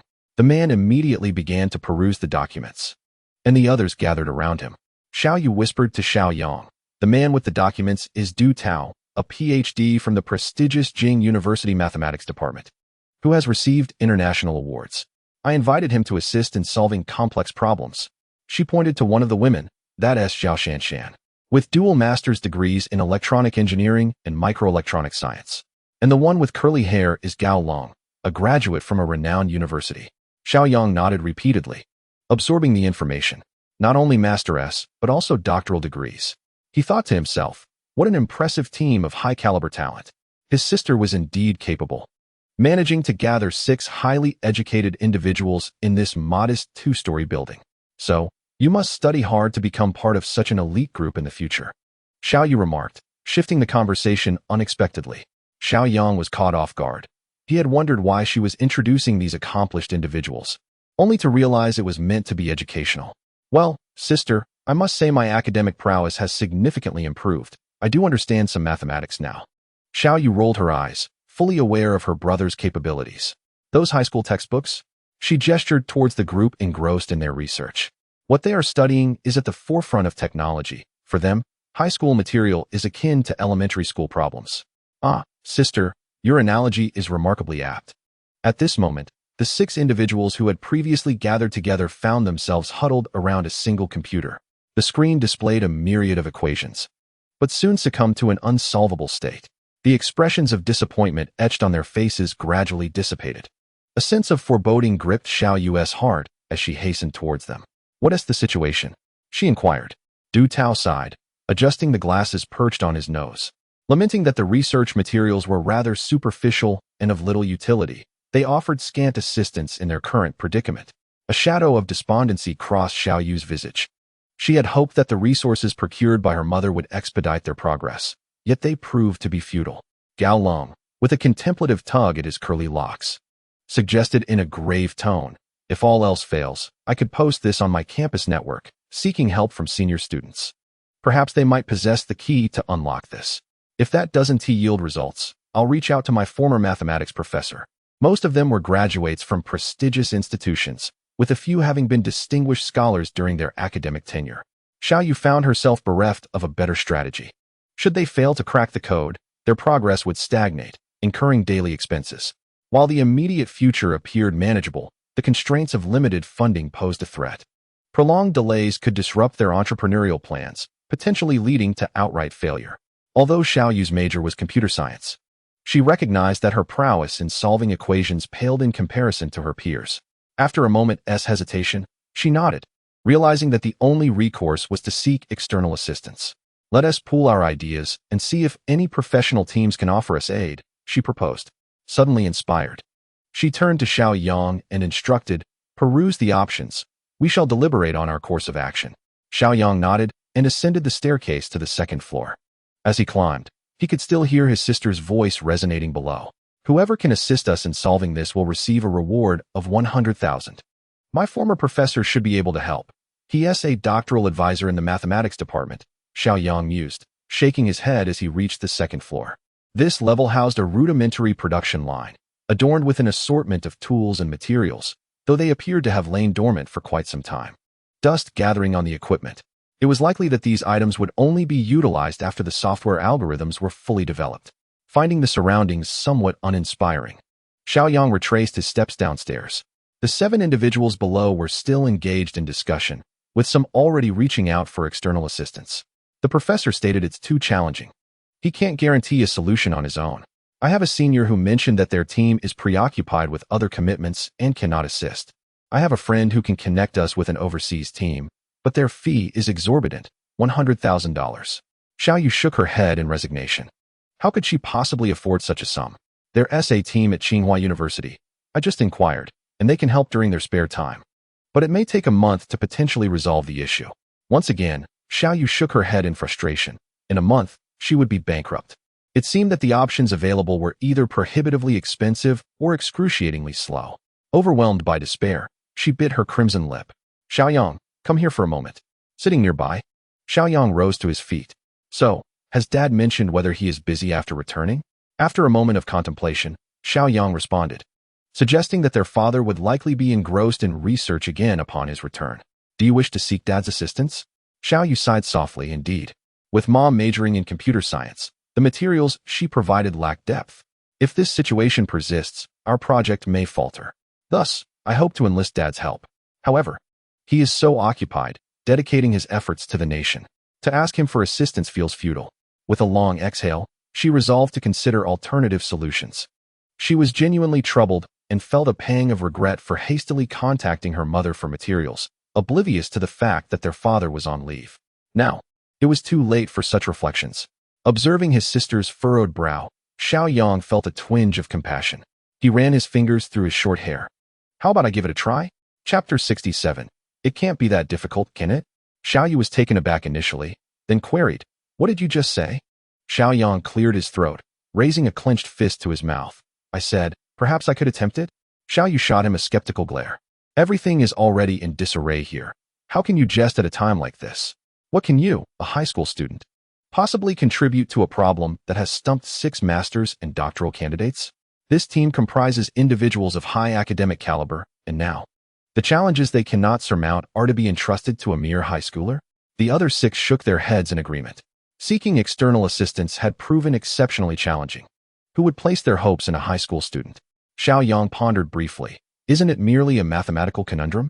What if Xiao Yu rapidly waved her hands. Please, do not complicate matters further. After a moment's hesitation, she remarked coolly, perhaps I should reach out to that foreign team and inquire if they could offer a more favorable price. Xiao Yang shrugged. His sister evidently held little faith in his capabilities. It was understandable. In her eyes, he had never met the academic standards.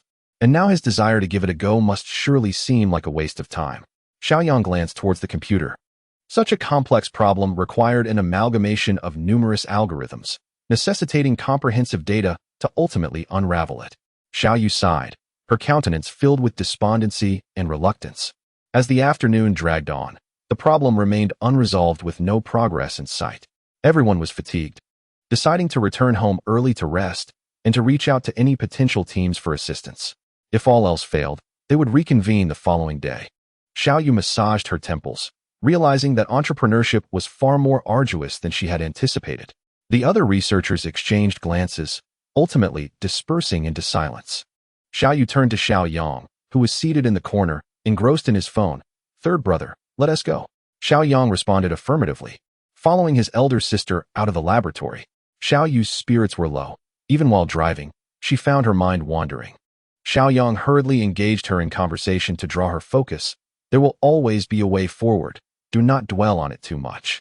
Perhaps one day, inspiration will strike, and you'll find the solution. Xiao Yu shook her head slightly. It's not that simple. Is it not? As you sit beneath the durian tree, the fruit may fall and awaken your senses. This is true enlightenment. Xiao Yu was momentarily taken aback, then smiled playfully, suggesting that a slight mishap would be more fitting. Xiao Yang shifted his position for greater comfort. inquiring whether he should contact their father for assistance. No, his work is far more important than mine. Besides, I should learn to resolve my own issues, she replied. Suddenly, an idea struck Xiao Yu, and she changed the subject. By the way, I haven't asked you yet. Why are you here in Tianjin when you're not attending classes? I'm training with the provincial team in preparation for the upcoming National Youth Athletics Championships, Xiao Yang responded. You? Participating in an athletics competition and training with the provincial team? Xiao Yu exclaimed in disbelief. Yes, he affirmed with a nod. Is that so strange? Quite unusual, I must say. What athletic prowess do you possess? Hey, sister, don't underestimate me. It's been months since we last met. How could you assume I lack athletic ability? Should I send you a photo of my first-place finish from the sports meet? Seeing that Xiao Yang was not joking, Xiao Yu turned her gaze forward and replied with a smile, Really? Absolutely. Being an athlete is indeed a viable path. Keep up the hard work, she encouraged. Now, let's go. Today, I'll treat you to some delicious food. After parking the car, the two entered the restaurant, chatting merrily. They ordered several signature dishes, and once they were thoroughly satisfied, Xiao Yu stood up to settle the bill. Table 88, please, she said, reaching for her handbag. The cashier politely informed her. The gentleman at the table has already paid. Paid. Xiao Yu turned to see Xiao Yang packing up. Ah, thank you. Once outside the restaurant, Xiao Yu expressed her displeasure. Why spend money when it could be saved? I'll transfer you the amount later. No worries, it was less than 200. It's a trivial matter. Trivial? You're still a student. You must learn to manage your finances wisely. Moreover, your parents provide you with money. You should budget accordingly. Xiao Yang climbed into the passenger seat. This money isn't from my parents. It's my own. Xiao Yu paused, surprised. Your own? How can a high school student earn money? What do you mean by earning? I simply wrote a science fiction story online and made a little money from it. Xiao Yu shook her head as she started the car. Xiao Yu resided in a rented 2-bedroom apartment, which was impeccably clean and simply furnished. You'll sleep in the next room tonight. There are blankets over there, she indicated, then settled at the computer desk in the living room, pulling out a notebook to tackle some difficult problems. Xiao Yang acknowledged her and headed toward the guest room. The space was modest, and he quickly retrieved the bedding from the closet, lying down on the bed while engrossed in his phone. As he glanced at the clock, it was already 10 o'clock at night. Rising to wash his face before bed, he noticed the light still on in the living room. Turning his head, he saw Xiao Yu had fallen asleep at the desk. In this crucial moment, burdened by challenges, the pressure on her as the company owner was immense. She had even toiled through most of the night just yesterday. Despite being aware that mathematics was not her major, she found herself calculating at her computer today, hoping for a breakthrough. The prolonged mental exertion made her drowsy, and she succumbed to sleep at her desk. Xiao Yang approached and gently nudged his sister's arm. Elder sister? There was no response from Xiao Yu. With the weather turning colder, a cold would be detrimental. Xiao Yang tapped her arm again. Elder sister? This time, Xiao Yu stirred, blinking her sleepy eyes in confusion. She shook her head, asking, Did I fall asleep? After yawning, Xiao Yang shook his head with a hint of exasperation, suggesting she should rest early to avoid catching a chill. Xiao Yu was indeed exhausted, nearly unable to keep her eyes open. She stood up and stumbled toward the bedroom. Concerned for her safety, Xiao Yang hurriedly followed her. Xiao Yu yawned again and patted her mouth, bidding him good night. As Xiao Yang left, he turned off the lights and closed the door behind her. The trials of entrepreneurship were arduous. Shaking his head, he headed to the living room to turn off the lights before retiring for the night. The light from the laptop still illuminated the room. He walked over, placing his hand on the device, glancing at the screen. It displayed the very problems the entire team was facing. Adjusting the laptop, he took a cursory look. Rubbing his chin, he mused that it wasn't so difficult after all. Why the intense struggle? Chapter 68. The problem solved. Everyone was astonished today. Xiao Yang had witnessed his sister's state. Although he understood the hardships of starting a business, seeing her toil so hard under immense pressure made him feel compelled to act. Furthermore, this challenge was not insurmountable for him. He promptly sat at the computer desk, scrutinizing the unfinished algorithms that Xiao Yu had left behind.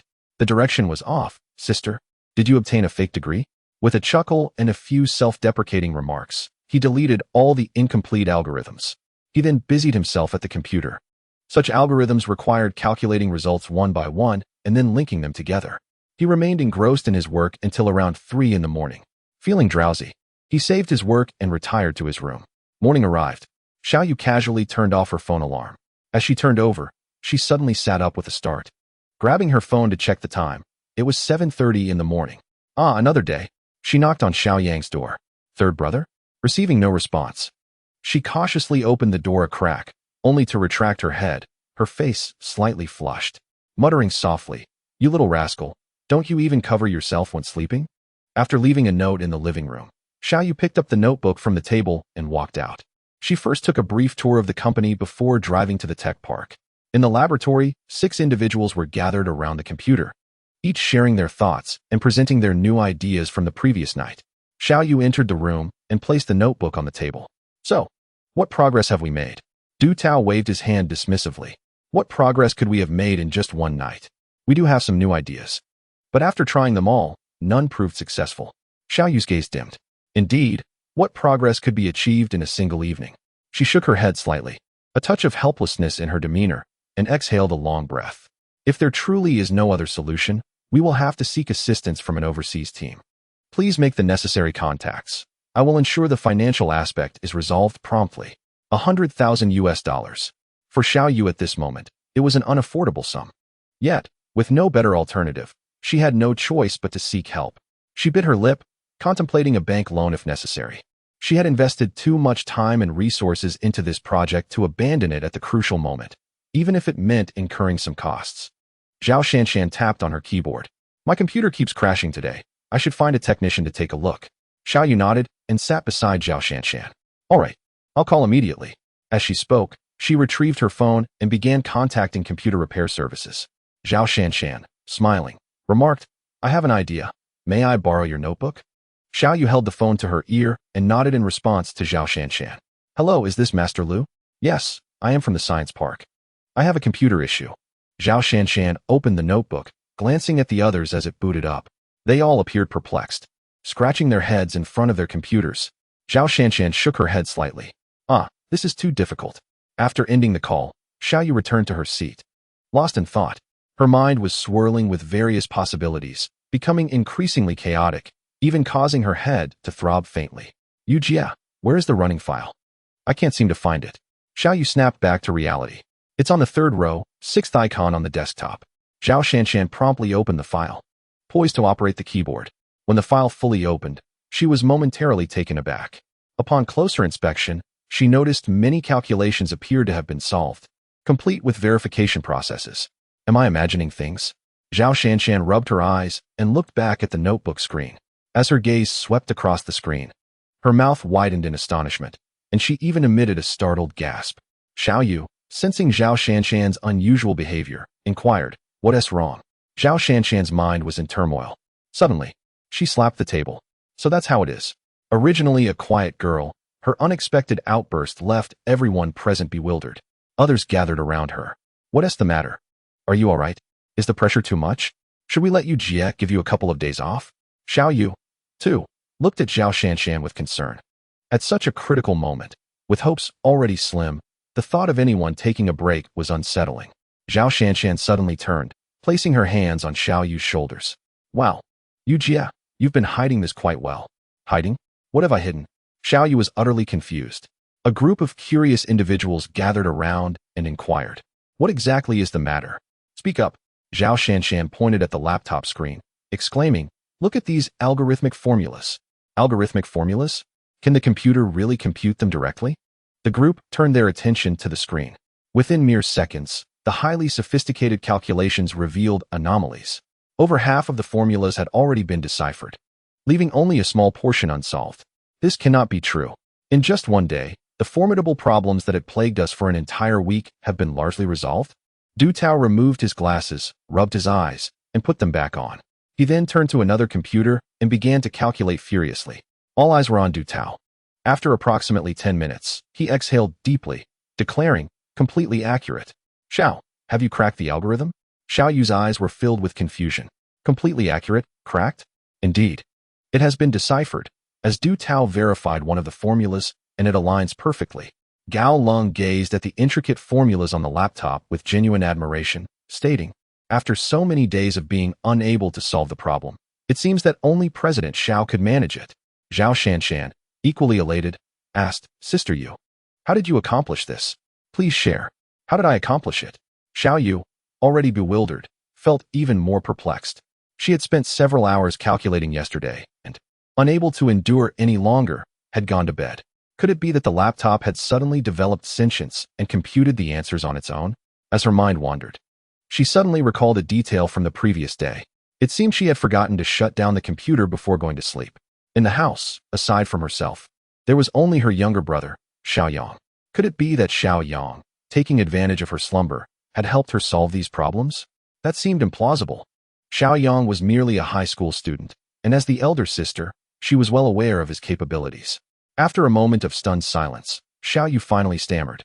"This is not something I solved." The group was momentarily taken aback. Du Tao jokingly remarked, "If you didn't solve it, could it be that younger brother of yours who came with you yesterday figured it out?" Chapter 69. Did your brother really solve it? The others chuckled at Du Tao's jest, fully aware it was a playful comment. Gao Lung stroked his chin, pondering, did President Xiao perhaps enlist a team last night? Xiao Yu shook her head firmly, asserting, "If I had sought a team, I would have informed you that these challenges were not solved by me, nor were they addressed by a team." The group fell silent, realizing that Xiao Yu was serious. Zhao Shanshan could not help but ask, "Then who exactly solved it? Was it your father?" It was common knowledge that Xiao Yu had an academician for a father, with most of the problems already solved. They naturally assumed it was Xiao Yu who had sought assistance from Xiao Rongxing. Xiao Yu shook her head again. Her mind was a jumble. Had Xiao Yang sought their father as help last night? That seemed unlikely, as their father was known to work tirelessly and would hardly have time to decipher so much overnight. But if not him, then who could it be? Only Xiao Yang had access to his notebook. A sense of doubt and hesitation unfurled within Xiao Yu's heart. Could it truly be him? Just then, Du Tao interrupted her musings. Regardless of who had unraveled those challenging problems, we must now seize the moment to apply formulas to the remaining ones and ascertain whether they can be interconnected, ultimately forming a cohesive sample. The group nodded vigorously. Du Tao was correct. There remained a small fraction yet to be solved, and we should prioritize deciphering it. Xiao Yu cast aside her chaotic thoughts and declared, "All right, let us begin." Consequently, Du Tao and the others commenced their diligent work. Xiao Yu felt a slight relaxation from her previously strained state. Since there was nothing pressing at the company, she decided to assist her colleagues in analyzing the problems. With the earlier formulas at hand, the group soon regained their enthusiasm. However, this surge of joy was short-lived. Before long, their brows furrowed deeper with concern. Du Tao shook his head in resignation, a bitter smile crossing his face as he looked at Xiao Yu. While the earlier problems could still be addressed using previous equations, the next segment involved new formulas, leaving them stumped. It was not that their expertise was lacking. Rather, they simply had not had the time to fully comprehend the intricacies. And now they were only applying what they knew, rendering them helpless in the face of new challenges. Just when they had made a breakthrough, their elation was abruptly halted in less than an hour. A wave of helplessness surged within Xiao Yu. This was truly daunting. Observing the shift in Xiao Yu's expression, Du Tao reassured her, "Don't be anxious. It's merely a temporary setback. Give us half a month, and once we thoroughly understand it, we will undoubtedly be able to solve it." Half a month? By then, the situation would be dire. Time was of the essence, and she could hardly afford to wait that long. Glancing at her phone, she said, "You all try for a bit. I'll step out to make a call." Xiao Yang rubbed his eyes and sat up in bed. Having worked tirelessly until 3 in the morning, even after 7 hours of sleep, he still felt somewhat unwell upon waking. He was not cut out for late nights. With a slight shake of his head, he accessed the sign-in panel and discovered a reputation enhancement card. Another reputation enhancement card. Xiao Yang was well aware of the remarkable utility of such items. Dressed and making his way to the living room, he immediately spotted a note left by his sister on the table, with a 100 yuan bill tucked beneath it. "Get up, have something to eat, and you can come find me in the lab." Xiao Yang tossed the note into the trash and glanced at the bill. He placed it back on the table. His sister was currently facing hardships. How could he possibly spend her money? After freshening up, Xiao Yang stepped outside. The sun was high and somewhat warm, leaving him with no desire to wander aimlessly. After satisfying his hunger and purchasing a drink, he intended to find a spot to rest when his phone rang. Upon checking, he saw it was a call from Xiao Yu. "Hello sis, what's up? Are you worried about me?" Xiao Yu paused and replied, "You little rascal, tell me the truth. Did you tamper with my computer?" Xiao Yang sat on a bench, wedging his phone against his shoulder while deftly twisting open a bottle of beverage with both hands. He sensed a certain urgency in the breaths of those across from him. Is the algorithm up there related to you? Holding the phone in hand. He took a small sip of his drink before speaking with measured calmness. Seeing you work so hard, I can't help but lend a hand. No need for thanks. When you secure funding and a factory, a grand meal will suffice. Xiao Yu's heart was tumultuous, overwhelmed by shock upon hearing Xiao Yang's admission. She envisioned countless possibilities, even imagining extraterrestrials climbing through windows. Yet, the most incredulous of all turned out to be the truth. She felt the image of her younger brother, one she had held for over a decade, beginning to blur. Noticing the prolonged silence from across the line, Xiao Yang glanced at the phone. It wasn't he disconnected. What is going on? Is my sister's brain malfunctioning? Are you all right? Finally, a response came through. Yang, come to my lab immediately. The voice was inexplicably tender. Xiao Yang was taken aback. His usually strong sister's tone was surprisingly gentle, making the hairs on his neck stand on end. After ending the call, he took a hearty gulp of his drink and rose to the roadside, hailing a taxi and providing the driver with the lab's address. Xiao Yu frequently glanced towards the door, clearly anxiously awaiting someone. Zhao Shanshan teased, Sister Yu, who is coming that has you so flustered? Am I flustered? It was evident on her face. Rubbing her pristine forehead, she replied, My brother. I just called him. He should be here soon. Zhao Shanshan laughed. Oh, the handsome guy from yesterday. Why the rush? With a long sigh, Xiao Yu explained. He the one who cracked the notebook. Really? Zhao Shanshan's expression was one of disbelief. Sister Yu, didn't you say your brother is just a senior student? She shook her head slightly, thinking it was a jest. Who says he is not a student? But I just confirmed it over the phone. He solved it. Xiao Yu glanced towards the door, asserting, When have I ever joked with you? Indeed, Xiao Yu had never jested with this group. Zhao Shanshan's skepticism deepened. Are you saying your brother really solved it? Du Tao, nearby, also shook his head. A senior student? How could he possibly unravel the problems that have stumped us experts? Chapter 70. It's him, it's him. It's him. Xiao Yu nodded slightly, her silence affirming the truth. She coolly adjusted her hair. Isn't he on his way? We'll find out soon enough. Indeed. Whether he was the one who solved, it would soon be revealed. Just as silence enveloped them, Xiao Yu turned her gaze outside. With a note of surprise, she exclaimed, He is here. Turning around, Xiao Yang entered the courtyard, holding a bottle of drink. Upon pushing the door open and stepping inside, Xiao Yang immediately noticed the peculiar expressions adorning the faces around him. He reached up to touch his own cheek. Was there something amiss? Why did everyone's gazes appear so peculiar? Xiao Yu approached, seizing Xiao Yang's arm with an urgency that suggested she feared he might flee. You little rascal.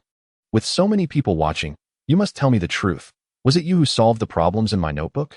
Is that all? Xiao Yang tossed the bottle he held into the trash bin. I thought it was something significant.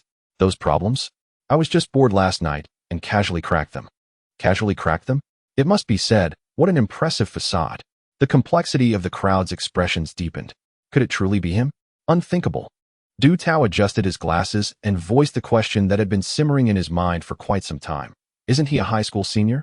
Not just any senior, but one who is not particularly academically inclined. How could a mere high school student solve the perplexing problems that have troubled us for days? It was only natural to doubt. Xiao Yu cleared her throat. Yang, we still have some left. Why don't you give it a try? The eyes of the crowd brightened. Wasn't this a ready-made challenge? If it was indeed her brother who had cracked it, it would soon be revealed. Xiao Yang responded with a nonchalant "Oh," surveying the group. I believe most of you have already solved the majority, so the remaining ones should pose little difficulty for you. The faces of the crowd flushed with embarrassment at his words. Zhao Shanshan grumbled, Let's put this aside for now and tackle the remaining two problems. Put it aside? That sounds more like a reluctance to admit defeat, Xiao Yang remarked lightly, smiling. No worries. This won't take long, will it? Won't take long? Xiao Yang glanced around, ultimately fixing his gaze on Xiao Yu's notebook. The notebook looks quite decent. I'll work here.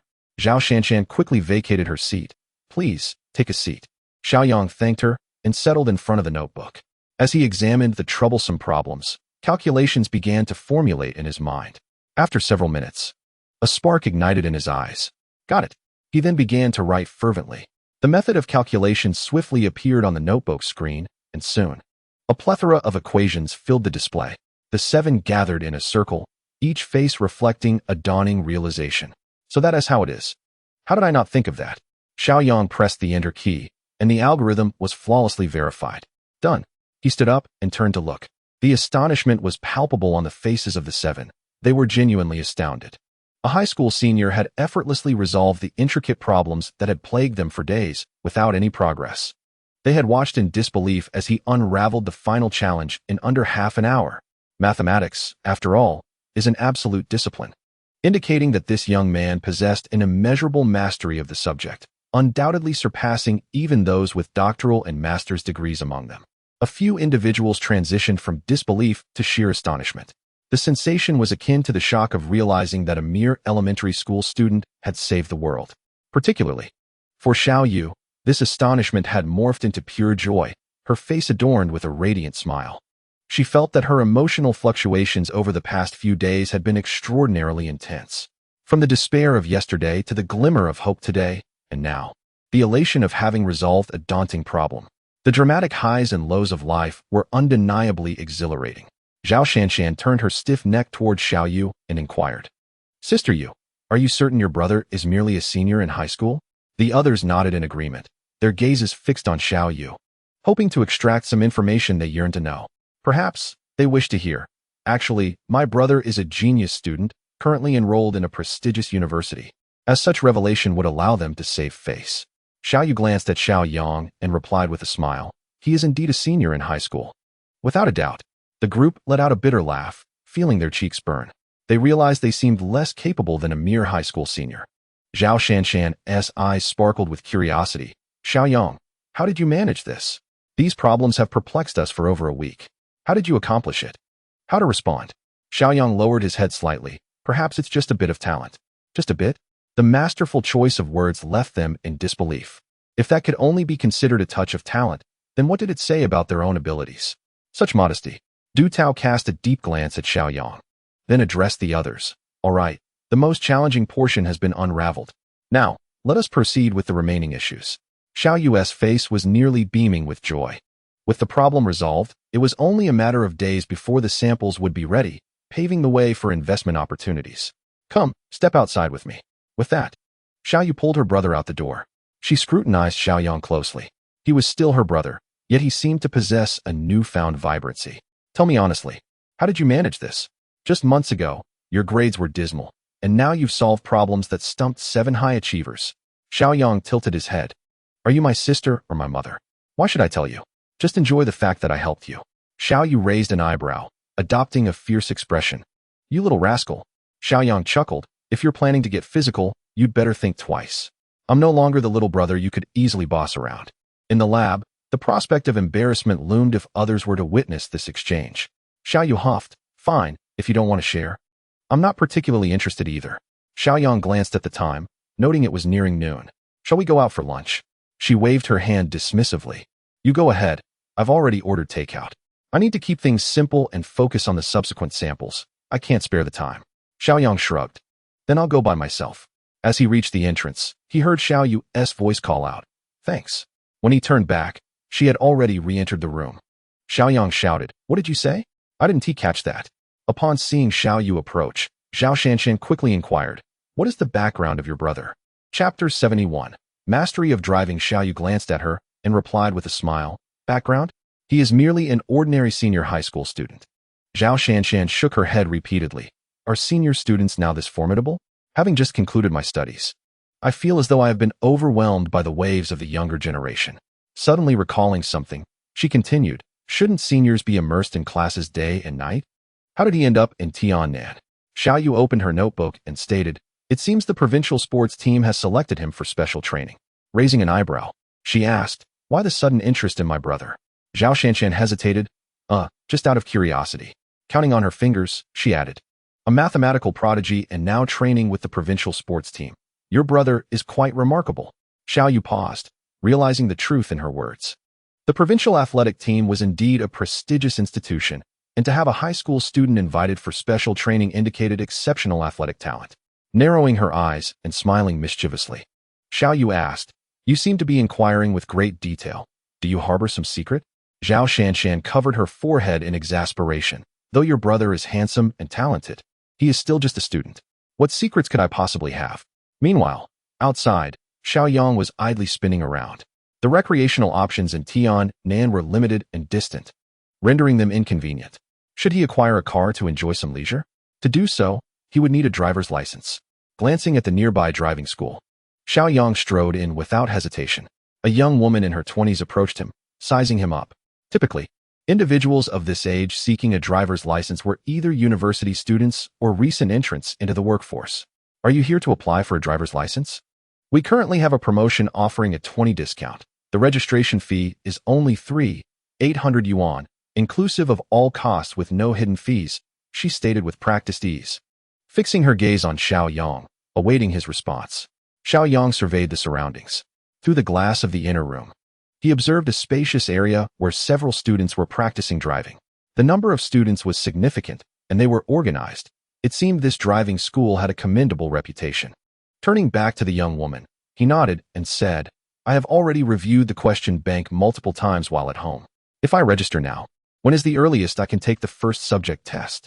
The earliest would be in about a week, but you will need to submit documentation, have your fingerprints taken, and attend a day of theoretical lessons and a medical examination.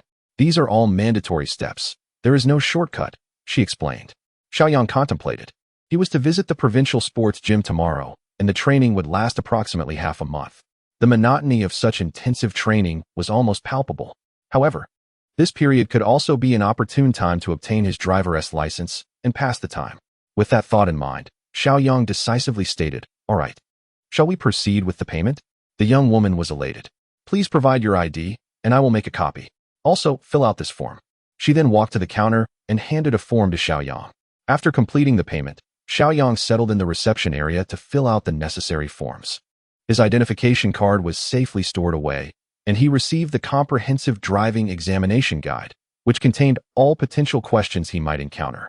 After discussing some details and exchanging contact information, Xiao Yang departed from the driving school. Today marked a day of abundant joy for Xiao Yu, who had laughed more than she had in recent years. The 6 researchers were equally invigorated. In less than a day, they had accomplished a significant portion of their tasks. At this pace, they would produce a sample within 3 days at most. Following that, they could apply for a patent, attract investments, and seamlessly grow their enterprise. For precautionary measures, she had already contacted a security firm, ensuring that this modest laboratory would be under constant surveillance day and night. Glancing at the time, Xiao Yu smiled at the 6 busy individuals and said, All right, everyone must be tired today. Let us call it a day and head home early. The 6 paused their work, and once they had left, Xiao Yu awaited the arrival of the security personnel while dialing Xiao Yang's number. Third brother, are you still out? She inquired. Yes, once someone takes over here, we can head back. Big sister will treat you well today. Come over. By the time Xiao Yang arrived at the laboratory, Xiao Yu had engaged in a substantial conversation with the 2 security staff. Thank you, gentlemen, she said. As the siblings exited the small courtyard, Xiao Yang turned to the security personnel with a smile. I was away for just an afternoon. And you've arranged for security patrols already. Xiao Yu retrieved her car keys. We must be cautious now that we've reached such a critical phase. Any slip-up could lead to the leakage of commercial secrets. And if our data were to be stolen, there would be no room for regret. Her experience in society had indeed instilled in her the importance of vigilance against potential threats. Xiao Yang wholeheartedly agreed, recognizing that he was learning valuable lessons from his elder sister. As Xiao Yu opened the car door, she teased, You, my dear brother. The self-service seafood was quite satisfactory. Aside from the crowds, observing the abalone that had been swiftly claimed, Xiao Yang remarked, the quality was excellent. It's just that we were a tad slow. With a wry smile, Xiao Yu replied, Funds are tight at the moment, but I promise to take you to a fine dining establishment soon. Xiao Yang munched on a sea cucumber, saying, I'm not particularly picky about food. By the way, I'll report to the provincial team tomorrow. Xiao Yu tucked a strand of hair behind her ear. Shall I take you there in the morning? No need. You focus on your work. Does the provincial team provide accommodation? Should I reserve a key for you? As he checked in, the icon transformed into a steering wheel, signifying his achievement of basic driving proficiency. Remarkably, just 1 day after enrolling in the driving school, he had attained this milestone. One must occasionally concede that the check-in system was indeed effective. Xiao Yang also glanced at his reputation points. 2 days prior, they stood at 33,000. Now, they had risen to 41,000. In just over 2 days, he had gained 8,000 reputation points. After joining the provincial team for intensive training over the next 2 weeks, he would then participate in the National Youth Games. Currently, His best time in the sprint was a modest 10.25 seconds, barely qualifying him as an international athletic contender. Such a level is considered exceptional within the province. Yet on a national scale, it certainly does not stand out as particularly remarkable. To truly make a name for oneself, one must elevate from intermediate to advanced in middle distance running. Advancing to the higher level requires a total of 100,000 prestige points. Currently, I possess a mere 41,000 points, leaving me in need of 59,000 more. Each day, the prestige I earn from the three-body problem diminishes sharply, making it uncertain whether I can reach the coveted 100,000 within half a month. In other words, if I wish to seize my opportunity, I must focus on accumulating prestige points. Xiao Yang sat up in bed, shaking his head. Prestige points, prestige points. How can I attain you? Chapter 72. Provincial Sports Hall. After a simple breakfast, he sent a text message to Xiao Yu, informing her of his visit to the sports hall. He then contacted Coach Wu Feiyue. After hanging up, he hailed a taxi and headed straight for the sports hall. Adjacent to the hall was the Tiannan Foreign Language Institute. Upon exiting the taxi, he immediately spotted Coach Wu Feiyue waiting for him. Upon seeing Xiao Yang, Wu Feiyue promptly approached. Why didn't you call ahead? I could have sent someone to pick you up from Jiangqing. What treatment? Xiao Yang chuckled. My sister is at Tiannan. I spent a couple of days visiting her. Let us not linger here. Come, let us head inside. With that, he took Wu Feiyue's arm and walked into the sports hall. As they entered, they came upon a reception hall, where a sharp-eyed security guard scrutinized Xiao Yang for a moment, seemingly committing his features to memory. At the front desk, another staff member was on duty. Wu Feiyue stood close to Xiao Yang, quietly introducing the facilities. This hall serves as a dedicated training base, housing 32 athletes along with several coaches. Typically, we train twice a day for about 6 hours. With the upcoming youth games and special training, we'll be adding an additional 2 hours. You can take 2 days off each month, but with the intensive training, a fortnight will pass swiftly, and you'll emerge transformed. Wu Feiyue gestured towards the east, where the athletes' cafeteria was located. As for meals, they emphasize nutritional balance. He coughed lightly, lowering his voice further. For elite seed athletes with commendable results, there are usually dedicated nutritionists. If you put in the effort, I can arrange that for you. Wu Feiyue genuinely believed in Xiao Yang, even to the extent of leveraging his connections to secure a personal nutritionist for him, which deeply touched Xiao Yang. Old Wu, you're quite remarkable. I appreciate it. After sharing some additional information, Wu Feiyue inquired, are you staying with your sister? Is it far? Over at the science park, Xiao Yang replied. Wu Feiyue contemplated for a moment. That's quite a distance. Commuting could be cumbersome. Let us arrange for accommodation here. The dormitory is a single room with air conditioning. Quite convenient. After speaking, Wu Feiyue shook his head and sighed. Imagine if you joined the system. You'd have a salary, security, and living here would be quite delightful. Xiao Yang smiled, choosing not to respond. The athlete dormitory was conveniently located next to the stadium. Xiao Yang pushed open the door and surveyed the bright and spacious room. It was equipped with essential appliances such as a water dispenser, air conditioner, and television, and even adorned with several green plants, which added a touch of vibrancy to the otherwise simple decor. The environment was quite pleasant, with daily cleaning services ensuring a tidy space. In short, it was a conducive place for training, leaving little else to worry about. Xiao Yang nodded, placing his clothes and a driving school book on the bed. Old Wu glanced at the cover of the book and asked, What? Are you planning to take the driving test? Indeed, Xiao Yang replied. I registered yesterday, and I should be able to take the first part of the exam in a few days. Come on, we're here for serious training. Isn't there a holiday coming up? Old Wu was momentarily at a loss for words, having just stated that there are 2 days off each month. Xiao Yang stroked his chin and remarked, with 2 days off a month, it wouldn't be unreasonable for me to take a day off every half month, would it? Wu Feiyue found the argument to be quite reasonable, yet something felt amiss. You are in specialized training, he said. Xiao Yang tidied up the bed, responding, It's all about balancing work and rest, Coach Wu. I also need my downtime. I am here to learn some techniques and enhance my physical fitness. After all, Wu Feiyue felt somewhat speechless, realizing he could hardly argue against a reasonable request. Once Xiao Yang had finished organizing the bed, he stood up and inquired, Do I need to go out and buy training clothes? Wu Feiyue waved his hand dismissively. No need. We have team uniforms here. As for shoes, they are crucial for sprinters. This afternoon, I'll have a professional tailor come in to custom make your running shoes. Running shoes are indeed the only essential equipment for sprinters, and are highly specialized. Xiao Yang couldn't help but exclaim, the provincial sports team truly provides comprehensive benefits. Wu Feiyue raised an eyebrow and rubbed his hands together, suggesting, how about I get you a formal position? Xiao Yang quickly replied, there's no rush on that front. By the way, when do we start training? Wu Feiyue suddenly snapped back to reality, realizing he had been too engrossed in conversation while athletes awaited his attention. Let us go. I'll take you to the training ground. The training field was an open area, without any surrounding walls, allowing a view of the basketball and soccer fields of Tiannan Foreign Language College. However, at this hour, it was deserted. On the training ground, several athletes were stretching while conversing. Following old Wu's lead, Xiao Yang asked, Coach Wu, aren't we training indoors? Generally, we train indoors, especially when the weather is unfavorable, as distractions are easier to manage there. Distractions? How could there be distractions?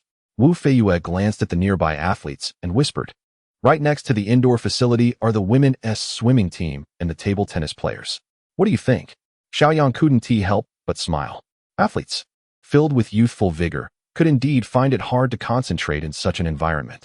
Yet, he mused that the design of the facilities for the table tennis players seemed somewhat flawed, likely due to a lack of consideration for the athletes' differing needs. Wu Feiyue approached the group of athletes, clapped his hands to capture their attention, and said, let me introduce you all. This is Xiao Yang, who has come to participate in specialized training.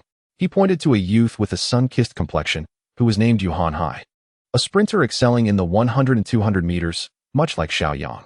Feng Qi, a competitor in the 400 and 800 meters, secured third place at last year's National University Games, narrowly missing the opportunity to qualify for the World University Games. What a pity. He gestured towards a youth of slightly shorter stature, approximately 1.72 to 1.73 meters tall. The National University Games are essentially a domestic collegiate athletic competition. Achieving third place in such a prestigious event is indeed a noteworthy accomplishment. The remaining athletes in attendance were involved in various disciplines, including sprinting, long-distance running, and hurdles, though none were elite competitors. After a brief introduction, Wu Feiyue encouraged everyone to continue their training and then called Xiao Yang aside. Today, let us keep it simple. We need to loosen those lazy muscles. He instructed.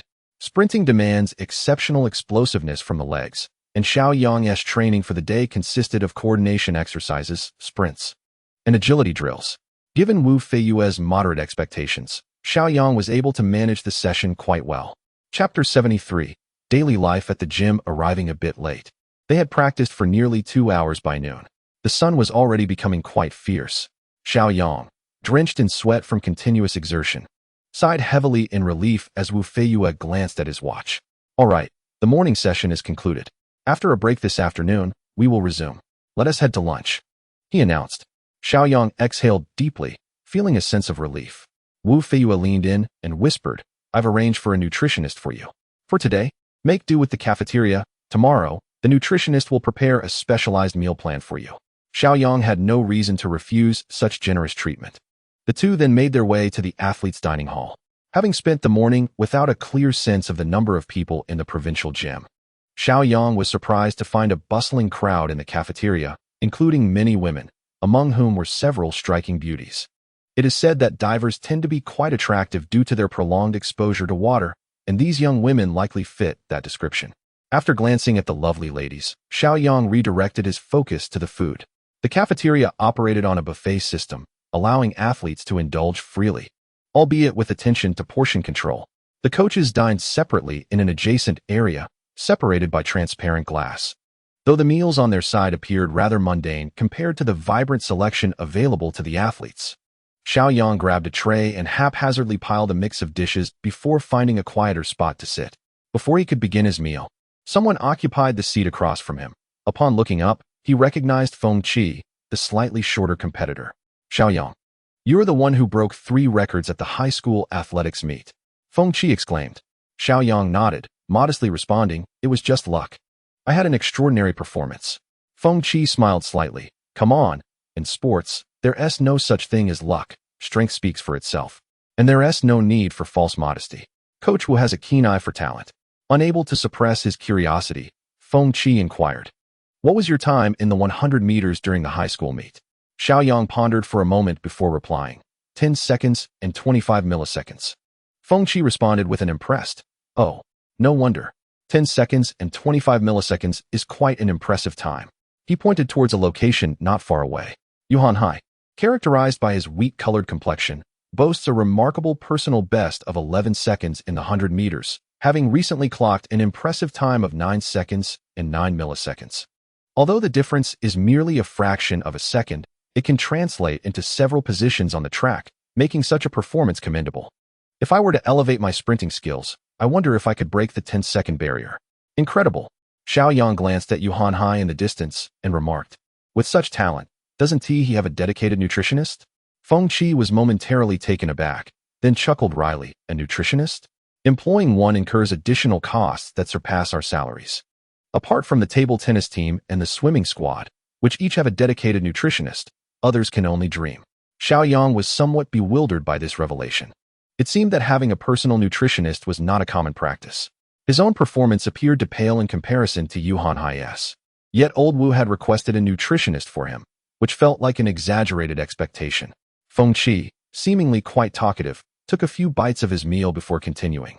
"You're new here, aren't you? Is it because the life of an athlete can be rather monotonous?" "Monotonous?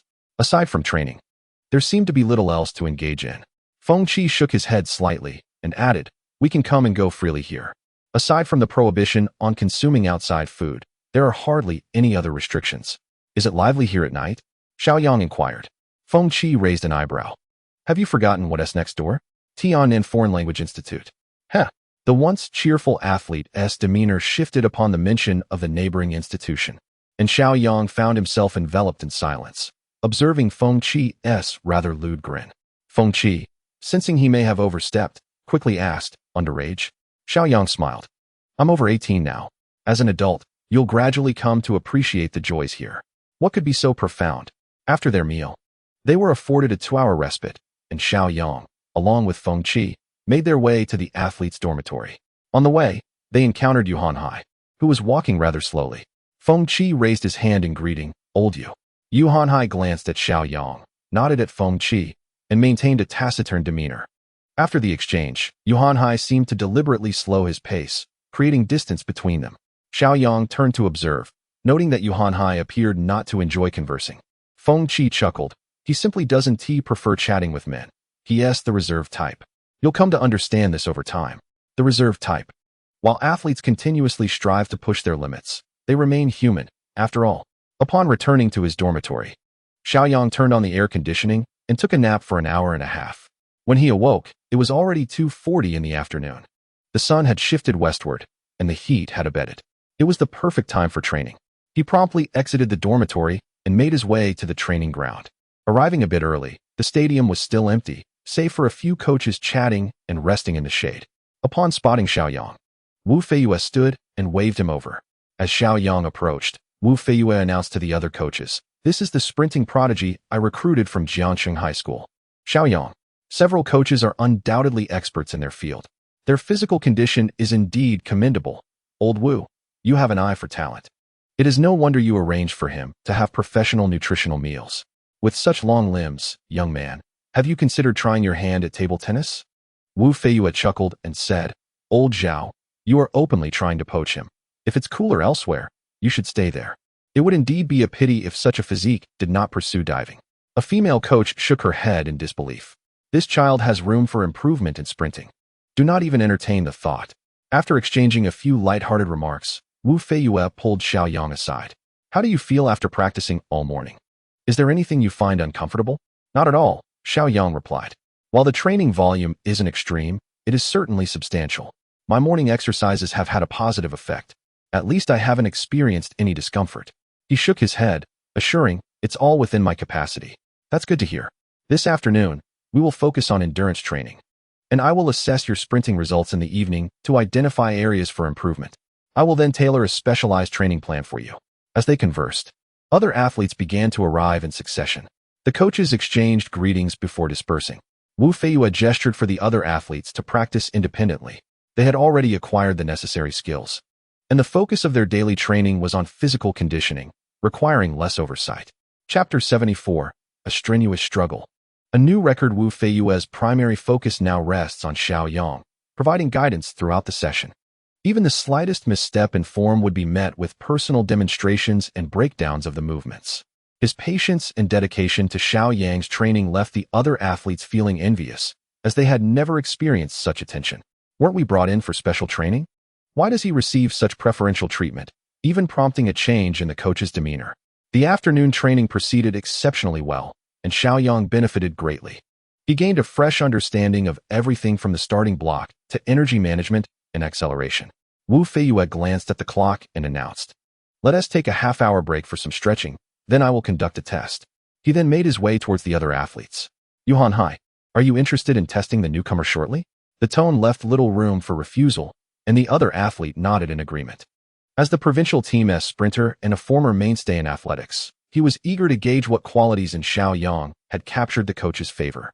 Old Wu observed the remaining athletes and said, "Don't just sit there watching. Go fetch the electronic timer and the red cloth." While Xiao Yang performed his stretches, his gaze wandered idly around. He noticed a few female university students conversing by the fence, though they were too far away for him to catch their words. One of the students waved at Xiao Yang, who smiled and nodded in acknowledgement. At that moment, Wu Feiyue called out to Xiao Yang from a distance, "Come over here." Xiao Yang promptly approached the designated area. "In a moment, you two shall engage in a test. This will provide me with a reliable reference," remarked Wu Feiyue, gesturing towards Yuhan Hai, who stood nearby, testing alongside provincial athletes. The opponent was a professional sportsman of considerable prowess. Anyone less experienced might have felt a twinge of trepidation. However, Xiao Yang was far from intimidated. On the contrary, he was exhilarated. Competing against someone evidently superior would serve to better gauge his own capabilities. Yuhan Hai cast a dismissive glance at Xiao Yang, clearly unimpressed. As a registered athlete with a history of excelling in competitions, he had little regard for a high school student participating in specialized training. Moreover, his girlfriend was watching from close by. Wu Feiyue glanced at the electronic timer and addressed the two competitors, "Assume your positions." Xiao Yang took his place on lane 3 and began his pre-race warm-up. Yuhan Hai, equally relaxed, lightly tapped his feet. "Ready." With Wu Feiyue's command, both athletes entered their competitive mindset. At the sound of the starting gun, they surged forward simultaneously. Thanks to his skill enhancement and the superior cognitive abilities granted by his extraordinary brain, Xiao Yang did not falter at the start. Both competitors quickly accelerated and astonishingly found themselves running side by side. Xiao Yang gritted his teeth, pushing his speed to the maximum, while Yuhan Hai matched his effort, leaving no stone unturned. This state of fierce competition continued until they reached the halfway point of the race. Wu Feiyue felt a flicker of astonishment. Xiao Yang was keeping pace with Yuhan Hai. It was important to note that Yuhan Hai was a seasoned veteran, brimming with experience, whereas Xiao Yang's skills and stamina were surely not at their peak. After all, had he not just clocked a time of 10 seconds and 25 milliseconds at the high school sports meet? Could he truly have improved in just a single day? Yuhan Hai was committed to the race, and to his surprise, he found himself neck and neck with a mere high school student. This was hardly a testament to his status as a registered athlete. In a fierce display of determination, he managed to inch ahead of Xiao Yang. Yet, before he could catch his breath, he noticed that Xiao Yang was also exerting himself fiercely. The two once again fell into a parallel stride, but this time, Xiao Yang maintained a slight lead. As the finish line approached, Yuhan Hai leaned forward, hoping to touch the finish line before Xiao Yang. Unyielding, Xiao Yang utilized his marginal advantage in arm length and his slight lead to secure the test. Yuhan Hai seemed to realize this and exaggerated his forward lean. For an athlete, such a move was exceedingly perilous. Nevertheless, in pursuit of preserving his pride, Yuhan Hai was evidently willing to take the risk. Yet, his reach fell short. Xiao Yang seized the finish line, his speed diminishing rapidly. Yuhan Hai's hand grasped at air, and due to his excessive forward lean, he stumbled and fell, sliding several feet due to inertia. Wu Feiyue blinked in surprise. Had Xiao Yang truly crossed the finish line first? Indeed, he had, for he still clutched the finish line in his hand. He had only undergone a day of specialized training, yet astonishingly surpassed the sprinting champion, Yuhan Hai. This was truly remarkable. He slightly tilted his head to glance at the timer. 10 seconds flat. Xiao Yang had actually run it in 10 seconds. Just at the last provincial sports meeting, he had only managed 10 seconds and 25 milliseconds. In less than a month, he had made such significant progress. Wu Feiyue instantly felt as if he had stumbled upon a treasure. He could foresee Xiao Yang's improvement, for during the sports meeting, there was ample room for enhancement in his techniques, starting movements, and more. However, he had never anticipated that in the span of a single day's training, the leap would be so monumental. 10 seconds flat. Such a result truly justified the special attention he received. Nearby, several athletes were equally astonished. Goodness! Sprinting has become exceedingly competitive. A newcomer, having trained for merely a day, had managed to outpace a seasoned athlete. Thank heavens we are not sprinters. A few girls observing from the campus wore expressions of mixed emotions, particularly one of them. Ajun, your boyfriend has fallen. Ajun's face was filled with concern. A fall could significantly impact a sprinter's performance. If it was merely a scrape, it would not pose much of a problem. But there was a fear that Yuhan Hai would struggle to sit up, his hands resting on his knees, appearing utterly despondent. Today, his performance had not been his best, yet he had still been surpassed. He felt a sense of discouragement at being outdone by a newcomer. Yuhan Hai shook his head with a wry smile, attempting to rise, only to discover excruciating pain in his ankle. He had no choice but to sit back down, turning to inspect his ankle, noticing signs of swelling. Had he sprained it? Yuhan Hai inhaled sharply, feeling the pain intensify. Feng Qi, upon seeing Yuhan Hai seated again, hurried over. Old Yu, how are you? Are you all right? He immediately spotted the swollen ankle. Goodness, it's swelling so quickly.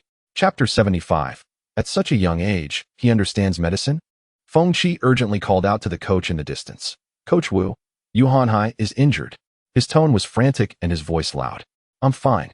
No need to call the coach. Yuhan Hai, who rarely spoke, quickly whispered upon hearing Feng Qi's intention to summon the coach.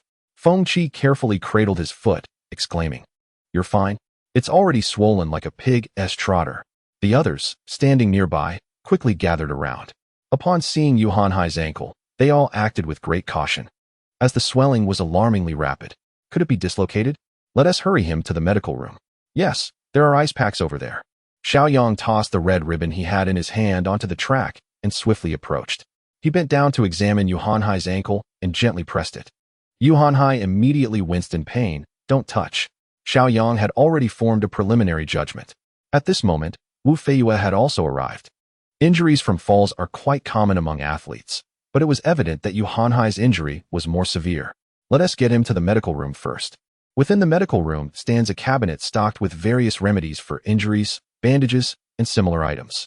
In the corner, there is also a refrigeration unit where athletes' cold beverages and bottled water are kept.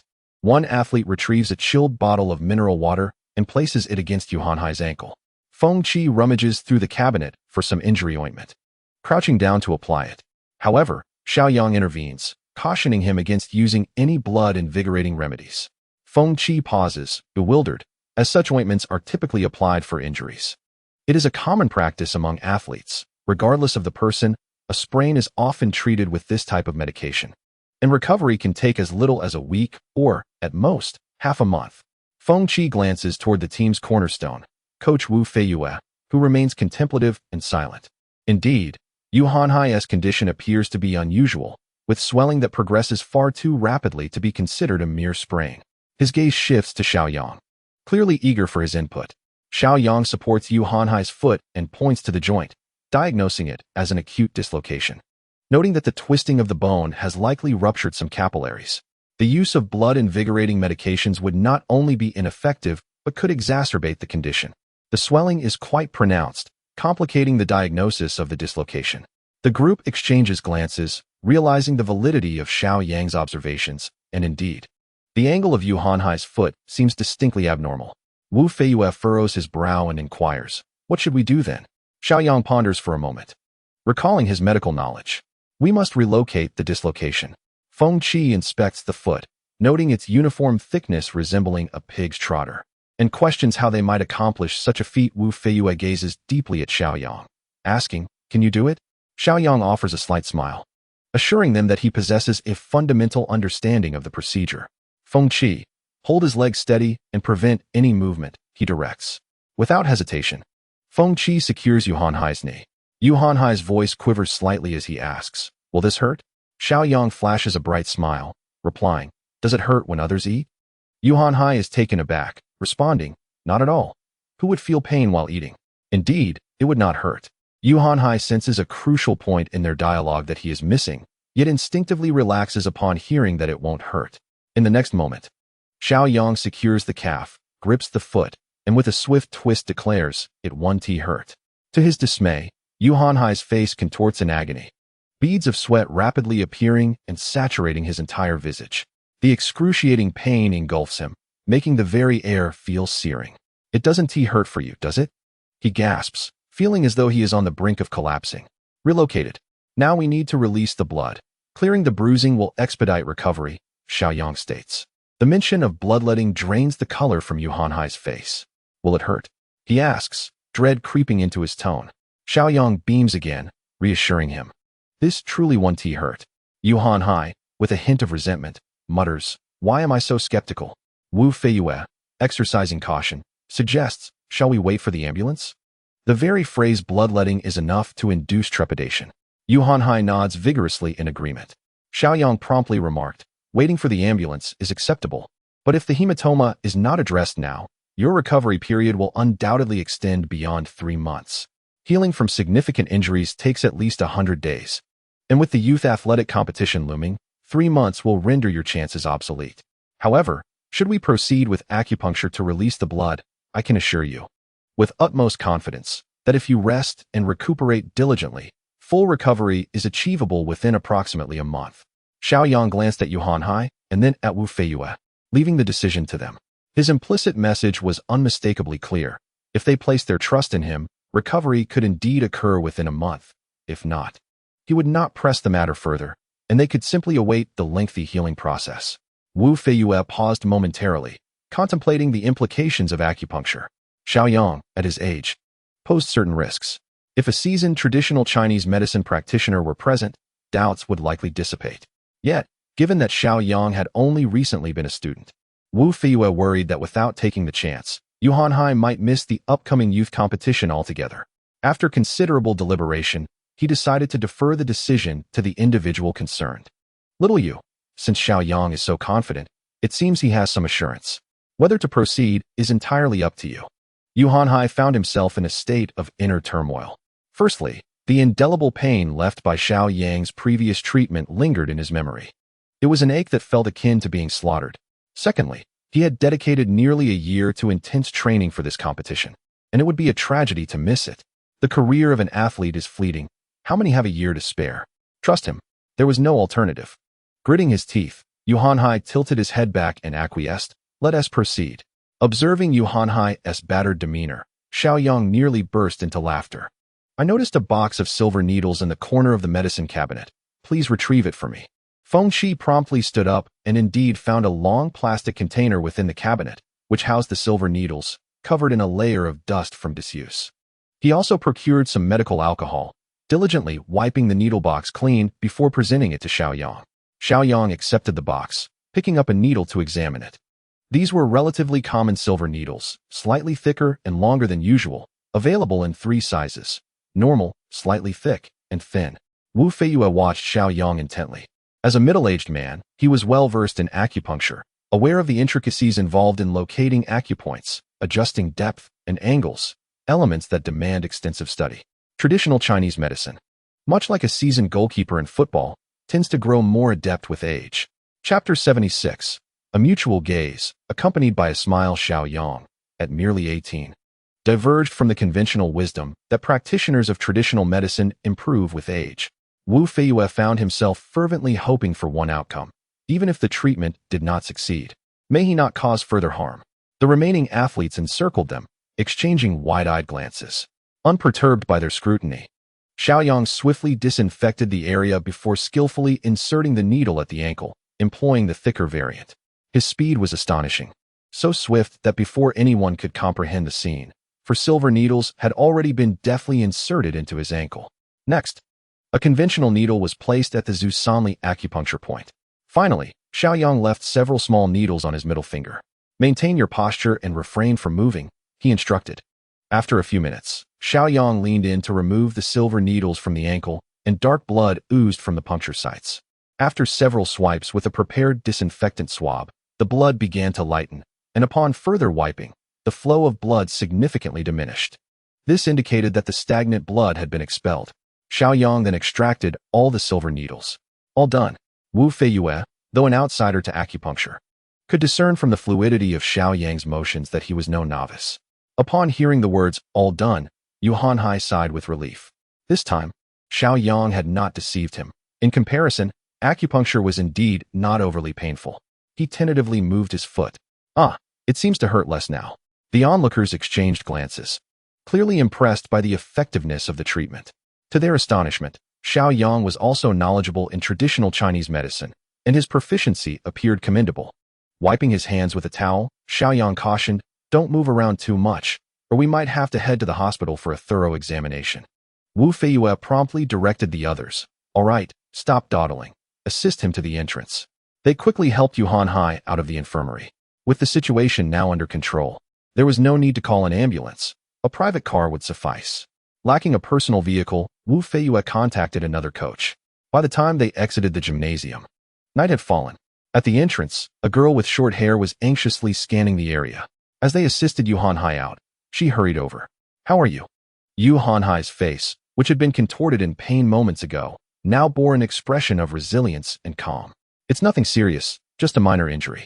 A trip to the hospital for an X-ray, and I'll be fine in a few days." To an unknowing observer, his demeanor would suggest unyielding fortitude, while in reality, he had just been howling in agony. Hearing Yu Hanhai's reassurances, the girl visibly relaxed. When the private car arrived, they all carefully placed him inside. As they watched the vehicle drive away, Xiao Yang fell into a moment of contemplation. Indeed, being an athlete is fraught with a high risk of injury. Beside him, Feng Qi patted Xiao Yang on the shoulder. "Impressive. You even possess medical knowledge and skills in acupuncture." "It's merely one of many skills," Xiao Yang modestly replied.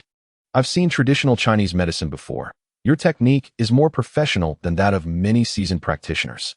Xiao Yang mumbled a few modest words. And Feng Qi had no intention of probing further into acupuncture. Instead, he enthusiastically suggested, "Since we're out, how about I show you around the area?" Noticing the glimmer in Feng Qi's eyes, Xiao Yang sensed that it was not just a simple tour. However, returning to the dormitory for a long night of scrolling through his phone seemed less appealing. "All right then, let us take a stroll." Across from the campus lay a square. As night descends, the most striking feature is undoubtedly the magnificent artificial fountain. Its mushroom-like structure emanates a cascade of water that falls gracefully, resembling a curtain of water, illuminated by a spectrum of vibrant lights, creating a breathtaking spectacle. The square, adorned with a tapestry of colorful lights, exudes an atmosphere of exuberance. Predominantly filled with female students from the Foreign Language Institute, their laughter and chatter evoke the sensation of wandering through a blooming garden. Street vendors peddle various delicacies nearby, while social media influencers capture moments on their phones. Feng Qi raised an eyebrow and remarked softly, "This square boasts a splendid environment, with the largest artificial fountain in Tiannan, and is well lit, making it quite renowned. It has become a popular spot for influencers, many of whom stream live here in the evenings." Xiao Yang surveyed the surroundings, nodding frequently in agreement. Indeed, not only were there visitors from outside, but numerous university students were also live streaming, singing, and dancing, contributing to the lively atmosphere. After a brief introduction, Feng Qi began to glance around, seemingly searching for someone. Muttering under his breath, "Is she not coming today?" Xiao Yang turned to him with a smile, inquiring, "Who are you looking for?" Feng Qi instinctively swallowed hard. "The campus belle from Tiannan Foreign Language Institute.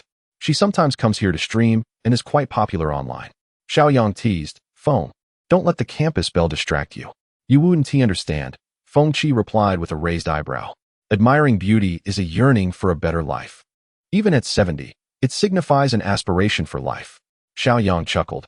"Is that the secret to long-distance running?" Feng Qi's eyes brightened. "Yes, yes." Following Feng Qi's gaze, Xiao Yang soon spotted an extraordinary sight amidst the bustling crowd. Approaching were three young women, with the most captivating being the one in the center. Her shoulder-length hair danced with the breeze, exuding a refreshing and gentle charm. Besides her figure, one would first notice her eyes, crescent-shaped in a smile, sparkling with vitality. Truly, her laughter is enchanting, her gaze alluring. Her flawless complexion, illuminated by the multicolored lights, was breathtaking. She donned a white short shirt paired with a flowing white skirt, standing gracefully and showcasing her delicate silhouette. Xiao Yang nodded subtly, recognizing that the campus bell of Tiannan Foreign Language Institute indeed held a remarkable charm. His gaze then shifted to another companion of the bell, not out of desire to observe, but because this student possessed her own striking characteristics. Standing at what seemed to be over 175 meters, she had a robust build, striding with an air of confidence. The electronic keyboard in her hands appeared as a mere toy. With a fierce squint, she commanded, "Step aside." Her assertive presence caused a noticeable tremor amongst several nearby men, who instinctively took a few steps back. Feng Qi also retreated slightly, as if returning to his senses. Unbothered by the commotion, Xiao Yang remained unmoved, having not obstructed their path. The individual who once stood behind now found himself in the spotlight. As he passed by, the campus belle glanced at the conspicuously positioned Xiao Yang. Their eyes met, and Xiao Yang responded with a gentle smile and a subtle nod. The campus beauty, devoid of any visible expression, lightly tilted her chin as if offering a flicker of acknowledgement, though it remained ambiguous. Meanwhile, a robust female peer shot Xiao Yang a glance laden with caution. After the trio departed, Feng Qi rejoined Xiao Yang, exclaiming in admiration, "Truly stunning." Xiao Yang surveyed the scene, pondering how beauty could seem so distant. Feng Qi, slightly awkward, chuckled as he recounted an incident from last month in the square, where a brazen thief was apprehended by the feisty girl. She executed a flawless shoulder throw, pinning him to the ground for half an hour, while the onlookers urged the thief to plead for help. Amused, Xiao Yang couldn't help but laugh at the memory, acknowledging her impressive prowess. "Come on, let us not linger here," Feng Qi urged. "Let us go watch Luo Shue's live stream." Luo Shui? Which one is she? The campus belle? Yes, that's her. Following Feng Qi, they soon arrived at the other side of the fountain. The lighting here was somewhat dimmer, and the crowd was initially sparse. However, as Luo Shui and her companions appeared, the number of onlookers began to swell. The trio halted in an open space, where the sturdy female student skillfully set up an electronic keyboard, while another arranged the live streaming equipment. Feng Qi pulled Xiao Yang to the inner circle, as Luo Shui played the keyboard and serenaded the audience with popular songs. Her beauty and sweet voice captivated those around. Yet, her keyboard skills appeared somewhat average. Many in the vicinity raised their phones to capture the moment on video, but this seemed to have no bearing on Luo Shui, who continued to perform with poise. The two friends found a step to sit upon, positioned a bit farther away, yet still able to enjoy the show. Xiao Yang glanced at Feng Qi's phone, which displayed the live stream of Luo Shui right before him. The reality of her presence contrasted with the virtual experience, leaving him bemused by his companion's behavior. She's not engaging with her audience or accepting donations. If Luo Shui isn't in it for the money, what could her motivation be? A dream, perhaps? Why not pursue a music academy instead? Xiao Yang chuckled, finding no reason for bewilderment. Perhaps she simply indulged in her passion. Everyone has their own choices. Her lack of engagement and refusal of monetary rewards indicated a genuine love for her craft. It's a rarity in this world for individuals to pursue what they truly adore. Feng Qi nodded in agreement, affirming, "You're absolutely right. My own interests are similarly pure." He then proceeded to tap frantically on his screen, sending hearts flying. Xiao Yang shook his head with a smile, reflecting on the adage, "A graceful lady is a gentleman's ideal." The live stream lasted roughly an hour and a half before Luo Shui and her companions gathered their electronic keyboard and departed. Feng Qi, still captivated, watched their retreating figures, feeling that the performance had just ignited his interest. Rising from the step, Xiao Yang remarked, "All right, considering her status as a provincial team member, why not to temper their enthusiasm?" Feng Qi stood up, laughing heartily, remarking that they were still clad in the provincial team's athletic attire. He led Xiao Yang on a brief tour around the vicinity before returning to the gym, citing fatigue as his reason. Xiao Yang couldn't help but suspect that Feng Qi had brought him out merely for the sake of his own amusement. By the time they returned to the gym, it was around 10 o'clock at night. With little inclination to sleep, Xiao Yang picked up the driving test manual and began to read. At 6 in the morning, he opened his eyes promptly. After signing in, the icon spun before finally settling on one depicting a microphone. He acquired the passive skill, Basic Vocal Ability. Consequently, a corresponding exchange shop was unlocked. The basic vocal ability allowed mastery of rhythm, enabling one to handle a range of pitches and most singing techniques. Clicking on the basic vocal ability icon revealed a plethora of songs in the specific shop. Upon browsing a few, he realized that none were from his familiar repertoire. The exchange price was uniformly set at 1,000 reputation points. Xiao Yang sat up, letting out a wry smile. After watching others sing the previous day, he found himself signing in to acquire the basic vocal ability. Under normal circumstances, he would have readily spent 10,000 reputation points to upgrade it to intermediate level. However, glancing at his current reputation points, which stood at 43,000, he acknowledged that his immediate priority was to elevate his sprinting skill to an advanced level. He still had a considerable distance to cover before achieving this goal, so upgrading the basic vocal ability would have to wait. Dressing in his athletic gear and tidying up his bed, he exited the dormitory. The fresh air and pleasant temperature outside were perfect for a morning jog. Many athletes had the habit of rising early, and he even spotted a few female athletes, not paying them much mind. As he prepared to start running, he heard someone calling him from behind. Turning around, he found Feng Qi, who appeared invigorated. Xiao Yang teased him. It seems that admiring beautiful women indeed rejuvenates your spirit. Feng Qi chuckled in response. Now that you've mentioned it, I feel even more invigorated. Let us start with a 5-kilometer warm-up. With that, he began to run ahead. Watching Feng Qi gradually pull away, Xiao Yang maintained his own pace. Truly, as a long-distance runner, Feng Qi's speed was quite commendable. Wu Feiyue cast a meaningful glance at Xiao Yang. Feng Qi inquired, "Coach, how is old you doing?" "The prognosis is quite optimistic. He should be discharged this afternoon." Wu Feiyue replied, casting another glance at Xiao Yang. The orthopedic specialist had informed him that the residual blood had been effectively cleared, and given the athlete's recovery speed, he would likely heal within a month. The time frame aligned perfectly with Xiao Yang's earlier assertions. This indicated that Xiao Yang's claims held truth. Had it not been for his timely acupuncture treatment, Yu Hanhai might have faced a 3-month recovery period, a significant loss of peak time for any athlete. Clearing his throat, Wu Feiyue lowered his voice. "Xiao Yang, your medical skills are impressive. Yu Hanhai asked me to convey his gratitude to you. It was the least I could do." Xiao Yang replied modestly. Wu Feiyue patted Xiao Yang on the shoulder, smiling. "You've done well. Now, let us gather everyone and commence training." This morning's session would focus on enhancing the application of techniques. In the span of a single morning, Xiao Yang acquired a wealth of knowledge. Wu Feiyue observed Xiao Yang's relentless training with a nod of approval. This lad undoubtedly possesses the innate talent of a prodigy. The afternoon continued with physical training. Needing certain equipment, Wu Feiyue escorted him to the facility. His earnest desire to improve in sports was evident. Despite the occasional sound of female athletes diving nearby, he remained entirely focused. As evening approached, Wu Feiyue had him undergo another test. This time, without a pacing partner, he achieved a modest improvement. Clocking in at 10 seconds flat, Wu Feiyue was quite pleased with this result. Indeed, progressing even a small step each day meant that by the end of the specialized training, he could potentially run under 10 seconds. Chapter 78. Shall I give it a try? Xiao Yang did not allow Wu Feiyue's encouragement to inflate his ego. He was well aware that he had utilized all the techniques he could learn, no matter how hard he exerted himself, without upgrading his skills. 10 seconds loomed like an insurmountable chasm before him. The notion of breaking through was not something that could be accomplished in merely half a month of intensive training. It would not be an exaggeration to say that even a millisecond of improvement would require an immense amount of sweat from the athlete. Wu Feiyue glanced at the time and declared that the day's training had concluded, advising Xiao Yang to rest early. Taking a few steps forward, he turned and added, "By the way, while you're out, there are no restrictions, but you must control your eating habits and refrain from consuming outside food." With the competition approaching and the medical examinations being extremely rigorous, any failure in drug testing would nullify all your efforts. Xiao Yang nodded in agreement. After Wu Feiyue departed, Feng Qi tossed a bottle of water to Xiao Yang. "Shall we take a stroll after dinner?"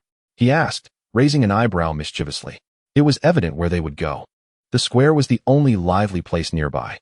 Xiao Yang opened the bottle, took a sip of water, and replied, "Sure. Since we have some free time, it would be better to go out for a walk." Feng Qi chuckled and exclaimed, "Well said." The two made their way to the dining hall. Feng Qi pointed discreetly at a female athlete ahead and whispered, "That beauty from the diving team is enjoying a specialized nutritional meal next door. Sometimes I wonder what it tastes like." Xiao Yang smiled and remarked, "Isn't our food quite good as well? We have chicken, duck, fish, and meat all available." "That is not the point." Feng Qi shook his head vigorously. "It's not merely about what one eats. It symbolizes status and identity. Those who can enjoy nutritional meals are the elite talents of the provincial team and are very likely to enter the national team. Xiao Yang shrugged, unconcerned about the differences in their meals. Not far away, Wu Feiyue waved at him, accompanied by a masked individual clad in a white lab coat. They promptly approached. By the way, I applied for a specialized nutritional meal for you, but we must conduct a blood test first. This is the person here to collect your blood sample. Xiao Yang felt indifferent, while Feng Qi stared at him with wide eyes. Just a moment ago, they were discussing nutritional meals, and now. The blood collection process was remarkably swift, taking only a minute to complete. The person in the white coat waved and departed.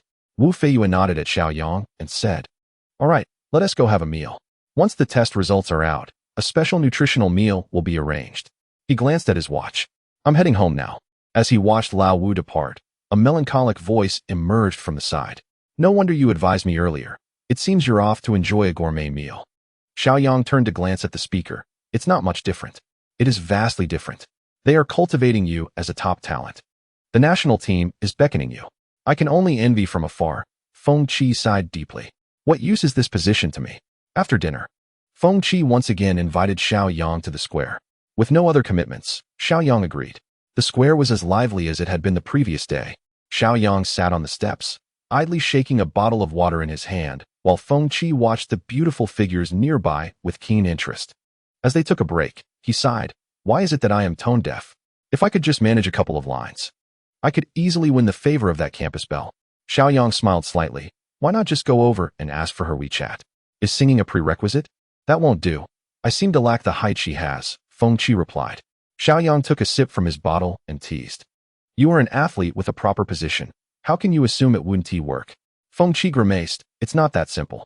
Xiao Yang set the bottle down on the ground and gently patted his shoulder, likening him to a malfunctioning electronic piano. Indeed, the electronic piano was malfunctioning. After a brief rest, Luo Schwerer and her companions attempted to play again, only to find it silent. She inspected the connections, noticing no loose wires. The other two female university students clearly lacked the skills to repair the piano. "Perhaps we should just end the live stream," Luo Schwerer conceded. Although she was not streaming for profit, she felt somewhat guilty about interrupting for those viewers waiting at their screens. Yet, what could be done? Just as she was about to shut down the stream, a male voice called from behind. "Let me take a look." She turned to see a handsome young man. Without waiting for a response, Xiao Yang squatted down, taking a keychain to unscrew several screws from the electronic piano. For someone like Xiao Yang, who had been independent since childhood, repairing appliances was a breeze. In his youth, he had even disassembled 2 high-precision mechanical watches, albeit he had been unable to reassemble them. Upon removing the power cover, he discovered a broken connection on the integrated circuit. Fortunately, it was not a burnt component, and it could be repaired. Xiao Yang surveyed the surroundings. Aside from the onlookers, there appeared to be no one else. "Lao Feng, don't you have a paperclip on your clothes? Hand it over." Indeed, there was a paperclip on Feng Qi's chest, used for attaching his identity card, with the campus belle gazing at him with her sparkling eyes. He could hardly be stingy. He promptly removed the paperclip. Xiao Yang bent the paperclip into a hook shape and connected the 2 loose wires. "There we go," he said, looking up at Luo Schwerer. "It will work for now, but not for long. You should find a professional to repair it when you have the chance. It's simple and won't cost much." A flicker of astonishment crossed Luo Schwerer's eyes. It was her first time witnessing a paperclip repair an electronic keyboard.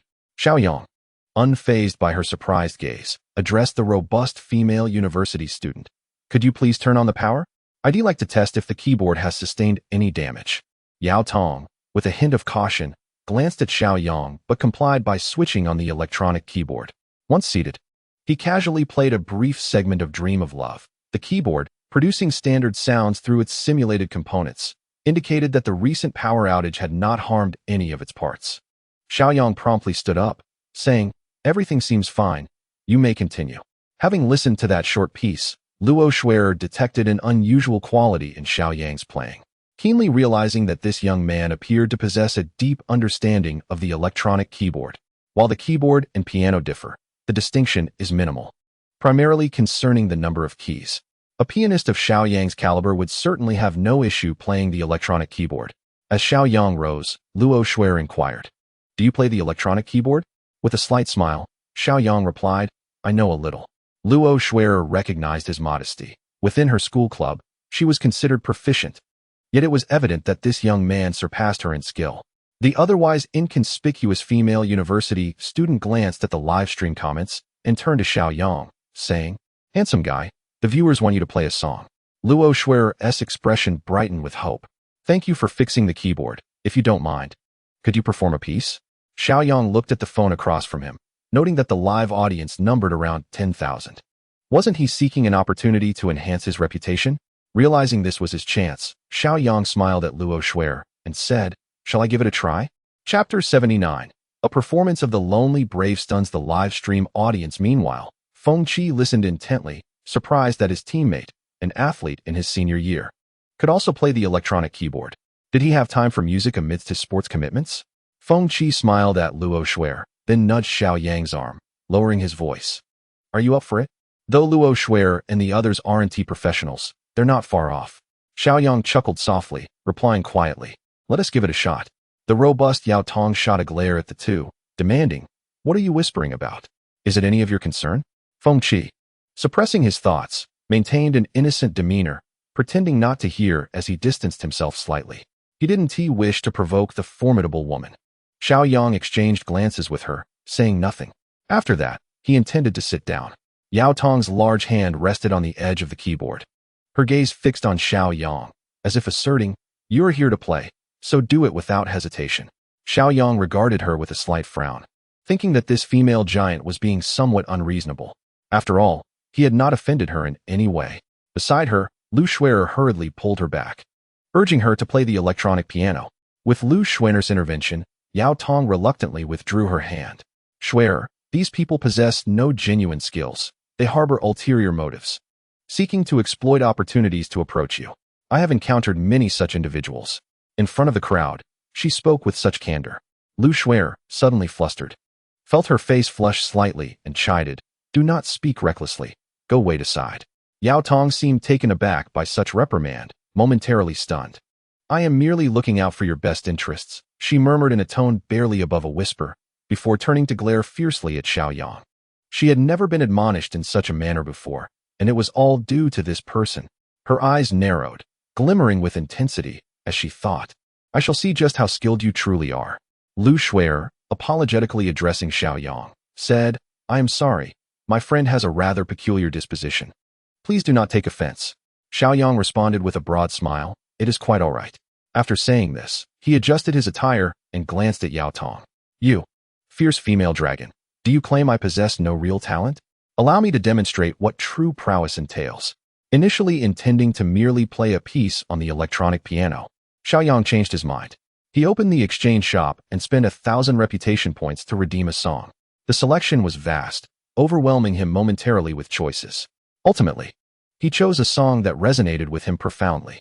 Standing beside Lu Schwerer, Yao Tong, noticing Xiao Yang's inactivity, muttered under her breath, expressing her dissatisfaction. "What a charade." Lu Schwerer frowned slightly, casting her a warning glance, and Yao Tong obediently fell silent. Just as many in the crowd began to feel restless, Xiao Yang finally made a move. He adjusted the microphone and announced, "Today, I will present to you an original song of mine, The Brave One." Original song? Feng Qi, at the front of the crowd, looked utterly bewildered. Can a track athlete really have an original song? The audience in the live stream, already growing impatient, saw the number of viewers dwindle from 10,000 to 8,000. An original song? Hurry and begin. It seemed that only because of his decent skill on the electronic piano was he allowed to play. Who cared about his original composition? Never mind. Hold on. I'll just watch Schwerer for now. I am regretting this. It feels like impending doom is upon us. You all hang in there. I'll step out for a moment and return shortly. The female college student monitoring the live stream felt a chill in her heart. The viewership was plummeting. Had she known this, she would never have acquiesced to the viewers' demands. Today seemed destined to be a disastrous live stream. However, Lu Schwerer remained unfazed by the dynamics of the live broadcast. She would not allow it to affect her. Upon hearing Xiao Yang mention his original work, her anticipation heightened even further. All are courageous. Your forehead injury, your differences, the mistakes you have made. His nascent vocal techniques were already far superior to those of ordinary artists, and coupled with his original composition and masterful electronic piano performance, it created an astonishing effect. Those who had initially come merely to spectate were suddenly rendered speechless. The barrage of comments in the live stream came to an abrupt halt. In a moment of clarity, Luo Schroeder gazed at Xiao Yang with her enchanting eyes. There is no need for concealment. Your tattered doll, your mask, your true self. The atmosphere in the live broadcast room shifted dramatically. So beautiful. So beautiful. Most comments were reduced to those two words, dominating the screen. The rapidly declining popularity began to stabilize and even rebound. Luo Schroeder clenched her fist slightly. The opening was indeed stunning, yet the subsequent performance would test the singer's skill. Feng Qi was left utterly astonished. Xiao Yang not only sang, but did so exceptionally well. The fierce woman's expression was now tinged with surprise. It seemed there was indeed something remarkable about him. They said to carry the light and tame every beast, for who claims that those covered in mud are not heroes? The music's rhythm transformed swiftly into a fervent crescendo. I love you, walking alone in dark alleys, loving your defiance, loving your confrontation with despair, refusing to shed a tear. I love your ragged garments, daring to block fate's gun, loving how much we are alike, sharing the same flaws. Shall we go? Does it suit us? This tattered cloak. Shall we fight? Indeed, for the most humble of dreams. To the sobs and roars in the dark night.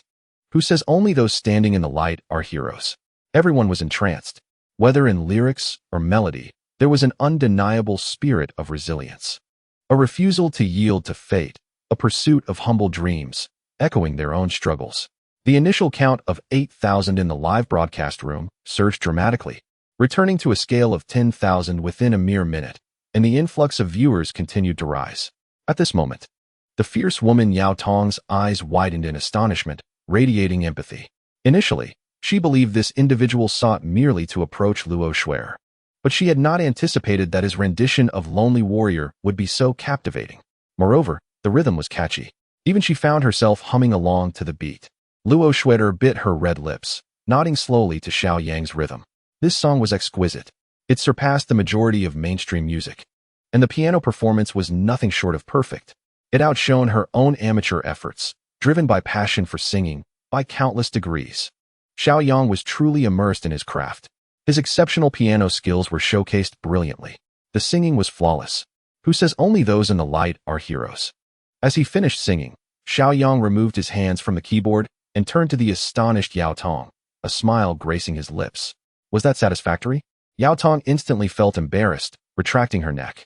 Just moments ago, she had insisted that Xiao Yang was merely attempting to get closer to Luo Schroeder, lacking genuine talent. She had not expected him to reveal such remarkable ability, delivering an original song that many singers could only aspire to achieve. Not just satisfactory, that was truly exceptional. Yao Tong's face flushed with a mix of shame and admiration. It was quite beautiful. It was more than merely beautiful. Xiao Yang smiled. Beside him, Feng Qi stepped forward, giving a resounding thumbs up. Impressive. Truly impressive. I was truly astonished to discover that you could sing so beautifully. In this crowded venue, he was the only one familiar with a bit of Xiao Yang's background. A high school senior and a sprinter. It was remarkable that he could accompany himself while singing with such prowess. Xiao Yang subtly nodded at Feng Qi, modestly downplaying his performance, stating that it was nothing extraordinary, as he possessed no genuine talent. He then shifted his gaze back to Yao Tong's face. Yao Tong, feeling immensely embarrassed, turned away, pretending not to hear. At that moment, the female college student stationed in front of the live stream exclaimed excitedly, "We have 20,000 viewers now." In a mere 5 minutes, the number had doubled. Luo Schroeder, with her hands crossed over her abdomen, remarked, "It's beautiful and professional. Your original song The Lone Brave is truly impressive." She genuinely admired it.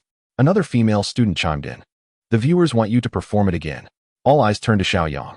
The earlier rendition of The Lone Brave had been breathtaking, and a repeat performance would certainly be welcomed. Xiao Yang had his own plans. Having invested 1,000 points of reputation into this song, he intended to make the most of it. Performing it again, or even several times, seemed justifiable, especially to provide others with the opportunity to record it and allow the song to circulate online, thereby garnering additional reputation points. With this intent in mind, Xiao Yang proceeded without hesitation, sitting down to play and sing once more. The number of viewers in the live stream surged to 40,000 and continued to rise. Regrettably, Luo Schroeder had yet to enable the tipping feature, otherwise, the rewards would have been quite substantial.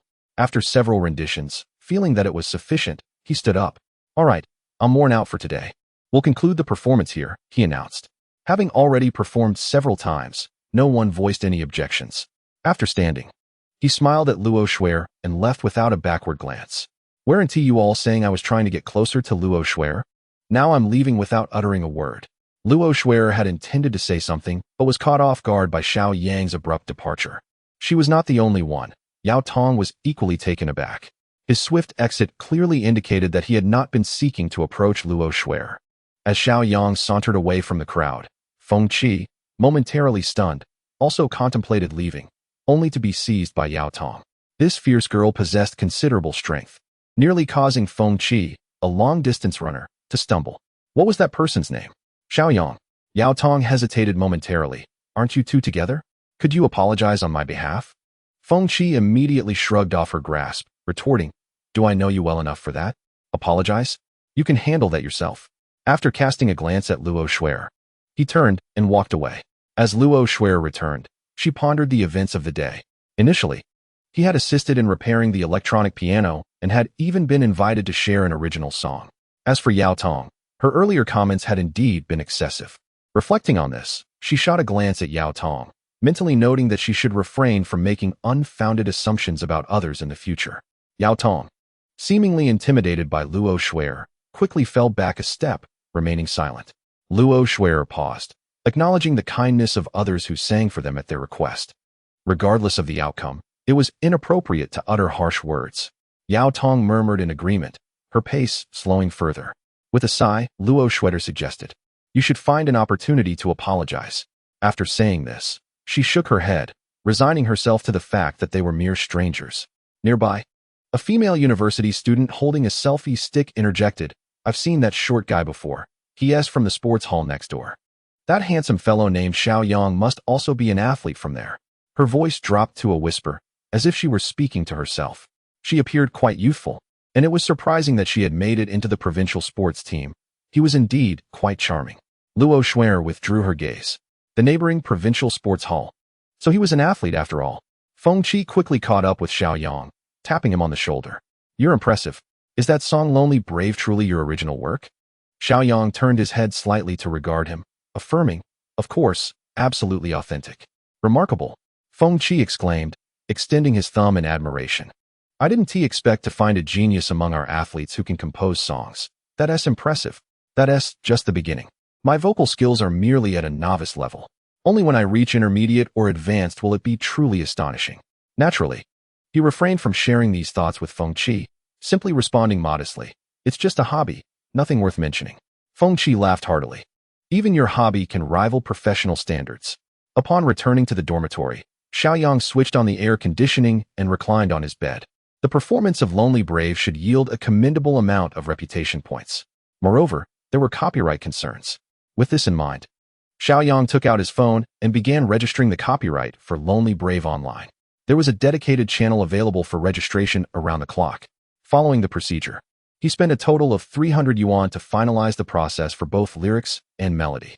With no burdens weighing on him, he accessed the reputation points interface.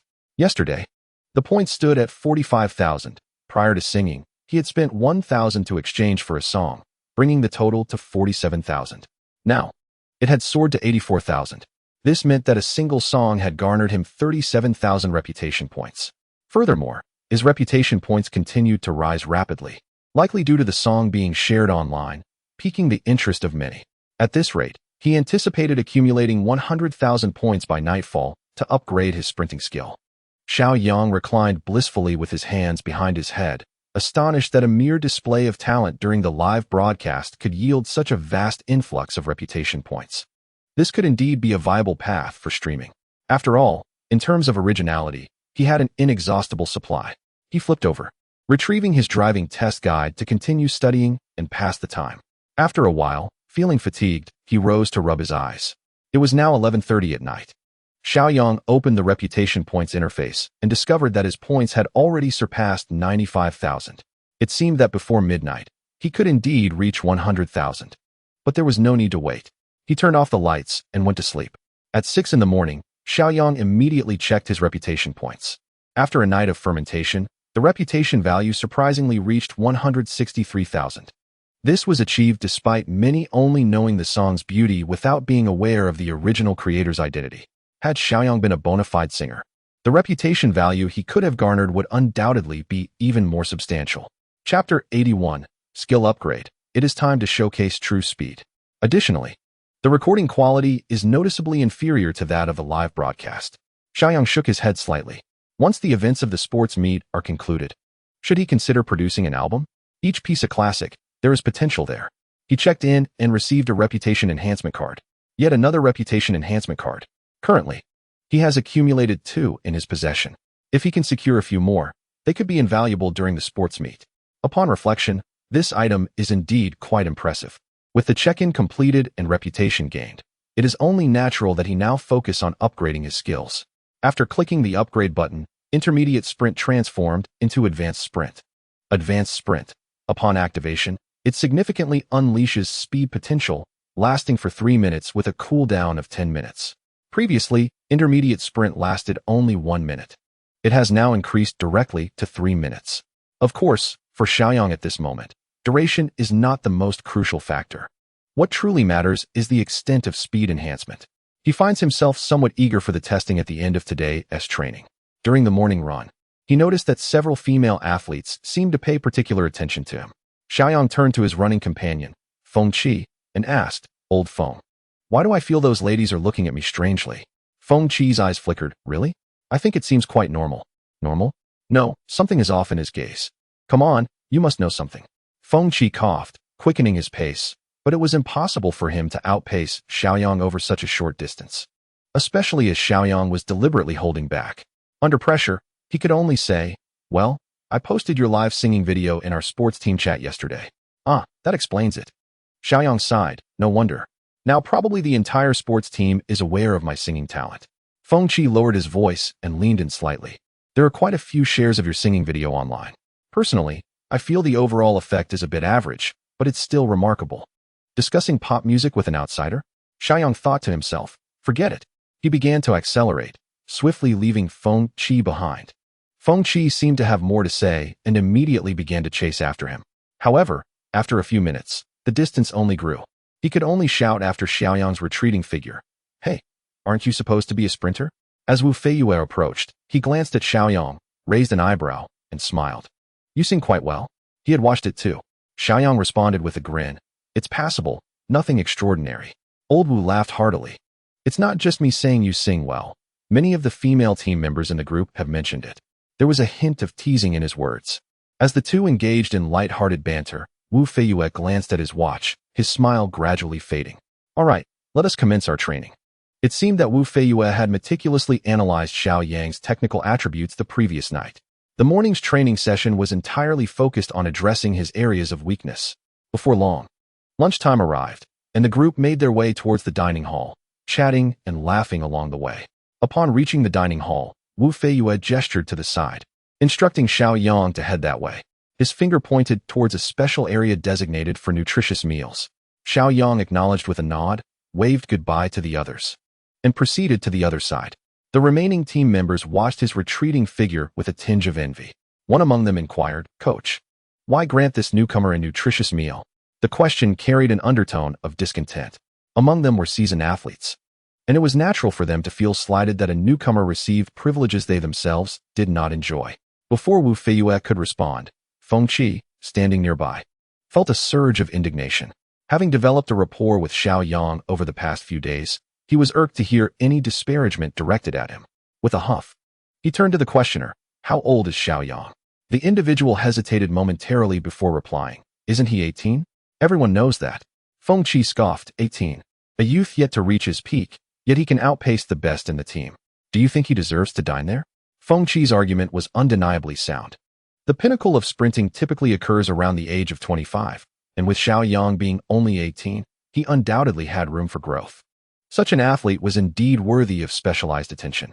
Wu Feiyue remarked, "Instead of begrudging others their privileges, perhaps you should contemplate how to enhance your own performance. Day in and day out, you only dwell on your grievances." With that, he strode into the coach's dining area. Feng Qi cast a cold glance at the others. "We are all athletes here. Don't you understand the meritocratic nature of our sport? If you can uncover your potential, not only will you enjoy special meals, but the doors of the national team will also swing wide open. The individual who had questioned previously now bore a flushed visage.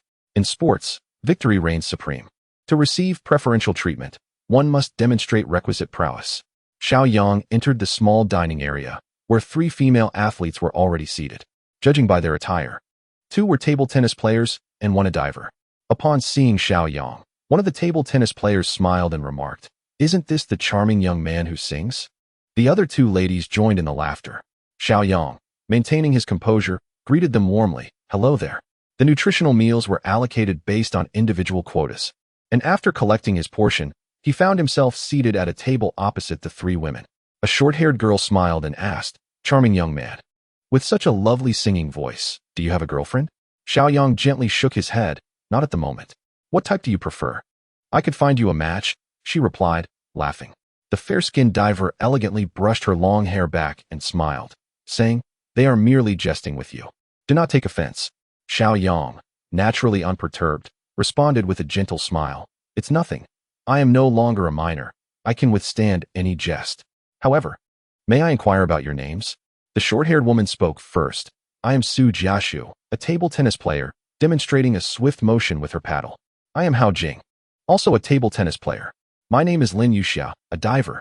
"I am Xiao Yang, a sprinter." As the conversation progressed, the group became more familiar with one another. The afternoon's physical training went smoothly.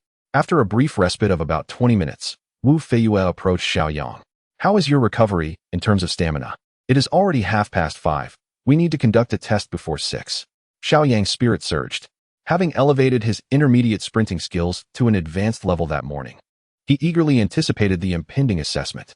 He was keen to discover whether he could break the 10-second barrier post-upgrade.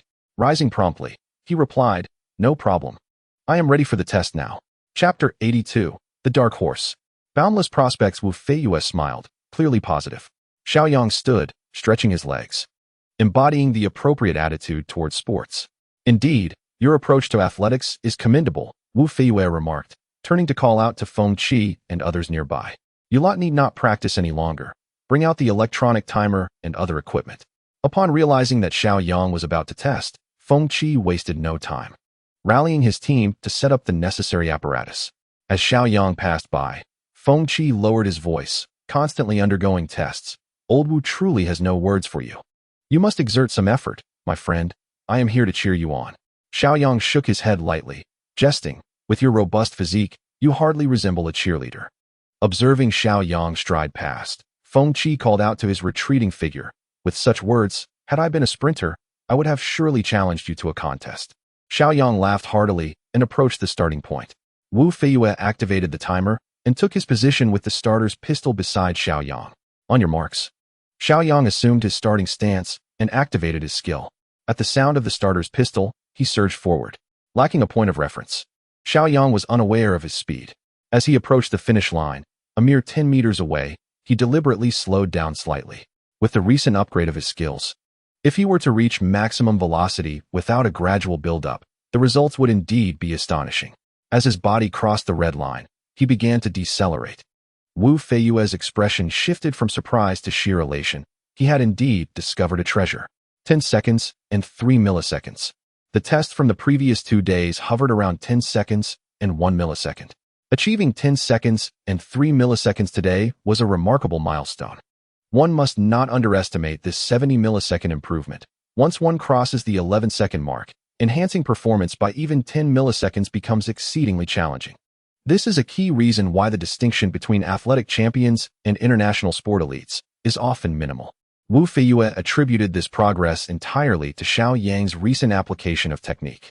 After all, his skills had been rather rudimentary before, yet, within the brief span of 3 days of specialized training, Xiao Yang exhibited remarkable progress. A dark horse, undoubtedly a dark horse. There remains vast potential for Xiao Yang's improvement. With this conclusion in mind, the excitement on Wu Feiyue's face became increasingly palpable. A time of 10 seconds and 3 milliseconds. This achievement holds promise for a championship title at the National Youth Games. Of course, promise and probability are but mere concepts. Prior to this, a time of 10 seconds and 11 milliseconds offered no hope whatsoever. Feng Qi gazed at the digits on the timer, rubbing his eyes in disbelief. 10 seconds and 3 milliseconds? Although the provincial team operates under financial constraints, this timer is exceptionally advanced, with a margin of error reduced to mere milliseconds. This implies that Xiao Yang has indeed attained this astonishing speed. While he specializes in long-distance running, he is well-versed in short sprints, particularly the 100 meters. The best record of Asia's flying man, Su Bingtian, stands at 9 seconds and 83 milliseconds. Xiao Yang's significant improvement over just a few days, culminating in a time of 10 seconds and 3 milliseconds, indicates that the gap between him and the Asian champion is a mere 200 milliseconds, and he is just a step away from breaking the 10-second barrier. Most importantly, he is only 18 years old. There is ample room for further growth. It is not difficult to envision that breaking the 10-second mark will merely be a matter of time. As this realization dawned upon him, Feng Qi couldn't help but cup his hands around his mouth and jokingly shout, "Xiao God, you're amazing." The others around exchanged glances, fully understanding why Coach Wu had shown such favoritism toward Xiao Yang. This level of treatment was hardly an exaggeration. They were even convinced that with such a performance and talent, joining the national team after the competition was virtually a certainty. Xiao Yang, observing the timer, felt a deep sense of satisfaction. Just moments ago, during the final 10 meters, he had deliberately eased off his speed, meaning that if he were to truly exert himself, breaking the 10-second barrier would be an absolute certainty. As for how fast he could run, Xiao Yang had only a rough estimate, but he believed he could achieve a time within 9 seconds and 95 milliseconds. In a few days, with adequate recovery and enhancement, he would be ready to unleash his full potential, yielding a more precise measurement. However, this performance was already astonishing enough. While lost in thought, he heard Feng Qi's distant call. Xiao Yang smiled slightly, moving 2 fingers across his temples. Wu Feiyue approached, his face visibly flushed with excitement. Good, splendid. Tremendous progress. You've already become a dark horse before the end of the training. Wu Feiyue's voice trembled with enthusiasm. Before the training concludes, you will undoubtedly break the 10-second mark. Xiao Yang nodded affirmatively, saying, I will strive to do my best. No need for excessive effort. You can break 10 seconds at any moment, Wu Feiyue mused, stroking his chin. It's a bright sunny day, and it's getting late. Let us conduct another test shortly. Another test? No problem, Xiao Yang replied, sitting down to rest as Feng Qi began to gather the equipment. Certainly, 10 seconds and 3 milliseconds. With a little more effort, you could break into the 10-second mark. The national team could easily welcome you into the first tier. Xiao Yang chuckled. It's not that simple. Feng Qi, ruffling his short hair, retorted. Is it not easy for you? What was your time when you clinched the championship at the provincial games last month? 10 seconds and 25 milliseconds, Xiao Yang replied. Feng Qi, visibly envious, thumped his chest and exclaimed, just last month, it was 10 seconds and 25. After learning some techniques a few days ago, I managed to reduce my time to 10 seconds and 11 milliseconds. And now, just 2 days later, you've brought it down to 10 seconds and 3. You still claim it's not easy? That's quite extraordinary. After a brief rest, Xiao Yang resumed his testing. Wu Feiyue's gaze was fixed intently on the timer. The digits froze at 10 seconds and 2 milliseconds. He exhaled in relief. From an initial time of 03 to this current 02 indicates that Xiao Yang has indeed elevated his speed into this new range. All right, that will be enough training for today, Wu Feiyue announced to Feng Qi and the others. Please return the equipment. Once the others began to busily attend to their tasks, Wu Feiyue patted Xiao Yang on the shoulder and inquired, how are you settling in here?